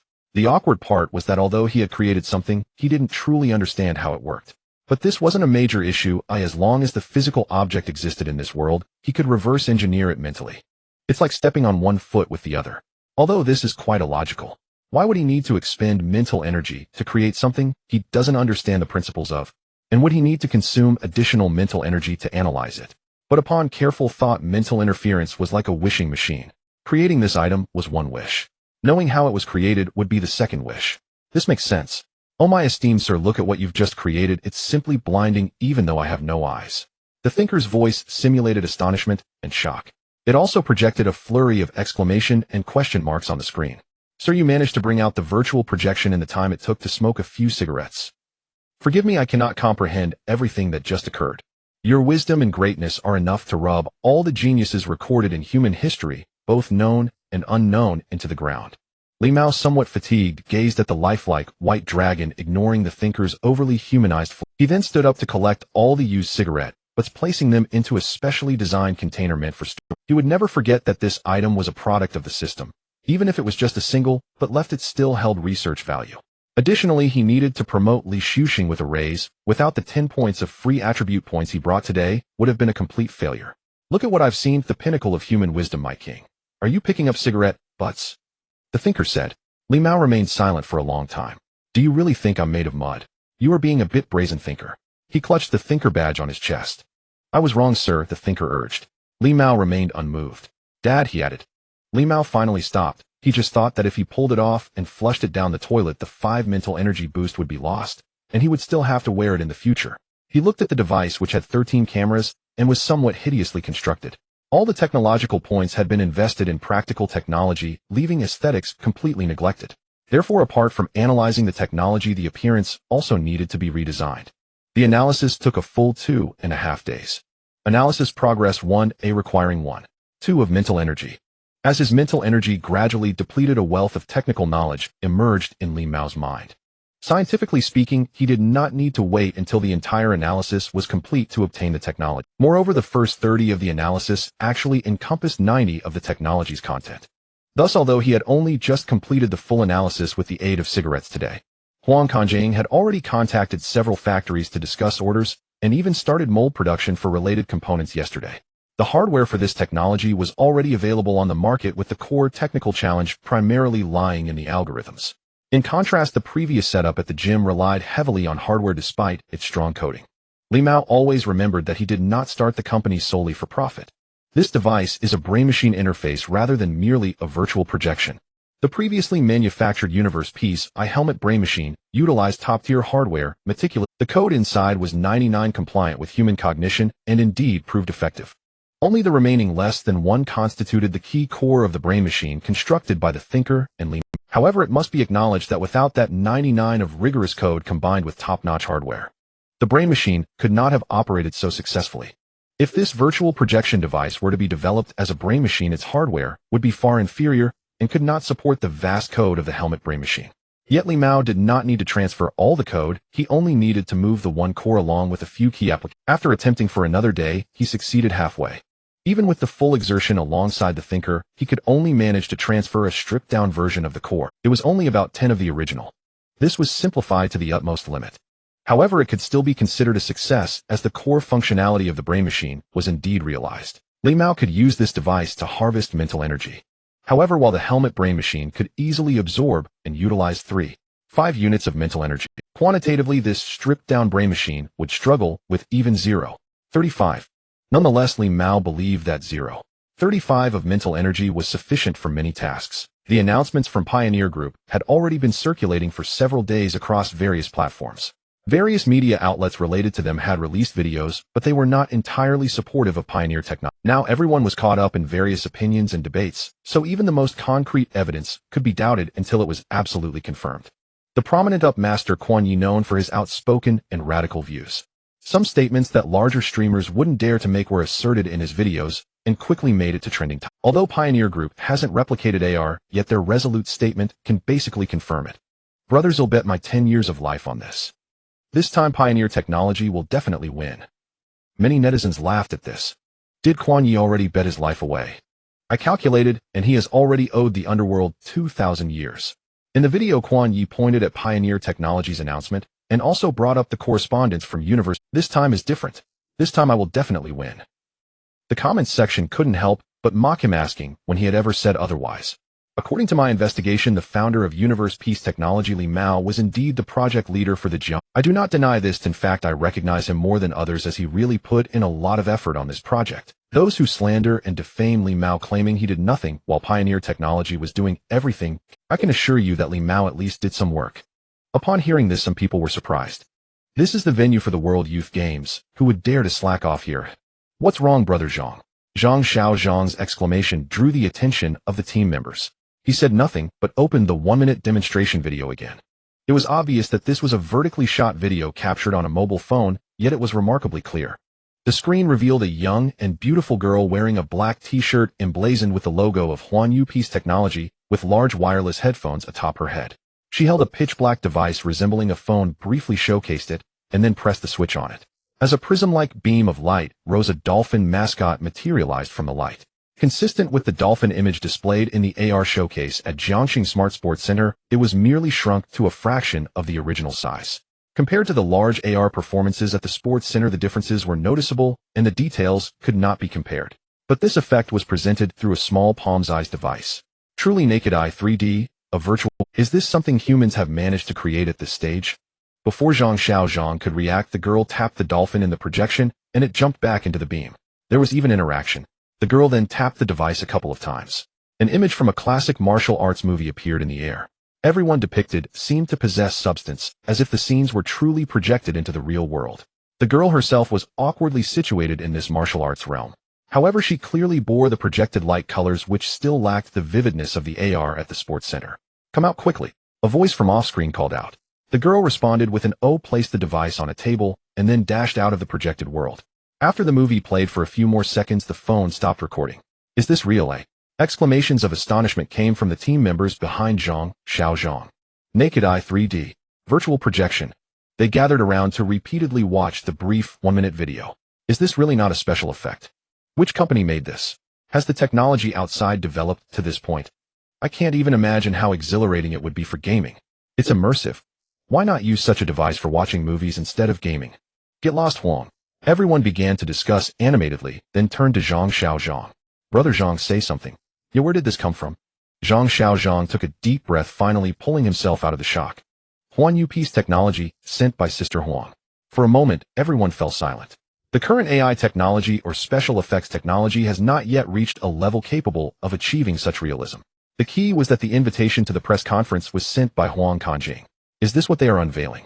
At this moment, Zhang Xiaozhang's heart was filled with endless hope. Since doing science popularization as a he hadn't felt such anticipation for a long time. Because in 99 of the cases, a breakthrough in human applied technology is impossible. Many epic-making technologies that are often heard of are usually in the laboratory or even in the thesis stage. By the time products are released, they are already old news.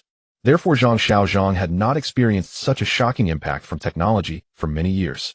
Even the AR technology at the Sports Center did not give him this kind of thrill, because that was more of an achievement based on engineering lacking the widespread potential to change the world. It's like building the tallest building in the world. No matter how well it's done, it's just a building. But this product is different. The shock it brought to Zhang Xiaozhang was akin to a neon fisherman who had been catching fish on a small wooden boat for 1,000 years, witnessing a massive black steel ship entering the port for the first time. Sister Huang, is it genuine? He sent a voice message. Huang Kanjing replied, is CEO Li impressive? Then she added another line.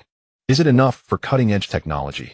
Zhang Xiaozhang recalled how Huang Kanjing had always boasted about how impressive Li Meng was, but he had never taken it seriously. Now he had to admit that there weren't that many fools, especially when someone reached Huang Jie's level. When someone supports something so unwaveringly, no matter how unreliable it sounds, you have to consider what if. Impressive enough for 10. He asked again, can this video be shared? Feel free to share. Zhang Xiaozhang then pulled out all the data collected about Li Meng and re-examined the entire sequence of events, looking at everything from a perspective built on the foundation of truth. At 22, he graduated after a severe illness. At 23, he impressed the senior executives of Jinhan with his personal skills and was appointed as the technical vice president. After that, he took on the role of the overall head of Jiangxing Smart Sports Center in a critical situation. At 22, he graduated after a severe illness. At 23, he impressed the senior executives of Jinhan with his personal skills and was appointed as the technical vice president. After that, he took on the role of the overall head of, yet after being dismissed, no one could make any changes to the technology he left behind. Even simply deleting it was impossible to carry out without affecting the project's progress. Capital does not understand technology, and those who understand technology certainly wouldn't dare to be so straightforward with capital. As he analyzed this, he looked at the only photo that had circulated of Li Meng, that slightly blurry and cold figure. He stood in front of the glass wall of a building overlooking the skyline of Jiangxing, with a stark black and white chessboard on the tea table beside him. Zhang Xiaozhang gradually understood everything. The AR incident at the sports center might be this astonishing genius premeditated ambush and revenge against the cutting-edge technology. On the surface, cutting-edge technology seemed to be thriving, but in reality, it was a fire that fueled the flames. This genius stood at heights they could not reach coldly playing chess. Until the critical moment he struck with a fatal blow. They were already trapped in calamity. After reviewing all of this, Zhang Xiaozhang felt a cold sweat running down his back along with an indescribable exhilaration. 2 hours later, he made a decision that went against his ancestors, standing on a team for the first time before the dust settled. He directly used this video as a focus and posted a video. It also included some of his speculations about Li Meng. However, he did not mention his suspicion that Li Meng had intentionally plotted against the cutting-edge technology. Instead, he portrayed him as a genius persecuted by capital who then launched a shocking counterattack. Everyone loves to hear stories of dismissals that strike at the arteries.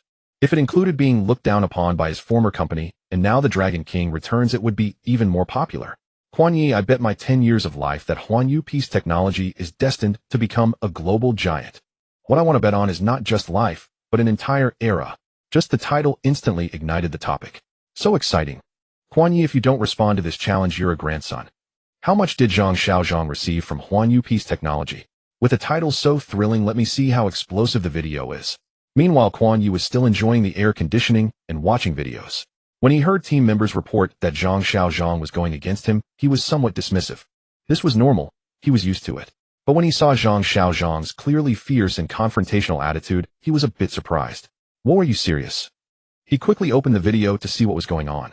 The entire video lasts less than 15 minutes. It adopts the classic approach of grabbing attention right from the start, showcasing the most explosive content immediately. This refers to the 1-minute demonstration video released by Huang Kanjing.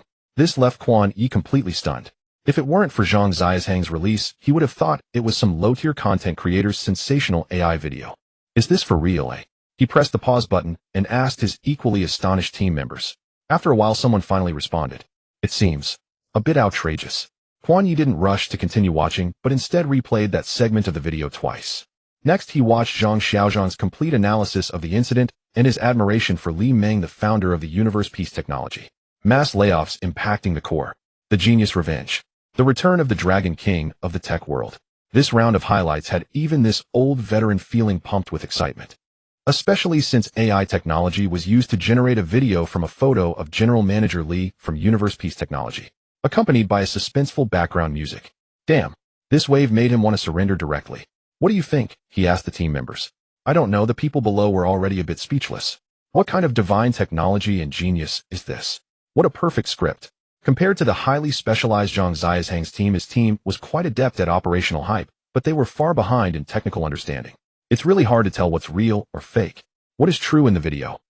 Quan Gu and the team analyzed it and ultimately reached a conclusion. There's no need to know whether it's true or false. It's unnecessary. It's best to stick to one's opinions. This way there's something to talk about. Even if they eventually lose, it doesn't matter. Because Quan Ge had never overly criticized Li Meng and Universe Peace Technology, he had even defended Li Meng at times. It was just that he ultimately sided with Pioneer Technology. He just couldn't believe that there could be a genius capable of resisting capital all by himself. What's wrong with that? This situation was already very outrageous. Who can believe this? Quan Ge looked at Zhang Xiaohang's video again and couldn't help but comment. Moreover, even at this moment facing this seemingly sci-fi virtual projection technology, he still felt that he might not necessarily be at a disadvantage. It's just a video, who can be sure? Just then a team member said, Quan Ge, we've received an invitation to the press conference from Universe Peace Technology. At the same time, another team member who had been monitoring online information said the official account of Universe Peace Technology also issued a notice inviting a wide range of media to attend their press conference. Quan Yi responded, isn't this just what I want? Let's record a video right now, I will stick to my guns. Soon he released a new video responding to this bet.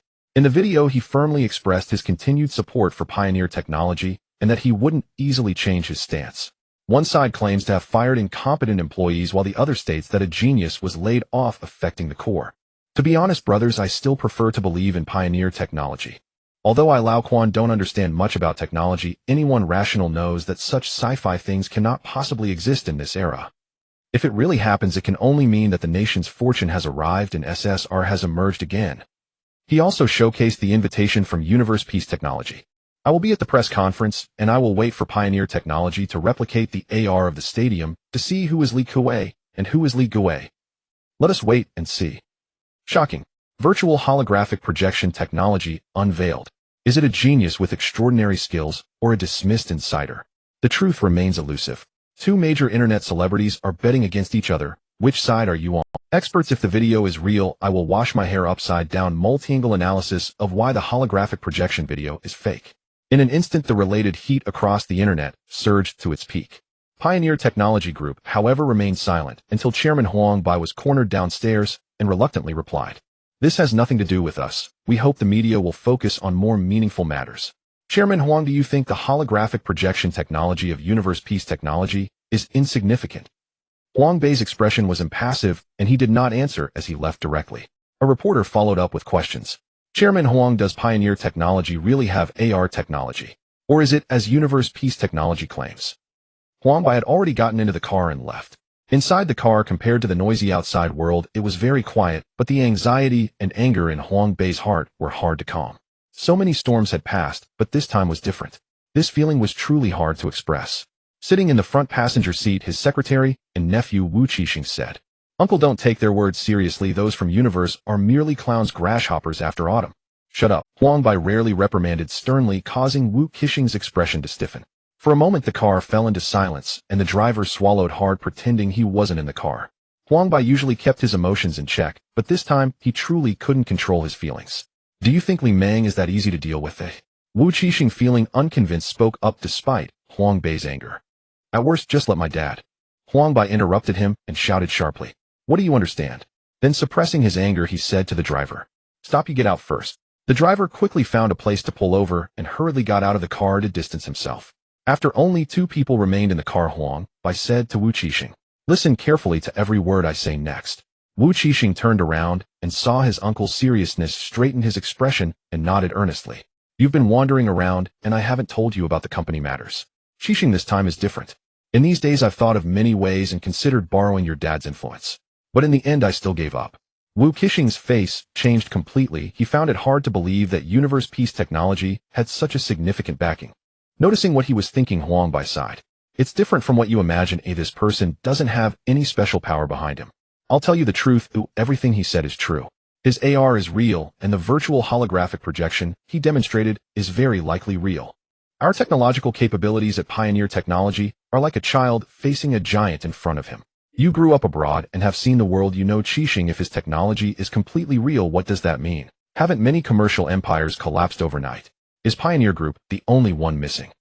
Wu Qixing was shocked into silence. Until his uncle said these words, he had truly believed that everything about Universe Peace Technology was fake. He even thought that AR technology was solely their own. To deceive others, one must first deceive oneself. Huang Bai had tightly restricted the information to a considerable extent. Only a very small number of upper management and relevant technical departments knew everything. The vast majority were kept in the dark, genuinely believing that pioneer technology possessed AR technology. Huangbai was not someone who understood nothing about technology. On the contrary, he had carefully studied the AR left behind by Li Meng and knew better than anyone what kind of opponent pioneer technology was facing. After asking someone to persuade the Liu family to speak, and failing, he had already understood. This seemingly massive pioneer technology would eventually collapse under this person's siege. When undecided, one must face chaos. Therefore, when he made that statement, he never thought of proving anything in 18 days. Rather, he wanted to buy precious time for a desperate survival. He had never told anyone about this matter. Today, when his nephew even mentioned using family power, he had to speak out. Wu Qixing's mind conjured up images of AR and virtual projection technology. If these two things were real, Li Mao could truly be considered a real-life Iron Man. Imagine facing an Iron Man that walked out of a movie. The despair would be overwhelming. While power and capital are formidable, when confronted with a genius of this caliber, it seems lacking in this peaceful nation. Anything he casually takes out could change the world. How could you possibly compete with him? Even if you gain the upper hand temporarily, true gold fears no fire, and it will come to an end sooner or later. Unless one could collaborate with those abroad. But thinking carefully, even abroad, there are numerous higher-ups to protect such individuals. He felt somewhat helpless, starting to understand his uncle's mindset. Though everything had yet to begin, it already felt like it was over. There was no need to fight this battle. It would be better to make a decisive choice to cut losses and survive. This way the losses could be minimized. Has it really come to this? He felt a sense of reluctance, but upon deeper thought his uncle was right. There was indeed no need to engage in conflict. I thought I could at least buy about a month's time, but it seems difficult now. Huang Bei's voice carried a hint of fatigue. He is holding a press conference tomorrow. Do you think he's just joking with us? The horn of the general attack has already... At that moment, Wu Qixing felt a chill run down his spine. The two exchanged a silent glance. In contrast to the silence of Xianfeng technology, the press conference proceeded as scheduled. The ground and underground parking lot of Tianmao building were packed with cars. The large conference room on the 42nd floor of Huanyu Peace Technology was already set up. Hundreds of journalists from various media outlets found their seats according to the distributed badges, while the stage's flashlights kept flickering. Quan Yi and Zhang Xiaozhong had already arrived, completely devoid of the confrontational demeanor they exhibited online. Instead, they shook hands amicably and discussed the press conference in a friendly manner. Members from both teams were live streaming, and viewers found this scene amusing. Are you two playing a hidden agenda here? What we want to see is a fight. What are you doing? As expected, no matter who it is, they have two faces online and offline.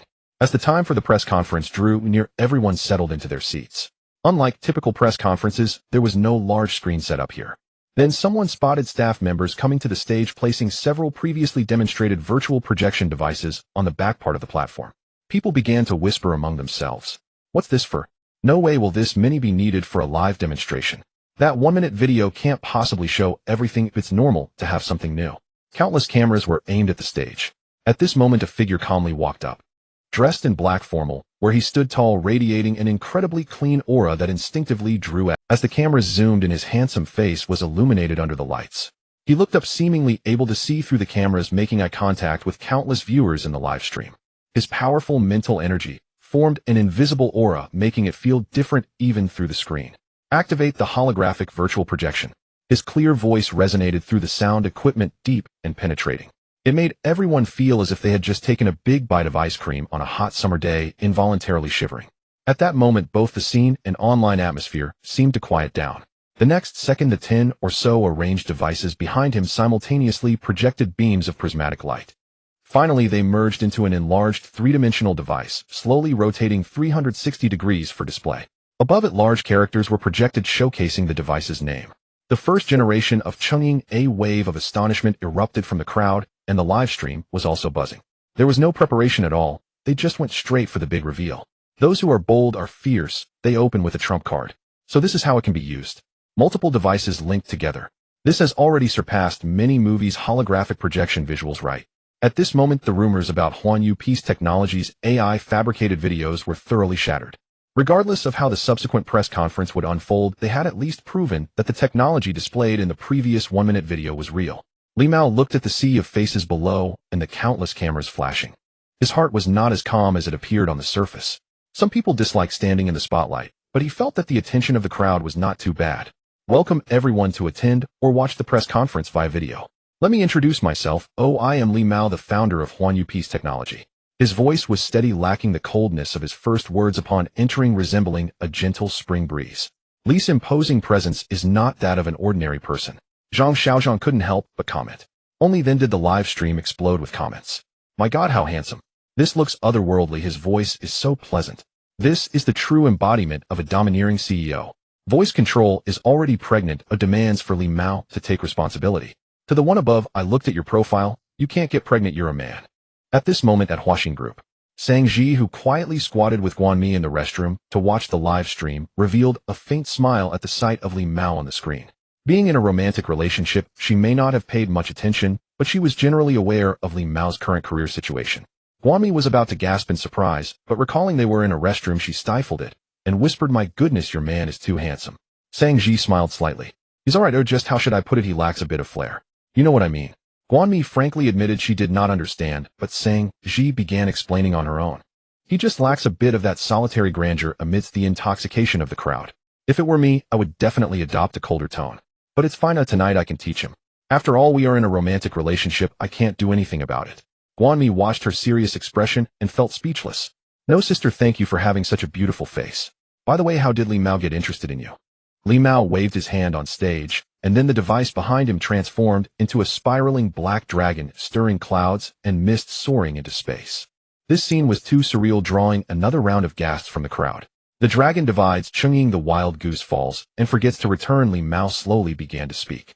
The name of an ancient famous sword fits perfectly in this context. This is the origin of the name, Chungying. As his words fell, the dragon seemed to be struck by a sword's shadow, dissipating into countless stars.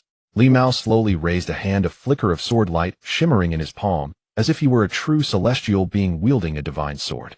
Ultimately, it transformed back into the original form of the first generation of Chungying and returned to his hand.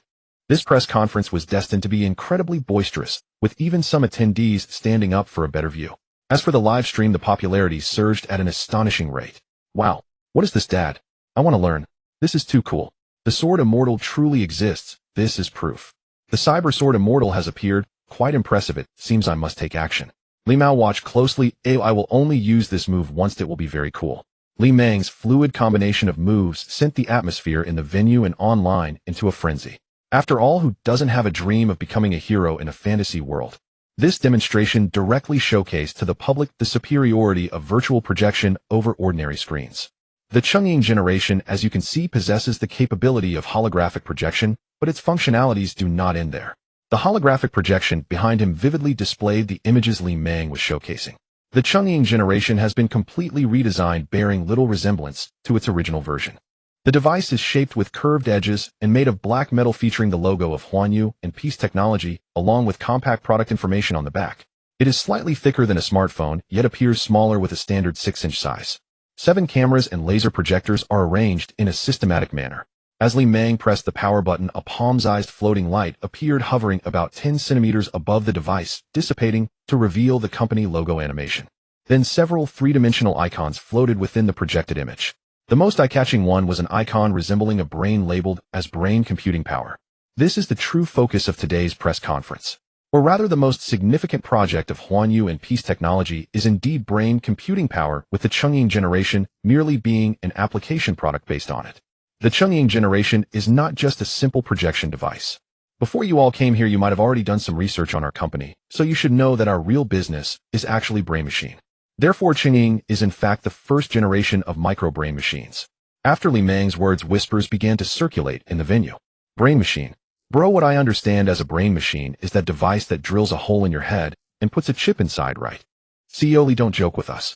I would believe you if you said this was a new generation of smartphones, but saying it's a brain machine is a bit fantastical. Yeah, even if you made it into a helmet, I wouldn't have anything to say. If this is true, then it means that the invasive brain machines that haven't even left the laboratory have directly evolved into application-level mind control brain machines. Virtual holographic projection is science fiction, while brain machines are fantasy. Got it? The registered name of this virtual device is brain machine. However, based on the shocking demonstration of virtual projection just now, there were still some who mindlessly pushed forward. CEO Li, you created virtual projection, allowing me to get close to my two-dimensional wife. So now you could say it's a brain machine, and I would believe it to be true. Li Mang was not surprised. He had already mentally prepared himself for such public skepticism. In fact, to make it easier for everyone to accept, he had taken out the virtual projection technology in advance. Now, even if he claimed to be the reincarnation of the Jade Emperor, people would choose to forgive him. Just like Newton, after achieving countless accomplishments, ultimately believed in theology, his status remained unaffected. Conversely, one can imagine what the attitude of the audience and online viewers would be had he not showcased the virtual projection technology. He calmly accepted everything and then addressed the audience. The advancement of science always feels surreal. This is normal. If I told you that everything showcased just now was not a preset holographic video, but rather real-time calculations conducted by me using brain computing power, what would you think? Under the gaze of the crowd, Li Meng lifted the device high. Everywhere his gaze fell, it was all transformed into real-time images through brain computing power. This was completely projected by the Chungying generation. At that moment, the voices in the venue and online abruptly ceased. The holographic projection captured exaggerated expressions of shock, such as Wide Yi with his mouth agape and Zhang Xiaozhang gasping in astonishment. The crowd murmured amongst themselves. There were cameras and flashes. Everything in the venue, or rather everything Li Meng saw, was vividly transmitted and transformed into real-time images through brain computing power. Ultimately, it was projected in the holographic display. Li Meng scanned the surroundings and the images shifted accordingly. He closed his eyes and the visuals faded away. The entire venue fell into an unusual silence, as if even the sound of breathing had vanished. And then people heard him say, "Now you may breathe, and welcome the new era." The entire internet exploded. No one expected that there would be such a master. This second challenge came on too strong and too quickly. So much so that those who hadn't yet processed the appearance of virtual projection were stunned by the subsequent brain machine. Countless people rushed to inquire, and the official account of Huanyu and Peace Technology rapidly gained followers in a short time. How is this possible? How could they create a mind control brain machine? Where did the immense computational power for the transformation come from? Some even suspected Li Meng might be an alien. During the press conference, Li Meng still provided some basic explanations of the principles. The human brain is the most complex and precise organ in the world. Humanity has only studied less than 10 of it, while the remaining 90 is often referred to as the realm of the divine. A few years ago, someone conducted an experiment that simulated just one of human brain activity for 1 second, which required 40 minutes of computational power from the world's fourth most powerful supercomputer. Brain computing power is just a minuscule fraction of the power obtained from this realm of the divine. The human brain has more potential than you can imagine. Whether you believe it or not, Huanyu and Peace Technology developed its brain machine based on this principle. If you want to refute it, you should first understand the secrets of the human brain. If it were possible to understand, it wouldn't be called the realm of the divine. Finally, he announced the price. The Chungying generation is priced at 4999 yuan. This is equivalent to a regular office computer. The production cost of the Chungying generation is currently approaching 4500 yuan. However, if mass production occurs under extreme conditions, it may be reduced to 3500 yuan. This profit margin has been meticulously calculated, ensuring it is neither too high nor too low. Although he has a monopoly on the business, selling it for 888 yuan would still be hugely popular. However, Li Meng's primary goal was to promote the brain machine, so the price could not be set too high. Setting it too low wouldn't work either. The company needs funds to expand and operate better in the future. Imagine if Huanyu and Peace Technology were as vast as its name suggests. Oh, would there still be any voices of doubt? Yet at this moment, almost no one paid attention to the price, because there were simply too many highlights today. When it came to the media QA session, nearly everyone raised their hands high. Li Meng deliberately pointed to Zhang Xiaozhang, as he had clearly shown his support before the press conference. Zhang Xiaozhang's face turned red, appearing somewhat excited, as if he had returned to his childhood self when facing a hero he admired. Family who understands. I was pointed at by the living Iron Man. He didn't ask any practical questions. He simply said, can you give me an autograph? Li Meng did not agree, as once this precedent was set, there would be no need for further questions. Sorry, this is a QA session. Zhang Xiaozhang was not persistent. CEO Li, I want to ask when and through what channels will the brain machine be released? After today's press conference, it will be available on our company's official website. Although people are now more accustomed to purchasing items on major e-commerce platforms, who cares when our product is the only one of its kind? Each person gets one question, and soon it was Wide Yes' turn. CEO, just call me Xiaoquan, he said somewhat obsequiously. The netizens found it amusing. What Xiaoquan? Call him Quanzi. You're walking a narrow path. Quickly bow to Silly. Although Wide Yi bet his lifespan and lost 10 years, not many people criticized him, because hardly anyone could have anticipated that Li Meng could achieve such a feat. Just as he stated, the national fortune has arrived. However, Wide Yi asked a question that immediately silenced the room. What are your thoughts on pioneer technology? Li Meng did not respond immediately, but instead smiled slightly at the camera. What do you all think? The next moment, the entire live chat was flooded with two words. Liquidation. Liquidation. Liquidation. At the same time, those watching from the live stream were not just the people from Pioneer Technology, some were trembling. The air conditioning in the Jiangxing Smart Sports Hall was intense. The live event was proceeding in full swing. In the quiet office, Wang Cici watched Li Meng smile on the live stream, experiencing an instinctive premonition. A chill ran down her spine, and she felt a sense of fear. For some reason, even though it was a live broadcast, Li Mao was retorting to everyone. The questions being answered were related to Pioneer Technology. But Wang Cici seemed to feel as if he was asking her directly, "What do you think I should do to deal with you?" The entire screen was filled with the word settlement. A chill ran down her spine. Would he really let that matter go just like that? Wang Cici clenched her fists, her face growing pale. The air conditioner in the room buzzed while outside cheers from the spectators echoed in her ears. She could vaguely hear mentions of Li and Brain Machine. Despite the coolness, she felt drenched in sweat. At that moment, Sister Zhang was in a corner of the venue enjoying a breeze and smiling as she put down her phone. Her WeChat was buzzing nonstop, and she could see the incoming messages. "Sister Zhang, is this Mr. Li that you mentioned last time? It included the press conference video. I think it's quite suitable and my daughter could give it a try." Sister Zhang didn't reply to the messages at all. Now that she realized it was a treasure, it was too late. People like her would never catch up to anything hot. At this moment, the entire online sentiment shifted dramatically. Under the official accounts of Pioneer Technology, a flood of doubts began to flood in. "The god has proved himself, now it's your turn. Pioneer Technology, you've dismissed Mr. Li. I no longer care about right or wrong, now you all must." So everything has come to light. The AR Stadium is entirely Mr. Li's doing. Where did you get the audacity, Pioneer Technology? Claiming concern about impacting the competition, yet it appears full of loopholes, clearly just a delay tactic. The Public Relations Department of Pioneer Technology was utterly overwhelmed at this moment. The splendor they had during the AR Stadium's launch was now replaced by utter embarrassment.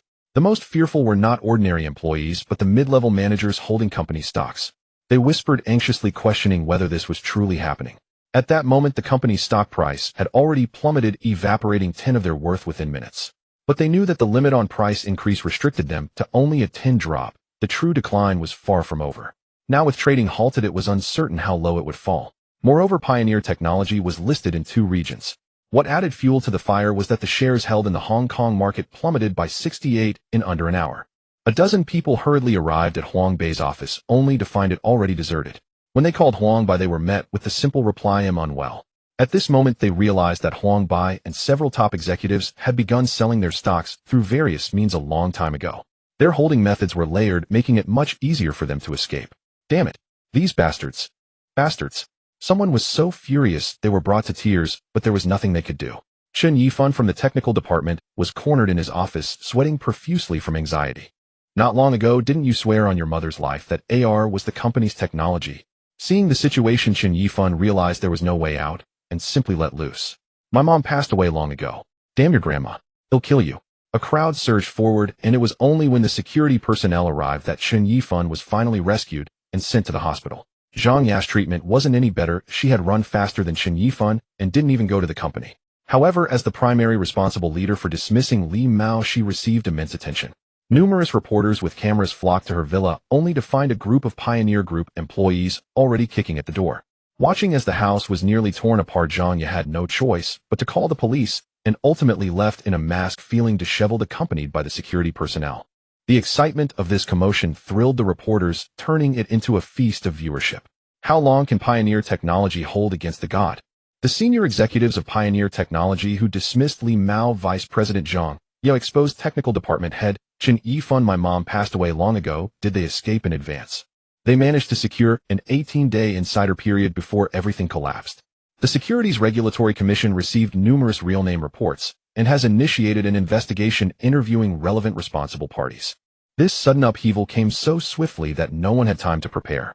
Thus, even Huang Bai could not escape. In the end, his ticket to go abroad was cancelled, and he was summoned directly by the headquarters for questioning.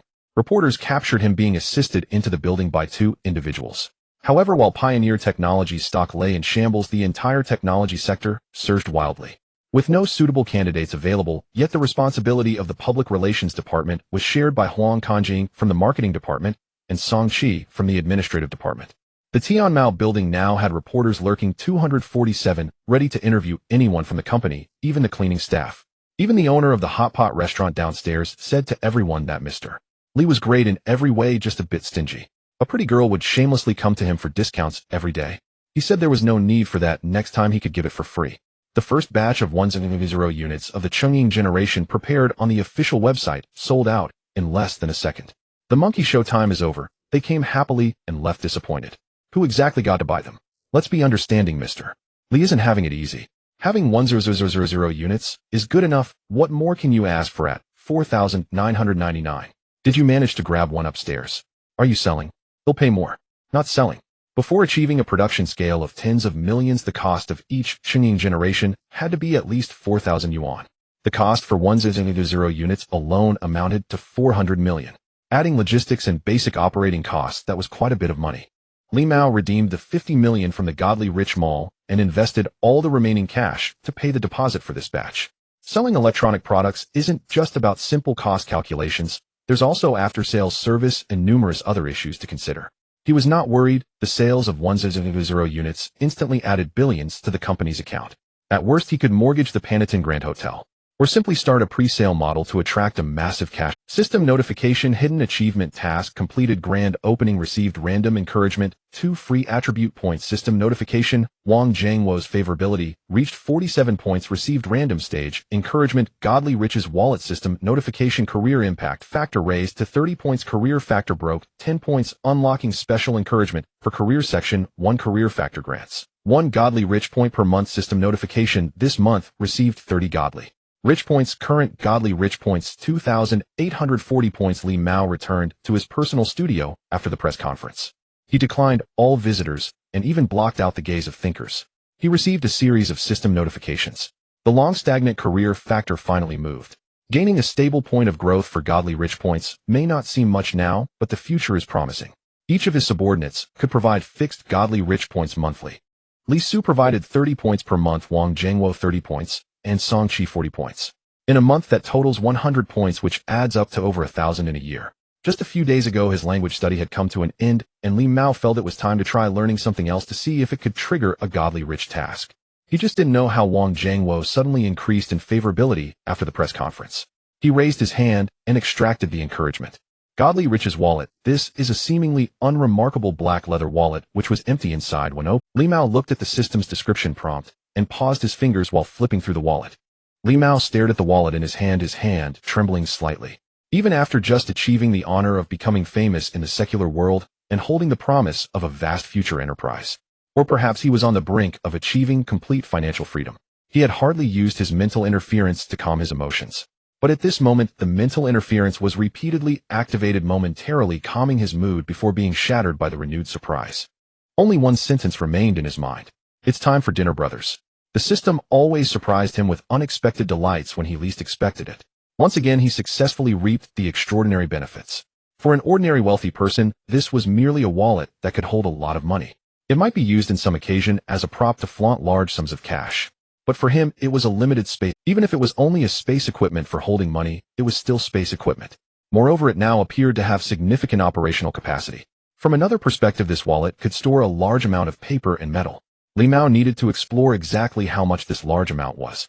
Thinker. He reopened the permissions. Sir, you just turned off my permissions. I heard online that this is harmful to your health. Actually, if you have a girlfriend, you don't need to. Before he could finish, Li Mao turned off the thinker's permissions again. The database was indeed messy. Had Qingyi and the thinker chatted too much. The next day, Jiang City Smart Sports Center. The World Youth Games were still ongoing. Since the press conference of the Harmony Peace Technology concluded, the audience, which had been slightly sluggish, had increased again. A large portion of them were various self-media outlets trying to capitalize on the hype. Outside the main hall of the sports center, it was much quieter, with only the incessant chirping of cicadas. Director, who was sweating profusely under the scorching sun, waiting to welcome the guests. Behind him, apart from Wang Sisi and 2 others, there were 7 or 8 staff members who had joined after the completion of the venue construction. As several official vehicles entered the designated parking lot, a crowd in administrative jackets and white shirts disembarked. At the forefront was a middle-aged man with a slightly plump belly and a serious expression, at least in his 40s. His hair was sparse, and he wore a pair of silver-framed glasses, exuding an aura of authority without raising his voice. Director, who quickly approached him. Director Wang, you have arrived. Wang Deming did not respond, but gave him a stern glance before striding towards the office area of the sports center. He had been here not long ago, but his mood was completely different from last time. The upper management was now very concerned about this issue. Although the sports center was built even better than originally expected, it had unfortunately been embroiled in negative public sentiment. Most critically, the AR technology, which had been highly anticipated and promoted by official media, was gone. He had been dispatched to specifically handle this matter with only one requirement from above. He must restore the technological performance of the Jiang City Smart Sports Center during its opening ceremony as soon as possible and ensure long-term maintenance and operation to make it a flagship. This was a hot potato. To put it plainly, only Harmony Peace Technology could handle this job. Wang Deming pondered for a moment, realizing there was no money involved. Xianfeng Technology was now on the brink of collapse. The issue was that they had collected all the money for this. Even if he wanted them to cough it back up, getting money from Xianfeng Technology at this moment was difficult. Where could he find money to be returned? Without funds, the project could not continue. Could he really expect Harmony Peace Technology to work for free? Moreover, even if Xianfeng Technology refunded the money, would it be sufficient for the subsequent maintenance and operation of this AR?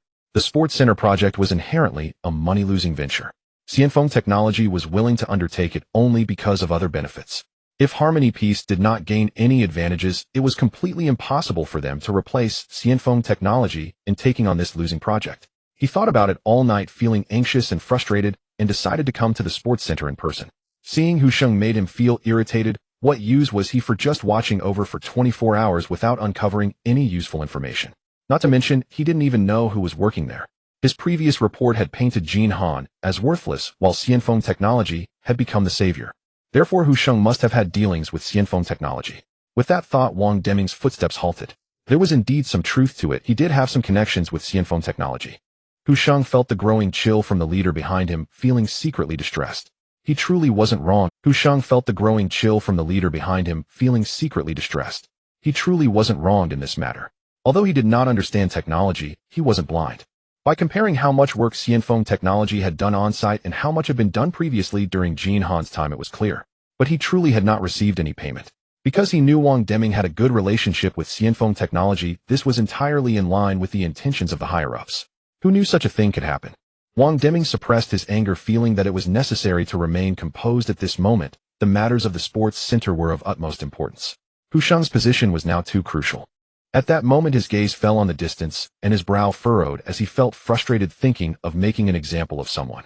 Who was that person?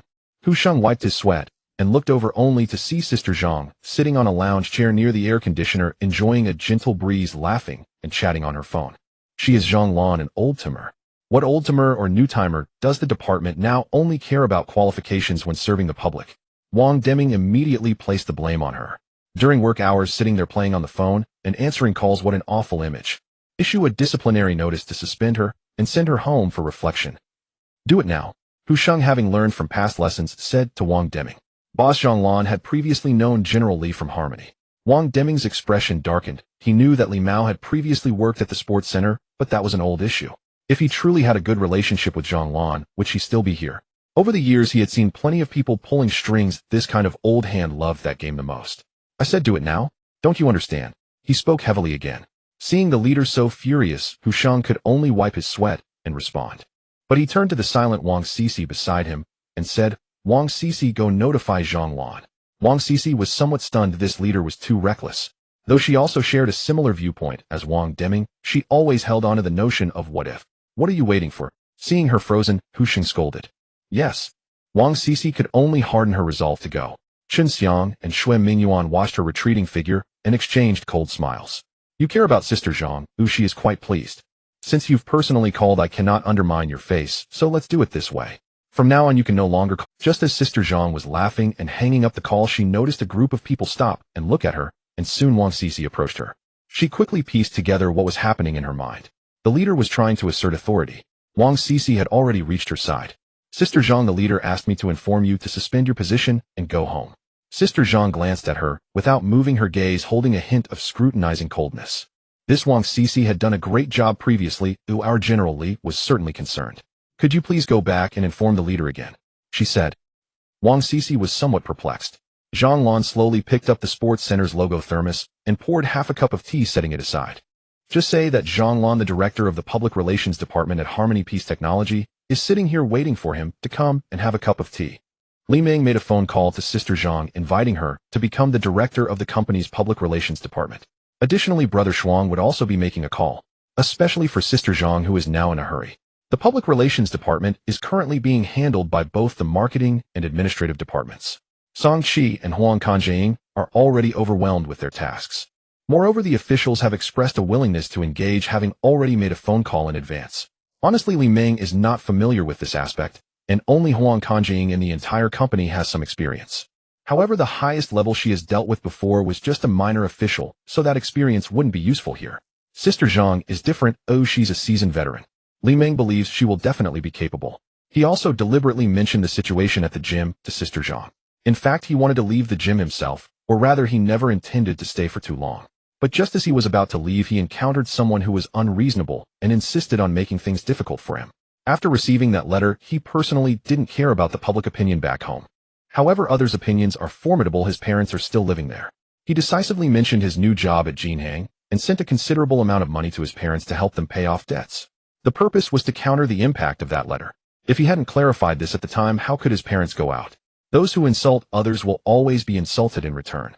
Insulting others' parents, one must repay tenfold. Now a gentleman's revenge is not too late, even after 10 years. The opportunity has come. Sister Zhang will definitely know how to handle it. Ha ha ha. Director Zhang, it's a misunderstanding, all a misunderstanding. A hearty laughter came from Wang Deming, who was sitting across the table with a friendly demeanor, holding half a cup of tea. This is like a flood washing away the Dragon King's temple. He didn't doubt whether Zhang Lan was deceiving him. He didn't hesitate for a moment to come over. It doesn't matter if it's fake, but what if it's true? Hu Sheng and others standing not far away felt their faces twitch. No wonder he could be a leader. The abrupt shift from arrogance to humility is amusing. But no one dared to laugh except for Sister Zhang. She smiled faintly with a profound meaning, looking at Wang Deming and responding. Director Wang, you're being too polite. To be serious, I haven't transitioned my relationship yet. I'm still one of the people from our gym. Yes, we are all colleagues. Isn't this just a matter of procedure? Wang Deming followed her words. I'll give the order, and I guarantee it will be handled properly. Just right, I originally wanted to visit your esteemed company, but President Li has been busy. Now it's good, Director Zhang, you cannot turn me away. Although he is a director of a decent rank, it is still somewhat lower when dealing with someone of Li Meng's caliber. Because the people he needs to connect with on Li Meng's side are of a much higher level. Those who plan to collaborate with him are numerous. Just from the rumors he has heard, there are several. Each one is someone he isn't qualified to associate with. Director Wang, it's not that President Li wants to turn you away. Sister Zhang took a sip of tea. Rather, someone wants to keep President Li out. You should dismantle the threshold first, then we can talk about anything else. Wang Cici's face immediately turned ugly upon hearing this, and Qin Xiang and Xue Mingyuan didn't look any better either. Director Wang was slightly stunned, then he looked thoughtfully at the somewhat confused Hu Sheng. He knew that Sister Zhang wouldn't make baseless accusations or say anything without reason. Sister Zhang didn't say anything more. She politely stood up and left under Director Wang's smiling farewell. But just as she left, Wang Deming's expression turned grim. What on earth is happening? What does it mean to dismantle the threshold to keep someone out? This clearly indicated to him that Li Meng had experienced some unpleasant incident at the gym. Seeing this, Xue Mingyuan gritted his teeth and stepped forward to speak. Leader, it was Wang Cici. She sent a dismissal notice to President Li's hometown. It's death whether I say it or not, so it's better to speak up. In an instant, everyone present felt as if struck by lightning. How ruthless is this? What kind of enmity could lead to this? The most agitated was the curator Hu Sheng, who looked shocked at Wang Cici and Xue Mingyuan. How come I didn't know about this? At this point, Wang Cici could no longer maintain her composure. It was he and Qin Xiang who did it. Their signatures are on the documents. Signatures? What do you mean by signatures? Why are you even talking about signatures? Does it matter if there is a signature? Wang Deming felt darkness closing in before his eyes, trembling as he pointed at the three and stammered. This is nonsense. This is simply ridiculous. If this matter gets out, it'll be a huge deal.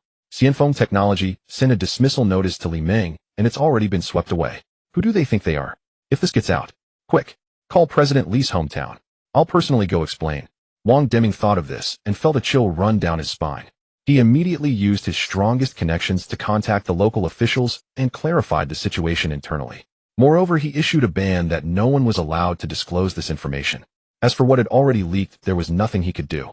It's impossible to go door to door reminding everyone to keep quiet. Isn't that just burying one's head in the sand? Moreover, reporters must be on their way to his hometown already. In other words, as time passes, this will inevitably be exposed. There's a signature. I have evidence. It wasn't me, it really wasn't me. Wang Cici was still arguing with Hu Sheng, while Qin Xiang and Xue Mingyuan were tearing into each other. They were even on the verge of physical confrontation. Wang Deming's eyes turned red, and he no longer cared about appearances as he angrily yelled, "Beasts!" As someone within the system, he couldn't imagine how he would repay someone after achieving success if he encountered. Even for him, after experiencing numerous struggles at best, he would just assign someone to a reservoir after a victory.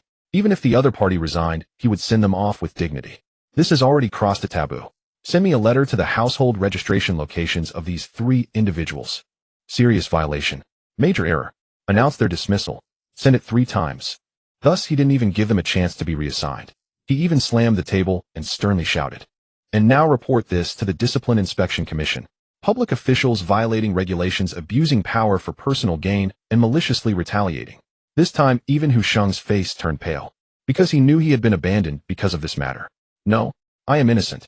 Wang Cici cried out, tears streaming down her face. It felt like a beautiful dream shattered by a seemingly trivial blunder. She had kept detailed records of her work, and she had enough evidence to prove her innocence, though she had not signed the documents. But reality was completely different from her imagination. Li Meng sat at the coffee table by the floor-to-ceiling window on the 44th floor, quietly watching the entire scene sent by the thinkers who hacked into the surveillance and their phones. At this moment, he found it somewhat amusing. Not in a way that brought joy, but as a mockery of human nature. Indeed, one only feels pain when the knife falls upon themselves. Be careful.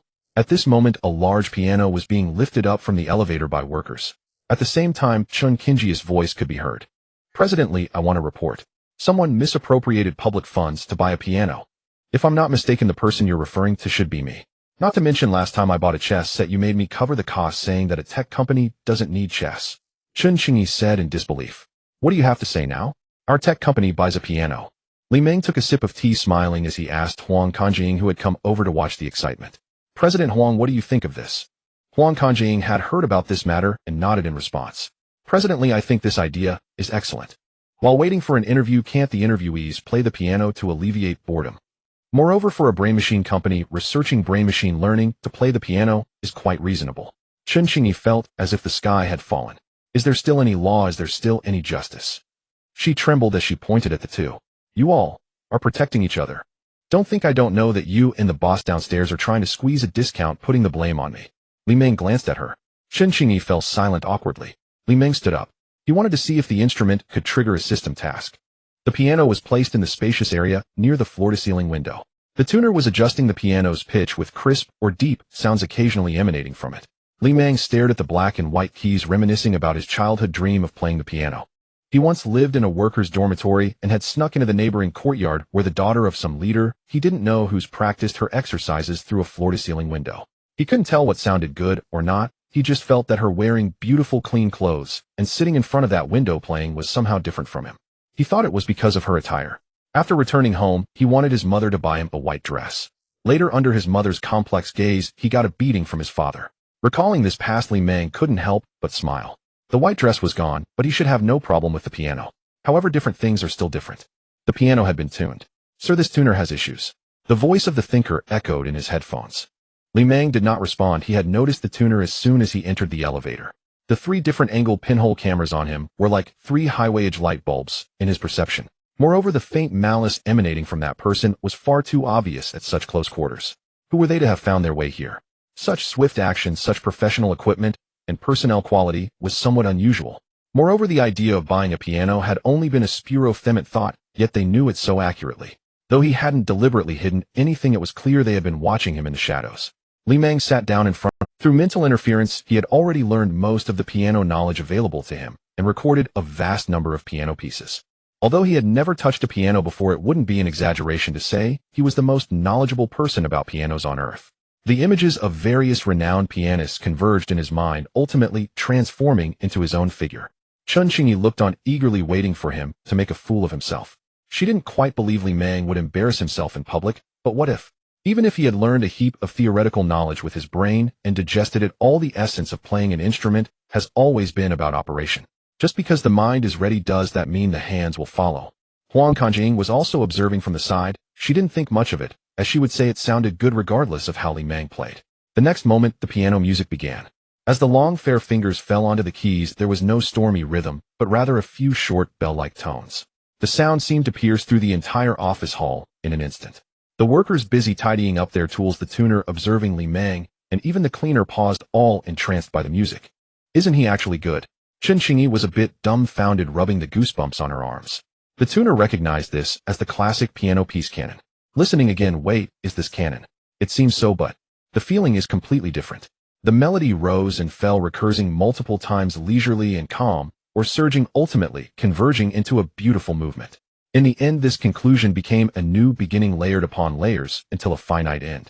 This melody was flawless. However, this person's playing was unique.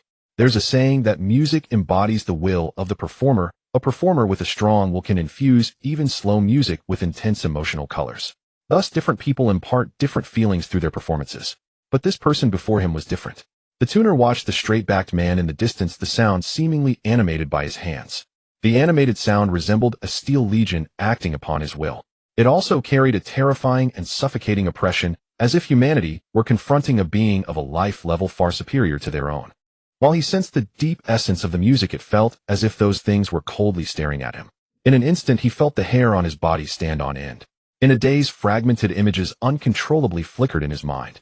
They were fragments he had nearly forgotten. The cherry blossoms of his hometown, the beautiful childhood sweetheart, his father's serious admonitions, and his mother's sigh before his departure. Suddenly, he heard Li Meng heavily press the piano key. These scenes shattered abruptly. It felt as if a surge of murderous intent sent chills down the tuner's spine. Then he widened his eyes, seeing layers of black air rising from Li Meng, coalescing into bloody specters wielding large blades. He looked around only to see everyone immersed in the enchanting music. Wait, what's going on? He shouted loudly.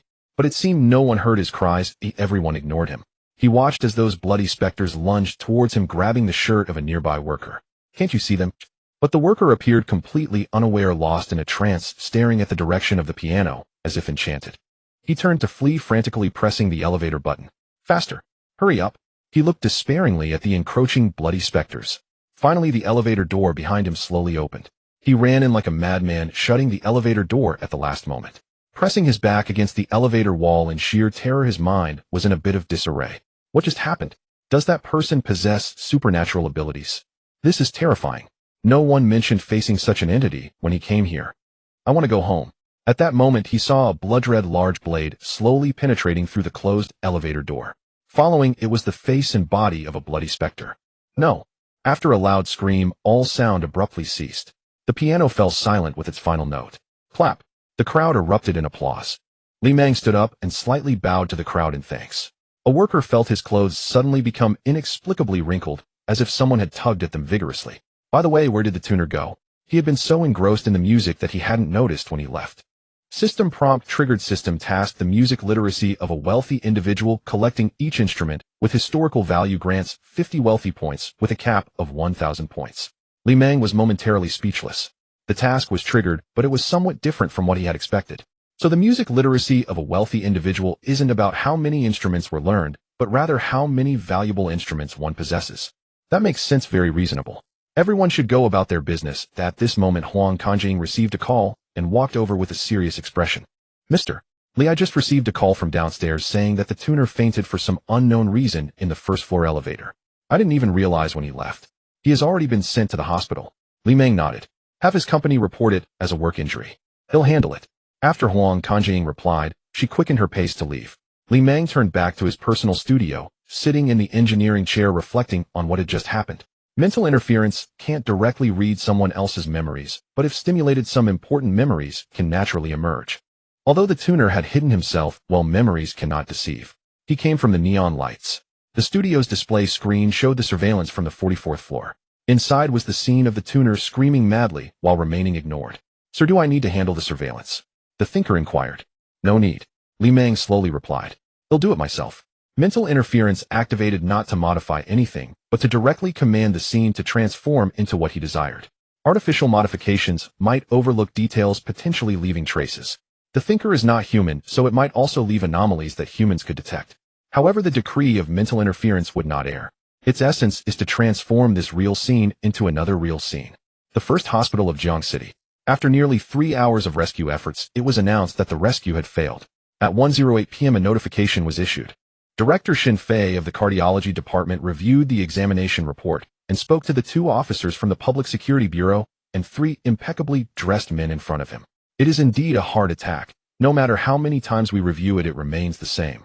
This presentation is too typical, and we have ruled out all other possibilities as per your request, especially after conducting several checks on the brain. I can stake my professional career on it. He died of a heart attack. Shinfei was now somewhat irritated. As the chief physician of the first hospital of Jiang City, he was already a top expert in the industry. He would never make such nonsensical claims. Even if there was a slight possibility of other factors, he would not make such a decisive judgment. However, this person's heart attack was practically textbook standard. You've heard the doctor's words, and you've reviewed the surveillance many times. Is it settled now? The officers from the Public Security Bureau looked speechlessly at these three somewhat stubborn individuals. Impossible. One of them insisted on arguing. Have you considered that perhaps the pressure from your company was too great, leading to this unfortunate incident? This statement left the three men momentarily stunned. They fell silent. The two officers exchanged glances, both seeing the same disbelief in each other's eyes. It was just a casual remark, yet it seemed to hit the nail on the head. Was it not your company that imposed such great... This matter involved the rapidly rising Huanyu Peace technology. It was crucial to clarify that it had nothing to do with their company. Orders had already been issued from above. This incident must not become public. It was merely an ordinary work-related heart attack, and he was not even an employee of Huanyu Peace Technology. It needed to be handled discreetly. A leader was scheduled to visit soon. An incident is always undesirable. Huang Kanjing and the property personnel went to take statements together. After receiving this news, Li Mao had already figured out the true background of this person. He was indeed a tuning technician and had been for 7 years. Although his work was seamless, the investigators' inquiries revealed that he had been receiving allowances transferred from overseas accounts. After layers of investigation, it ultimately pointed to a neon corporate giant, the Yusuji Group. Many neon enterprises have stakes held by this large conglomerate. This is not a simple business group, but a colossal complex. It fundamentally differs from the Vanguard Group. It is no longer an ordinary enterprise. Their system is sophisticated and comprehensive, with an incredibly intricate espionage mechanism. The tuning technician's visit to the 44th floor was not due to any specific individual's assignment. Rather, it was triggered by a mechanism activated by Huanyu Peace technology. Like a set alarm, it would go off at a particular time. His death would similarly activate a mechanism, prompting a more professional response and heightened attention from the other side. But if he were not to die, the outcome would not differ significantly. So it's best to let him die. Sir, your designated exercise time has arrived, the investigator said. Li Mao glanced at the time. It was already 2:30 p.m. The company was merely a means to achieve his objectives, not his entire life. Now that everything was on track with the investigator's assistance, he just needed to grasp the bigger picture. It was time to devote more time to exercising. A corner of his personal studio was dedicated to a variety of fitness equipment. Li Mao stood up and returned to the living room at the back, changing into a clean set of sportswear. Due to his consistent commitment to exercise, his physical attributes had now reached 89 points. He began a 10-minute slow jog to warm up. He started dynamic stretches to loosen his joints, bench presses, lateral raises, weighted pull-ups, barbell rows, squats. As his physical parameters improved, adjustments were needed in his posture, repetitions, and weights. Ordinary people could never achieve such a perfect, custom-tailored regimen. But Li Mao's mental intervention could, coupled with a tenfold fitness talent. The talent of diligence rewarded by heaven. With these three elements combined, his training efficiency was terrifying. The historical data of humanity before him felt like a speed bump. He thought that with a bit more effort, he could just crash through it.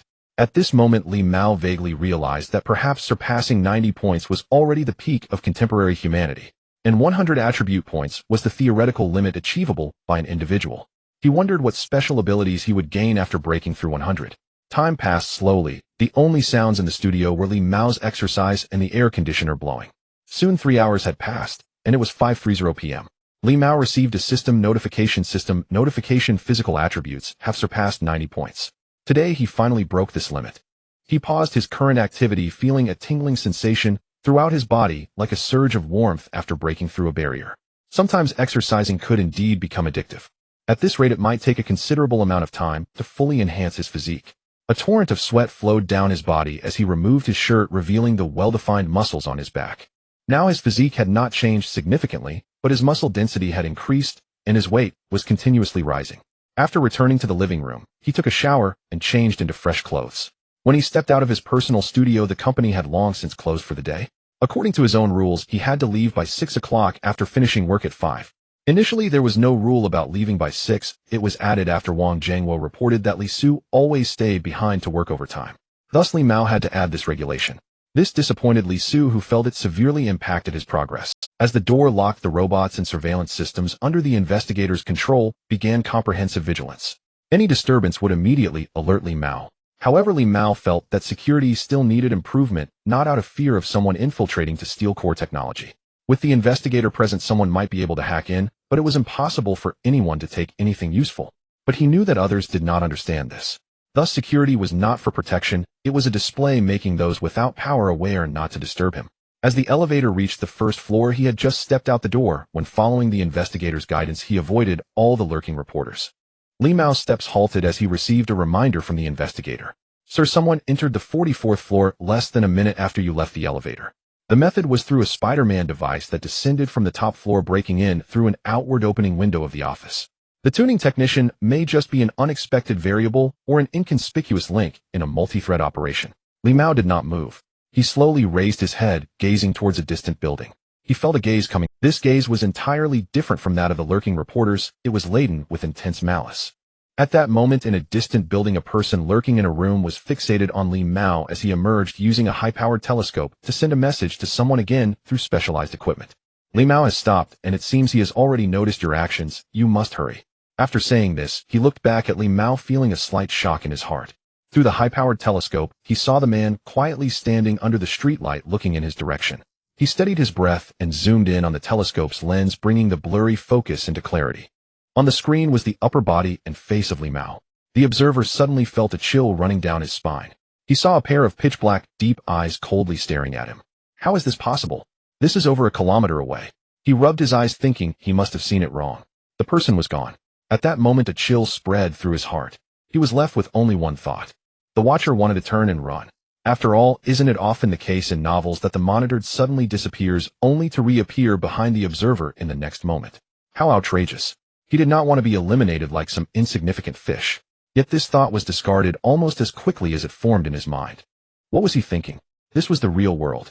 He wiped the sweat from his forehead and couldn't help but chuckle, realizing he had read too many novels. It was all just coincidence. That person must have taken advantage of the moment. He rubbed his eyes to return inside the building. Li Mao has disappeared, suspected to have returned. He took out his device and immediately sent a message to his companions. Just as he finished speaking, a hand grasped his device. He was momentarily caught off guard, staring blankly as the hand lifted the device away. No way. Then the lights turned on. He finally noticed that 3 individuals had quietly infiltrated the room without him realizing. In the next moment, he was pinned to the ground by 2 people, his face pressed hard against the cold floor, and he had no hesitation in yelling loudly. You are trespassing. A man in a black hoodie stepped steadily in front of him, holding the specialized device in his hand. As he took a look, with an expressionless face, he said, "National security." The watcher's voice abruptly cut off. Li Mao, from a kilometer away, sensed the scrutiny, but of course he could not fly to that person's side in the next moment. However, initiating mental interference over such a distance was not impossible. Previously, he had exerted interference on the sports arena office through a network connection. This kilometer was still relatively close compared to that distance. He felt not a shred of fear. Not to mention the difficulty of deploying hot weapons in this country. Even if they really acquired them, it wouldn't matter to Li Mao. Even if the other side aimed a sniper rifle at him, it would be completely unfeasible. With his spiritual power surpassing 120 points, his ability to perceive malice had almost reached the level of sensing an approaching autumn breeze before the cicadas stir. With a physical quality of 90 points, he possessed top-tier reflexes. Even if a large-scale military encirclement was initiated, Li Mao could navigate through it, as if it were an uninhabited realm. This was the insurmountable distance between the extraordinary and the ordinary world. He returned to the living room on the first floor and sat down on the visitor's sofa. He neither ascended nor left. Including the special device of the watcher, the thinker easily infiltrated it and obtained the situation on site. Sir, that room has a powerful signal jamming and has physically cut off all devices. I cannot monitor it. Hearing the thinker's words, Li Mao was not surprised. It's fine. The professionals had arrived. There was nothing more to see. Thinking carefully, in such a powerful country, would they send spies into a tiny place like this? Thus, regardless of how tight the mechanisms of the Shangshan group, where there must be corresponding and even stronger countermeasures waiting for them here. It's like when the time comes, their mechanisms trigger and the alarm rings. And once the alarm rings, our mechanisms will also be triggered. Someone will go and smash the alarm clock. Those who entered the 44th floor will not escape. There will be someone to clean up. Li Mao would not waste any more time. The reason he returned to the first floor was to wait for someone to call him. Sure enough, a phone call came in 2 minutes later. Hello, Mr. Li Mao. This is National Security. No matter what alert notification you receive, please do not return to the company. According to our intelligence, illegal elements have infiltrated your company. To prevent them from causing you personal harm, please remain where you are. Our people will meet with you within 5 minutes. After a few seconds of silence, Li Mao realized that national security had already arranged for personnel in this building. They were even confident that the people upstairs would not be able to reach the first floor to meet him, which was why they wanted him to wait here. He looked up at the chandelier on the ceiling. All right, I'll wait. At the same time, it wasn't just him who received a call. Many important members of Huanyu Peace Technology also received calls. Hello, Ms. Chen Xingyi. This is... Do not return to the company. We will. Chen Xingyi, who was watching a drama at home, expressed complete disbelief upon hearing the voice on the phone. I Qin Shi Huang want money. Then she hung up the phone. 5 minutes later, her door was knocked on. Chen Xingyi walked to the door with some impatience. Who is it? Delivery. A female voice responded from outside. Times are hard these days. There are increasingly more girls delivering parcels. What parcel could be delivered? It wouldn't be that Mr. Li, the great benefactor, bought her a Lolita again. Or perhaps some special clothing. This dead person always doing this, truly shy. Chen Xingyi giggled in her mind, fantasizing a little, which isn't a crime. Upon opening the door, her smile froze. She stared blankly at the 3 people standing in front of her, 2 women and 1 man, unable to react for a moment. The leading woman looked at her, took out her identification, and under the light the national emblem appeared solemn and awe-inspiring. Qin Shi Huang, hello, this is national security, she said. What? Chen Xingyi stuttered, thinking it was fake. Sanjing Security Office. Shen Yu and Shen Jie, who were on duty, were chatting while eating their boxed lunches. Shen Jie had the joint video of Quan Yi and Zhang Xiaozhong playing on her phone. After the press conference ended, the two shook hands and made peace. They had done a video episode about the press conference and the first-generation brain machine interface. What is this? Shen Jie expressed disdain. Master, if they knew what Mr. Li was hiding behind them, wouldn't they split open on the spot? Shen Yu picked up a piece of garlic and started chewing it. It was spicy. Hiss. You just need to know, don't shout it everywhere. Mr. Li has his own arrangements. Master, isn't there any action from above? I think this first-generation interface is quite impressive as well. Can you stop wasting breath? Is it that the regulations were copied too few? At this moment, the director walked out from the inner office, looking kindly at the two and even smiled. Chen Yu, Shen Jie, come over here. The two put down their boxed lunches and stood up, puzzled, feeling a bit uncomfortable under his gaze. The director must have taken the wrong medicine. Director, is there something good? It's your good fortune. I hurry up and answer a call, he said. The two went to the director's landline phone, went on speaker, and soon a steady male voice came through. Comrades, hello, this is Jiangxing National Security. You can call me Song Bai. I represent the state and have something to ask you. Please answer truthfully. National security usually only states its code, even when facing colleagues from other systems. Shen Jie and Chen Yu became serious. Yes. On June 18th, the file number J Special 1098 that you reported, is its content accurate? Hearing this number and date, goosebumps rose on their skin. Their memories instantly returned to that unforgettable morning. After a moment of silence, Chen Yu regained his senses, first still only answering with one word, but very firmly. Yes. Although they used some spring and autumn tactics at the time, it was only to make it easier for the higher-ups to understand and accept. The actual content had not changed. There was a brief silence on the other end, as if recording something, the sound of a pen writing on paper, and then, on behalf of the National Security Agency, I would like to thank you both for your professional conduct and sense of responsibility while on duty, and I extend my highest respect to you. Comrades, you are worthy of the badge on your chest, and the oath you took upon joining. The nation appreciates you. At that moment, both of them felt tears welling up in their eyes as they raised their hands in salute. Yes, it is our honor. The building's central air conditioning system was still running, emitting a steady stream of cool air. The first-floor lobby stood empty, its crystal chandelier casting a faint, austere glow. Li Mao sat on the sofa reviewing, via Thinker, how state security had apprehended the two intruders who had breached the 44th floor. Without Thinker's intervention, the two agents effortlessly unlocked the electronic door using specialized equipment and cornered the intruders in the vast open-plan office. The intruders clearly had no intention of surrendering. One brandished a dagger, assuming a precise professional stance, an unmistakable challenge. 2 against 2 advantage theirs. Then the agents smiled and drew their firearms. 2 minutes later, the suspects emerged with wrists bound behind their backs and handcuffs. Beyond the arrest, nothing else in the premises had been disturbed. Within 5 minutes, the elevator doors on the first floor opened. 3 people stepped out, 2 men and 1 woman. Unremarkable in both appearance and attire. They walked directly toward him. Hello, Mr. Li Mao. We're from Jiangxing State Security. The man leading them stood short, shaved head gleaming, carrying the faint lingering scent of cooking oil. as though he'd just clocked out from a kitchen. He made no introduction for the two behind him. "You may call me by my codename Thread." Li Mao shook his hand. Two intruders concealed themselves on the rooftop, scaling into your premises via spider climbing gear. His tone was concise, measured, unhurried. "According to our intelligence, they are spies originating from Neon. Though now detained, such operations rarely operate along a single thread. From this moment forward, we'll remain at your side for the next 24 hours. The unspoken implication was clear by then: the matter would be resolved, or at least no longer require personal protection. Li Mao nodded in acknowledgement, and sent saying, "Ji, a message, I won't be returning home tonight." She replied instantly, "I understand. Be careful. I'll wait for you." Sang Ji's three-sentence reply arrived within seconds. Though the company did have a single guest bedroom, it was far more practical to stay at the Pannington Grand Hotel. Half an hour later, inside an unassuming luxury suite at the Pannington Grand Hotel, a low coffee table held several takeout dishes from the hotel kitchen. Steam still rising, fragrance rich and inviting. The air conditioner had just kicked into the room, retained a subtle warmth. The lighting was dimmed, soft, intimate. They sat facing each other on opposite sides of the sofa, east and north. Li Mao popped open 2 chilled cans of cola. A sharp hiss, PSSSD, and he passed one to Thread. Without hesitation, Thread took a long, deep swallow. State security agents were human after all. They too needed to eat. "When did you begin monitoring me?" Li Mao shrugged off his jacket, revealing a crisp white shirt, and picked up a piece of food as he spoke. Thread chewed a bite of braised pork, unfazed. "Do you recall Chinyu and Xinjia?"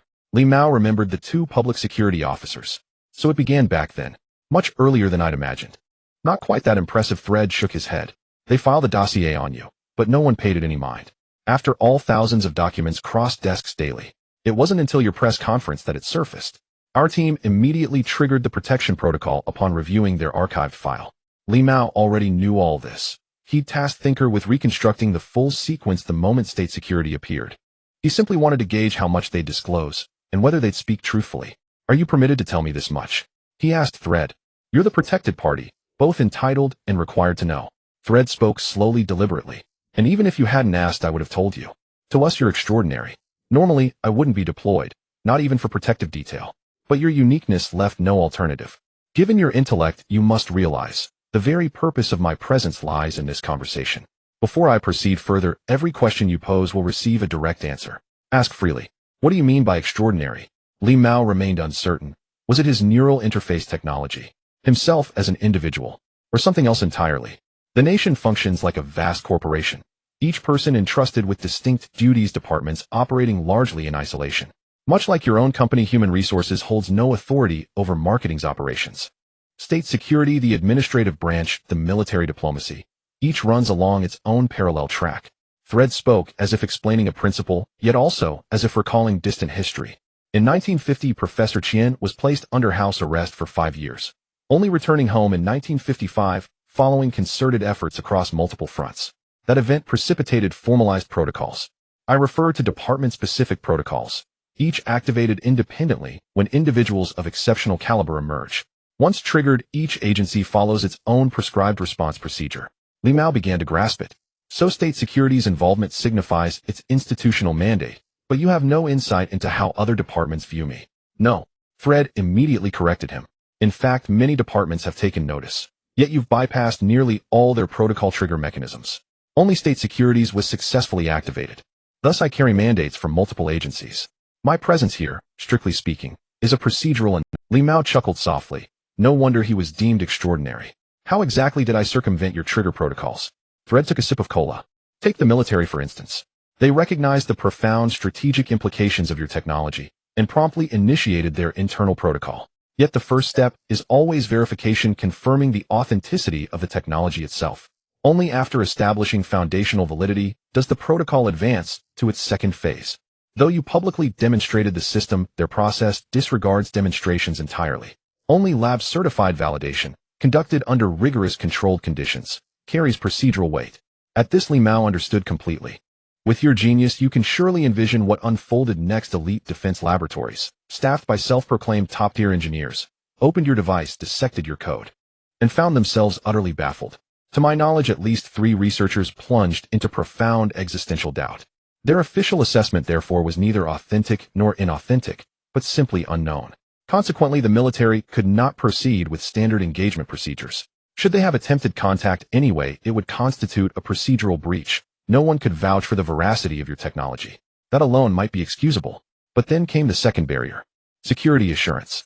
If authenticity remains unconfirmed, how could they possibly guarantee the military-grade safety of your system? Experts unanimously concluded, even with full disclosure from you, they could never guarantee absolute security for this technology. Given your technical mastery, you could insert any backdoor, anytime, anywhere, even in plain sight mid-execution. So they too were left without a viable path forward. The protocol stalled, frozen at this impasse. For the first time, Thread's voice carried a subtle, almost reverent inflection. He glanced at Li Mao, who sat silent listening intently, and offered a lopsided, unpolished, yet wholly sincere smile. You're truly extraordinary. The room fell silent once more. Li Meng picked up the food, chewing it thoughtfully before swallowing. Xixian, seeing this, chose to remain silent, allowing Li Meng time to reflect. A genius of this caliber has already surpassed the response capabilities of their entire system, akin to a bug that should not exist under normal circumstances. The military's example is typical, but other departments are quite similar. Upon discovering the emergence of super technology, the first reaction from the administration is to verify its authenticity. After the release of the Chungying generation, they immediately took it to various laboratories, research institutes, and even universities for assessment. Such a monumental event, such remarkable technology, under any rational consideration, there should be no possibility of someone fabricating falsehoods, because the consequences are too great for anyone to bear. Thus, the administration could only arrive at a similar conclusion: they did not know. They could neither affirm nor deny its authenticity. Choosing between truth and falsehood, the result was one of ambiguity. The program was stuck. To get this stuck program running again was not impossible, but it required time and methods. But at that moment, the enemy's spies were activated, automatically triggering the national security protection protocols. Thus we arrive at this moment of conversation between Xixian and Li Meng. Li Meng finally set down his chopsticks, picking up a napkin from the table to wipe his mouth. You have said everything I wanted to ask. He tossed the napkin into the trash and looked at Xixian. Now it's your turn. What do you wish to ask me? Xixian placed down the can of cola and chopsticks, shaking his head as he gazed at Li Meng. What I or we want to ask you have said, and we wouldn't understand, so there's no need to ask. Furthermore, your statement wouldn't pass the program. You don't qualify as a third party.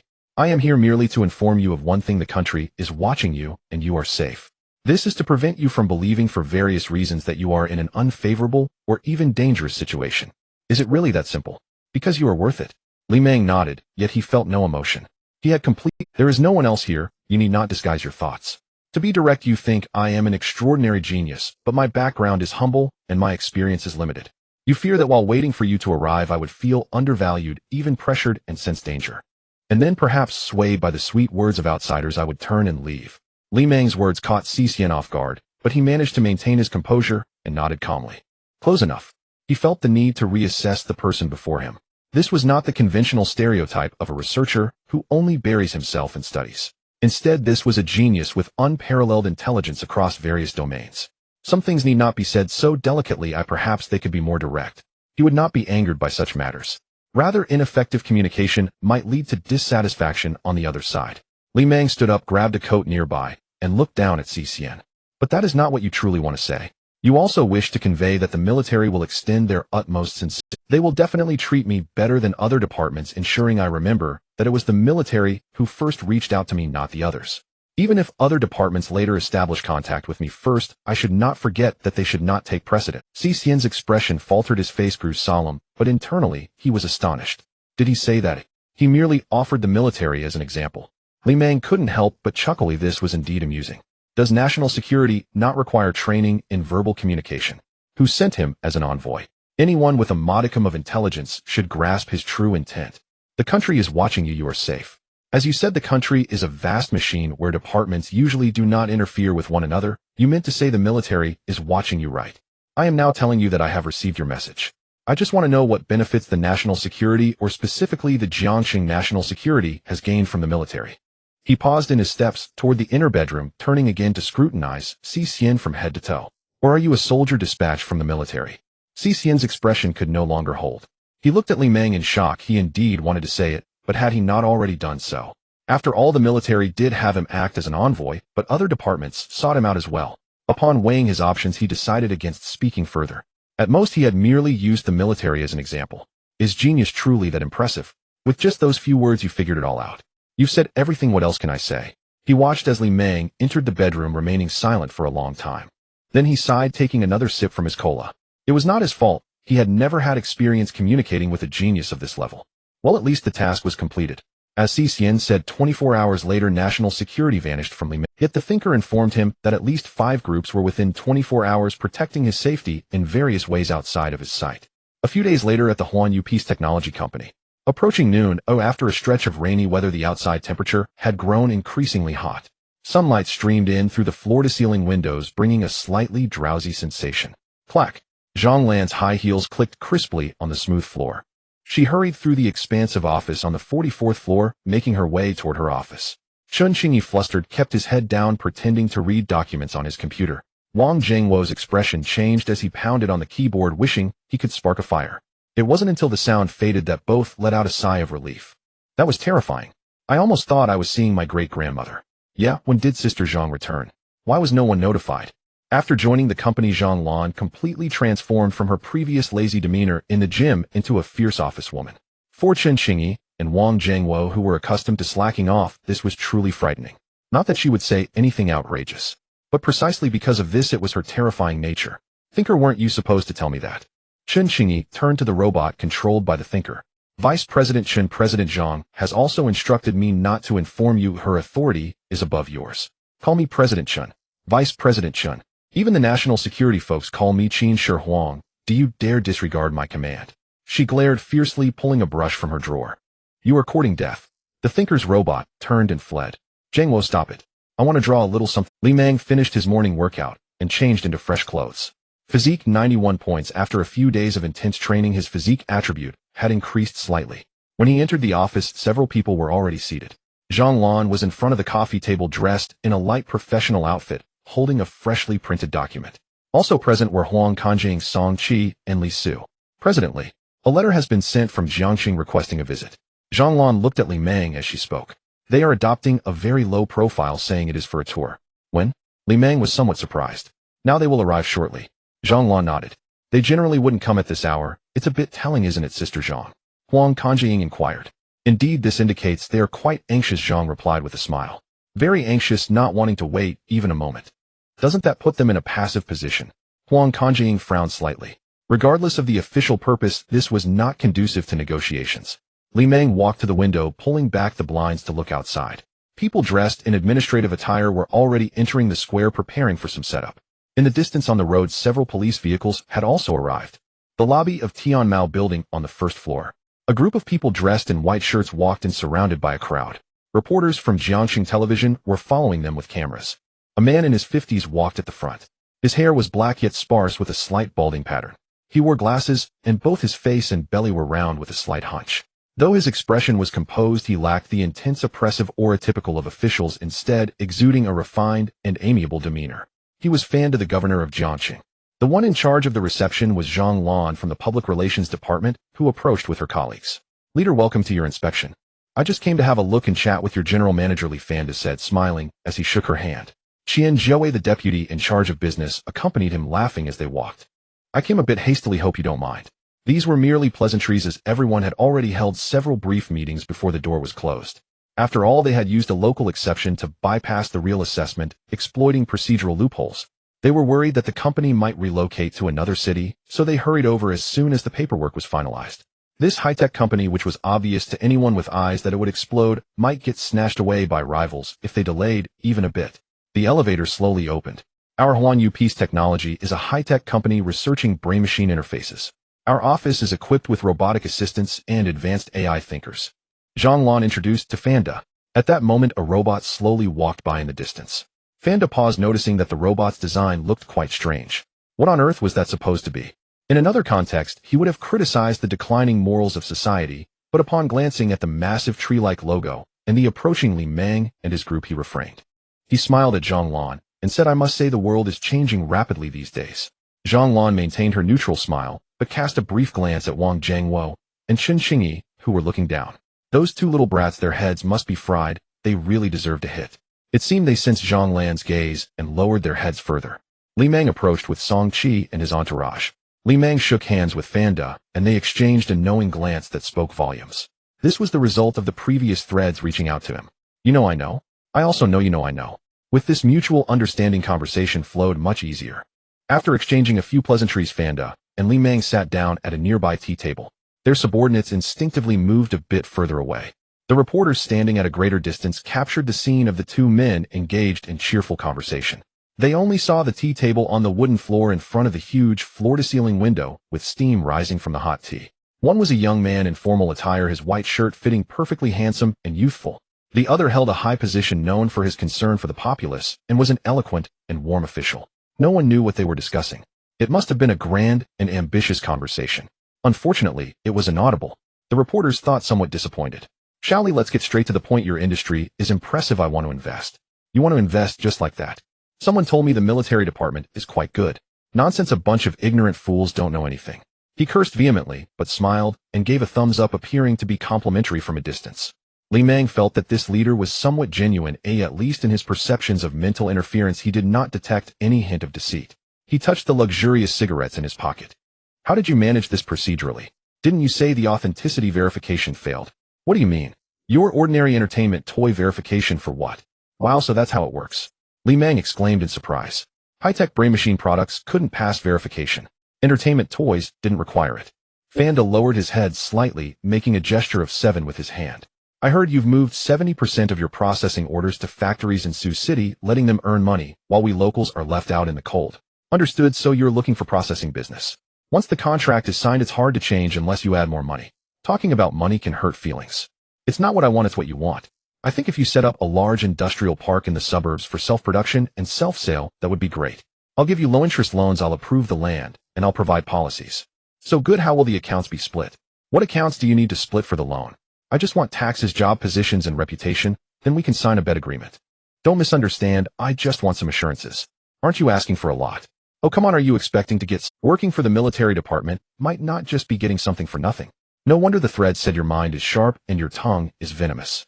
If we weren't all dignified people, I'd really want to hit you." The reporters captured the moment when the two smiled and shook hands, still engaged in conversation. The leader's face turned slightly red with excitement. She noted that the negotiations were going very smoothly, and as they delved deeper, the leader was filled with exhilaration. In business negotiations, tempers can flare easily. "Don't think I didn't notice your company's robot is still painted with cow dung, haha, high-tech company. I truly didn't know about that. If needed, you can take my employees and give them a good reprimanding. I have no objections." "Huh. I'm worried it might lead our pure team astray." By 12:30, with the sun high in the sky, they had almost concluded their discussions. "All right, let's agree on this." In the end, the two stood up, smiling, shaking hands as they walked toward the crowd. The reporters hurriedly took a plethora of photos. According to the plan, it was scheduled to air on the local station tonight. The more material, the better. Li Meng stood downstairs, watching the convoy gradually fade into the distance. His smile gradually faded. He took out the luxurious cigarette from his pocket and opened the box. Instantly, those following him, like Song Chi, felt an inexplicable sense of unease. It felt like the breath coming out of his nose had turned scorching. Li Meng stared at the cigarettes in the box, which contained one that emanated chaotic spiritual energy, immense and complex, indescribable. This energy had overflowed unexpectedly during their conversation, and although Li Meng intervened in time, it still affected Fanda. Fortunately, Fanda's willpower was extraordinary, only becoming slightly irritable. Was the overflow due to the increasing accumulation of spiritual energy? It seemed he needed to think quickly about how to manage this growing chaotic spiritual energy. Slowly waiting for the efficiency of spiritual filtering to improve wouldn't work. Once the industrial park was successfully operational, the spiritual energy would multiply by dozens or even hundreds. By then, 20 luxurious cigarettes would be completely filled. Wouldn't he just be a walking evil god? A kind that pollutes wherever he goes. Fortunately, mental interference had a tremendous suppressive effect on this energy, preventing it from affecting him directly. Li Meng gently covered it. The white clouds in the sky were as perfect as if drawn from a comic, with a cerulean sky behind them. The sun leaked through the gaps in the clouds, illuminating the glass walls of the skyscraper. Sunlight streamed into Li Mao's personal studio through the floor-to-ceiling windows. Li Mao was dressed in a sleeveless white shirt, revealing his perfectly sculpted arms. With each powerful push, the lines of his muscles became clearer, and sweat began to bead on his forehead and face, trickling down his chin. The sunlight shone on him and his hair as if coated with a layer of golden light. Now his personal studio had been upgraded again, with dozens of large screens completely dismantled. In their place was a holographic projection system. The workbench featured a fully LCD touch control panel. Looking around, it appeared even more spacious and futuristic than before. In the distance outside the window, another drone was being controlled by the Thinker as it drifted down to the police station. Those who attempted to film secretly never seemed to learn their lesson. Physical quality, 92 points. After receiving the system's notification, Li Mao paused his actions. More than half a month had passed, and he had only gained a slight increase. The growth efficiency had indeed slowed down gradually. The rich merchant mall had refreshed 2 weeks ago. He had not purchased the last 2 items, one a property and the other a car. Rich merchant mall LV20500 awaiting refresh. 1. Capital 50,100 rich merchant points. 2. Random assets in Jiangxing area 100 rich merchant points. 3. World famous watch Laris Starry Sky 100 rich merchant points. This time he did not refresh any special items, only 2 products with 3 free attribute points. 100 rich merchant points appeared simultaneously, which was still quite good. Li Mao immediately purchased them, still adding directly to his spirit. Spirit 126 points. 5. Even though his physical quality had exceeded 90, he had not considered allocating points to it. Because at least at this stage physical quality was a property that could be increased through exercise. However, he had yet to find any method to train his spirit. In the long history of humanity spanning thousands of years, he had the thinker comb through all content related to spirit training. From ancient Taoist classics to ancient Indian spiritual yoga, to alchemical meditation techniques. He had tried everything, but none were effective. Even consuming spirit to the limit and then recovering did not increase his spirit's upper limit. He then looked at the tasks displayed on the panel. Aside from music proficiency, there was also the charm with the opposite. Logically speaking, given his current fame, it was not impossible to have a woman in some corner who held feelings for him and had high charm. However, he had not received any system notifications up to now. Li Mao believed that this had hidden restrictions he was unaware of. For instance, it might need to be with someone he had contact with, or even continuous contact. If there was no contact, even if there were higher feelings, it would be akin to a castle in the air. They liked the imagined Li Mao, not the real Li Mao. Hence it was not recognized by the system. A sudden wave of unusual mental fluctuations emerged. Li Mao frowned slightly and looked up at the thin coat lying nearby. He took out the luxury cigarettes from it, retrieving the one that stored a massive amount of chaotic spiritual energy. Once more he used his spirit to suppress its restless stirrings. He had been researching this thing for some time. If he were to stop harvesting human spiritual energy from now on, then this conundrum would be easily resolved. But if he did not harvest, half of his path would be cut off. There had been several different plans. Thinker, bring up. As his voice fell, a white dragon shadow was projected by the holographic display, eventually curling up to become a dragon egg. This plan was called the Mythical Life Cultivation Plan by him. Human spiritual energy was incredibly chaotic, yet sometimes it formed a special collective impression.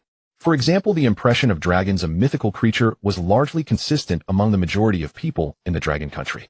If their spiritual energy were consumed to shape such a life form, it was highly likely to create a true dragon. On one hand, the chaotic spiritual energy would be consumed, while on the other, he could glimpse mythical life. However, this plan carried enormous risks. The so-called evil of humanity must never be underestimated.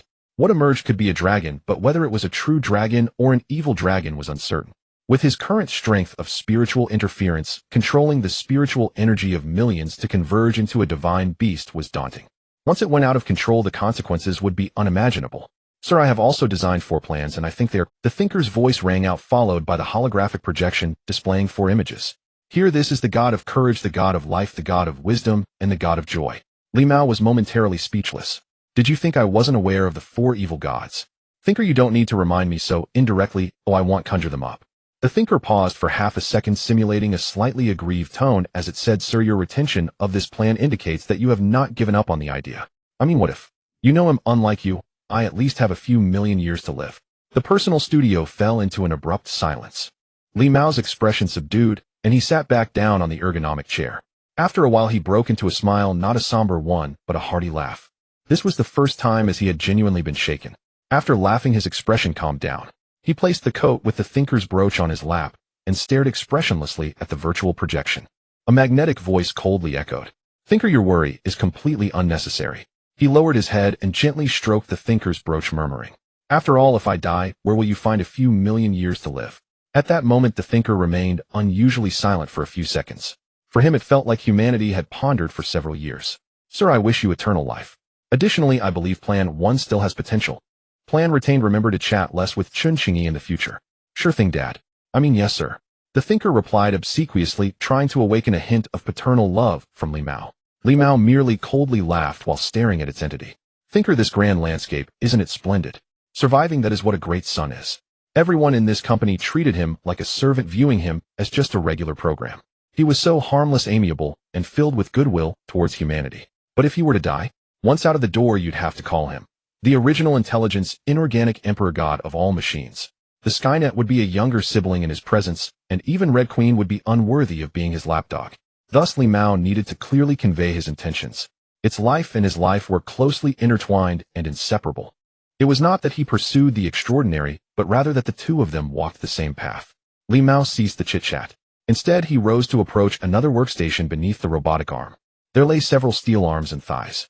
The first-generation brain-machine interface had been released for a while now, and thanks to the efforts across the company, the quantity had successfully surpassed 1 million. The accompanying issue was application, especially for some high-end scenarios. For instance, the much-anticipated mechanical ascension. If the brain machine could not control physical machines, what was the point of calling it a brain machine? This area posed a high technical difficulty, though others could not accomplish it, leaving only him to take action personally. While Li Meng was busy, the outside world was far from the tranquility of the studio at Huanyu Peace Technology. In fact, not to mention the outside, even the entire 40th to 43rd floors were bustling with activity. As a result, the punishment that Zhang Jie was supposed to impose on Chun Xingyi and Wang Zhengwo was temporarily shelved with Li Meng's consent. It wasn't just the HR department that was too busy. The marketing department could hardly keep up with the phone calls. The technical department was practically wishing they could split one person into two. They couldn't contribute to the brain-machine technology itself, but it was in the application area where their expertise was needed. The essence of the brain machine was the utilization of brain computing power. It's like a smartphone, or it can play games, watch movies, and read novels. These are all applications. It's impossible for all applications to be developed in-house. However, even if they authorized related companies without the assistance of their technical department, it would be impossible to develop brain-machine versions of applications. For example, the brain-machine version of WeChat had already been pushed multiple times. It's almost 6 o'clock. All departments take notice, someone shouted loudly. Everyone's movements became even faster. Because of the company's strict rules, work ended at 5, and everyone had to leave by 6. No matter how much work was left, it had to be put down. Volunteering was not an option. Even going home was not allowed. Each employee who wanted to work had to access the company's work system through personal permissions, which would be recorded by the thinkers. The next day, they had to submit a report explaining the reasons. As the time approached 6 o'clock, the most panicked were not the employees at Huanyu Peace Technology, who voluntarily stayed late. Instead, it was those passive, overtime workers from partner companies. At the tech department at Penguin Dam, it's almost 6. Everyone speed up, Huanyu is about to close. Initially, they weren't so anxious, even though they knew early on that Huanyu had a strict 5 o'clock quitting time and a 6 o'clock exit. No one took it seriously. But after the first collaboration, when 6 o'clock came, all connections and data permissions were abruptly cut off. They realized their mistake. These people really left when they said they would. The head of the technical department felt the most pressure. Those above him didn't care whether he left work or not. They only knew that his tasks were unfinished. Although WeChat had already launched its brain machine version, the iteration speed was incredibly fast due to lack of experience. Today's update was crucial, but it was still lacking a bit to be completed. He watched in despair as he sent a message to General Li from the Huanyu technical department. Off work. Just a little more. Just a tiny bit more. Love me one more time. Dad. Big Dad. But the next moment, all connection permissions in the technical department were shut down. The new employees at Penguin's technical department looked shocked at the vast array of computer screens in the office area. The specialized work platform opened by Huanyu Peace Technology instantly locked down. On the software side, there was only a lock screen image. It was the tree diagram logo of Huanyu Technology. The collective size of everyone created a spectacular scene. Is Huanyu really that amazing? He murmured. A technician beside him stretched and replied, yes, it's... The release of the brain machine was like a stone thrown into a calm pond for the entire dragon country. But when you truly thought it was just a stone, it turned out to be a torpedo. To date, over 1 million units of the first-generation brain machine, Chungying, have been activated. In comparison to the tens of millions of smartphones sold or hundreds of millions in circulation, this number isn't significant. However, users are spread across the vast expanse of the country like light bulbs, illuminating the eyes of those who couldn't grab one. The brain machine, originally priced at $4,999, has even been resold at terrifying prices 10 times that in the second-hand market. Even this has a price, but no market. Even if ordinary people managed to get one, they were reluctant to sell, because using the brain machine for the simplest display live streams could easily earn tens of thousands in a month. Major video platforms have created sections specifically for brain machine content. From live streams to short videos and long videos, just as Huanyu Peace Technology initially envisioned, the application end of the brain machine has already been explored in various creative ways. However, currently the brain machine is directly locked to domestic sales. Once it leaves the country, it becomes scrap metal. Thus, ordinary people abroad generally consider it AI-generated and don't take it seriously. At night, the air was humid and stagnant. At this moment, the square was overflowing with people. A large event was underway with a 1-meter-high stage set up and the host warming up the audience. A red banner hanging read yo-yo competition. Generally, such competitions are just bystanders supporting the event to draw crowds to the mall. But this time it was different.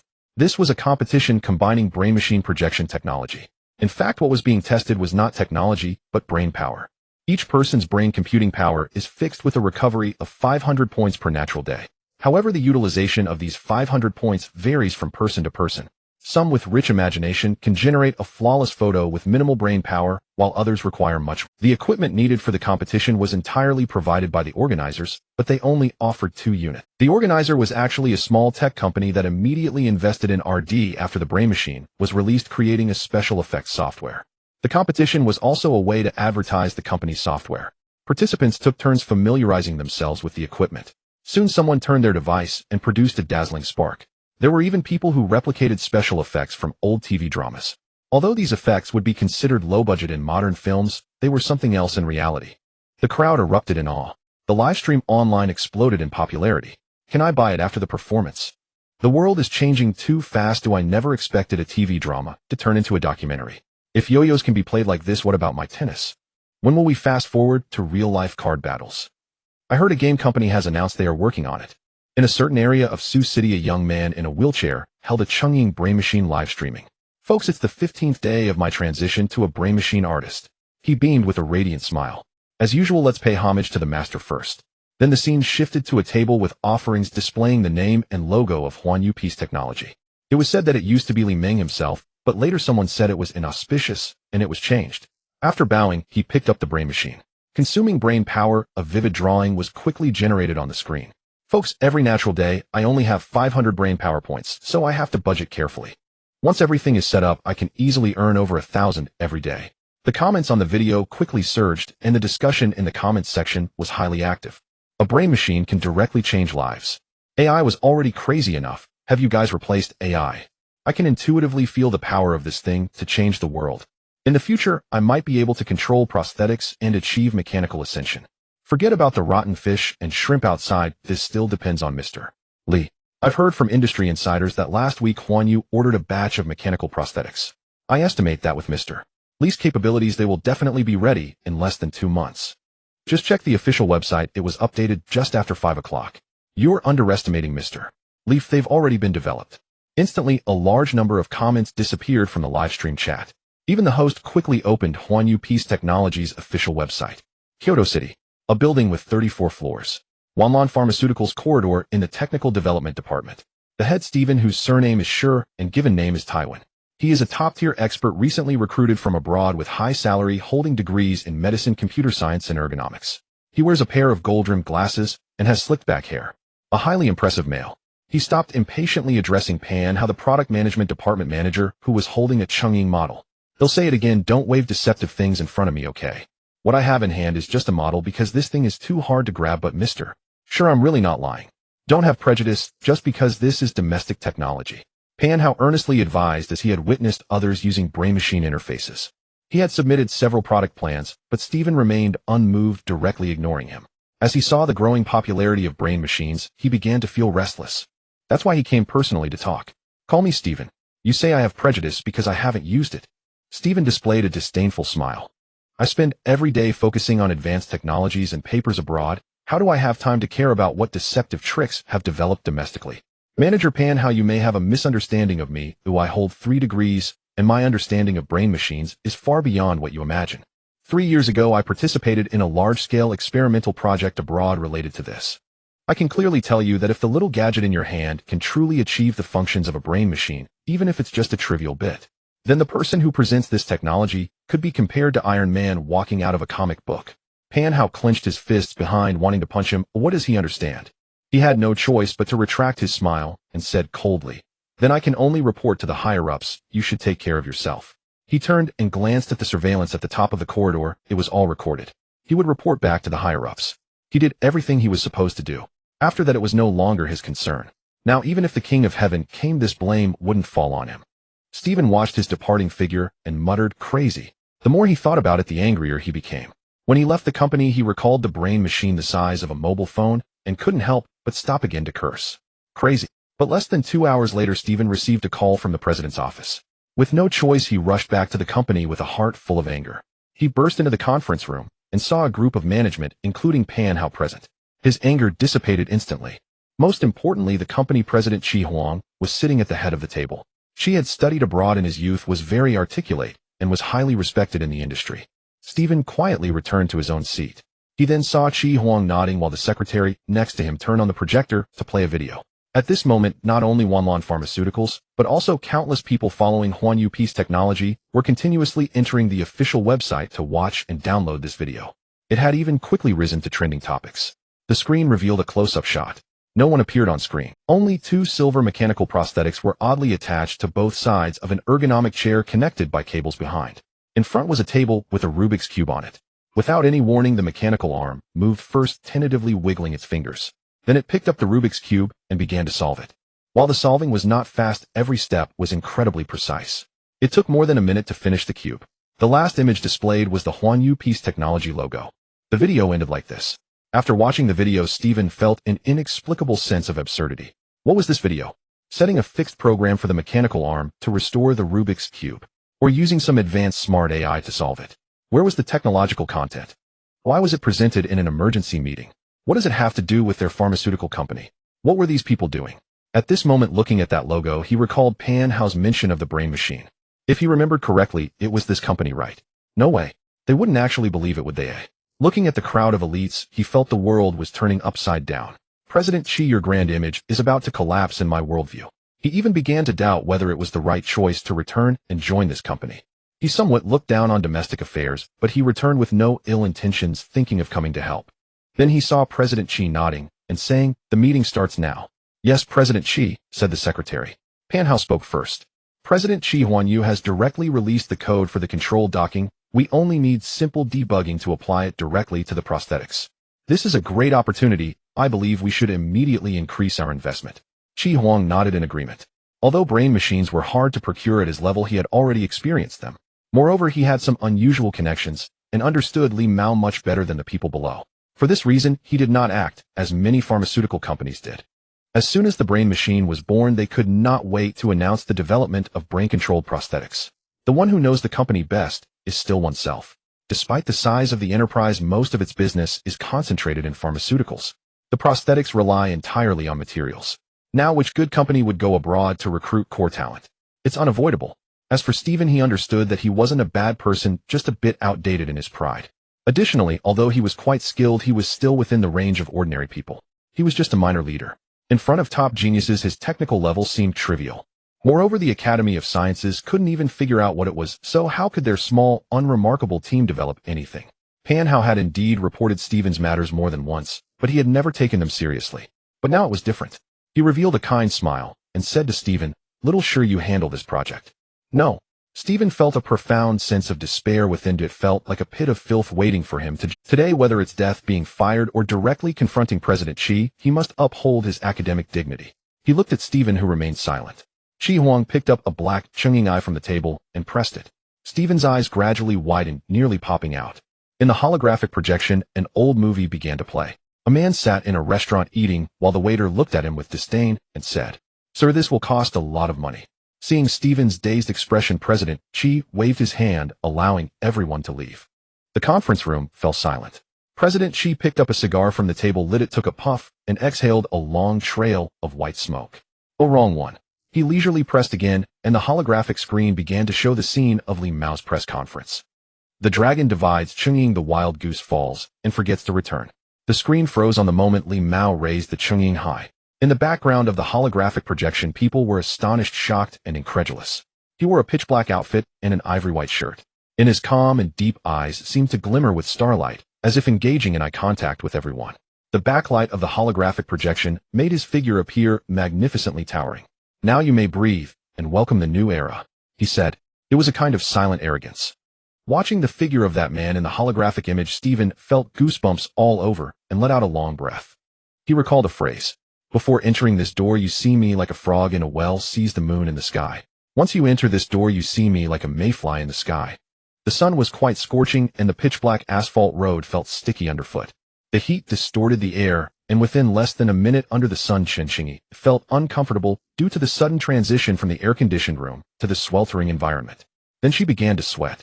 Her feet in the high heels with stockings felt a bit sticky, and her toes instinct. Looking back somewhat blankly at the Tianmao building behind her, a group of equally bewildered employees from Huanyu Peace Technology reluctantly walked out of the company. Among them was a new employee wearing gold-rimmed glasses and slicked-back hair resembling a high-quality human. His name was painfully common, Stephen. At this moment he was still shouting, "I want to work. I don't want a holiday. I just started, and I've only been on the job for 2 days. How can I take 4 days off? Is there even labor law for this? Wasn't it supposed to be 5 days of work and 2 days off? Let me go back.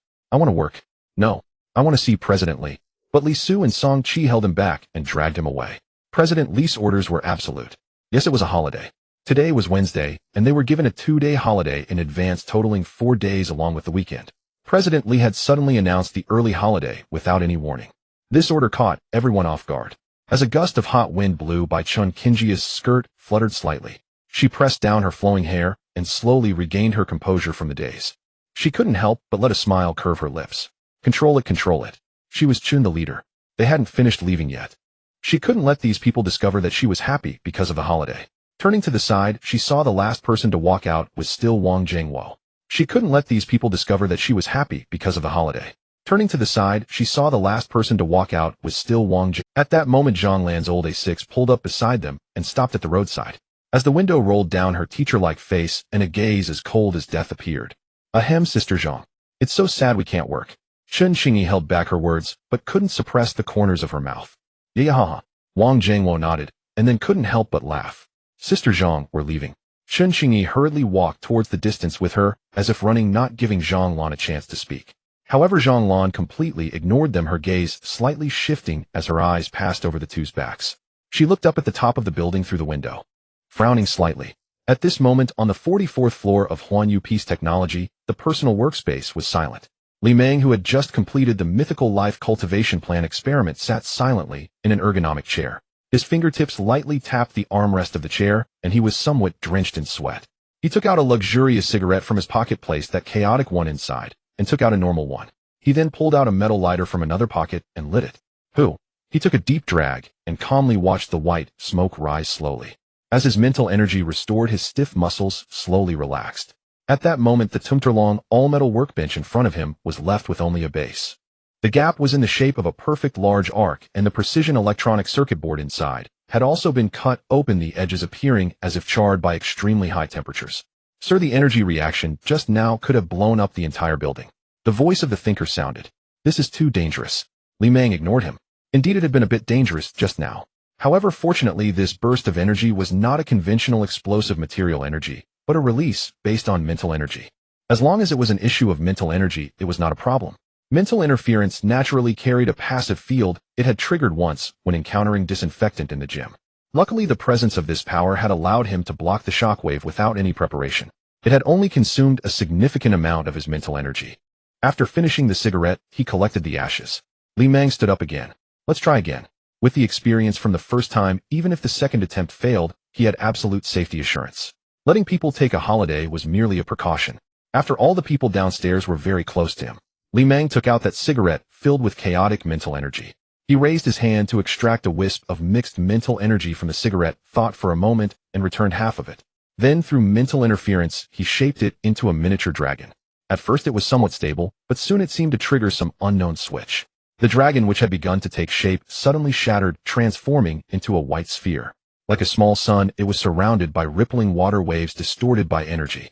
This was not just any white, but similar to the white at the center of a nuclear explosion.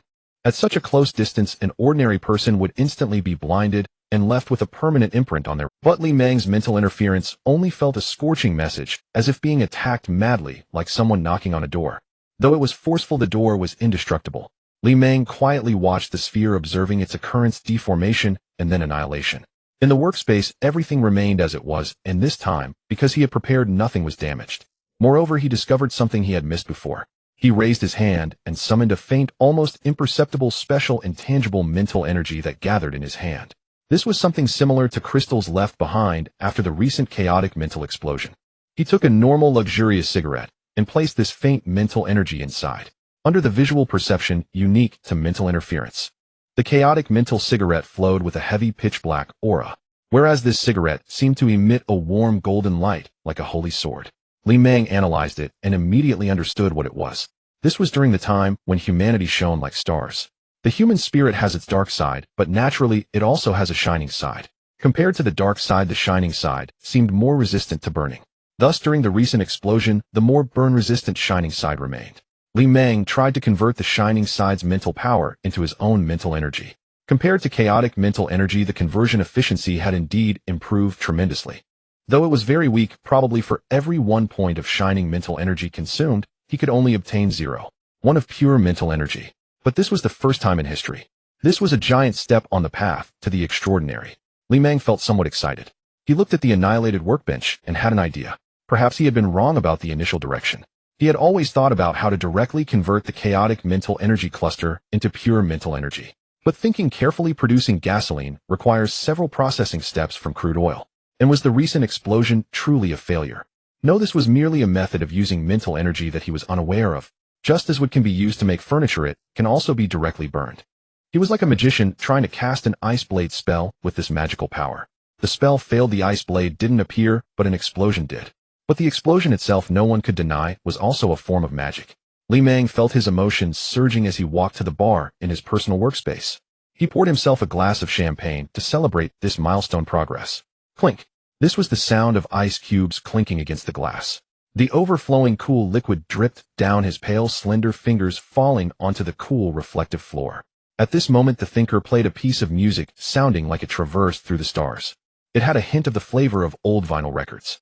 Inside the personal studio on the 44th floor, the customized holographic projection emitted an invisible heat wave from intense use. The cooling fan buzzed, conveying a sense of weariness akin to an old horse pulling a heavy cart. Ordinary individuals could never possess the formidable mental strength of Li Meng. Even a group using the device, in turns, could not harness it to such an extent. The projection displayed an incredibly complex code and a set of unique mechanical blueprints. As per Li Meng's requirements, the 3D projections of various parts would be pulled before him for magnification or reduction. In these 4 days, although the employees were forced to go home as the boss, he had the privilege to work overtime. He discovered 2 major breakthroughs. One was the shimmering mental value. The other was the explosive force generated by mental strength. In truth, the two were interdependent. Without triggering a mental explosion, one could not attain shimmering mental value. Thus, the focus lay in how to expend that energy. He couldn't simply stand on the rooftop and unleash a barrage. To put it seriously, the chaotic mental strength within this cigarette was enough for him to easily obliterate the entire Jiang city. After a thorough analysis of mental interference, he discovered that this explosion was in fact a manifestation of energy eruption. It was not solely meant for explosions. There exists a scientific technology in the material realm known as controllable nuclear fusion. Its essence, in simple terms, is converting matter into energy. 1 gram of matter from the real world transformed into pure energy would become incredibly terrifying. Even a gram of soil could unleash the equivalent of 20,000 tons of TNT. In an unknown corner, Li Meng discovered something even more dreadful than the conversion of matter into energy. That was mental conversion energy. This explosion was in reality a form of mental nuclear fusion. The holographic projection simulated a scenario of supermassive mental fusion. In the imagery, he stood in a void of space beneath a cerulean planet as a white blazing sphere rose beyond the horizon, radiating boundless brilliance. He controlled a sun whose essence was mental. He gazed at that sun somewhat entranced. "Sir, the equipment can't take it anymore," the thinker said.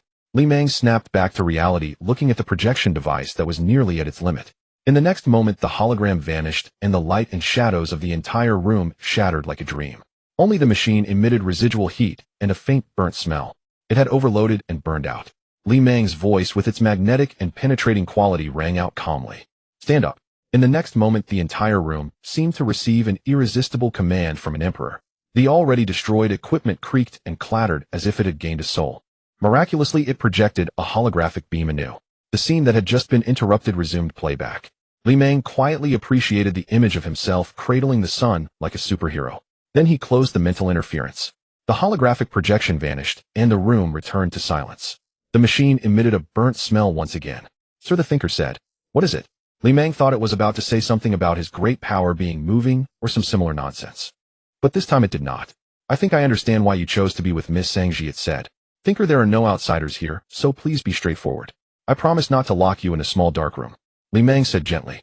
I apologize, sir, I had a bit of a short circuit earlier. The studio was busy and it was unclear how much time had passed. On Li Meng's workbench, a triangular object emitting a faint blue light appeared. It resembled a palm-sized small shield with the logo of the Cosmic Peace Technologies tree diagram emblazoned in gold on the front. This was a perfect metallic body without any gaps. It looked like a miniature reactor from a sci-fi movie, but the principle was entirely different. Li Meng touched its flawless shield surface. Open. In the next moment, the tree diagram logo seemed to come alive, retracting like branches to reveal the core inside. He took out the luxurious cigarette, placing the one that gathered chaotic mental strength within. Then the tree diagram reactivated, returning to its original form. No one could possibly open this thing without using violence. But if violence were used, it would trigger the mental interference left by Li Meng, leading to a mental fusion explosion. Once this thing was completed, the next step was to consider how to safely expend it. As long as it operated according to the analyzed method through mental interference, it would continuously convert into powerful material energy. The magnitude of this energy had reached an unimaginable level. Even a suit like Iron Man's could hardly consume any of it. Because the material nuclear fusion reactor made into such a miniature device had a limited amount of reactive material. Conversely, the mental fusion reactor contained the mental strength of over 1 million people within a single small cigarette. Yet Li Meng still created the iron suit. Whether for the sake of enhancing combat power or continuing the exploration of the extraordinary, this was indeed necessary. A streamlined alloy battle armor radiating strong sci-fi aesthetics. The golden and red paint bore patterns reminiscent of ancient national cloud motifs. It stood over 2 meters tall, exuding an astonishing presence. At this moment, it stood at the center of the personal studio. Li Meng named it Fei Huang. In the country of commoners, there are those who ride the yellow and those who ride it live for 2,000 years. The phrase to rise like the yellow originated from this. The entire body had no seams or rivets, an impeccable creation without any joints, something that current human industry could not produce. This was something Li Meng crafted from alloy blocks using mental interference and his deft, luxurious hands directly molded from the raw materials. In reality, it was much simpler than imagined. It possessed almost no electronic core, and even its mechanical structure was absurdly simple. Less than 10 of its operation was truly based on science. For instance, while it had jet nozzles underfoot, there were actually no engines. It could open laser cannon ports in its palms, but there were no laser devices. The operation method relied solely on Li Meng's mental interference to activate the reactor to release energy, which would then transform into various forms of energy as per the interference requirements. Those processes were not the point, or as long as it could emit fire and shoot lasers, that was sufficient. To those outside, it appeared as a pure technological product, and it indeed was. Li Meng placed the mental reactor into its chest. The heart of the Fei Huang armor automatically opened a slot, seamlessly embedding the mental reactor within. It began to disintegrate into countless lifelike metal particles resembling Iron Man's nanotechnology. Yet this was still achieved through mental interference. Ultimately, it coalesced around Li Meng, completing the dawning. In the next moment, the eyes of the armor glowed with golden light. Li Meng's mental strength was continuously consumed, but remained within a controllable range. The primary force was not his mental interference, but the mental reactor. The mental interference was akin to just the motherboard of a machine, inherently not energy-intensive. He had calculated that if he did not use overly complex functions like lasers, it would be no problem to last for several hours. The night had quietly descended without him noticing. The night view of Jiang City was so harmonious and tranquil, with the towering buildings exuding a strong cybernetic feel amid the neon lights. Meanwhile, the vast personal studio lay in complete darkness. Vaguely visible was a humanoid steel figure standing within its blue tree diagram on the chest, lit up, followed by a pair of golden eyes. After the initiation of mental nuclear fusion, faint white streams of energy began to rise around it, enveloping it like auspicious clouds. Sir, the creation is complete. I wish you success. The mechanical voice of the thinker resonated in his ears. Covered by the iron suit, Li Meng's face could not see any real images. Yet the mental interference could clearly transmit information to his mind, forming a unique informational vision beyond human imagination. He was about to fly. On a weekend night, near Tianmao building, the streets were bustling under the neon lights. After a whole day of summer heat, the night finally turned stifling. At the roadside of the square downstairs, a row of food stalls was parked. Boss, I'll have a pancake. Do you want it crispy? Yes. One of the stalls sold jianbing guozi, and the vendor was short with a buzz cut. His skills were top-notch, but the prices were a bit steep. It was the threat of going. While he prepared pancakes for the customers, he occasionally glanced at the entrance of the building. He was puzzled about what Li Mao had been up to these days. It was somewhat suspicious for employees to be sent home suddenly. If it weren't for Li Mao still showing up normally every day, he would have gone to inquire if something was wrong. At that moment, a commotion suddenly arose in his ear. Nearby, the crowd in the square began to shout. What is that? Is there a fire? Seeing the crowd looking up at the sky, he instinctively looked up as well. He narrowed his eyes slightly and saw faint flames flickering near the top of Tianmao building growing brighter. There was also a sound akin to an engine starting. Just as he pondered what it could be, a brilliant arc of tail light suddenly appeared in the night sky. Accompanied by the roar of the engine's ignition, though not overly harsh, it still made everyone in the square shiver. As the tail flame grew brighter, a humanoid figure became vaguely visible. What the hell? Someone captured a faint silhouette with a high-powered camera. Then a strong wind suddenly swept through. People gasped and crouched down as that figure flew just a few meters above their heads. It then hovered at a height of around 10 to 20 meters. Behind it was the giant central searchlight of the square, and its entire body was presented in a pose as if it were embracing the light. Its prominent golden-red coating was adorned with ancient cloud patterns. Surrounding it was a faint white gas, and under its feet scorching plasma flames erupted continuously. Its head design resembled an ancient imperial crown, and under the refraction of light and shadow one could vaguely see the almost divine contours of its features. At its heart was a core emitting blue light, clearly displaying a tree-like logo. It silently gazed down at the crowd. Someone rubbed their eyes, which had grown sore and teary from the light, and through their blurred vision, it seemed they saw it as a sacred cross amidst the glow. Iron Man. Universal Peace Technology has created Iron Man. Is it piloted by someone, or is it unmanned? Li Zong. Is that Li Zong? People shouted excitedly. Xixian was also shocked, his eyes wide open. Though he had received professional training, the scene before him truly made it hard to remain calm. He saw the iron armor that seemed to be piloted by Li Mao glance over slightly. Virum. Another deafening sound erupted. Xixian felt as if the entire stall was about to be blown over. His reflexes couldn't keep up. He watched helplessly as Iron Man swooped down and snatched the freshly made pancake from his hands. Boom! With a sound that wasn't overly loud, but very clear, it flew back into the sky, leaving behind a beautiful mock ring. What the hell? Supersonic. Xixian dropped his stall and ran while the customers stared blankly at the now empty stall. Hey, boss, my pancake. Where's my pancake? Li Mao controlled the flying golden armor soaring into the sky, and with a mental interference simulation, his view captured the entire night scene of Jiang City. Sir, the video and photos you just took have started circulating online. The voice of the thinker echoed in his ear. The brain-machine interface was openly taken out, and this thing certainly wouldn't be hidden. In essence, both were extraordinary creations based on mental power. Even if human technology researched for 1,000 years, it would be impossible to produce anything, as it was simply not the same track. It was incomprehensible, impossible to study, and unable to replicate. Even if Li Mao personally guided them, they still wouldn't be able to learn. Even if Li Mao himself produced it and offered it to them, they wouldn't dare to accept it. He was now such an existence. Thinker scanned for current disasters within a 50-kilometer radius of Jiang City that can be intervened. At this moment, Li Mao was not just revealing this set of iron armor. The more important reason was to consume a large amount of chaotic mental energy and obtain empirical values of shining mental metrics. Sir, sorting is complete. Crimes, accidents, incidents, natural disasters. The priority selection is finished. The best current disaster to intervene in is a large fire in the southern city. After the thinker finished speaking, Li Mao transformed into a meteor and flew towards the designated area in the southern city. A building undergoing exterior renovation, which should have a fireproof protective net, was now engulfed in flames. Dozens of fire trucks blared their sirens as hundreds of firefighters rapidly mobilized, setting up hoses to spray water towards the blazing inferno. However, it appeared that the fire had already grown quite large. Sizzle. The flames met the water, creating huge white steam mixed with burning black smoke drifting into the night sky above the city. This old building had 18 floors, and the flames had started from the 4th floor and spread upwards. By the time everyone noticed, it was already too late. At this moment, dozens of people could be seen standing on the rooftop, while below the roaring flames and thick black smoke were about to engulf them. Fanda had already arrived at the scene. His face was smudged with the black smoke present everywhere, and his glasses showed specks of dust. His lips were dry and pale, and his eyes were filled with anxiety. Hurry, send more personnel. No way. Boss, the fire is too intense.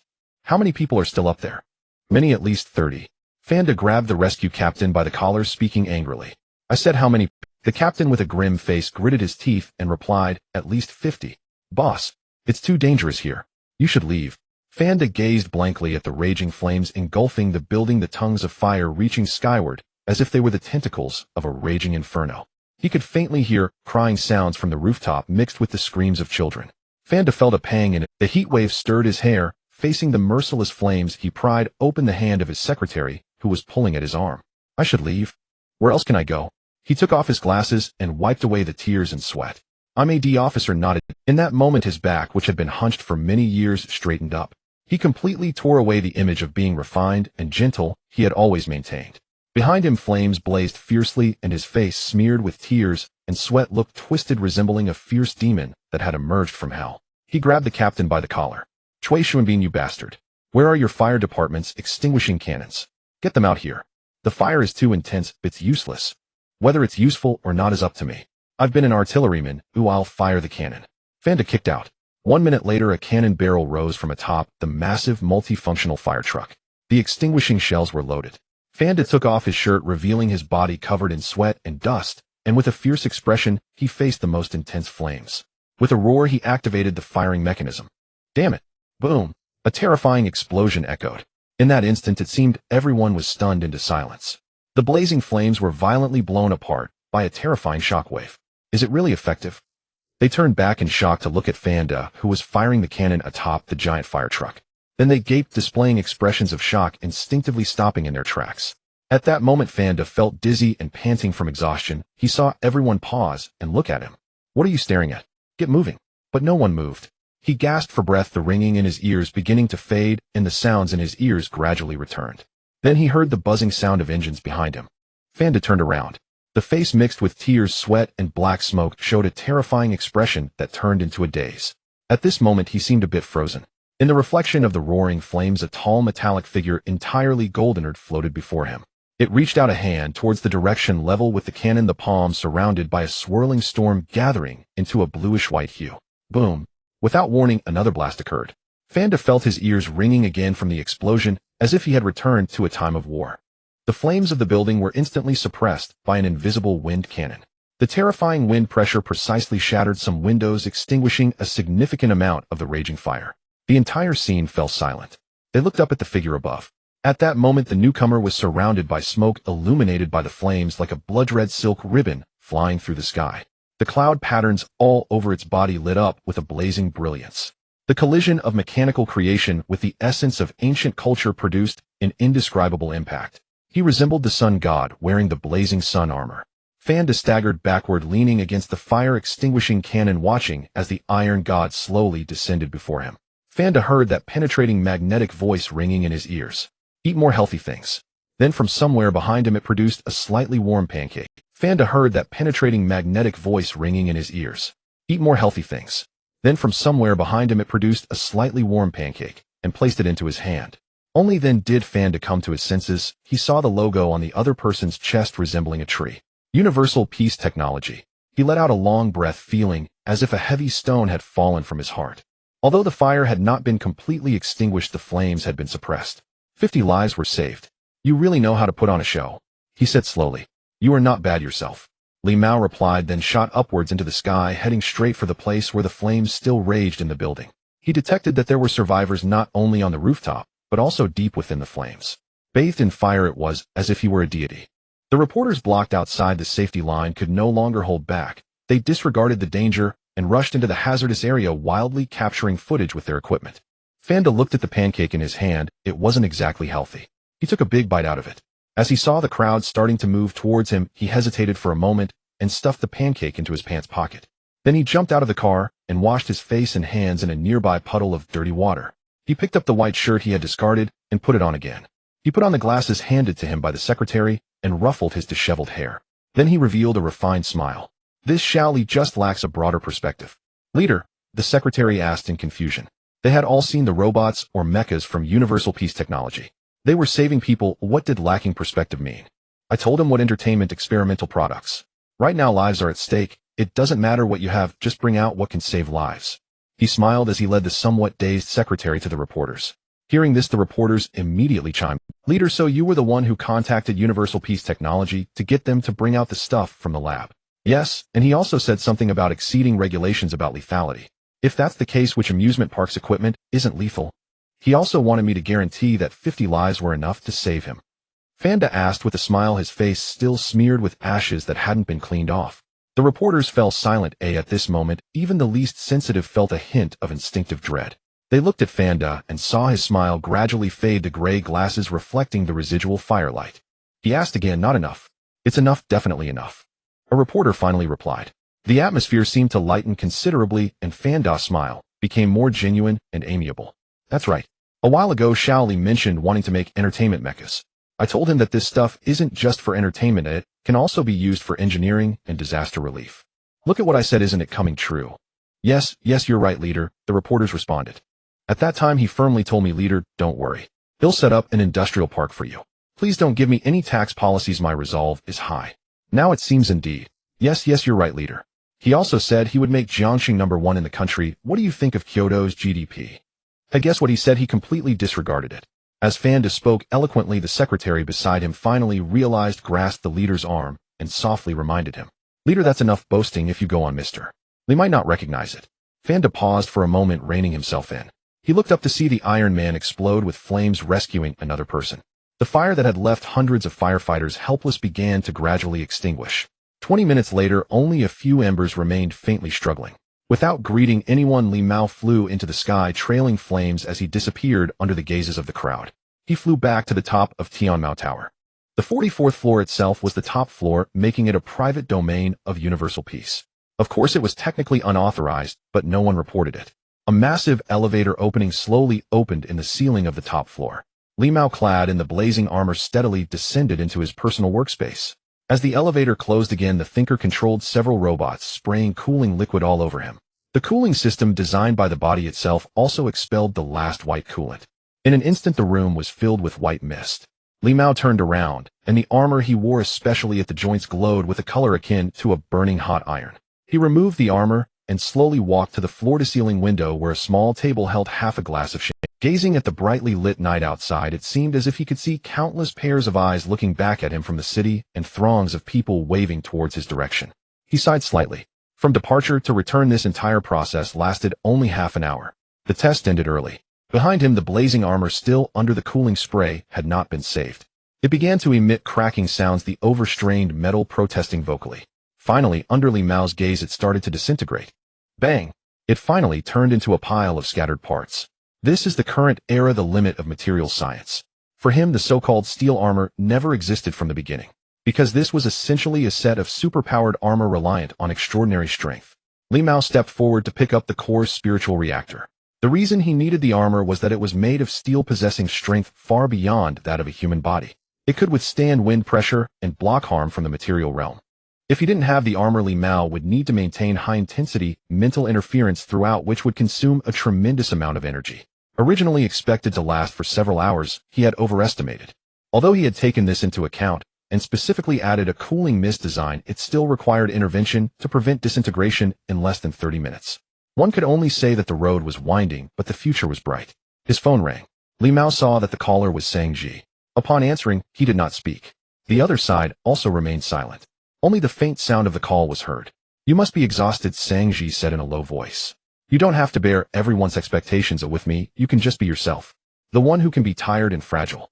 They call you a hero, but I only want to ask you one thing, does it hurt? He does not hurt. And he is not tired.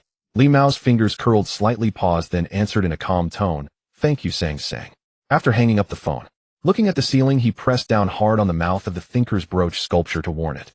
The related heat surged explosively, and the entire network was filled with images of Li Mao piloting the Feihuang battle armor. That photo, bathed in flames, became iconic. Countless people set it as their screensaver. Only the employees of Huanyu Peace Technology felt as if the sky had collapsed when they woke up one night. What are you all talking about? The boss let us take the day off and created a steel battle suit at the company. Did he also save a fire along the way? The company might have developed controllable nuclear fusion technology. The area below the Tianmao building was packed with people, and a large number of traffic police had to be deployed again to maintain order. I told you, don't get off work. Don't get off work. Don't get off work. A man who appeared to be a high-quality human male lamented his lack of persistence while navigating through the crowd. He took out his work badge, crossed the line blocked by the traffic police, and rushed into the company. It was only 7 o'clock, 2 hours before work started. As a night owl, Chen Qingyi naturally knew early on that something significant had happened. Although she didn't understand technology, she had watched many anime and movies. Therefore, she was well aware that Li Mao's new move had reached an unprecedented level. Just yesterday, she had sent several messages to the boss expressing her enthusiasm. That was quite considerate of her. In fact, to celebrate the boss' remarkable achievement, she had eaten 2 extra large meat buns that morning and arrived at the company 2 hours early. Unexpectedly, she ran into the high-quality human male and shared the same elevator.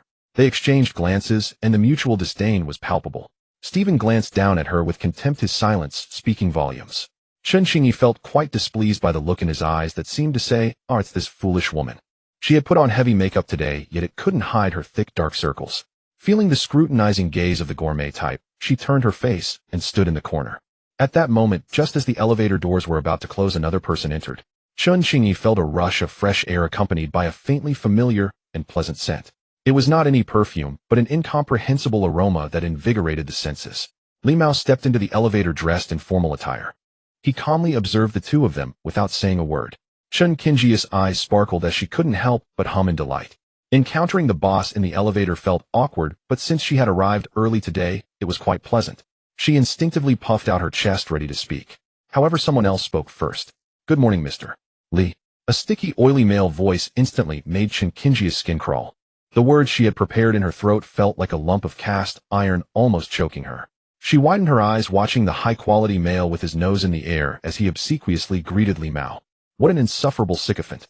How could you be so oily? Li Mao showed no change in emotion, merely nodding impassively. Good morning." Feeling the air thick with grease, Chen Qingyi thought for a moment that Li Mao, the emperor of the battle, was terrifyingly composed. Was this the boss' resilience? "Mr. Li, you are incredible." Chen Qingyi gave a thumbs up. "Yes, you were amazing yesterday." Stephen chimed in from the side. "Can't you just be quiet for once?" Chen Qingyi felt as if someone was scraping a blackboard next to her. Li Mao activated his mental interference to calm the emotions. Stephen was quite a peculiar character, being a system-certified 3-star talent. Therefore, when he came to join, Li Mao had him join the technical department. His personal information indicated that he had already achieved financial freedom, unlike those who needed money like Li Su. He had given up a lot to join Huanyu Peace Technology, even rejecting the former company's president's earnest attempts to keep him. Even as a technical supervisor in the Huanyu technical department, he was more than willing. However, his loyalty had rapidly increased, now exceeding 80. Chen Qingyi heard Li Mao's voice. "Xiao Chen." "Mr. Li." Had he finally noticed her? Chen Qingyi puffed out her chest, which was hardly impressive. She had arrived at 7 o'clock today. "You scoundrel, quickly check the time with your cheap watch, and use your magnetically charming voice to praise me." But Li Mao's gaze merely lingered lightly on her dark circles for a moment before he smiled faintly and said, "Get me a cup of coffee and bring it to the office." "Okay." Chen Qingyi felt a subtle sense of guilt, as if he had seen right through her. Had he really "Mr. Li, you are sharper than a monkey." She admitted that there was a reason for her early arrival today. Last night, she had stayed up late watching videos until dawn, then deceived her body into pretending it had rested before coming to work. Half an hour later, in the personal office on the 44th floor, a steaming cup of strong coffee was placed on the desk in front of her. The air conditioning was set a bit low, and Li Mao slowly stood up, removing his coat. He then walked over to the leather sofa beside the tea table. A woman was sprawled across it, sleeping in a very ungraceful manner. Her small nose twitched slightly with each breath, and her brick-red lips made her skin look very pale. Her hair, with some fine and slightly yellow strands, was scattered about. When she was silent, this woman was indeed beautiful. "Chen Qingyi." Li Mao draped his coat over her. Chen Qingyi's favorability 78 points during this time, saying Ji had been stuck at 79 points, while Chen Qingyi was nearing 79. If she was also stuck, it would mean that Sang Ji was not an exception. This favorability might require entering a new stage of life to continue growing. Or perhaps it needed to meet other conditions that he was unaware of. At this moment, the voice of the thinker echoed. "Yo, sir, I've recorded that. You wouldn't want Miss Sang Ji to know." Li Mao removed it from the coat and tossed it into the shiny glass ashtray on the table. It fell silent. Time passed slowly. Until around 11 o'clock in the morning, Chen Qingyi drowsily opened her eyes and saw an unfamiliar ceiling. Her mind was rebooting. Feeling somewhat dazed, she blinked sleepily. Then she heard a familiar, slightly mechanical voice. "You've awakened. Congratulations, you are now." She instinctively jolted and felt under her to check, finally breathing a sigh of relief. "Huh, whose clothes are these?" She looked around. Raising her head, she saw a tall and imposing rosewood desk resembling a judge's stand with a man resting his chin calmly looking at her. Sunlight streamed through the window beside him. His white shirt reflected a somewhat dazzling light. His handsome face cast clear shadows. His eyes slowly raised to meet hers, exuding a sense of pressure that made one's scalp tingle. Mr. Li. Chen Xingyi was completely awakened. She had fallen asleep in his office. How could she have slept? I can't remember at all. Could it be because she had been too indulgent yesterday, staying up all night and digging? No way. Absolutely not. Now is not the time to worry about that. Thinking carefully, perhaps she had gone a bit too far. Even if she liked to slack off last time, she had caused such a huge mess, and she was still awaiting punishment. Here we go again. Would she be fired? After all, Mr. Li was so wealthy and famous, he was already a dragon among men. As a lowly commoner relying on a trivial personal connection, was she being a bit too audacious? Zhu Yuanzhang even liked to kill his brothers back in the day. Oh, what was she even worth? No. In her mind, a tragic little drama was being scripted. In reality, Chen Qingyi sprang up like a tightly drawn bow, and then bowed deeply to Li Meng. Mr. Li, I'm sorry. I spent the whole night considering the impact of public opinion on the company's. No worries, just be more careful in your next life, the thinker replied. So today I was too tired and accidentally fell asleep in your office. So does that mean I should reward you, the thinker remarked. Thinker, I've tolerated you for a long time. How the fox's tail is showing, sir. She said she's tolerated you for a long time. The thinker. Chen Qingyi felt her heart ignite with anger. She genuinely wanted to draw a pile of filth on this grandson, who was taking the opportunity to stir trouble. Wasn't he just a dead eunuch next to the emperor? Animal. A living animal. At this moment, she somewhat empathized with those upright ministers in historical dramas. I'm wrong, Your Majesty. Li Meng said nothing. Chen Qingyi, bowing, felt immense pressure and could only hear the crisp sound of footsteps. Then she saw a pair of shiny black shoes and long legs entering her view. A hand gently rested on her shoulder. Such a soft action completely dispelled everything she wanted to say. Chen Qingyi cautiously raised her head. Her heart felt as if it was struck in an instant. Li Meng revealed a gentle smile with sunlight still shining upon him. It felt completely different from usual. The light made his dark hair appear as if it were coated in golden shadows, and he squinted slightly like a content cat. At such close distance, it seemed she could see every detail of his delicate skin. What are you rambling about? He ruffled Chen Qingyi's disheveled hair and paused before speaking in a let's go eat. After he finished, he picked up his coat from the sofa and turned to leave the office. At that moment, the room fell completely silent. After a while, Chen Qingyi stared in the direction he had left. Her heart began to race uncontrollably. Her face started to burn as she raised her hand to fan her cheeks, feeling that it was so hot today.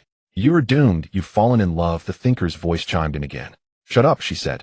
Chen Qingyi's affection level 79. After leaving the office, Li Meng received a system notification. He suppressed his expression, his gaze deep in thought. Sure enough, it was stuck at 79 points. But it might also be that he had just reached 79 points. Just as he was about to take someone to the hot pot restaurant downstairs to discuss the matter of treating them, as previously promised, a hurried set of footsteps interrupted his thoughts. Looking up, he saw Zhang Lan approaching with a serious expression. Mr. Li, I was just about to find you. She held a brain machine in her hand and projected a holographic image. The figure displayed the logo of the Longkong Technology Group, a large military-industrial conglomerate with state-owned background. A man wearing glasses and a work badge spoke boldly in front of the camera. We dismantled the Chungying brain machine and found it not precise, purely manufactured goods. I know many people might criticize me, but to speak frankly, when it comes to craftsmanship, it pales in comparison not only to our group's exquisite work, but even to that of ordinary small and medium-sized manufacturers. Their registered product categories in Jiangxing are also very clear. They are just entertainment toys. So you understand their main technology is still concentrated in the code. And in military manufacturing, the least important aspect is the code. The mechanical structure is the most stable and reliable. Therefore, we never worry that they will take away the military share of the group. We also examined the robot that shocked the entire internet yesterday. As a professional, I can assure you that this is a humanoid drone, not the steel battlesuit you imagine. At this point, he produced several high-definition photos. You can clearly see that after running for less than 10 minutes, the robot began to show signs of significant metal fatigue and even overheating. It could disintegrate at any moment. But it is certain that the energy technology used in this robot has absolutely reached a very extraordinary level. It might really be controllable nuclear fusion. As soon as this was said, the entire internet erupted. While many claimed it might be controllable nuclear fusion, a large number of people refuted this. After all, such technology isn't something that can be casually produced. They would rather believe that Li Meng had produced another high-energy battery technology. Some even speculated it was high-altitude energy transmission technology. After all, Longhua has the sun-chasing project, and it's not surprising for a company that produces brain machines to develop an even more powerful transmission technology. But now there is actually a responsible person from such a large military-industrial background group stating that it might really be controllable nuclear fusion. This kind of technology, if it cannot absolutely guarantee safety, is absolutely unsafe. To put it bluntly, currently tens of millions of people in Jiangxing are under nuclear threat. The group has reported and strongly suggested that relevant departments establish an investigation team to conduct a preliminary review of this technology. At the very least, we must ensure the safety of the technology. He added a remark. I have no opinion against Leader Fan. I just mean that the leadership may not understand the technology very well. After watching this, Li Meng showed no signs of disturbance on his face. This was quite normal. They might not understand the brain machine, but there would always be someone thinking, what if they could figure out this robot technology? Because unlike the brain machine, robots are large projects composed of numerous technologies. They encompass at least dozens or even hundreds of technological categories. Was there not a single thing that they could understand? They didn't believe it. From Zhang Jie's perspective, this was indeed not a trivial matter. From her experience, since this news was made public, it was likely that their group had already begun to form. But this did not necessarily mean it was a bad thing. This indicated that the other side had no way to deal with Huan Yu from other aspects, so they would openly shout this. This statement was clearly directed at Huan Yu Peace Technology and the leadership of Jiangxing Fanda. Now everyone outside knew they were closely knit, like wearing the same pair of pants. Some even had connections above. Jiangxing was not an ordinary prefecture-level city, and there were almost no higher-ups above Leader Fan. From Li Meng's perspective, this was nothing to worry about. He was sure the other side understood nothing. Mr. Li, if the investigation team comes, our core technology won't be an issue, but the technical route and processing technology will definitely be leaked. Zhang Lan was clearly well prepared. Just like you might not know the core technology of a factory, but you can certainly tell whether their equipment is cut with machine tools or punched as a whole. You may not know how a battery is made, but just by looking at the raw materials you can tell if it's lithium battery technology or lithium iron phosphate technology. Li Meng revealed a faint smile upon hearing this. He glanced at his long, perfect, nimble hand, resembling one made for a model. Craftsmanship. If I said it was handcrafted, you definitely wouldn't believe it, so I can only show you directly with this divine hand. On a weekend morning, the soft sunlight spilled over the third-tier city of Shurqing, several hundred kilometers away. In the western district, located 20 kilometers from the city center, though merely a suburban area, it is still better than the far-off rural regions. Here, numerous various factories are dotted along the national highway. Gao Yun rode her electric bicycle along the roadside, the lines on the ground becoming increasingly blurred, and there was no division between motor and non-motor vehicle lanes. The not-so-wide road was riddled with potholes and patches. The buzzing sound of heavy trucks passing by filled her ears, leaving a lingering, pungent smell of diesel in the air. It was somewhat dangerous. Countless people had encountered accidents on this road over the years. Yet her expression remained unchanged, accustomed to it after all these years. She calculated for a moment. The beer at home had already been chilled. First, she needed to go to the farmer's market to buy a live chicken and half a pound of beef jerky, and then get a base for braising paired with pork head meat and peanuts. At that moment, she heard a shout. "Be careful!" With the crisp voice echoing, Gao Yun felt a figure rush towards her, and in an instant her body spun wildly. Boom! Accompanied by a deafening roar. A sharp pain shot through Gao Yun's forehead, and her vision began to whirl. When she regained her senses, she felt warm liquid flowing down from her head. She touched it, and her hand came away covered in bright red blood. The sounds of people shouting filled her ears. Dazed, she looked around, and saw a flipped heavy truck precariously closed with stones spilling everywhere. A girl lay beside her, unconscious, with no visible injuries on her exterior. Only then did she realize that this girl had just saved her. Miss. At that moment, someone rushed out from the crowd. "Auntie, are you okay?" Gao Yun recognized it was the young man who had recently moved near their home and worked in the steel factory. He crouched down, earnestly asking her. "Xiao Kai, you arrived just in time. I'm fine, quickly call an ambulance. This girl has fainted." "I've already called Annie. Are you feeling any discomfort?" "I'm fine, just a minor injury." Pang Kai examined the wound on Gao Yun's head closely and seemed to conclude that it was indeed not bleeding anymore. Only then did he glance around, drenched in sweat. It was close, so close. As an intelligence officer dispatched by the national security to protect Li Mao's family, he was one of the top elites in his unit entrusted with this heavy responsibility. He had been careful enough, yet accidents still occurred. It couldn't exactly be called an accident, for the national security could never admit to such things. Whether there was someone behind this scheming was often hard to tell. He saw his colleagues already taking action. He helped Gao Yun up and let her sit on a nearby stone platform to rest. Pang Kai then crouched down to check on the girl's condition. Her breathing was relatively normal, She was indeed unconscious. He went to check on the driver responsible for the accident, but he was beyond saving. One dead and one injured. Yet they still could not completely rule out their suspicion. After all, in this day and age, spies using such methods to establish connections were not uncommon. If he easily dismissed the suspicion, he would no longer be national security, but merely a security guard. Soon an ambulance arrived at the scene, taking both Gao Yun and the girl to the hospital. When Li Dasong received the news, he rushed to the hospital in a panic. As he reached the doorway of the ward, he heard a voice inside saying, "Xiaoyao, what will I do without you?" "It's fine, Mom, I'm perfectly okay." Opening the door, he was met with a strong smell of disinfectant. His eyes fell upon 4 hospital beds made of old white iron pipes covered with medical sheets that had already turned a rice-white color. The windows were closed, and the old air conditioner buzzed incessantly. The cool breeze dried the sweat on his forehead. Looking up, he saw his wife Gao Yun sitting on the 4th hospital bed, feeling somewhat ashamed, while receiving intravenous fluids. On the first bed lay a girl with a band-aid on her face. There were 2 empty beds in between. He didn't scrutinize the girl closely, but thought she was fair-skinned and quite pretty. A well-dressed, middle-aged woman sat beside her, holding her hand and speaking. She seemed to be a relative, perhaps her mother. Upon seeing Li Dasong enter, both of them looked over without speaking.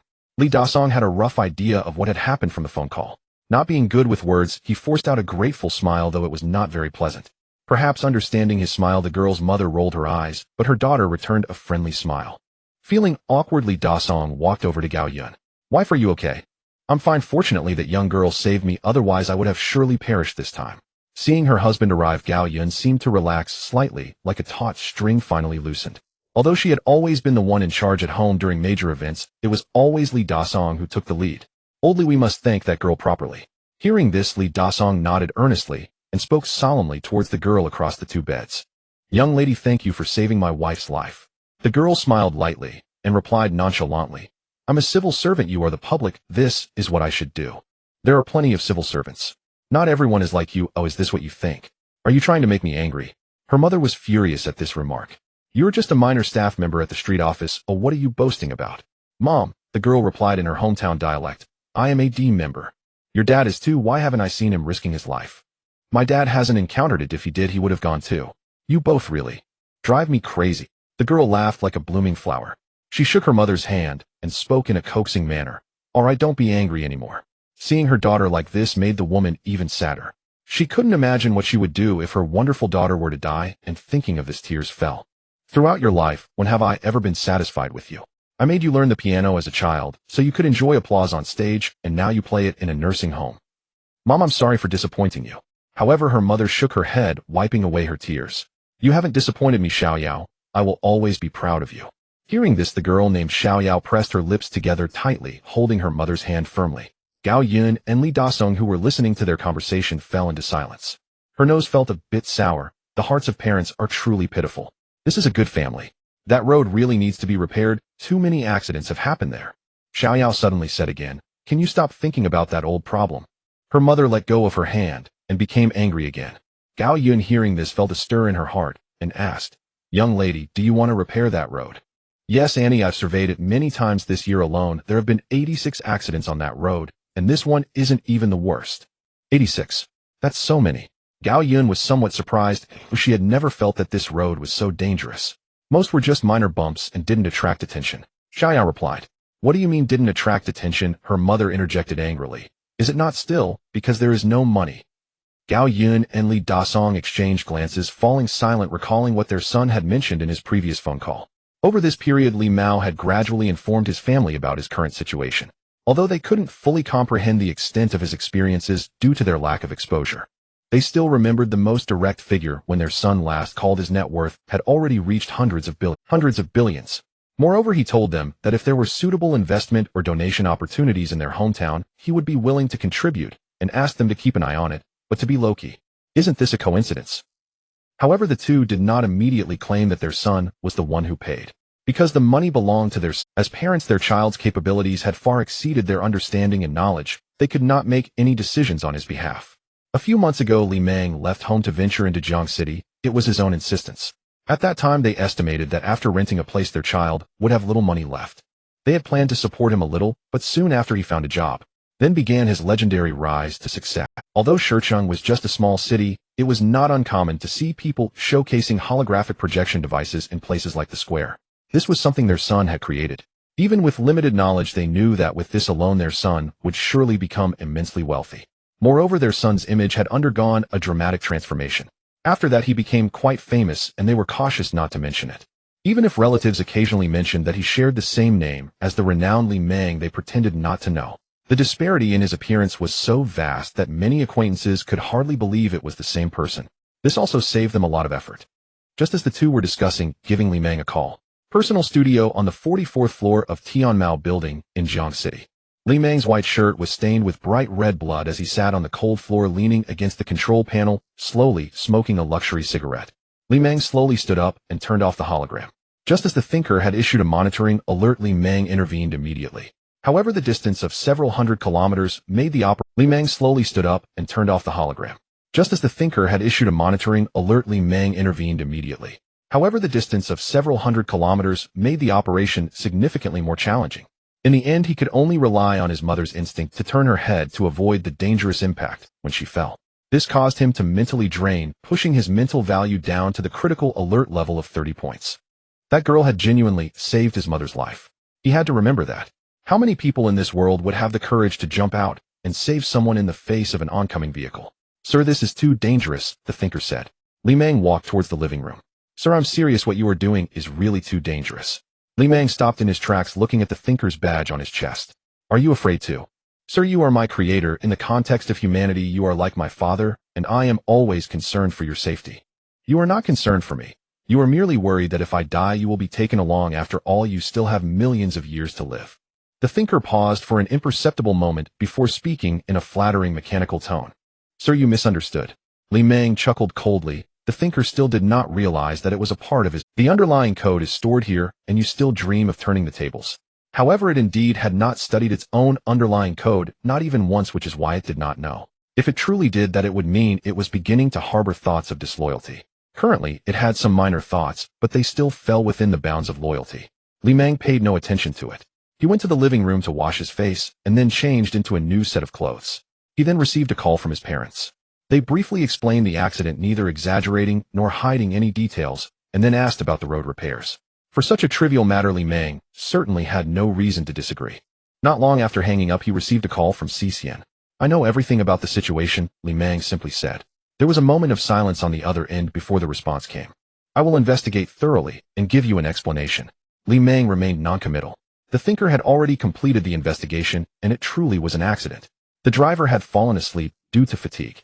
However, he would not say anything, letting them investigate to see what explanation they could provide.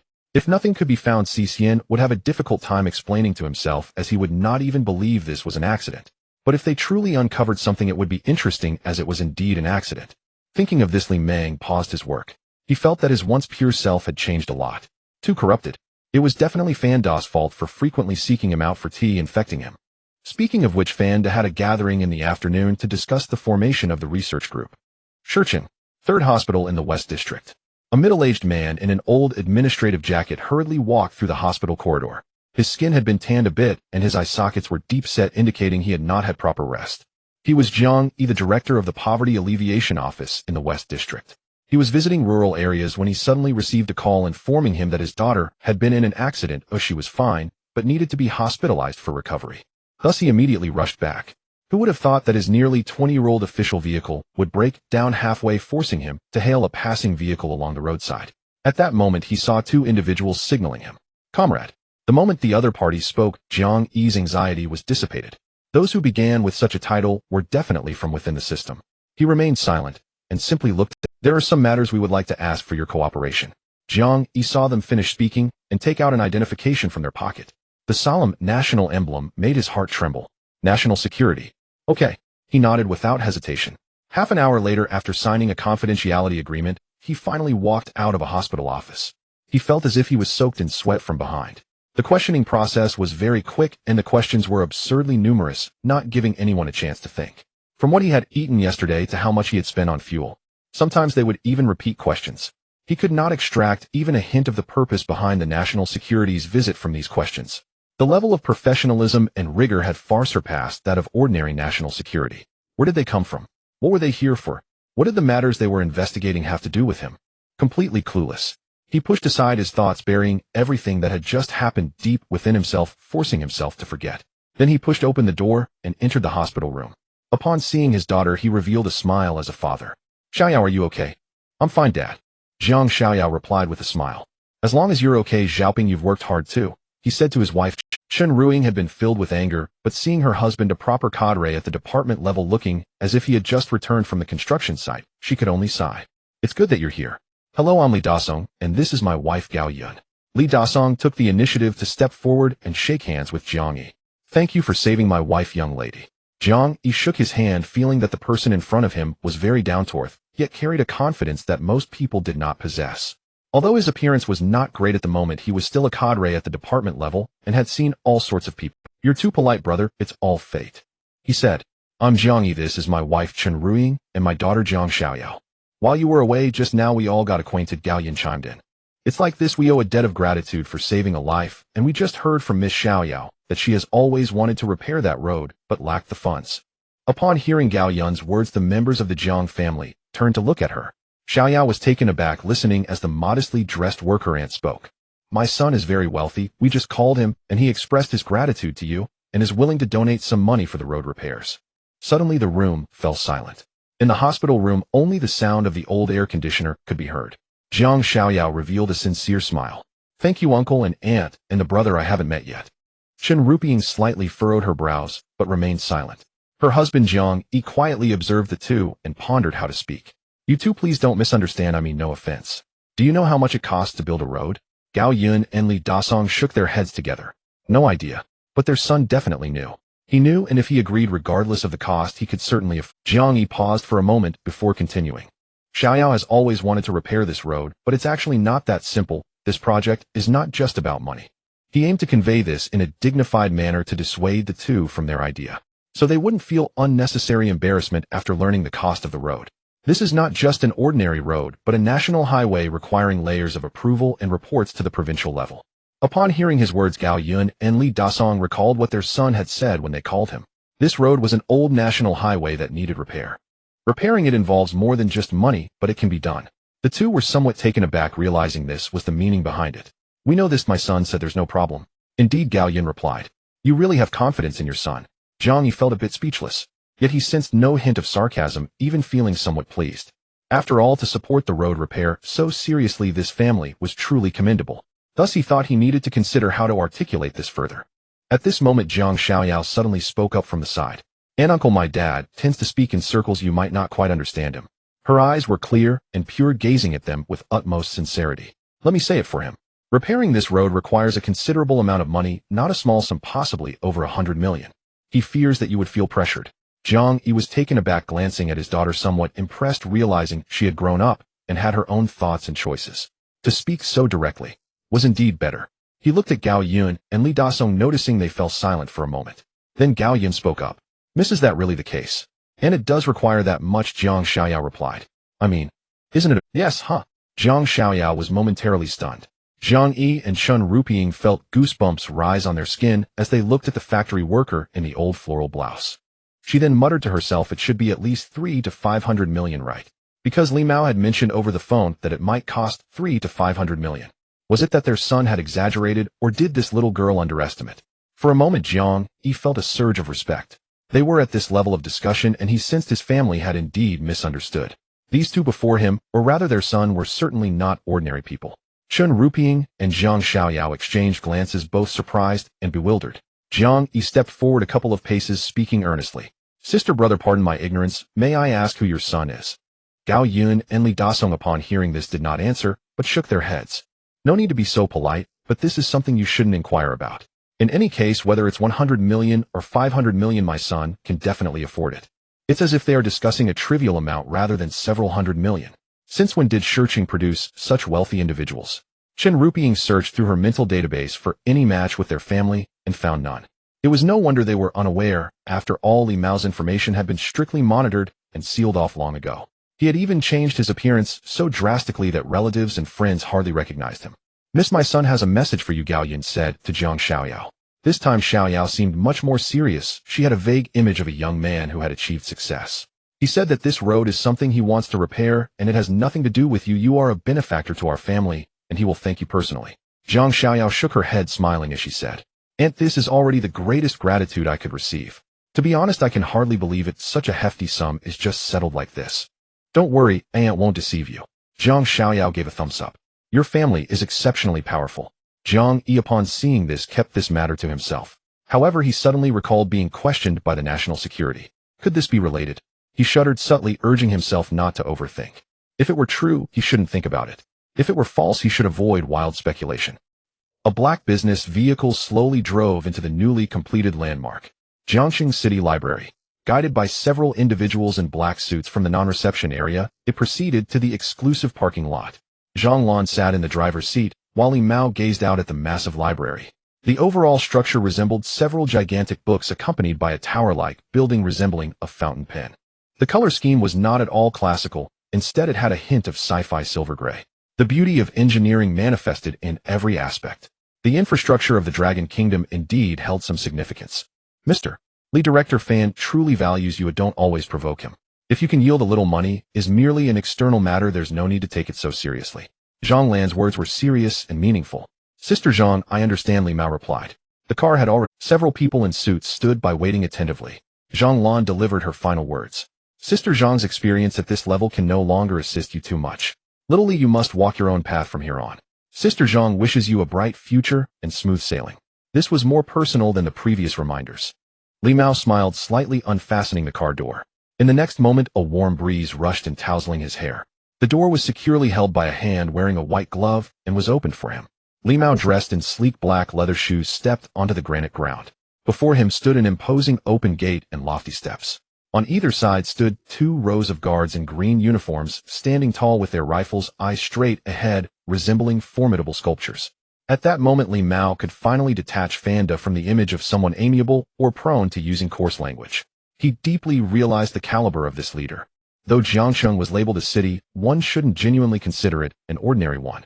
There were hardly any individuals of significance left above. It wasn't mere talk. Li Mao looked at the towering steps ascending one by one, entering through the redwood door that seemed imbued with a sense of authority. Individuals in administrative suits slightly bowed along the way, guiding him. He arrived at a long corridor decorated in red and white tones, one side adorned with various styles of exhibits, the other lined with continuous glass windows. At the end of the corridor stood 2 individuals in white gloves waiting to open the door for him. Here were paintings, calligraphy, photography works, and some standalone art pieces. Looking at the signatures, all belonged to contemporary masters in the arts. He stepped forward and the 2 opened the door for him. As the large door closed behind him, it felt as if he entered a tranquil space. He arrived in a somewhat spacious and cool hall. Fanda stood there with his back to him. In front of him hung a gigantic relief map of the Dragon Kingdom. Fanda turned around, and as he stepped forward, the expression on his face became clear in the light emerging from the shadows. In that moment, a somewhat hunched silhouette appeared, its back resembling a grand dragon carved in relief. Opposite him stood a calm and composed young man dressed in a sharply contrasting black and white suit, his polished leather shoes shining without a speck of dust. An elderly man and a young man stood facing each other.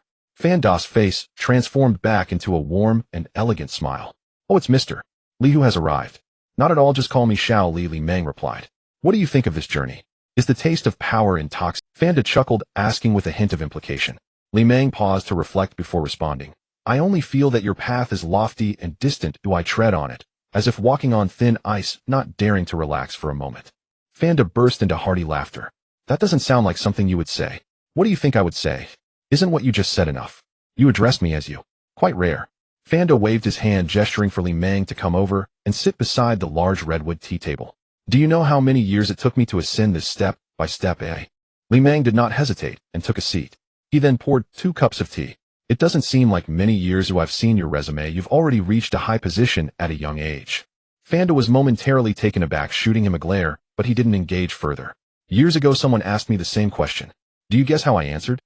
I know, I've seen the interview where you boasted in public 13 times. Your answer back then was, if it benefits the nation, life or death matters not. A should I avoid or pursue based on fortune or disaster?" Fanda took a sip of tea, calming himself after the failure. "Damn, you've done your homework thoroughly, haven't you?" "Not really, I just look casually. You know my brain machine, finding out information is easy for me," Li Meng slowly spoke. "And I never forget what I remember." Fanda caught on to the implication. "Your words carry weight. You remind me of what I said before the reporters." I have not gone back on my word. What I said today is precisely about this matter. What do you mean? Li Meng asked. I've arranged for their people to meet with you. Fanda chuckled, taking a sip from his teacup. You mean to meet with me? Yes, to meet with you. And you, did you see that map? Are you going to sneak into the map? You're the one who's going to sneak into the map. Don't you know this is a rhetorical question? Can't you see the door? Behind the map there's a room, and I'm right behind it. Got it? This is a bait and switch. That sounds too harsh. It's not about using you as bait, but rather using your bait to catch your fish. So what specifically needs to be done? Do I need to ask? Just act a bit weaker like a little rabbit, and then 3 to 5 big men will come over giving you cold looks and making unreasonable demands. Fanda got to the point, standing up with one foot on the chair. Then I'll make a grand comeback. At your level you even read web novels. At my level I'm still taking a dump, kid. Li Meng nodded, indicating he understood. Fanda checked the time. It's about time. He stood up and walked towards a small door beside the map. Li Meng watched his back, expressionless, silently criticizing him. I can't believe you, you old rascal. Not long after, Li Meng heard the sound of another door opening behind him. A pair of polished shoes echoed on the floor, the sound crisp, but not chaotic. There was more than one person. 3 cars slowly entered the designated parking spaces. 6 figures in suits carrying briefcases emerged. 2 women and 4 men, led by a man in his 30s or 40s. He was the leader of the investigation team, Deputy Director Hao Changyao of the Nuclear Safety Bureau of the National Ecological Security Department. At this age, being a deputy director is already a sign of young talent. The other 5 beside him came from different departments. The youngest was Gong Lin from the Ministry of Industry, only 29 this year, already at the deputy division chief level. Yet the person from Changkong Group, who initially made the public statement, didn't come at all. It wasn't that they didn't want to come, they simply never had the qualification for it. They drove a Mazda while all cars here had to be Hongqi. Their only role was to act as a public loudspeaker, and that depended on whether Fanda took it seriously. After getting out of the car, the person guiding them said, "Please wait a moment." The 6 individuals appeared calm, showing no signs of dissatisfaction, and Hao Changyao nodded politely. All right, thank you for your patience. Some could enter directly without listening to this, but they were definitely not among them. Soon someone came to lead them up the steps, entering through the main door. The atmosphere grew increasingly serious. The group followed the long corridor Li Meng had walked through, arriving at a spacious hall. Then they saw a figure in a black suit sitting with his back to them at a redwood table drinking tea. They instinctively slowed their pace. The person paused his movement, set down the teacup, and slowly revealed a refined profile. Then he stood up, turning his body completely around. Although they had seen this person on video many times, facing him directly felt entirely different. His eyes were deep and dark, as if contemplating realms incomprehensible to ordinary people. Under his gaze, for some reason, the 6 felt as if they had suddenly shrunk a step in stature. Mr. Li, hello, we are the investigation team. I am the leader, Deputy Director Hao Changyao of the Nuclear Safety Bureau. You may call me Team Leader Hao. Hao Changyao stepped forward and took the initiative to shake hands with Li Meng. Nice to meet you. Li Meng then looked at the others. Mr. Li Meng, I am Gong Lin from the Ministry of Industry. I am Zhao Zhao from the Energy Bureau. I am Kai Hung from the Ministry of Commerce. I am. Representatives from both relevant and irrelevant departments had come. Each department's name alone conveyed a certain attitude. For instance, if it was indeed an investigation team, what did it mean for someone from the Ministry of Commerce to be here? Moreover, the person with the highest position and serving as the leader was the Deputy Director of the Nuclear Safety Bureau. This indicated that no matter how the investigation goes, everything must yield to safety. The group sat at the redwood table with 3 on each side. Li Meng occupied the position at the head. They first took out their folders, opening documents or notebooks. Now the first investigation meeting begins, Hao Changyao stated. Mr. Li, if we unintentionally offend you, please forgive us. We will conduct questioning, and please answer truthfully. The first question, is your robot manned or unmanned? Manned, Li Meng replied. Everyone's pens paused, especially Gong Lin from the Ministry of Industry, who looked at him in surprise. This first question was already different from their predictions before arriving. Good. Then for the second question, is the energy technology of your robot based on controllable nuclear fusion? This question was so important that everyone looked over, waiting for Li Meng's answer. However, there was no silence or contemplation as they had imagined. Li Meng answered, as simply as if he had just taken a sip of water. Yes. Suddenly the hall fell completely silent. This answer surprised them for the second time. Before coming, they had conducted very thorough specialized research and consulted energy experts multiple times. The final discussion concluded that such technology was impossible. It was likely a brand new type of high-energy battery. Even though Li Meng's brain machine technology was very advanced, energy and brain machine technology were 2 different realms. Those in the energy sector could not comprehend the brain machine aspects, and thus couldn't gauge the level of existence Li Meng represented. Yet now Li Meng directly told them it was controllable nuclear fusion. This disrupted most of their subsequent questions. It was like a courtroom trial where right from the start the other party claimed that he alone consumed 15 tons of beef and spent 200 billion in funds. How could they continue questioning after that? Zhao Zhao from the Energy Bureau cast an unfriendly gaze at Li Mao, his breathing noticeably quickening in the quiet environment. Beside him, Kai Hung from the Ministry of Commerce tugged at his arm, but Zhao Zhao couldn't help but speak. Mr. Li, can you take responsibility for what you said? Li Mao's response would trigger the second set of questions. The subsequent developments would be very unfavorable for their Energy Bureau. The people above simply do not understand technology, nor can they possibly understand it. Therefore, all their judgments are based on various reports. Their report is also the most critical one. They need to record Li Mao's words verbatim. Even if the other party speaks absurdly, they can find ways to refute it in further investigations, but his words must not be altered even slightly. And the genius before them has achieved extraordinary accomplishments in brain-computer interfaces. It has reached a point where even if he claims to have special abilities, everyone would present evidence to refute it, yet the higher-ups would still be willing to spend money to give him a try. Just like the leader Fanda who helped them arrange a meeting with Li Mao would definitely be willing to spend this money. And this money would certainly be squeezed out from the Energy Bureau's budget. More importantly, this would negatively impact the entire energy layout of the Energy Bureau. Therefore, he had no choice but to speak. As soon as he spoke, the atmosphere in the room began to change, and everyone's expressions grew more serious. I will take responsibility for every word I say, Li Mao said calmly as he looked at him. But you can choose not to believe me. Mr. Li, I graduated with a PhD in nuclear science. Please don't. Zhao Zhao's tone carried absolute confidence in his knowledge, and he did not believe for a moment that Li Mao had developed controllable nuclear fusion technology. To be honest, he felt a bit resentful towards Li Mao, who had achieved such remarkable accomplishments at a young age and had gained such a great reputation. He was not among those who played with codes in his field of expertise. He had independent thoughts. A mathematician might not necessarily be unimpressed if a biologist achieved an outrageous result in mathematics. But if this biologist claimed that he obtained mathematical results through dreams convincing the mathematician, he would certainly not believe it. So what does the Energy Bureau want me, a graduate from a second-tier university, to answer, Dr. Zhao? Li Mao's words were light, yet they carried a weight like a mountain. Zhao Zhao's face turned grim as he stared at Li Mao. Let me correct you, it is not the Energy Bureau that wants you to answer anything, but rather I, representing the Energy Bureau, sincerely ask you to answer seriously. Your words could cause a tremendous upheaval in our country's energy landscape with far-reaching consequences. Mr. Li, a genius like you must understand what I mean. Is it necessary to tell such a lie that can be easily disproven? Li Mao understood. These people came with a rehearsed script. They had calculated what they would say, but every line. If you insist, you can write not. He said. You. Zhao Zhao's face flushed red with anger. I assure you, no matter how great your future achievements are, this will become your eternal blemish. He took a deep breath and then noted down that response. Is next. On behalf of the Energy Bureau, I have no further questions, or rather from my professional perspective I refuse to continue asking. Then he closed the notebook. Because based on this foundation, no matter how you ask further, it would just be a waste of precious time on scientific fantasies.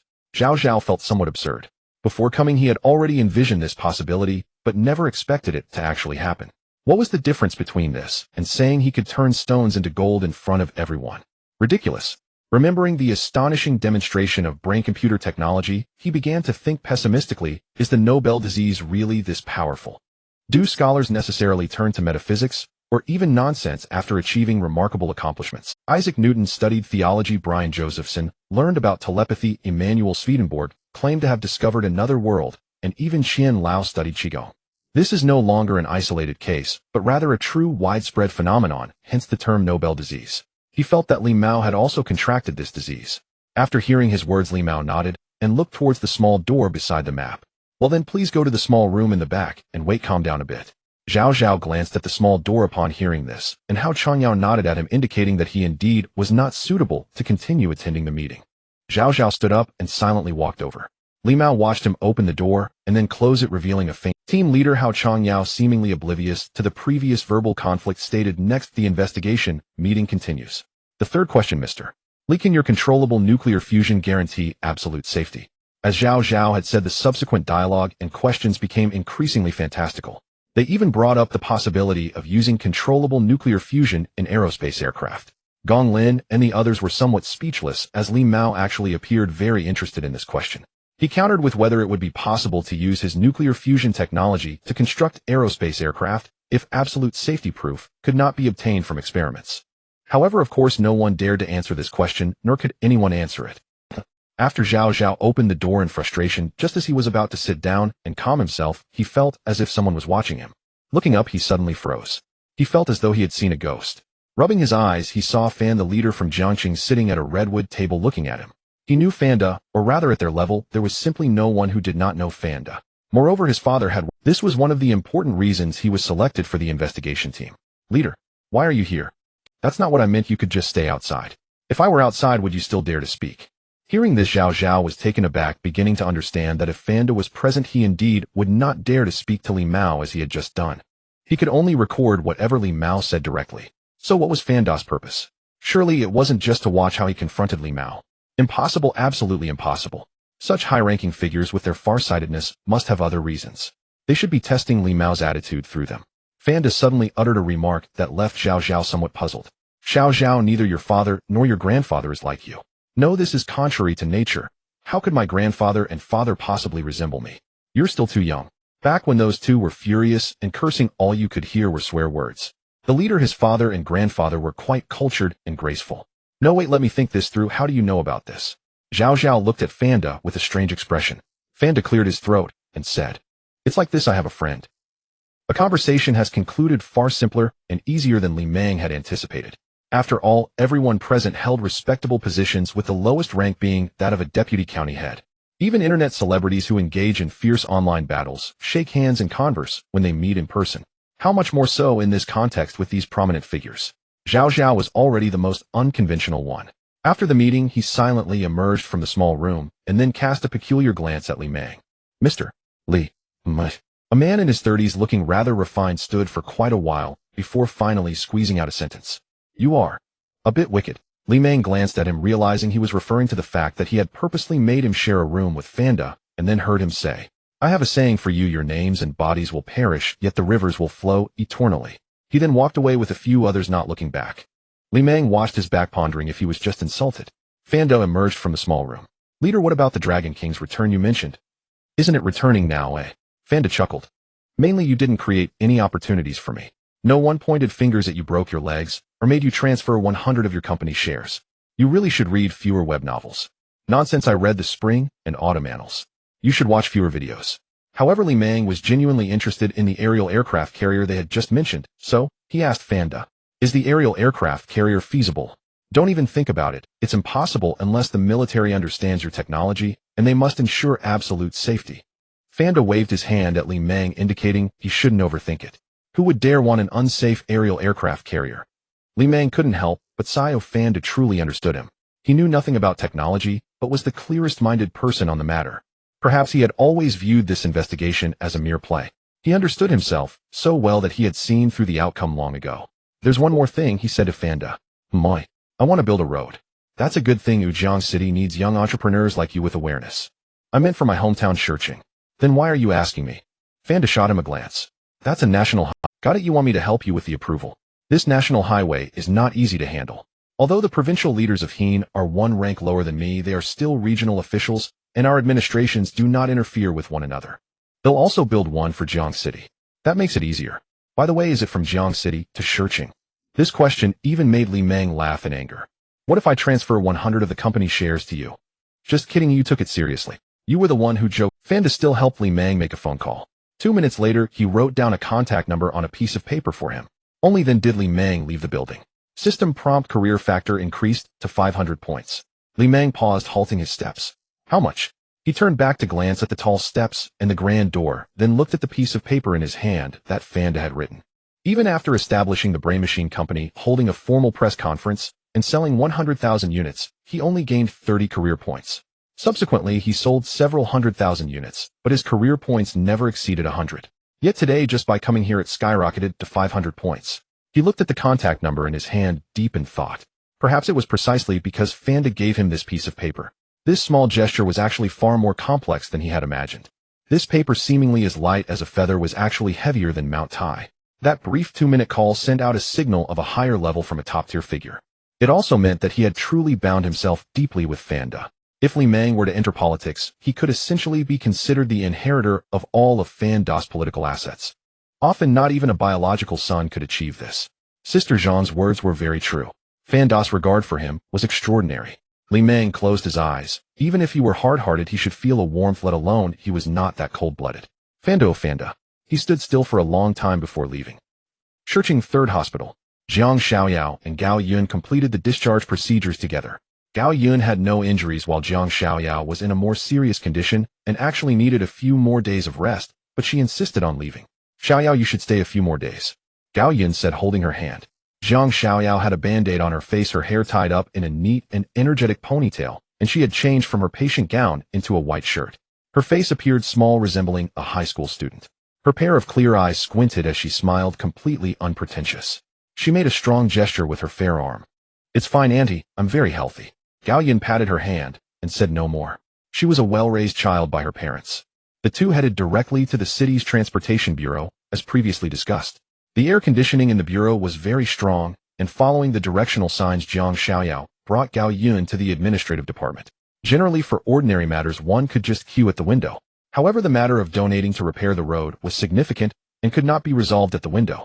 Jiang Xiaoyao had already called in advance, and the other party took it seriously, inviting them over for a detailed discussion in person. Hello, I am Wang Yu from the administrative department responsible for receiving you. A woman in her 30s approached Jiang Xiaoyao politely. The section chief is waiting for you. She discreetly sized up the two. A small fry from the street office bringing along an ordinary-looking woman claiming to donate to build a 5-kilometer national highway. This matter seemed a bit unbelievable, but it is better to believe it than to doubt it. After all, someone from the street office is still a civil servant. It is rare to see someone within the system making such jokes. That would be risking their future. It cannot be ruled out that this person is naive and has been deceived. A meeting was held yesterday regarding this matter. They quickly arrived at a small independent office. Inside were 2 middle-aged men. Feng Mu, the head of the administrative department, and Zhang Rang, the deputy head. Feng Mu was tall, but his complexion was somewhat sallow. His tightly furrowed brow didn't indicate anger. He naturally had a fierce appearance. After a simple introduction, Feng Mu turned to Gao Yun, trying to appear more amiable. Ms. Gao, this sum of money is no small amount. Is it really impossible to disclose the donor's information? In truth, he was just asking casually. If it came to that, he would certainly investigate thoroughly. Such a large sum of money involving a national highway reconstruction. If someone could donate anonymously, that would truly be a joke. Just saying the donor's mother, upon checking their household registration, wouldn't all information be revealed? Gao Yun merely shook her head. Feng Mu chatted with her a bit more, mainly trying to extract information. But who knew this lady would reveal nothing? Once the agreement is signed, we will prepare a dedicated account. When the funds arrive, we will start the multi-layered reporting process. I estimate it will take at least 6 months to get the approval, and experts will also come for on-site inspections, and the higher-ups will send a research team.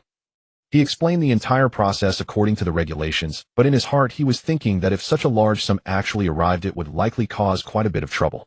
Whether or not they could really use all of it for road construction remained uncertain. Can I make a phone call? Gao Yun asked. At this moment. Go ahead, Feng Mu replied. She then dialed a number her son had given her yesterday. After a few words were exchanged on the other end, Gao Yun nodded, indicating it was good. She handed the phone to Feng Mu. Feng Mu, a bit puzzled, took it and held it to his ear. Who is this? I am Yin Jidong from the Provincial Party Committee. Who?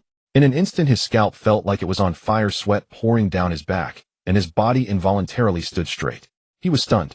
He instinctively glanced at the seemingly ordinary Gao Yun, his mind echoing a classic line. There is such a powerful noblewoman. While watching a movie, he had once fancifully thought that if a noblewoman called his office, he would not violate his principles. But who would have known that reality brought forth the very principles he held? He didn't even dare to think about the possibility of a disguise. Before Feng Mu could organize his thoughts, the other side had already spoken. Who are you? Feng Mu immediately answered.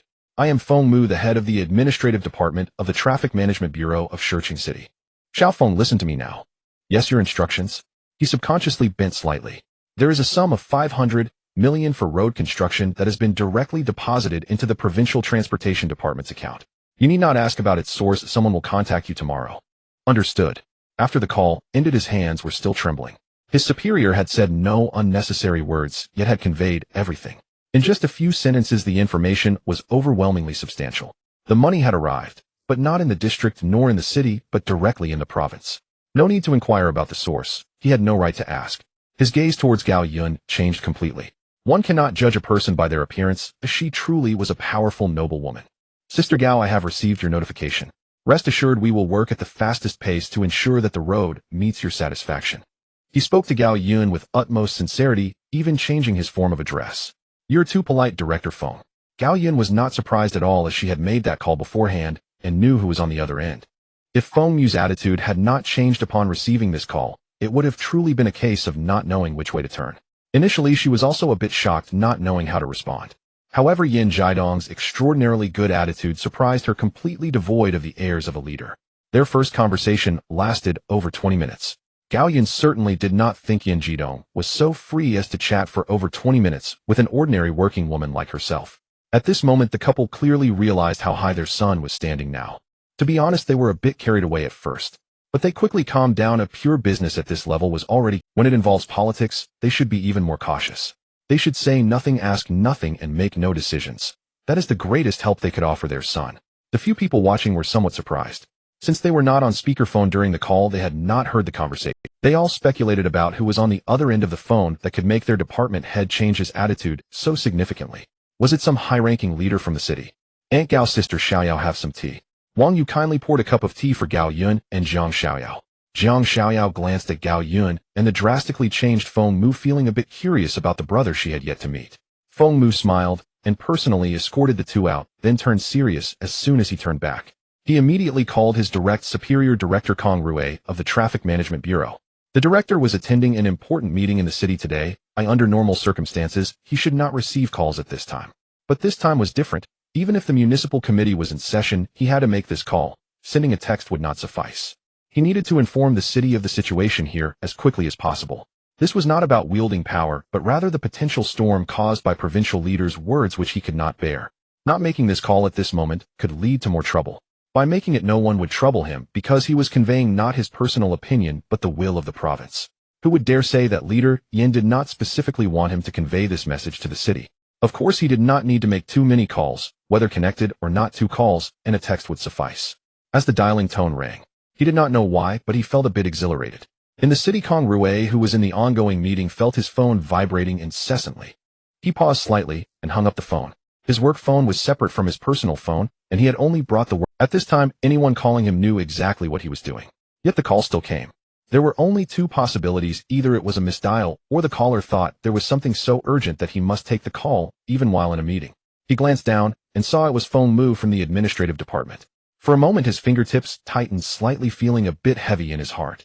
Could it be some major traffic accident, the kind involving hundreds of people? He hung up the phone, but quickly dialed again. At this moment, he knew he could not take any chances. The meeting room was that small, the leaders were watching from above, and even if he wanted to reply, it would be easy to be discovered. Fortunately, at this moment, Feng Mu sent a message. He hurriedly glanced at it, his pupils contracting sharply. Leader Yin Jidong from the provincial committee is calling. Director Zhong Bingwen was holding documents discussing key issues related to policy changes for this year. According to our current leader, Kong Rue felt no pressure at all and directly interrupted. His interruption was like a student receiving a notification from the principal suddenly breaking the teacher's lecture. He did not know why, but he felt a bit exhilarated. Watching Zhong Bingwen stop speaking, his gaze heavy, waiting silently for him to say something. Kong Rue did not immediately speak in front of everyone. Instead, he stood up and walked to Zhong Bingwen's side, showing him the text on his phone. Zhong Bingwen, who was originally somewhat angry, paused slightly after reading the message, his expression turning stern as he addressed the attendees. "Let's call it a day for now. Well, break for the meeting." The crowd looked at each other in confusion, standing up to leave the meeting room, but all were wondering what major event had occurred. What could Kong Rue from the Traffic Bureau have shown the leader that warranted such an immediate break? After everyone had left, only Zhong Bingwen, his trusted secretary Huang Xiao, and Kong Rue remained. "What happened?" "Leader, during the meeting just now, our administrative department head Feng Mu called me twice, but I didn't answer. Then he sent this message." Without any embellishment, Kong Rue relayed the situation directly to Zhong Bingwen. "Call him back now," Zhong Bingwen said after pondering for a few seconds. Kong Rue pressed the redial button on his phone and switched to speaker mode. The other side picked up almost immediately. "This is Zhong Bingwen. What happened?" Feng Mu had been waiting by the phone, not expecting it would be a call back from the city's top leadership. "Leader, someone came today to donate funds for the reconstruction of the national highway." She made a call, and it was answered by Leader Yin from the provincial committee. Hearing this, Kong Rue in the office felt slightly confused, while Zhong Bingwen and his trusted aide Huang Xiao seemed to have some thoughts. At Zhong Bingwen's level, he could not possibly be unaware of who in the area could connect with provincial figures. In fact, without his cooperation, Li Mang's family information would have already been completely exposed. What is that person's surname, he asked. Her surname is Gao, and her name is Gao Yun. Hearing this, Zhong Bingwen understood what was going on. Li Mang's mother was indeed Gao Yun. What did Leader Yin say? Leader said there is a sum of 500 million for road construction in the Provincial Transportation Department. Do not ask about its source. Someone will connect tomorrow. Good, I understand the situation now. Zhong Bingwen replied succinctly, then hung up the phone. He looked at Kong Rue and said, for this matter, act according to the province's instructions and do not make it public. Understood. Several consecutive days of sunny weather. At Tianmao Building, several black government vehicles entered the ground parking lot. 6 individuals led by Hao Changyao got out of the cars. Zhang Lan and Song Qi welcomed them and took them directly to the 44th floor. This was the first time the 6 had come to Huanyu Heping Technology, but they believed it would not be the last. As the elevator doors opened, the group curiously looked around. Huanyu Heping Technology had expanded tremendously compared to its previous scale. However, the 44th floor was almost untouched. It was surprisingly quiet for a large enterprise. A few communal desks were placed in the middle of the hall, and a reception desk displayed a holographic logo of a tree diagram. A silver-gray work robot approached with a tray of coffee. Gentlemen, Mr. Li is waiting for you in his personal workspace. Please follow me. Zhang Lan led them through the hall and passed through 2 doors before entering Li Mang's studio. The external space felt large, but this area was even more expansive. The ceiling on the top floor was significantly higher than that of ordinary floors, ample enough to accommodate an additional layer of space. They saw Li Mang standing in front of the previously unveiled mecha. This mecha seemed to have undergone some improvements, showing slight changes in appearance. He turned to look at the group. Welcome to my studio. Mr. Li, thank you for your hospitality. At this moment, the group felt a sense of indescribable emotion. This was the personal workspace of Li Mang, rumored to be the pinnacle of human technology, which countless outsiders yearned to glimpse. Both the brain-machine interface and the battle suit were birthed from here. People constantly speculated about how many unknown technologies resided within, yet they were allowed in so easily. In fact, they had prepared for various rejections and delays before arriving, but in reality, there was no obstruction from the other side. Why? This was completely illogical. Gong Lin looked at Li Mang, feeling as if he were a veil of mist. Li Mang glanced at his watch. The scheduled high-speed train departure was still 2 hours away. That was enough. His mother had an accident. Although the checkup showed it wasn't serious, he still needed to go back and see her. While ruling out physical issues, he also needed to address some other concerns. After all, today an accident could happen due to unforeseen circumstances, and tomorrow it might occur for reasons beyond one's control. Beyond the pursuit of the extraordinary, what Li Mang valued most were his family and friends.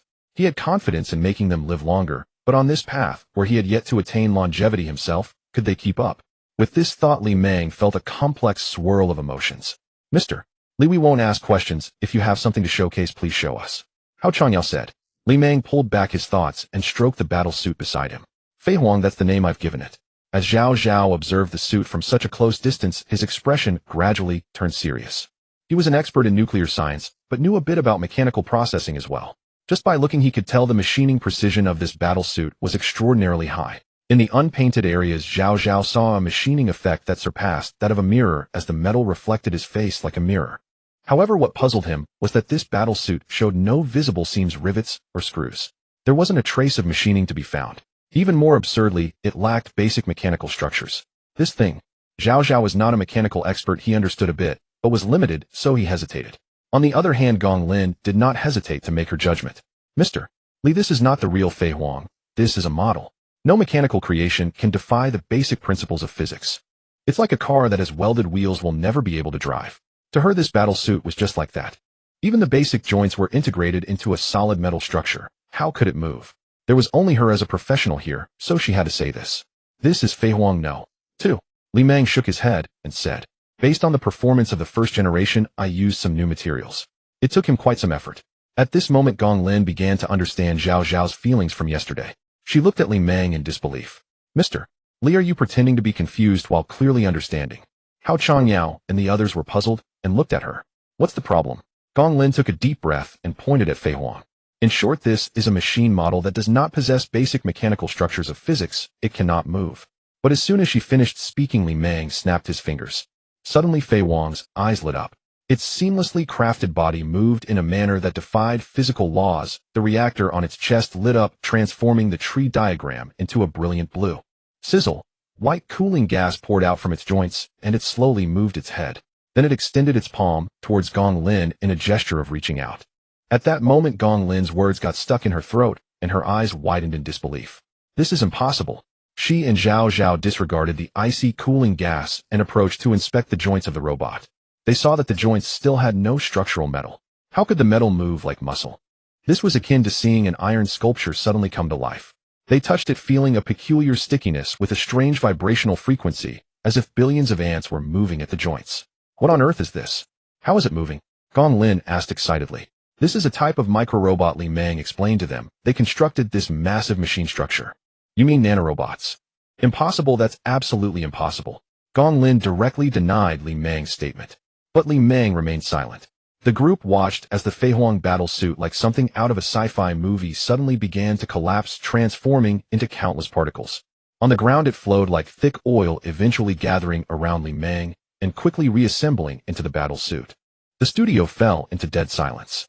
In this moment, everyone felt suffocated. The man in the black suit slowly stroked the tree diagram reactor on the chest of the Feihuang battle suit as the soft blue light illuminated the contours of his features. The scorching summer heat from outside failed to penetrate even a shred of warmth. The cooling gas surrounded him and the machine, both bathed in a golden glow from the sunlight. As Li Meng's dark eyes slowly gazed over, everyone felt a chill creeping into their limbs and goosebumps erupted across their skin. Looking at the man in the black suit, their firm materialistic beliefs faced a significant challenge at that moment. What is this? Science. Is this really science? But it can't possibly be magic, can it? They felt an uncontrollable shock. It was as if primitive people had witnessed a modern aircraft carrier. At this moment, they gazed at the young man standing in the luminous air currents alongside the 2-meter-tall cold mecha. They even began to feel a sense of fear. It was not the technology they feared, but the very existence of this person. Is this the genius of humanity at its current stage? Being a step ahead signifies genius. 2 steps ahead indicates madness. What does it mean to be 100 steps ahead? Do the existing technologies and capabilities of humanity truly suffice to balance such an existence? They have a vague awareness that the person before them, if willing, could potentially achieve feats that could subvert humanity. He has even reached the point where he no longer needs to consume beef. Fortunately, he is not that kind of person, yet they remain hesitant. This is because they cannot construct a portrait of Li Mao, leaving them clueless about his true intentions. Every step he takes is unpredictable. In this light, perhaps Fanda is the one with true foresight. Li Mao paid no heed to their thoughts. After all, regardless of their thoughts, he will continue to present one astonishing innovation after another. He simply desires to transcend, beyond merely acquiring powers that surpass those of ordinary people. Instead, in his lifetime, he aims to win this race against time. He lacks the ability to reincarnate, but once the past is gone, it is gone. Theoretically, he still has 70 to 80 years left. If he studies biological technology to surpass the limits of human theory, living to 120 or 30 is not impossible, granting him a century. Or even more audaciously, who says he cannot become a life form akin to a thinker, as it claims living for millions of years? But in reality, that is not the case. He absolutely cannot accept living as an inorganic being. He struggles to accept his own aging. Li Mao quietly waited for them to digest all this. Then he provided an explanation they could barely accept. As you can see, Feihuang is not a machine, but a combination of countless micro-machines. Hao Changyao did not understand technology, he only felt it was too science-fictional to the point of being unrealistic. Zhao Zhao silently gazed at the blue reactor, beginning to ponder whether this thing was truly real. Yet the physics that Gong Lin had built over decades collapsed. Nanotechnology. Has nanotechnology truly been achieved? She murmured. But reality was right before their eyes, which was the most despairing aspect for a materialist. You do not believe in myths or magic, yet no matter how incredible the opponent's creations are, it must be science. And this science shattered all your previous understandings of science. At this moment, she, who had been regarded as a genius since childhood, began to feel overwhelmed. She tugged at her hair, engulfed in immense pain. Li Mao continued, "It's not that complicated, I merely preserved the basic structural characteristics of nanomaterials." Gong Lin's dim eyes finally brightened, as if she had grasped a lifeline. The difficulty with nanobots lies in how to endow them with highly intelligent performance at the nanoscale. I have offloaded part of that intelligence to the brain machine. This time several people understood. In the realm of brain machines, Li Mao is an absolute authority. Thus, linking this thing with the brain machine made it much easier for Gong Lin to accept. After all, she only understood mechanics, not brain machines. Li Mao removed the helmet of Feihuang. "You should experience it for yourself. I guarantee absolute safety, though it might not be very comfortable. But the answers you seek are all here." Upon hearing this, everyone was somewhat flabbergasted. Should they even try? His gaze turned towards them. "Now come forward." Everyone exchanged glances akin to selected heroes. Ultimately, their gaze settled on Zhao Zhao and Gong Lin, the two professionals. I'll go. Zhao Zhao stepped forward first, unhesitatingly taking the helmet. He felt it was heavier than he had imagined, and as he locked eyes with the pair of gleaming eyes, it seemed almost alive. A slight chill ran down his spine. He gritted his teeth and asked Li Mao, should I put it on directly? Calm your mind, perceive it properly, understand it, and accept it. Li Mao's words sounded less like those of a scientist, and more like a mystic. The others felt a strong sense of dissonance. Yet Zhao Zhao solemnly nodded, then took a deep breath and closed his eyes, trying to sense the helmet in his hands. He truly sensed it. Is this science? Has the brain machine become this powerful? In an instant of connection, a surge of information flooded his mind. Air temperature, humidity, energy, gravity, countless links to robots. In that moment, due to the overwhelming influx of information, his brain crashed. He indeed saw these robots. He could even feel the unimaginable energy response at the chest of the battle. He was horrified to arrive at an unbelievable conclusion that could absolutely not be a high-energy battery. Could it actually be controllable nuclear fusion? But he could not operate this battle armor in any way. It was akin to placing a sixth-generation fighter jet before a primitive man. Even more exaggerated than that. It displayed all of itself. Yet you still cannot control it. The mental capacity required has reached an unfathomable level. He opened his eyes, his face flushed, feeling a warmth in his nose. Looking at Li Mao, his gaze became incredibly clear, like that of a devoted apprentice. He gradually understood everything. He realized that this thing, even if given to them, they would be incapable of researching anything useful, because it surpasses their existing scientific framework by too much. Brain machines, controllable nuclear fusion, nanotechnology. Yet the truly powerful aspect is not the battle armor, but the person who wields this power. There is simply no second person on Earth capable of operating this thing. How is it? Hao Changyao asked him. He merely shook his head, feeling immensely complex emotions, utterly unsure of what to say. Li Mao then looked towards the others, patting the metallic helmet. No one has come in vain, everyone can give it a try, he said. Anyone who wants to try in the future, he would not refuse. Even if someone truly manages to spark a hint of technological insight from his extraordinary powers that interfere with reality, he would be even happier. Until several minutes later, everyone left Huan Yuping, He Technology. After going downstairs, the six felt the scorching sun shining on them, sending a shiver down their spines. They unconsciously looked towards the sunlit rooftop, their feelings complex and difficult to articulate. It was 1 o'clock in the afternoon. Li Mao carried a backpack dressed in simple casual wear and wore a black mask as he walked alone into the high-speed rail station's ticket gate. He resembled an ordinary college student heading out for a trip. The distance from Shiqing to Jiangxing is about 700 kilometers, and the high-speed rail takes less than 3 hours. Moreover, the high-speed rail station happens to be in the western district where his home is located. Meanwhile, on the other side, at Li Mao's home in Shiqing, knowing their son was returning, Gao Yun and Li Dasong took several days off. Gao Yun went to buy a huge amount of delicious food, planning to showcase her culinary skills. To her delight, she unexpectedly discovered that Zhang Xiaoyou's family lived not far away, right next door in the staff quarters. She genuinely quite liked this little girl. Just then the doorbell at home rang. Li Dasong in the living room glanced at the old clock hanging on the wall. It was still just over 1 in the afternoon. Who could it be?